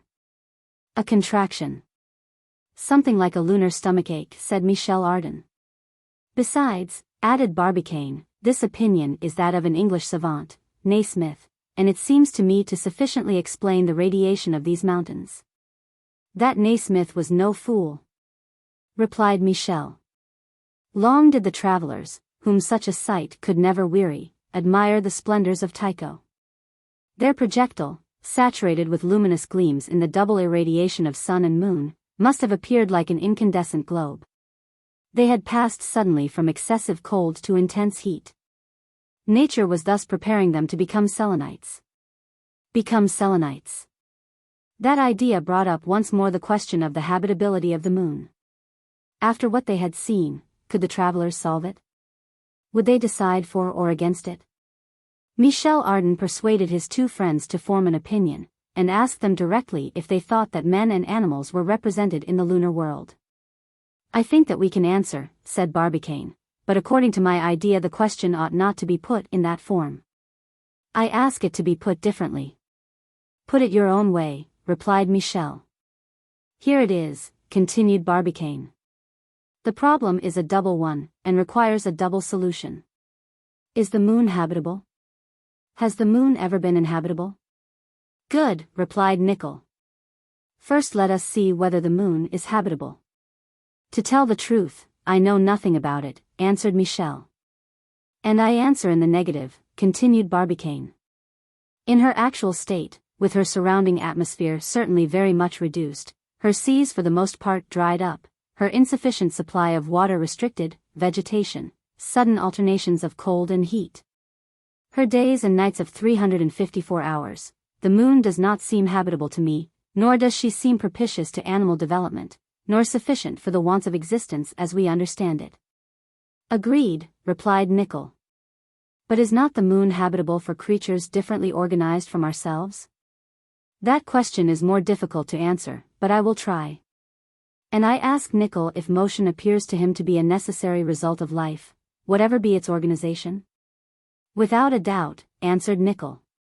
Then, my worthy companion, I would answer that we have observed the lunar continent at a distance of 500 yards at most, and that nothing seemed to us to move on the moon's surface. The presence of any kind of life would have been betrayed by its attendant marks, such as diverse buildings, and even by ruins. And what have we seen?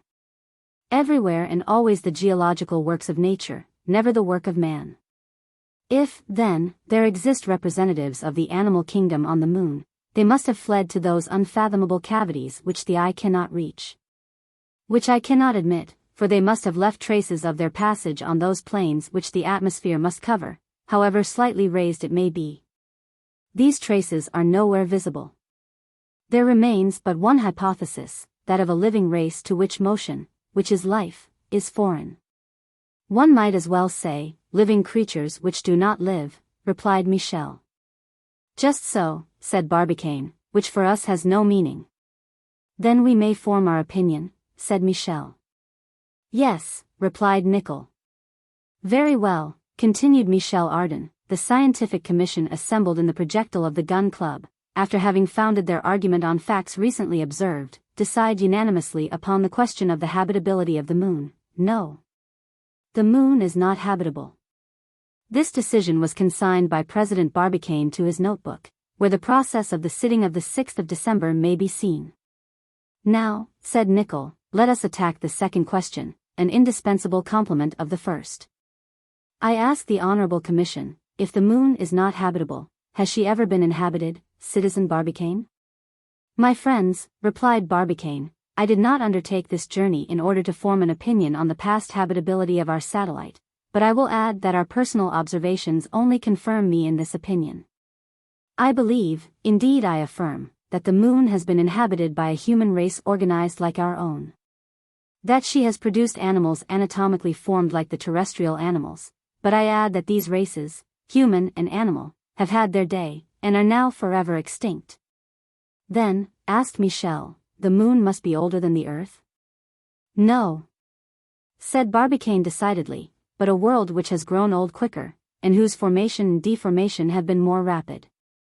Relatively, the organizing force of matter has been much more violent in the interior of the moon than in the interior of the terrestrial globe. The actual state of this cracked, twisted, and burst disk abundantly proves this. The moon and the earth were nothing but gaseous masses originally.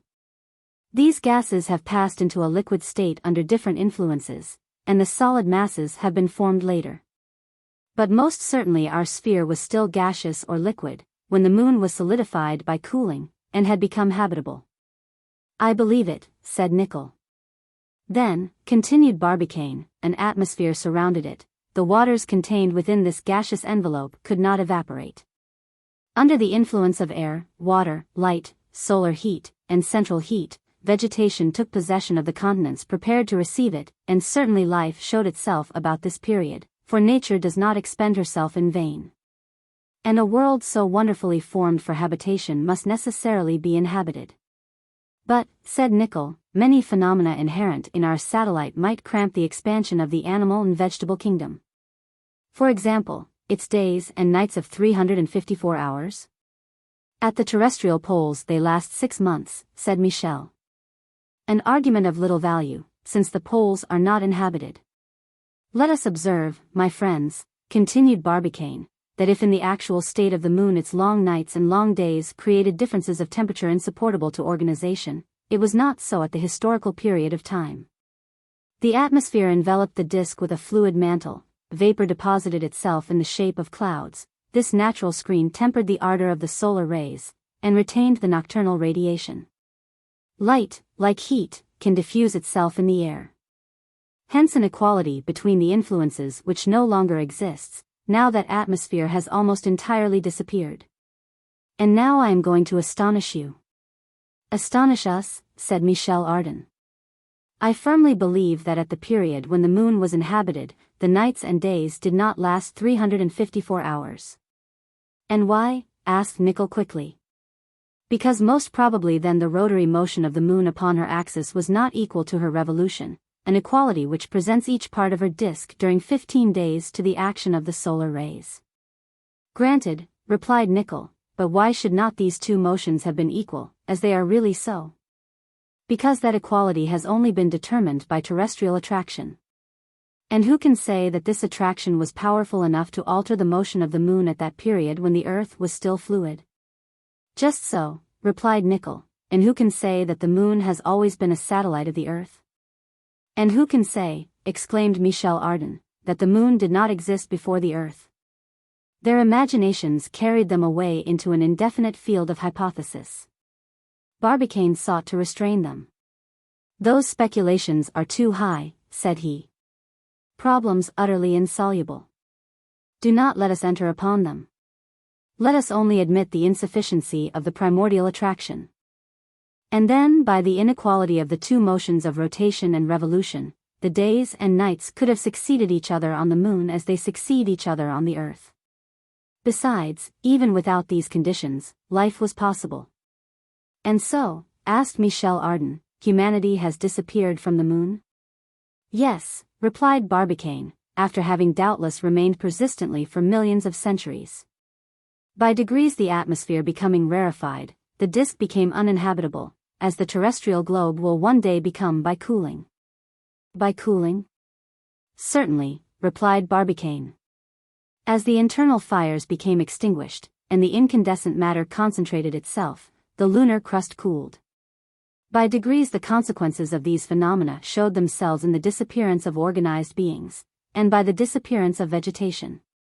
Soon the atmosphere was rarefied, probably withdrawn by terrestrial attraction. Then aerial departure of respirable air, and disappearance of water by means of evaporation.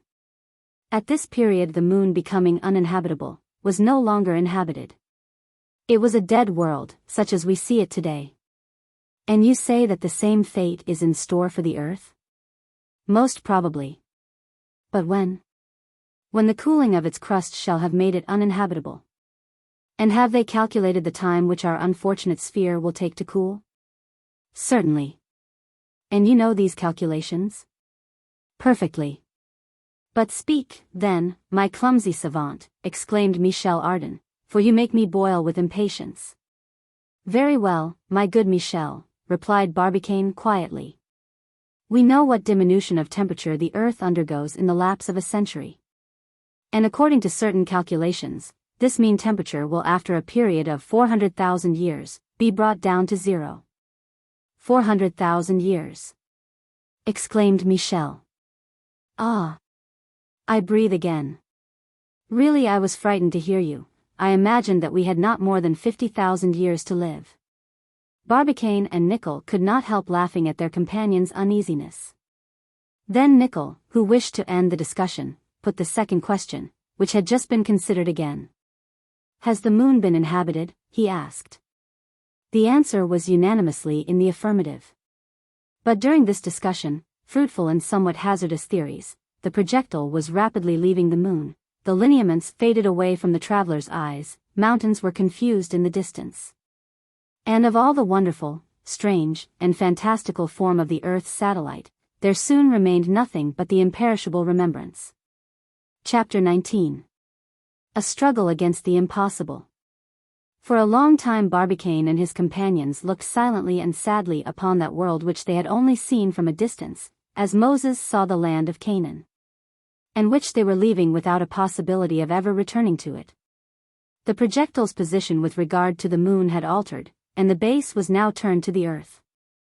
This change, which Barbicane verified, did not fail to surprise them.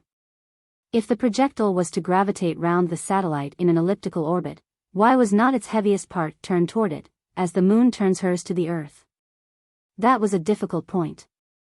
In watching the course of the projectile they could see that on leaving the moon it followed a course analogous to that traced in approaching her. It was describing a very long ellipse, which would most likely extend to the point of equal attraction, where the influences of the Earth and its satellite are neutralized. Such was the conclusion which Barbicane very justly drew from facts already observed, a conviction which his two friends shared with him.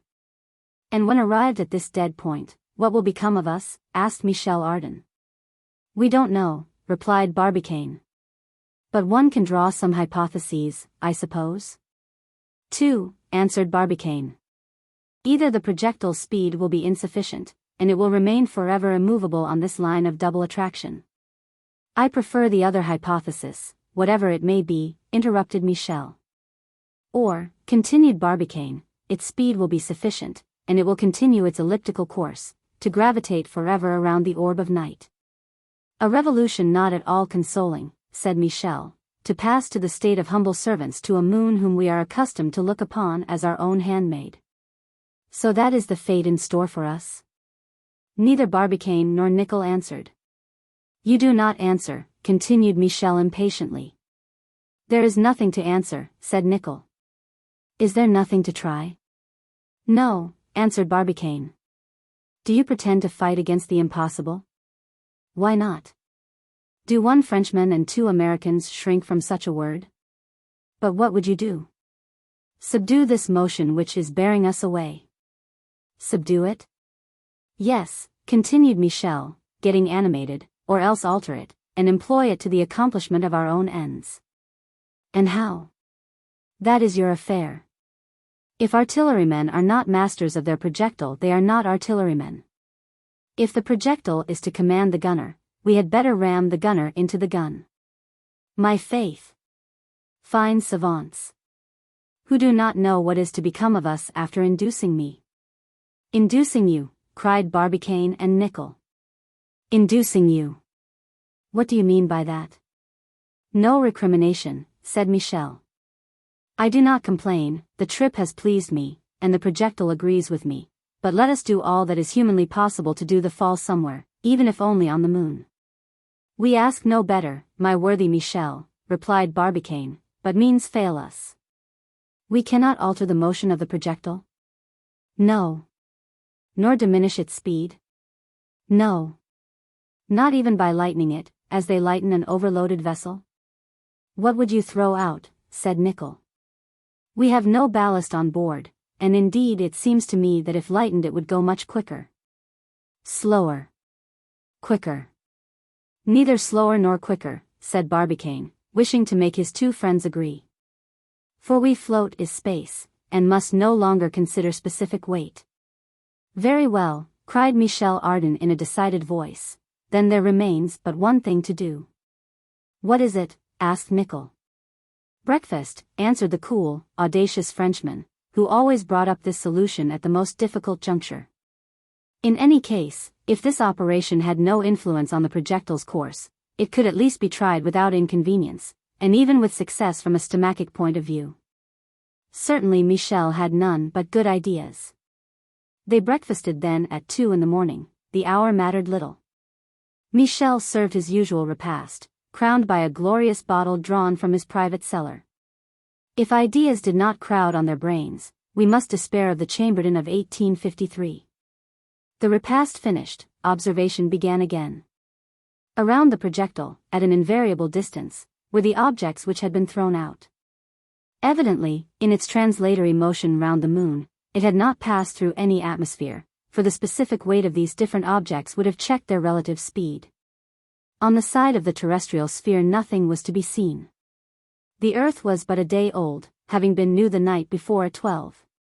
And 2 days must elapse before its crescent, freed from the solar rays, would serve as a clock to the Selenites, as in its rotary movement each of its points after 24 hours repasses the same lunar meridian. On the moon's side the sight was different, the orb shone in all her splendor amid innumerable constellations, whose purity could not be troubled by her rays. On the disk, the planes were already returning to the dark tint which is seen from the earth. The other part of the nimbus remained brilliant, and in the midst of this general brilliancy Tycho shone prominently like a sun.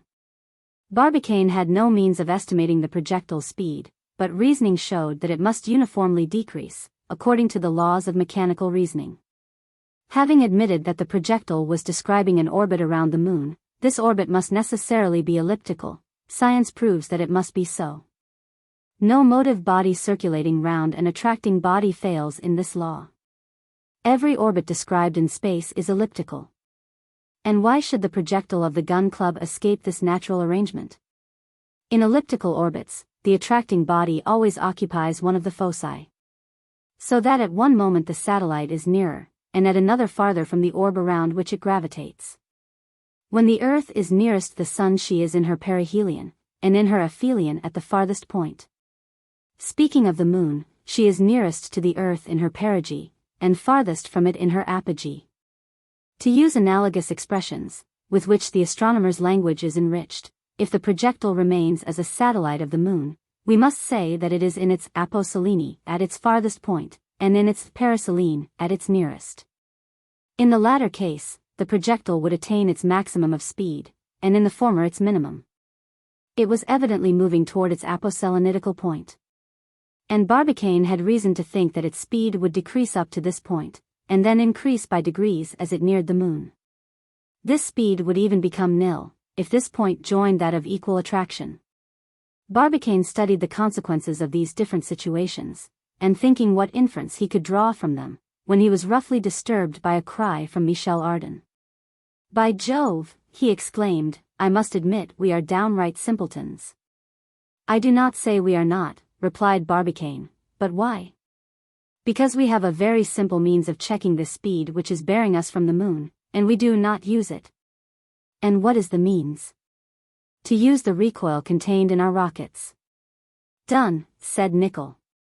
"We have not used this force yet," said Barbicane, "it is true, but we will do so."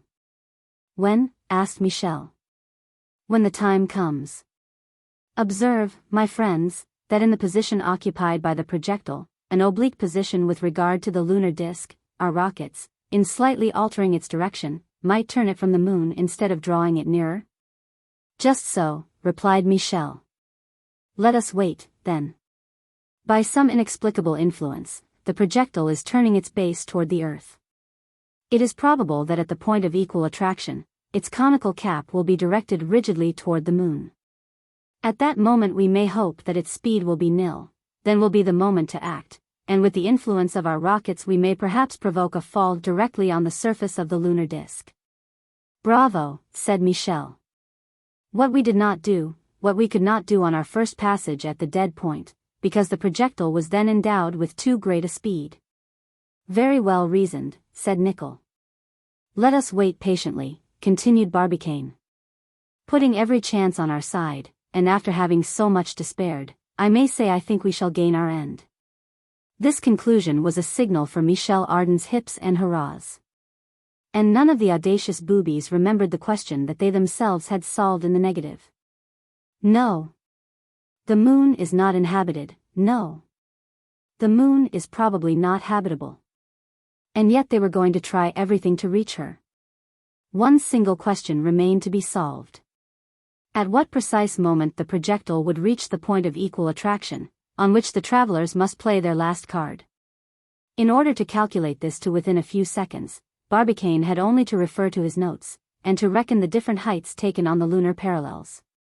Thus the time necessary to travel over the distance between the dead point and the South Pole would be equal to the distance separating the North Pole from the dead point. The hours representing the time traveled over were carefully noted, and the calculation was easy. Barbicane found that this point would be reached at 1 in the morning on the night of the 7th to 8th of December. So that, if nothing interfered with its course, it would reach the given point in 22 hours. The rockets had primarily been placed to check the fall of the projectile upon the moon, and now they were going to employ them for a directly contrary purpose. In any case they were ready, and they had only to wait for the moment to set fire to them. Since there is nothing else to be done, said Nicholl, I make a proposition.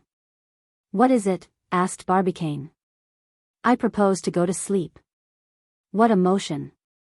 Exclaimed Michel Ardan. It is 40 hours since we closed our eyes, said Nicholl. Some hours of sleep will restore our strength. Never, interrupted Michel. Well, continued Nicholl, every one to his taste, I shall go to sleep. And stretching himself on the divan, he soon snored like a 48-pounder. That Nicholl has a good deal of sense, said Barbicane. Presently I shall follow his example. Some moments after his continued bass supported the captain's baritone. Certainly, said Michel Ardan, finding himself alone, these practical people have sometimes most opportune ideas. And with his long legs stretched out, and his great arms folded under his head, Michel slept in his turn. But this sleep could be neither peaceful nor lasting, the minds of these three men were too much occupied, and some hours after, about 7 in the morning, all three were on foot at the same instant. The projectile was still leaving the moon, and turning its conical part more and more toward her. An explicable phenomenon, but one which happily served Barbicane's ends. 17 hours more, and the moment for action would have arrived. The day seemed long.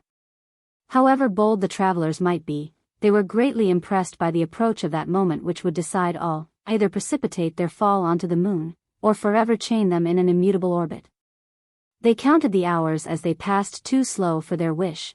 Barbicane and Nicholl were obstinately plunged in their calculations, Michel going and coming between the narrow walls, and watching that impassive moon with a longing eye. At times recollections of the earth crossed their minds. They saw once more their friends of the Gun Club, and the dearest of all, J.T. Maston. At that moment, the Honorable Secretary must be filling his post on the Rocky Mountains. If he could see the projectile through the glass of his gigantic telescope, what would he think? After seeing it disappear behind the moon's south pole, he would see them reappear by the North Pole. They must therefore be a satellite of a satellite. Had J.T. Maston given this unexpected news to the world? Was this the denouement of this great enterprise? But the day passed without incident. The terrestrial midnight arrived. The 8th of December was beginning. 1 hour more, and the point of equal attraction would be reached. What speed would then animate the projectile? They could not estimate it. But no error could vitiate Barbicane's calculations. At 1 in the morning this speed ought to be and would be nil. Besides, another phenomenon would mark the projectile's stopping point on the neutral line. At that spot the two attractions, lunar and terrestrial, would be annulled. Objects would weigh no more. This singular fact, which had surprised Barbicane and his companions so much in going, would be repeated on their return under the very same conditions. At this precise moment they must act. Already the projectile's conical top was sensibly turned toward the lunar disk, presented in such a way as to utilize the whole of the recoil produced by the pressure of the rocket apparatus. The chances were in favor of the travelers. If its speed was utterly annulled on this dead point, a decided movement toward the moon would suffice, however slight, to determine its fall. 5 minutes to 1, said Nicholl. All is ready, replied Michel Ardan, directing a lighted match to the flame of the gas. Wait, said Barbicane, holding his chronometer in his hand. At that moment weight had no effect. The travelers felt in themselves the entire disappearance of it. They were very near the neutral point, if they did not touch it.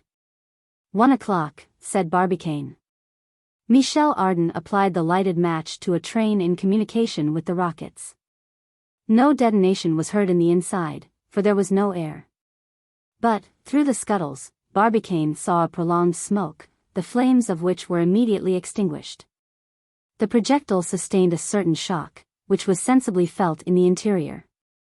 The three friends looked and listened without speaking, and scarcely breathing. One might have heard the beating of their hearts amid this perfect silence. Are we falling? Asked Michel Ardan, at length. No, said Nicholl, since the bottom of the projectile is not turning to the lunar disk. At this moment, Barbicane, quitting his scuttle, turned to his two companions.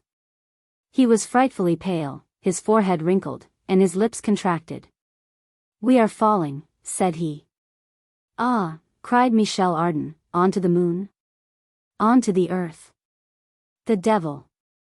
Exclaimed Michel Ardan, adding philosophically, well, when we came into this projectile we were very doubtful as to the ease with which we should get out of it. And now this fearful fall had begun. The speed retained had borne the projectile beyond the dead point. The explosion of the rockets could not divert its course. This speed in going had carried it over the neutral line, and in returning had done the same thing. The laws of physics condemned it to pass through every point which it had already gone through. It was a terrible fall, from a height of 160,000 miles, and no springs to break it. According to the laws of gunnery, the projectile must strike the earth with a speed equal to that with which it left the mouth of the Columbiad, a speed of 16,000 yards in the last second. But to give some figures of comparison, it has been reckoned that an object thrown from the top of the towers of Notre Dame, the height of which is only 200 feet, will arrive on the pavement at a speed of 240 miles per hour. Here the projectile must strike the earth with a speed of 115,200 miles per hour. We are lost, said Michel coolly. Very well. If we die, answered Barbicane, with a sort of religious enthusiasm, the results of our travels will be magnificently spread. It is his own secret that God will tell us. In the other life the soul will want to know nothing either of machines or engines. It will be identified with eternal wisdom. In fact, interrupted Michel Ardan, the whole of the other world may well console us for the loss of that inferior orb called the moon. Barbicane crossed his arms on his breast, with a motion of sublime resignation, saying at the same time, The will of heaven be done. Chapter 20. The soundings of the Susquehanna. Well, Lieutenant, and our soundings? I think, sir, that the operation is nearing its completion, replied Lieutenant Bronsfield. But who would have thought of finding such a depth so near in shore, and only 200 miles from the American coast? Certainly, Bronsfield, there is a great depression, said Captain Blomsberry. In this spot there is a submarine valley worn by Humboldt's current, which skirts the coast of America as far as the Straits of Magellan. These great depths, continued the lieutenant, are not favorable for laying telegraphic cables. A level bottom, like that supporting the American cable between Valentia and Newfoundland, is much better. I agree with you, Bronsfield. With your permission, Lieutenant, where are we now? Sir, at this moment we have 3,508 fathoms of line out, and the ball which draws the sounding lead has not yet touched the bottom, for if so, it would have come up of itself. Brooks' apparatus is very ingenious, said Captain Blomsberry. It gives us very exact soundings. Touch, cried at this moment one of the men at the forewheel, who was superintending the operation. The captain and the lieutenant mounted the quarterdeck. What depth have we? Asked the captain. 3,627 fathoms, replied the lieutenant, entering it in his notebook. Well, Bronsfield, said the captain, I will take down the result. Now haul in the sounding line. It will be the work of some hours. In that time the engineer can light the furnaces, and we shall be ready to start as soon as you have finished. It is 10 o'clock, and with your permission, Lieutenant, I will turn in. Do so, sir, do so, replied the lieutenant obligingly. The captain of the Susquehanna, as brave a man as need be, and the humble servant of his officers, returned to his cabin, took a brandy grog, which earned for the steward no end of praise, and turned in. Not without having complimented his servant upon his making beds, and slept a peaceful sleep. It was then 10 at night. The 11th day of the month of December was drawing to a close in a magnificent night. The Susquehanna, a corvette of 500 horsepower, of the United States Navy, was occupied in taking soundings in the Pacific Ocean about 200 miles off the American coast, following that long peninsula which stretches down the coast of Mexico. The wind had dropped by degrees. There was no disturbance in the air. The pennant hung motionless from the maintopgallant mast truck. Captain Jonathan Blomsberry, cousin german of Colonel Blomsberry, one of the most ardent supporters of the Gun Club, who had married an aunt of the captain and daughter of an honorable Kentucky merchant, Captain Blomsberry could not have wished for finer weather in which to bring to a close his delicate operations of sounding. His corvette had not even felt the great tempest, which by sweeping away the groups of clouds on the Rocky Mountains, had allowed them to observe the course of the famous projectile. Everything went well, and with all the fervor of a Presbyterian, he did not forget to thank heaven for it. The series of soundings taken by the Susquehanna had for its aim the finding of a favorable spot for the laying of a submarine cable to connect the Hawaiian Islands with the coast of America. It was a great undertaking, due to the instigation of a powerful company. Its managing director, the intelligent Cyrus Field, purposed even covering all the islands of Oceanica with a vast electrical network, an immense enterprise, and one worthy of American genius. To the corvette Susquehanna had been confided the first operations of sounding.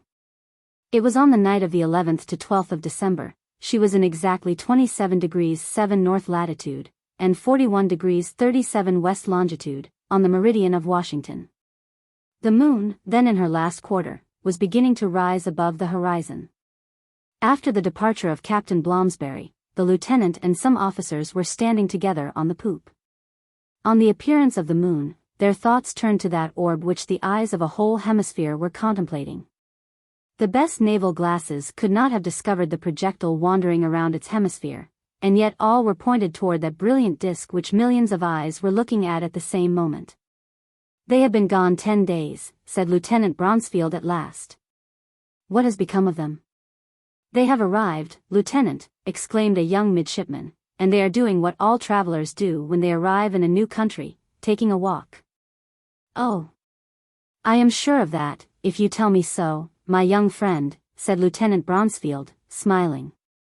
But, continued another officer, their arrival cannot be doubted. The projectile was to reach the moon when full on the 5th at midnight. We are now at the 11th of December, which makes 6 days. And in 6 times 24 hours, without darkness, one would have time to settle comfortably. I fancy I see my brave countrymen encamped at the bottom of some valley, on the borders of a selenite stream, near a projectile half buried by its fall amid volcanic rubbish, Captain Nicholl beginning his leveling operations, President Barbicane writing out his notes, and Michel Ardan embalming the lunar solitudes with the perfume of his. Yes. It must be so, "It is so," exclaimed the young midshipman, worked up to a pitch of enthusiasm by this ideal description of his superior officer. "I should like to believe it," replied the lieutenant, who was quite unmoved. "Unfortunately, direct news from the lunar world is still wanting." "Beg pardon, Lieutenant," said the midshipman, "but cannot President Barbicane write?" A burst of laughter greeted this answer. "No letters," continued the young man quickly. "The postal administration has something to see to there." "Might it not be the telegraphic service that is at fault?" asked one of the officers ironically. "Not necessarily," replied the midshipman, not at all confused. "But it is very easy to set up a graphic communication with the Earth." "And how?" "By means of the telescope at Long's Peak. You know it brings the moon to within 4 miles of the Rocky Mountains, and that it shows objects on its surface of only 9 feet in diameter. Very well, let our industrious friends construct a giant alphabet. Let them write words 3 fathoms long, and sentences 3 miles long, and then they can send us news of themselves." The young midshipman, who had a certain amount of imagination, was loudly applauded. Lieutenant Bronsfield allowing that the idea was possible, but observing that if by these means they could receive news from the lunar world they could not send any from the terrestrial. Unless the Selenites had instruments fit for taking distant observations at their disposal. "Evidently," said one of the officers, "but what has become of the travelers? What they have done, what they have seen, that above all must interest us.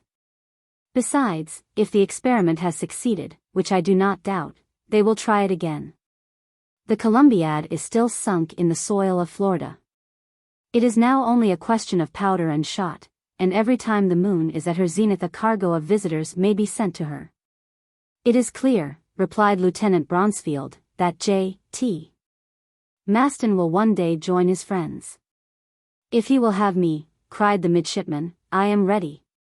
"Oh!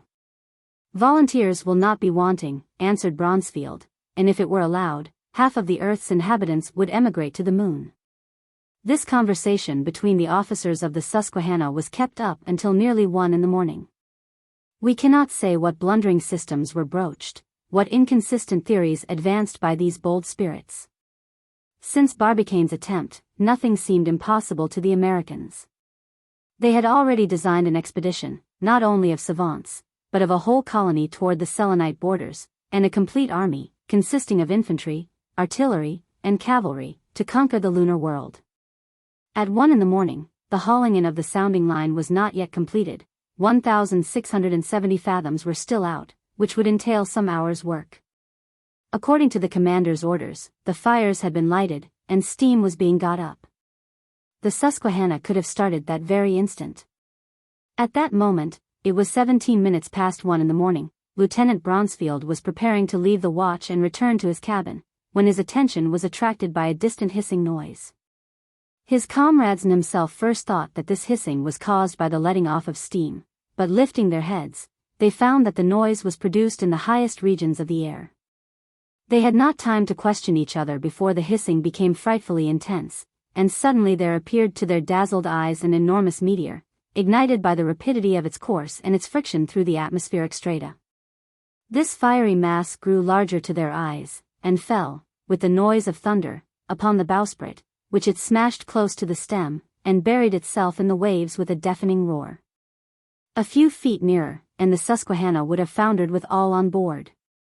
At this instant Captain Blomsberry appeared, half-dressed, and rushing on to the forecastle deck, whither all the officers had hurried, exclaimed, "With your permission, gentlemen, what has happened?" And the midshipman, making himself as it were the echo of the body, cried, "Commander, it is, they come back again." Chapter 21.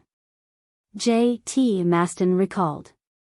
"It is, they come back again," the young midshipman had said, and every one had understood him. No one doubted but that the meteor was the projectile of the gun club. As to the travelers which it enclosed, opinions were divided regarding their fate. "They are dead," said one. "They are alive," said another, "the crater is deep, and the shock was deadened." "But they must have wanted air," continued a third speaker, "they must have died of suffocation." "Burned," replied a fourth. The projectile was nothing but an incandescent mass as it crossed the atmosphere.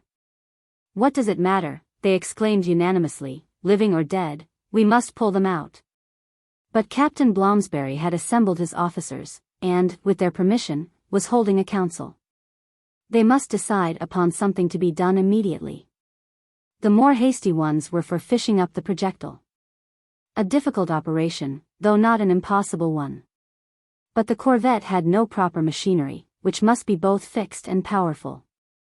So it was resolved that they should put in at the nearest port, and give information to the gun club of the projectile's fall. This determination was unanimous. The choice of the port had to be discussed. The neighboring coast had no anchorage on 27 degrees latitude. Higher up, above the peninsula of Monterey, stands the important town from which it takes its name. But, seated on the borders of a perfect desert, it was not connected with the interior by a network of telegraphic wires, and electricity alone could spread these important news fast enough.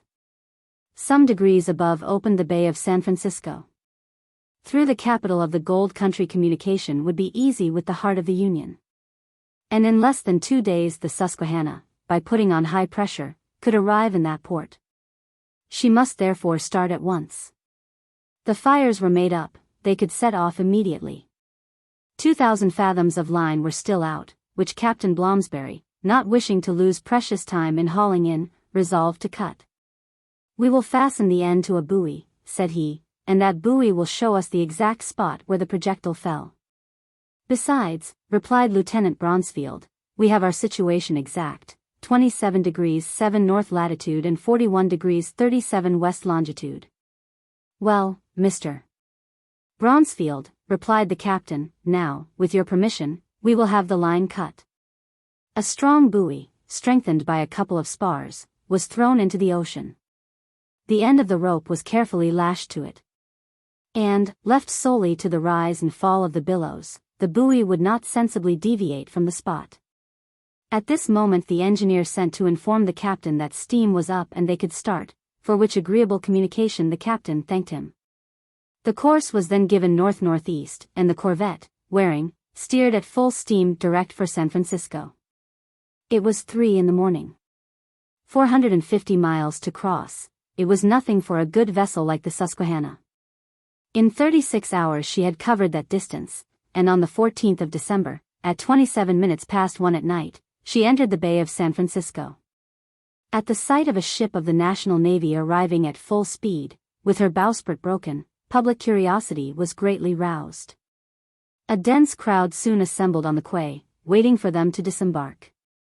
After casting anchor, Captain Blomsberry and Lieutenant Bronsfield entered an 8-paired cutter, which soon brought them to land. They jumped on to the quay. "The telegraph?" they asked, without answering one of the 1,000 questions addressed to them. The officer of the port conducted them to the telegraph office through a concourse of spectators. Blomsberry and Bronsfield entered, while the crowd crushed each other at the door.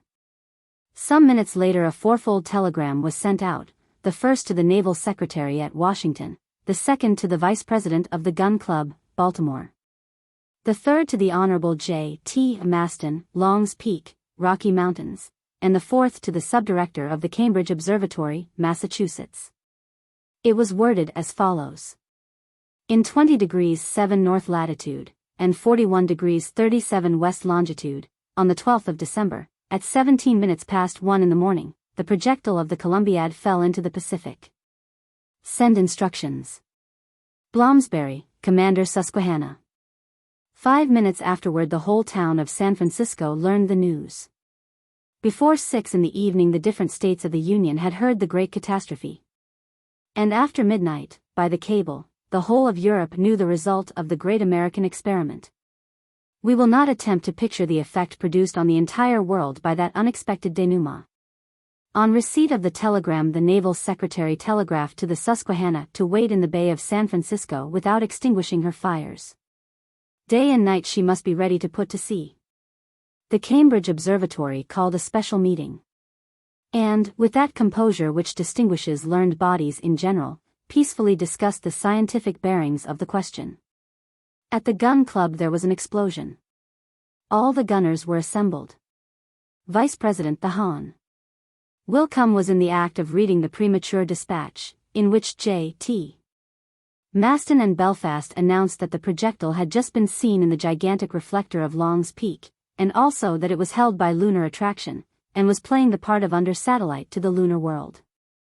We know the truth on that point. But on the arrival of Bloomsbury's dispatch, so decidedly contradicting J.T. Maston's telegram, two parties were formed in the bosom of the Gun Club. On one side were those who admitted the fall of the projectile, and consequently the return of the travelers. On the other, those who believed in the observations of Long's Peak, concluded that the commander of the Susquehanna had made a mistake. To the latter the pretended projectile was nothing but a meteor. Nothing but a meteor, a shooting globe, which in its fall had smashed the bows of the corvette. It was difficult to answer this argument, for the speed with which it was animated must have made observation very difficult.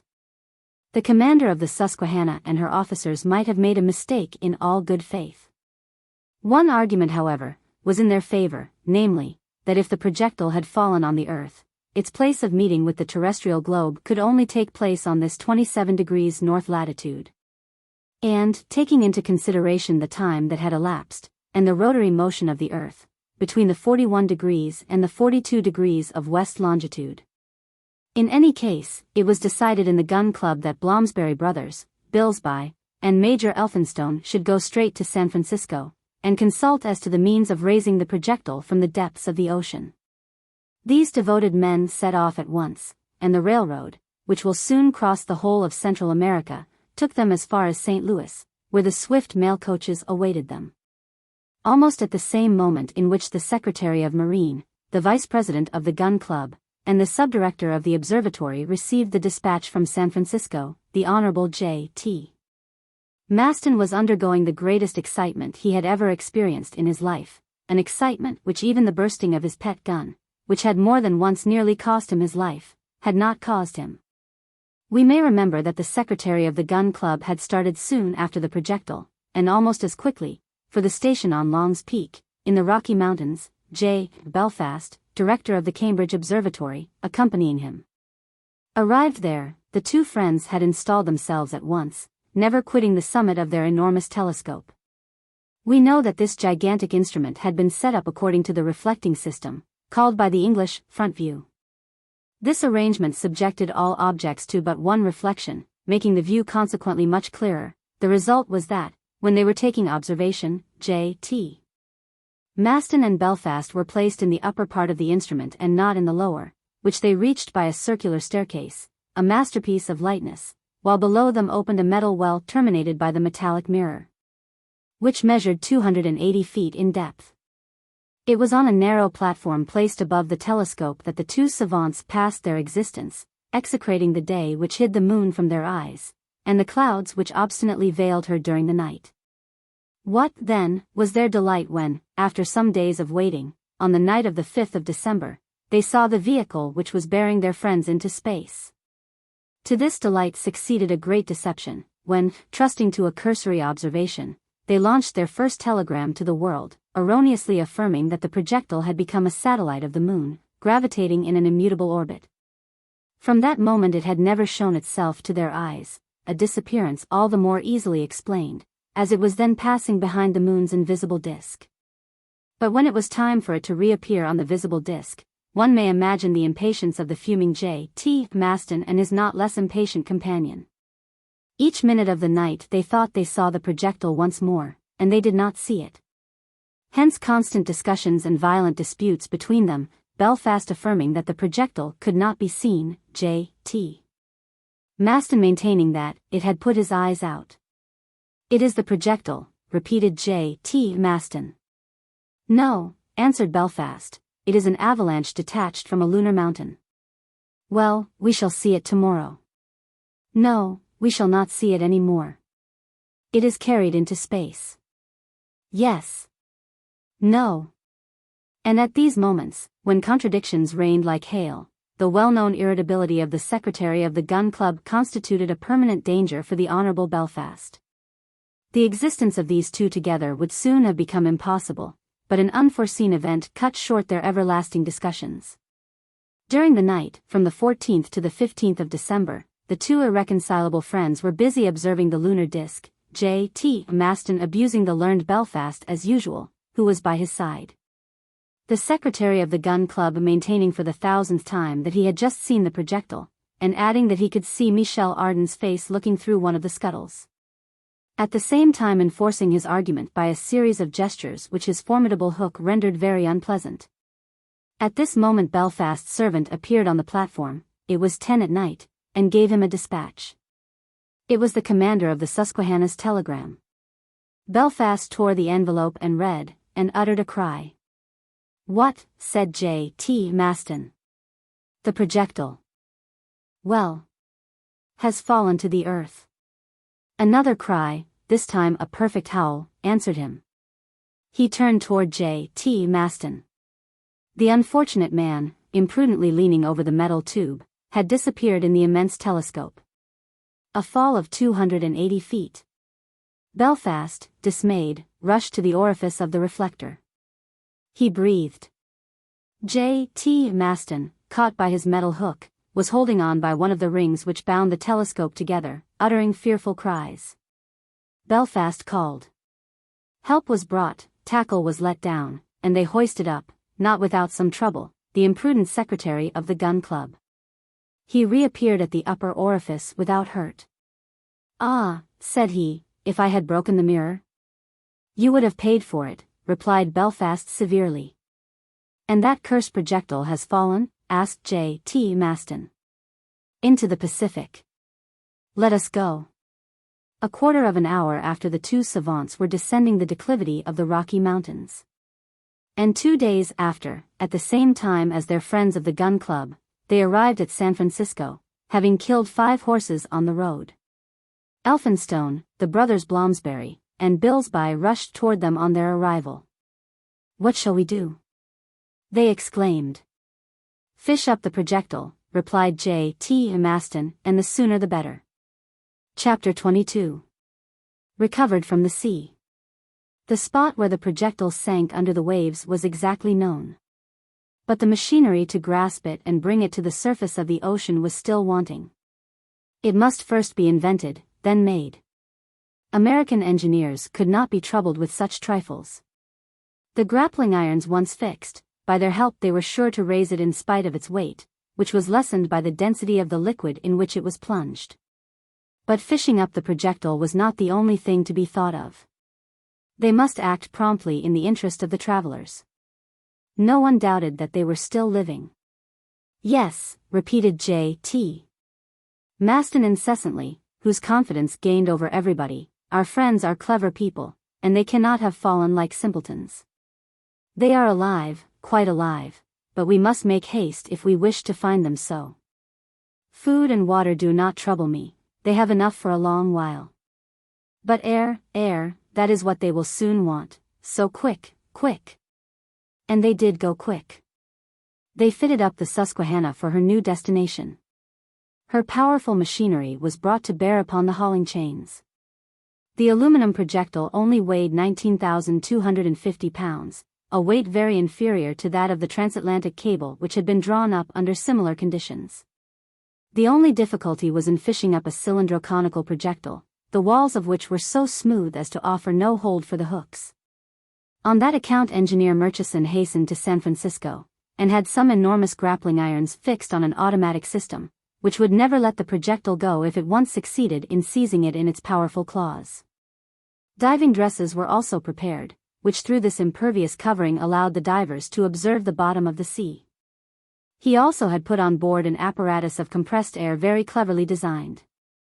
There were perfect chambers pierced with scuttles, which, with water let into certain compartments, could draw it down into great depths. These apparatuses were at San Francisco, where they had been used in the construction of a submarine breakwater, and very fortunately it was so, for there was no time to construct any. But in spite of the perfection of the machinery, in spite of the ingenuity of the savants entrusted with the use of them, the success of the operation was far from being certain. How great were the chances against them, the projectile being 20,000 feet under the water. And if even it was brought to the surface, how would the travelers have borne the terrible shock which 20,000 feet of water had perhaps not sufficiently broken? At any rate they must act quickly. J.T. Maston hurried the workmen day and night. He was ready to don the diving dress himself, or try the air apparatus, in order to reconnoiter the situation of his courageous friends. But in spite of all the diligence displayed in preparing the different engines, in spite of the considerable sum placed at the disposal of the Gun Club by the government of the Union, 5 long days, 5 centuries, elapsed before the preparations were complete. During this time public opinion was excited to the highest pitch. Telegrams were exchanged incessantly throughout the entire world by means of wires and electric cables. The saving of Barbicane, Nicol, and Michel Ardan was an international affair. Everyone who had subscribed to the Gun Club was directly interested in the welfare of the travelers. At length the hauling chains, the air chambers, and the automatic grappling irons were put on board. J.T. Maston, Engineer Murchison, and the delegates of the Gun Club were already in their cabins. They had but to start, which they did on the 21st of December, at 8 o'clock at night, the corvette meeting with a beautiful sea, a northeasterly wind, and rather sharp cold.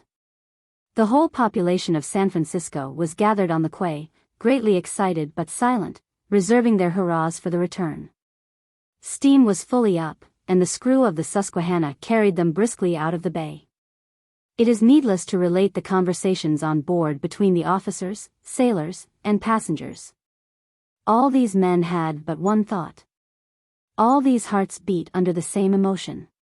While they were hastening to help them, what were Barbicane and his companions doing? What had become of them? Were they able to attempt any bold maneuver to regain their liberty? None could say. The truth is that every attempt must have failed. Immersed nearly 4 miles under the ocean, this metal prison defied every effort of its prisoners. On the 23rd INST, at 8 in the morning, after a rapid passage, the Susquehanna was due at the fatal spot. They must wait till 12 to take the reckoning exactly. The buoy to which the sounding line had been lashed had not yet been recognized. At 12, Captain Blomsberry, assisted by his officers who superintended the observations, took the reckoning in the presence of the delegates of the Gun Club. Then there was a moment of anxiety. Her position decided, the Susquehanna was found to be some minutes westward of the spot where the projectile had disappeared beneath the waves. The ship's course was then changed so as to reach this exact point. At 47 minutes past 12 they reached the buoy. It was in perfect condition, and must have shifted but little. "At last," exclaimed J.T. Maston. "Shall we begin?" asked Captain Blomsberry. Without losing a second. Every precaution was taken to keep the corvette almost completely motionless. Before trying to seize the projectile, Engineer Murchison wanted to find its exact position at the bottom of the ocean. The submarine apparatus destined for this expedition was supplied with air. The working of these engines was not without danger, for at 20,000 feet below the surface of the water, and under such great pressure, they were exposed to fracture, the consequences of which would be dreadful. J.T. Maston, the brothers Blomsberry, and Engineer Murchison, without heeding these dangers, took their places in the air chamber. The commander, posted on his bridge, superintended the operation, ready to stop or haul in the chains on the slightest signal. The screw had been shipped, and the whole power of the machinery collected on the capstan would have quickly drawn the apparatus on board. The descent began at 25 minutes past 1 at night, and the chamber, drawn under by the reservoirs full of water, disappeared from the surface of the ocean. The emotion of the officers and sailors on board was now divided between the prisoners in the projectile and the prisoners in the submarine apparatus. As to the latter, they forgot themselves, and, glued to the windows of the scuttles, attentively watched the liquid mass through which they were passing. The descent was rapid. At 17 minutes past 2, J.T. Maston and his companions had reached the bottom of the Pacific, but they saw nothing but an arid desert, no longer animated by either fauna or flora. By the light of their lamps, furnished with powerful reflectors, they could see the dark beds of the ocean for a considerable extent of view, but the projectile was nowhere to be seen. The impatience of these bold divers cannot be described, and having an electrical communication with the corvette, they made a signal already agreed upon. And for the space of a mile the Susquehanna moved their chamber along some yards above the bottom. Thus they explored the whole submarine plane, deceived at every turn by optical illusions which almost broke their hearts. Here a rock, there a projection from the ground, seemed to be the much sought-for projectile. But their mistake was soon discovered, and then they were in despair. But where are they? Where are they? Cried J.T. Maston.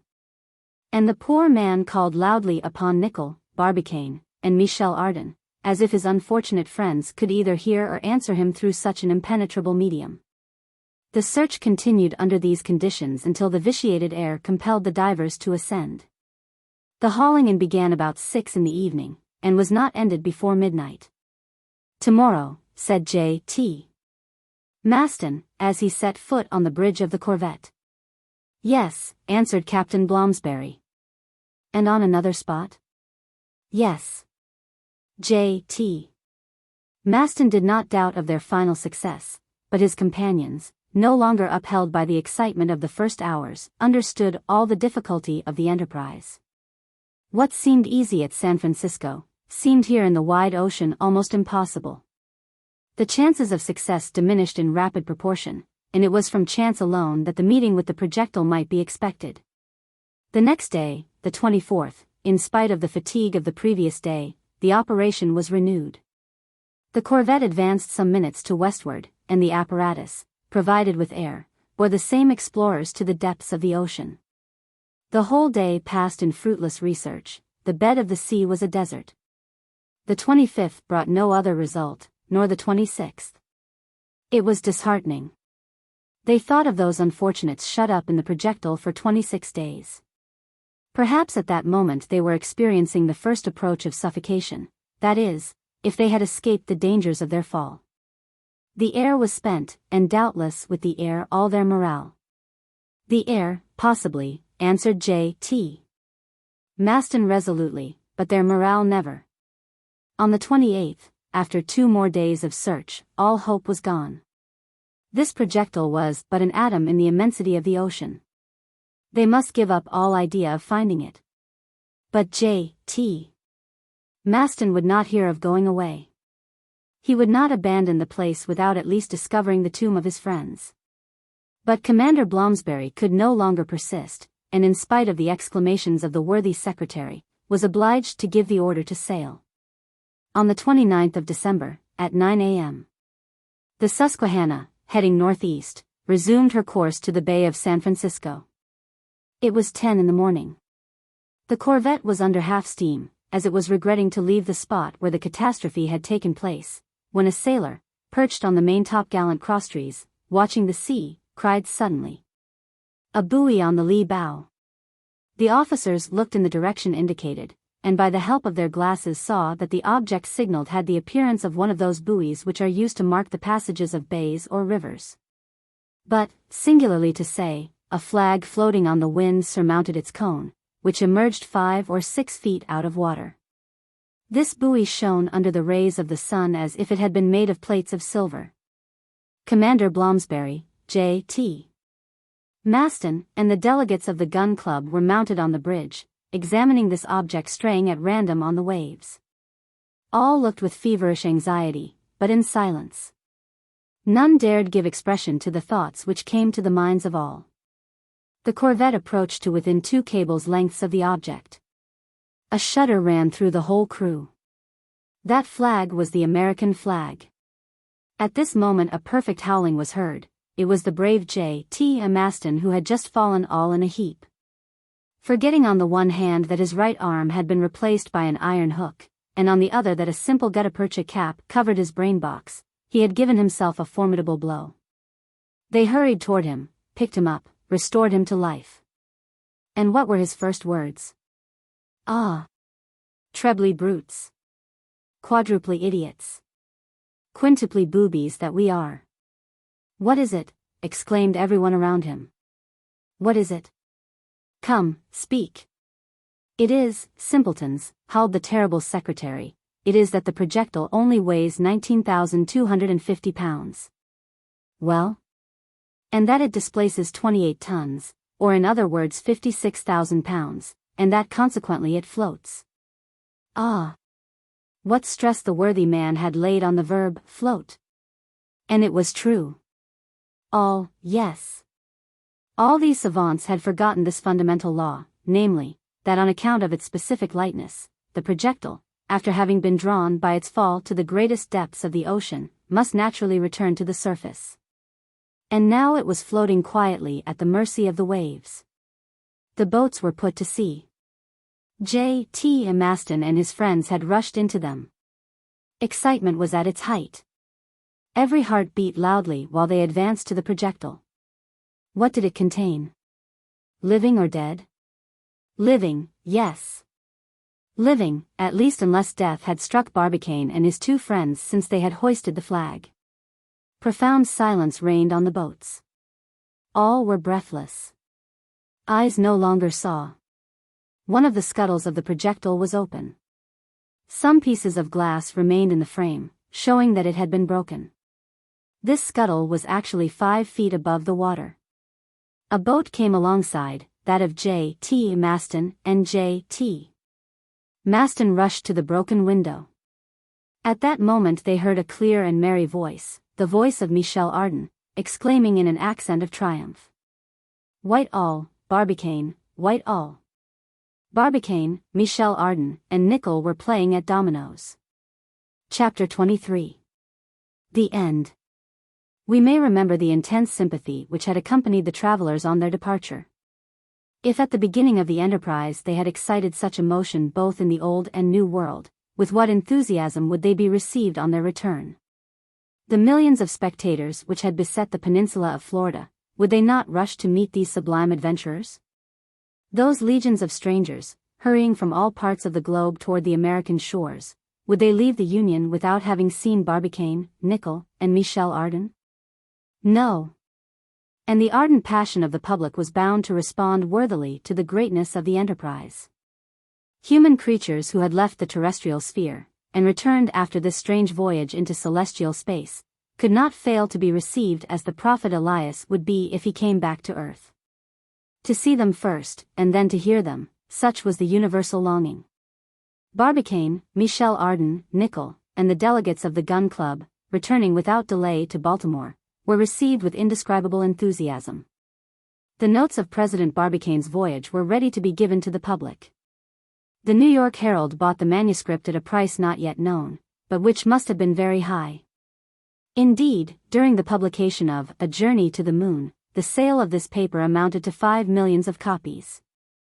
3 days after the return of the travelers to the earth, the slightest detail of their expedition was known. There remained nothing more but to see the heroes of this superhuman enterprise. The expedition of Barbicane and his friends round the moon had enabled them to correct the many admitted theories regarding the terrestrial satellite. These savants had observed VIII, and under particular circumstances. They knew what systems should be rejected, what retained with regard to the formation of that orb, its origin, its habitability. Its past, present, and future had even given up their last secrets. Who could advance objections against conscientious observers, who at less than 24 miles distance had marked that curious mountain of Tycho, the strangest system of lunar orography? How answer those savants whose sight had penetrated the abyss of Pluto's circle? How contradict those bold ones whom the chances of their enterprise had borne over that invisible face of the disk, which no human eye until then had ever seen? It was now their turn to impose some limit on that selenographic science, which had reconstructed the lunar world as Cuvier did the skeleton of a fossil, and say, the moon was this, a habitable world, inhabited before the earth. The moon is that, a world uninhabitable, and now uninhabited. To celebrate the return of its most illustrious member and his 2 companions, the Gun Club decided upon giving a banquet, but a banquet worthy of the conquerors, worthy of the American people. And under such conditions that all the inhabitants of the Union could directly take part in it. All the headlines of railroads in the States were joined by flying rails, and on all the platforms, lined with the same flags, and decorated with the same ornaments, were tables laid and all served alike. At certain hours, successively calculated, marked by electric clocks which beat the seconds at the same time, the population were invited to take their places at the banquet tables. For 4 days, from the 5th to the 9th of January, the trains were stopped as they are on Sundays on the railways of the United States, and every road was open. One engine only at full speed, drawing a triumphal carriage, had the right of traveling for those 4 days on the railroads of the United States. The engine was manned by a driver and a stoker, and bore, by special favor, the Honorable J.T. Maston, Secretary of the Gun Club. The carriage was reserved for President Barbicane, Colonel Nicholl, and Michel Ardan. At the whistle of the driver, amid the hurrahs, and all the admiring vociferations of the American language, the train left the platform of Baltimore. It traveled at a speed of 160 miles in the hour. But what was this speed compared with that which had carried the three heroes from the mouth of the Columbiad? Thus they sped from one town to the other, finding whole populations at table on their road, saluting them with the same acclamations, lavishing the same bravos. They traveled in this way through the east of the Union, Pennsylvania, Connecticut, Massachusetts, Vermont, Maine, and New Hampshire, the north and west by New York, Ohio, Michigan, and Wisconsin. Returning to the south by Illinois, Missouri, Arkansas, Texas, and Louisiana. They went to the southeast by Alabama and Florida, going up by Georgia and the Carolinas, visiting the center by Tennessee, Kentucky, Virginia, and Indiana, and, after quitting the Washington station, re-entered Baltimore. Where for 4 days one would have thought that the United States of America were seated at one immense banquet, saluting them simultaneously with the same hurrahs. The apotheosis was worthy of these three heroes whom fable would have placed in the rank of demigods. And now will this attempt, unprecedented in the annals of travels, lead to any practical result? Will direct communication with the moon ever be established? Will they ever lay the foundation of a traveling service through the solar world? Will they go from one planet to another, from Jupiter to Mercury, and after a while from one star to another, from the polar to Sirius? Will this means of locomotion allow us to visit those suns which swarm in the firmament? To such questions no answer can be given.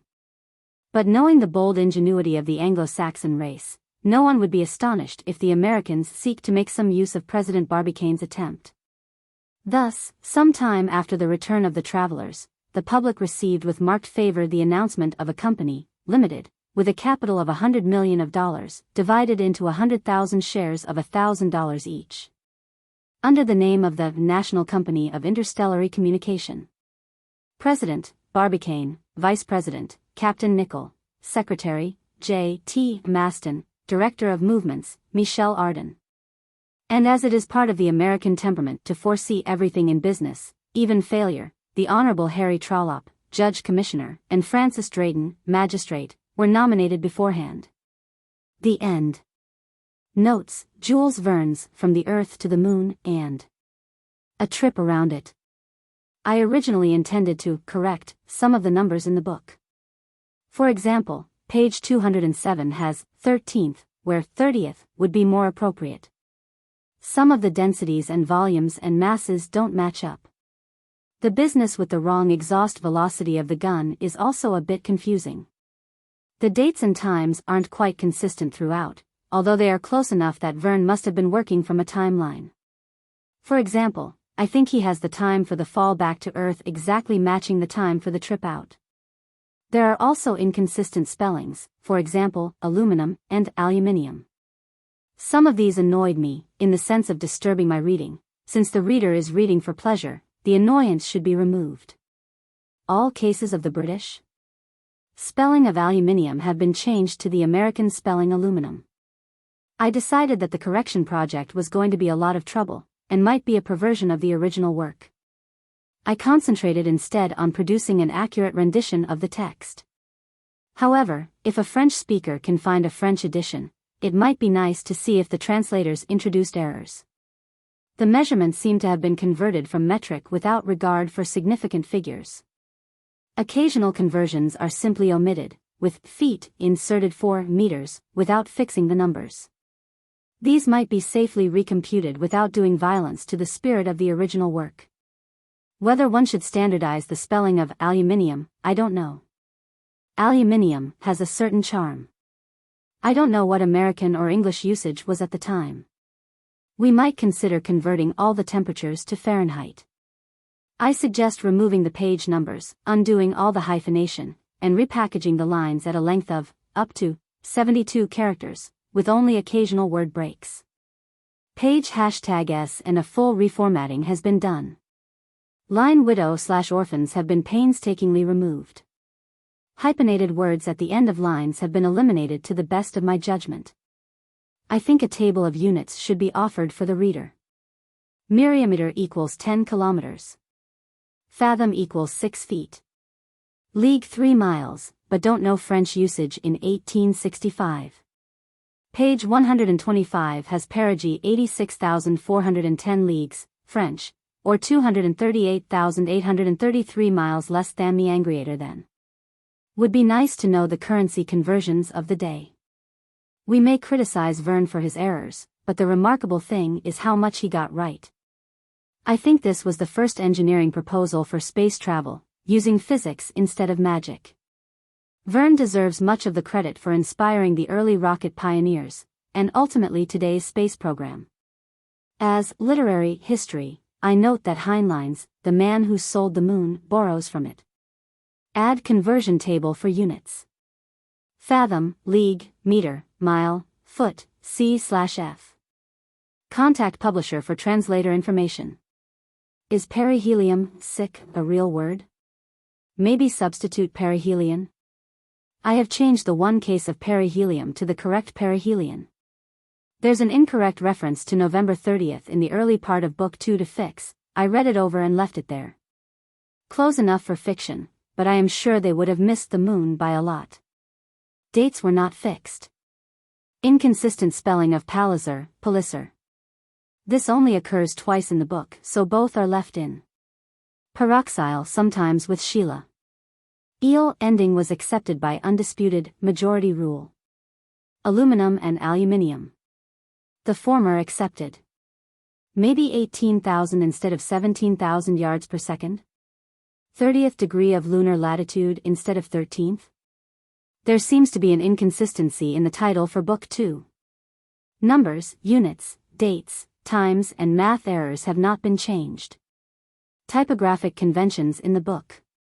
The book uses ligatures for FFI, FL, FFI, FFL. I have simply spelled these out. Chapter N is in italics. The chapter titles are in small caps. The first word of each chapter has an oversized capital, and the rest of the word is in small caps. If the first word is 2 letters or less, the second word is also in small caps. AM and PM are always in small caps, as AM or PM. All these have been changed to PG standards. My typographic conventions. There are a few lines longer than 80 character, usually because I have inserted a sick phrase in the line. I am using % as a line break character in these cases. The % and the following new line should be deleted. Correction, I have indicated some candidates for correction in braces. All these were appreciated. And either corrected or ignored. Italics are marked with underbars. These are left in for the next proofer to turn into caps for PG.